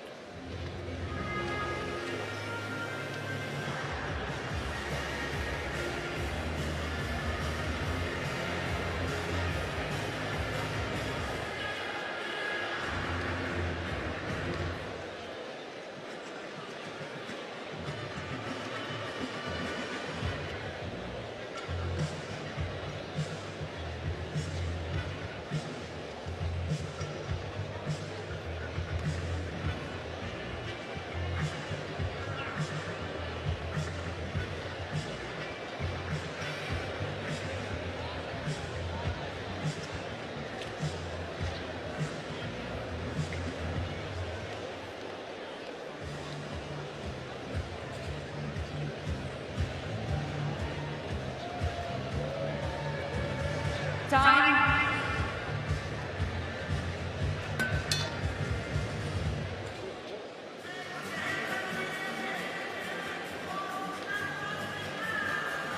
Robbie, interesting in this half of the draw. All players using head rackets. Then in the other half of the draw, Zverev also using head rackets.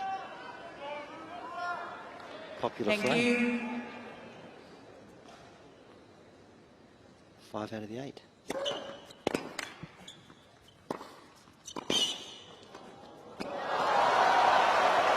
It's just not something he's worked on a lot in the course of his career, and you just wonder if it's a little something he can add over the next few years. It's this shot right here. Such an interesting discussion point, because does he risk coming forward at the expense of losing matches? Well, important stages in matches, or well, I guess how does it evolve, Wally? I don't. He's 26 now. Yeah. He's making bank, right? Yeah, but does he not want to crack one of these things? Guys, in my opinion, just watching, watch a couple of matches, but especially like this, I'm really focused on looking at him at times. I believe that's never going to happen. He's just very set in the way he plays. He plays incredibly impressive tennis. He hits the ball so hard. I just don't see him being that guy to mix up the play, coming to the net.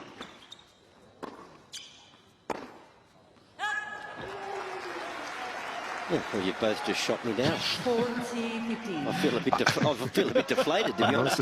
I'm not saying it's not a good idea, Wally. I'm just saying I don't see him doing that. Will it benefit him? Absolutely.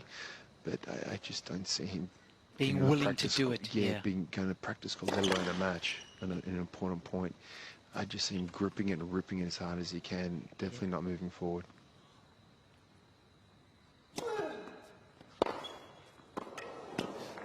Wow. Yeah, I'm sure one of his favourite sporting characters would be Kenny Powers. Fast ball only. Eastbound and down. If you've never seen it, it is hilarious. So good.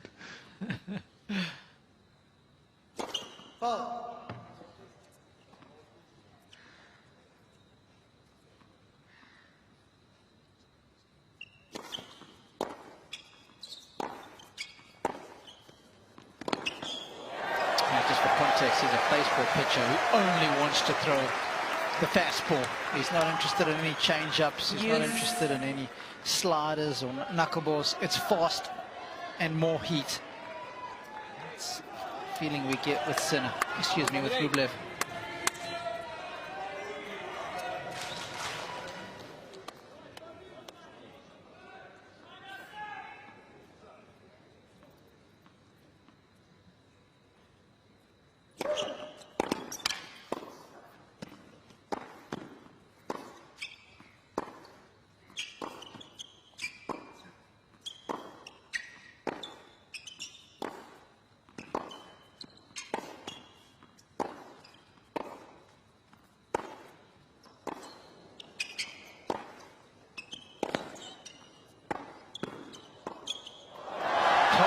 Mesmerizing and magnificent.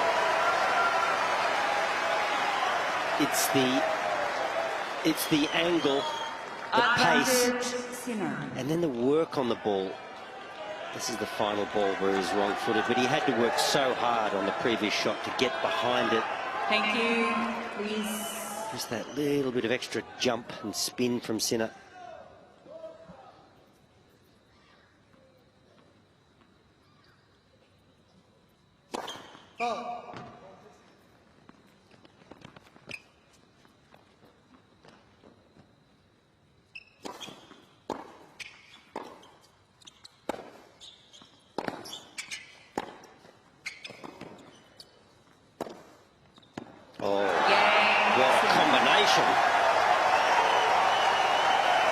Well, he's been too good so far for Rublev this evening.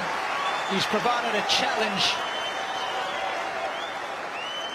But the next round, if he does get through, will be the ultimate challenge on this court. That man awaits. They'll need another board for Novak soon, the way he's going. But wasn't that a lovely combination? Just spread the court beautifully, and those little dancer's steps just to turn that last ball into a forehand.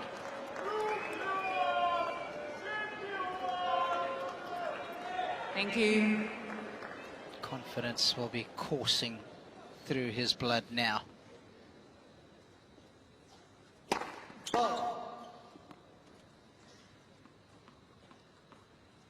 Is it a break till you've held your own serve and confirmed the break?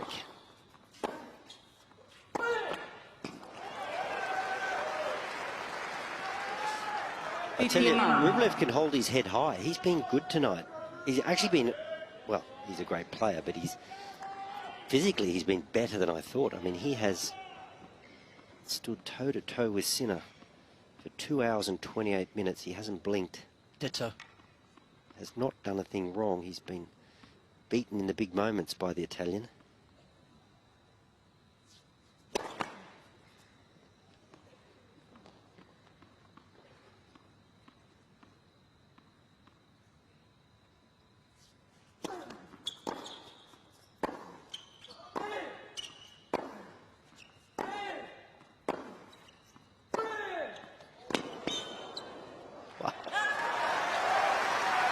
And he's not done with yet.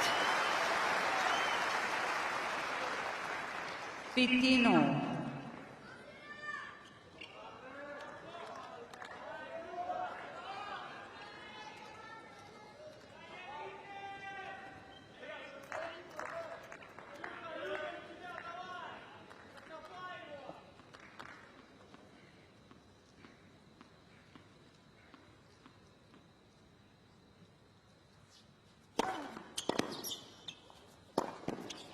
Oh.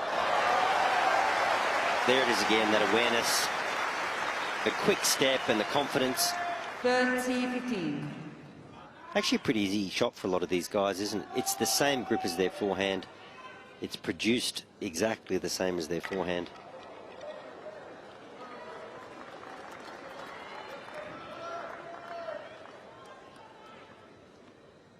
Just taken out of the air.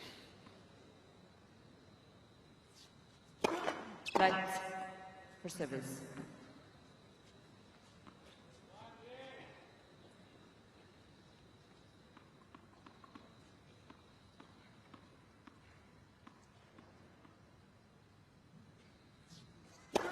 Light for service.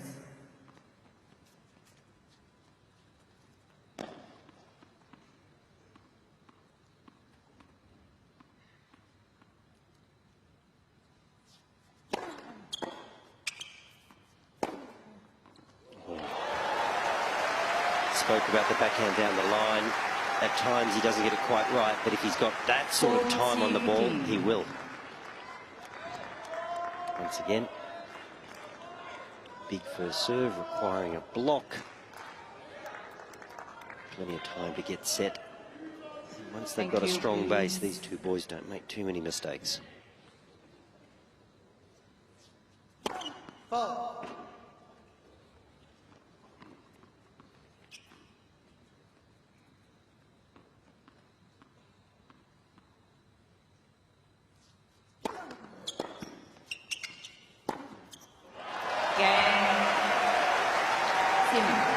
Clinical from the Italian.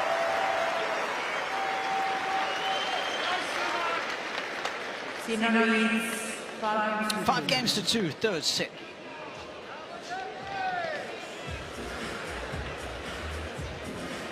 You know, also good news. I haven't seen Sinner at all touch that higher abdominal or rib or whatever he was, you know, that was bothering him for towards the end of that second set. Could it be adrenaline? Could it have been something that was a little twinge? Who knows? But anyway, that's a great thing for him not to be worrying about. Great for the tournament, great in terms of this contest. This guy's such an exciting player. We would hate to see his chances cooled by injury or illness. But as you say, he looks pretty up and about right now. Time.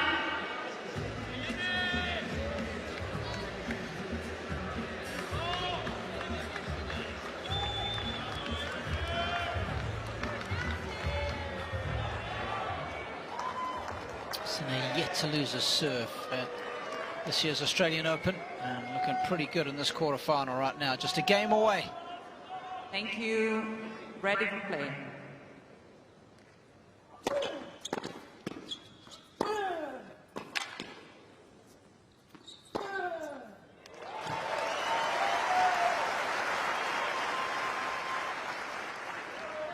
$15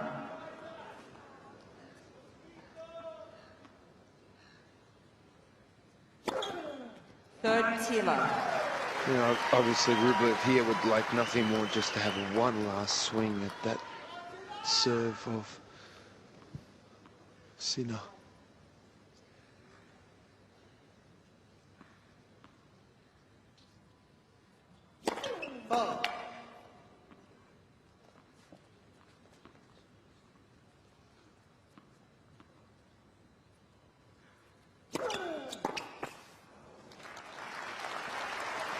As a coach, you always like to see your player, if it's Sinner, put some pressure on this game. I always feel like it's better to be in this game than not.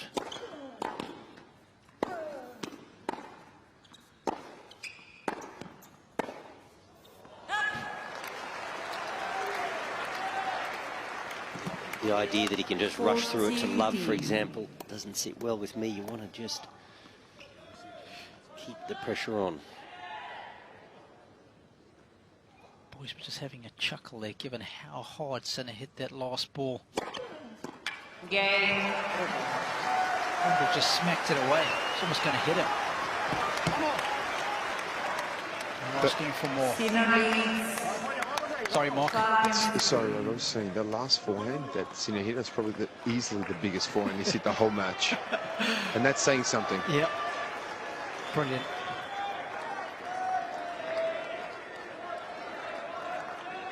Thank you.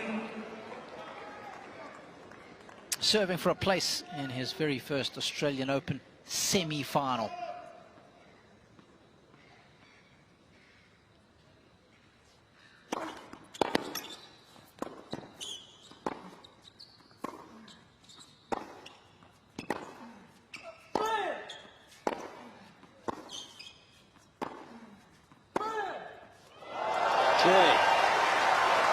Stand and deliver. If you don't make him run, that's the threat. Love 15. And a couple of minutes ago, Mark said he would love one more swing at the Sinner serve, and that's what he does. He swings viciously.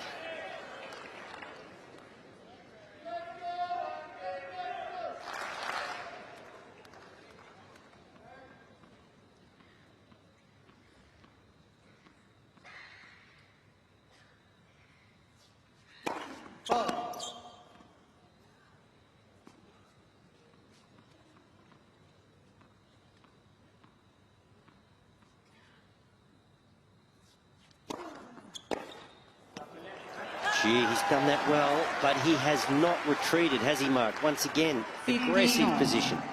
Yeah, I mean, like, he's standing pretty close to the baseline. But like I said, when that ball toss goes up, he takes a huge split step and he gives himself no room at all if his opponent's going to serve to his body. I mean, that was a quality serve to the body, but he had no chance. And, of course, he's not going to block that as well. He's going to take a big cut, and there's no room.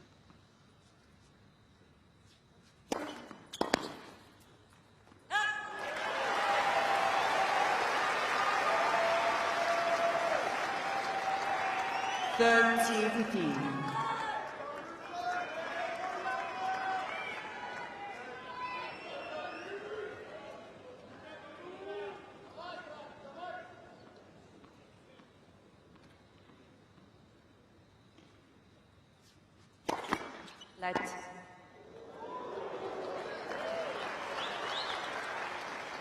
For service.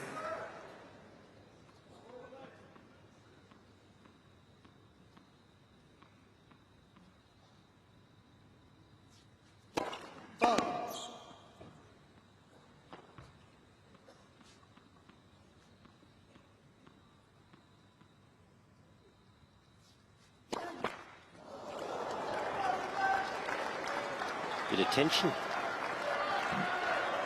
30. Creeps in.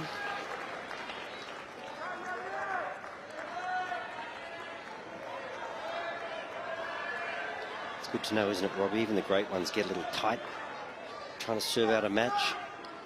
Thank you. What a final of a Grand Slam. There's a lot at stake.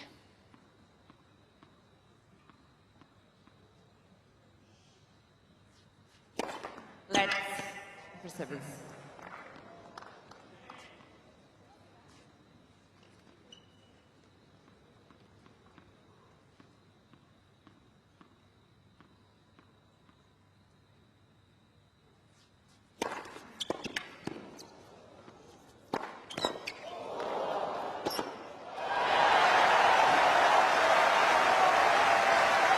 No tension that time.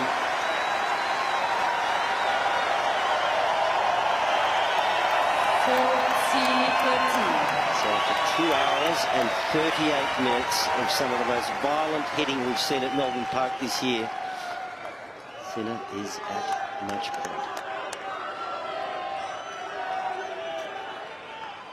Please.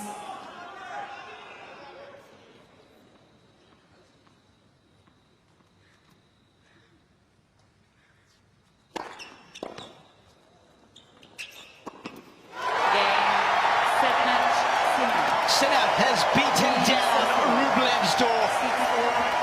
He is through to his very first semi-final at the Australian Open with a beautiful choreography of how he plays this game. Brutality and tennis intelligence in spades. He has yet to drop a set, and he is through in 3. 6-4, 7-6, 6-3.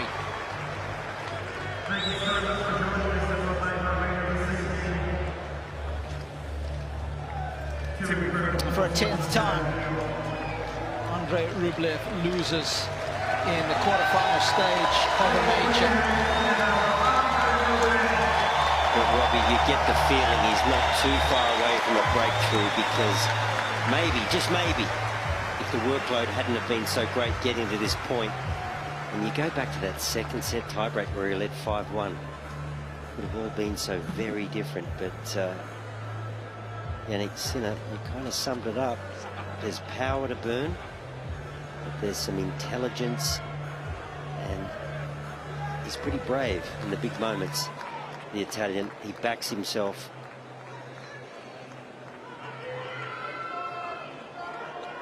And he's going to have a chat with Jim Courier now. Let's go down courtside.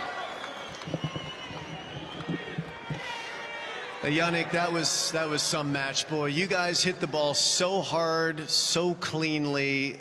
I got to ask you, is a match like that, can you even enjoy it in the moment? Or are you so locked in on the competition that you can only look at it after it's over and appreciate it? No, for sure, I appreciate it when it's over, but it's obviously very tough to play against him. We had some really tough matches, already in the past. Also, today was 3 sets, but I could have lost both first sets. He had so many break points, and I somehow served really well on that one.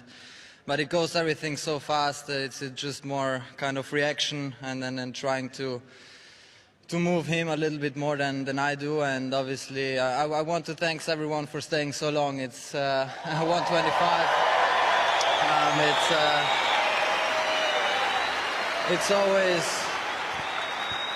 It's always a huge pleasure to play here on this court. It doesn't really matter the time. I really appreciate it, and happy to be in the next round. And you get a couple days off, so that's good. In that second set, in the tiebreaker, he had you in real trouble, 5-1. What were you thinking at that moment, and how did you escape and win the next 6 points? I don't know. It was... I just tried on 5-1. We changed hands. There was a little bit windy, so I knew I had a little bit of advantage. I tried to hold the serve for 5-2, and then somehow breaking him at least once, and I did it twice. Then I was 5-4 on serve, and but this is all really tight. But actually, this kind of moments I really love to play. This is why I practice for, and I'm really excited when we always have these pressure points on, and I'm just trying to stay aggressive. So it went my way today, so I'm really happy.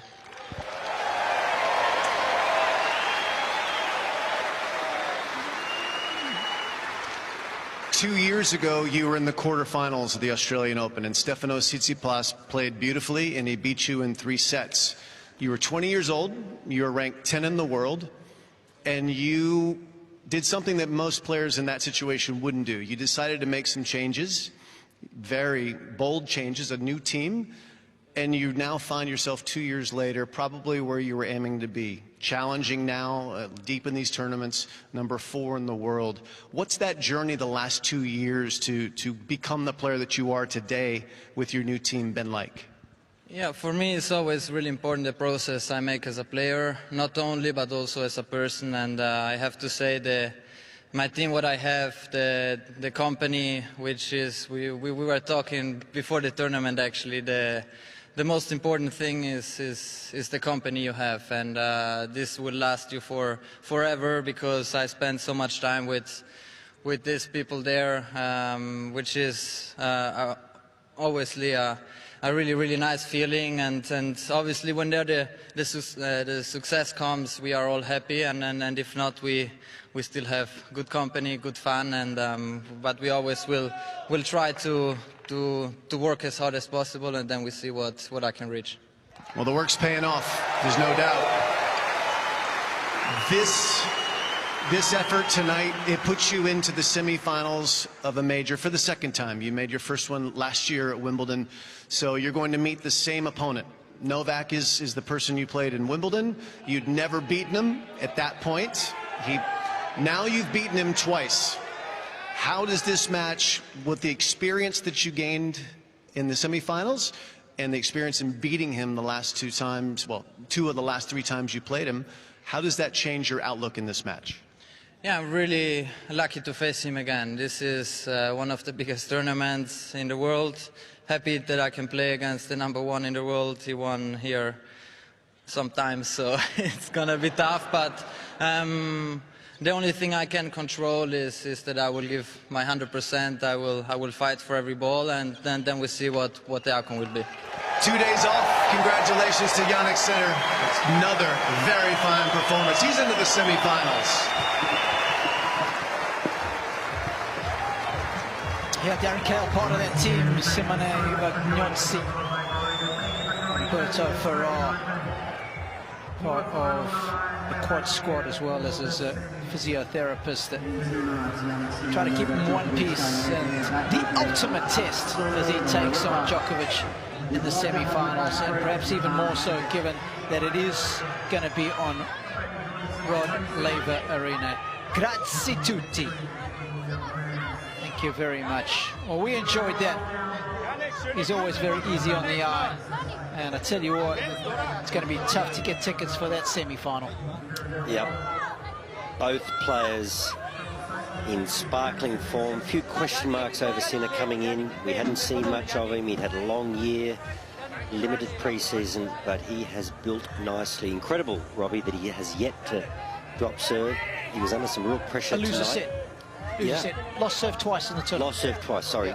Yet to lose a set, and been so solid on serve tonight, facing all those break points. He is certainly icing the big moments. And there's confirmation of that. Look at that on the right-hand side. 0 for 8, Rublev. 8 times he had a chance to break serve, and 8 times he was denied. And more often than not, through the quality of the serving, both first and second. And Jannik was extremely impressive tonight. Plenty of aces from both men, and a ton of winners, more winners than unforced errors. That is always a positive sign. A quality match, and for a quality match you need 2 to tango, and Rublev did. He was very, very good tonight, and it gives me confidence that he's going to take that next step eventually and break through to a semi-final. He's a perennial quarter-finalist, but he's on his way. So next up for Jannik Sinner, it will be Novak. Hurkacz, Medvedev and Zverev and Alcaraz will duke it out tomorrow to make it through to the Final Four. But at the top of the draw, it's what everyone hoped for, the vast majority anyway, and it has come to fruition. So that will be in 2 days' time on Friday. Well, that was a lot of fun. Anytime this guy is in full flow, it is very easy on the eye. And we hope that you enjoyed it as much as we did. It is 1:30 in the morning here, and Jannik Sinner is still signing autographs. He's a class act.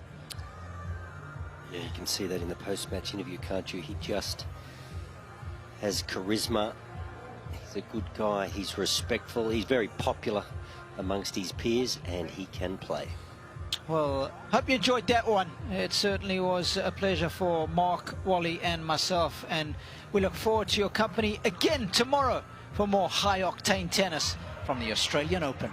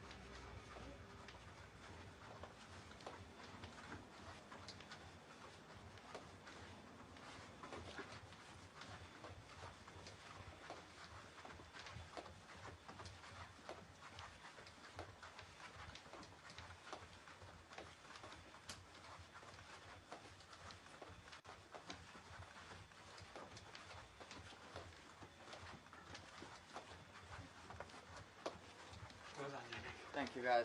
Have a good night.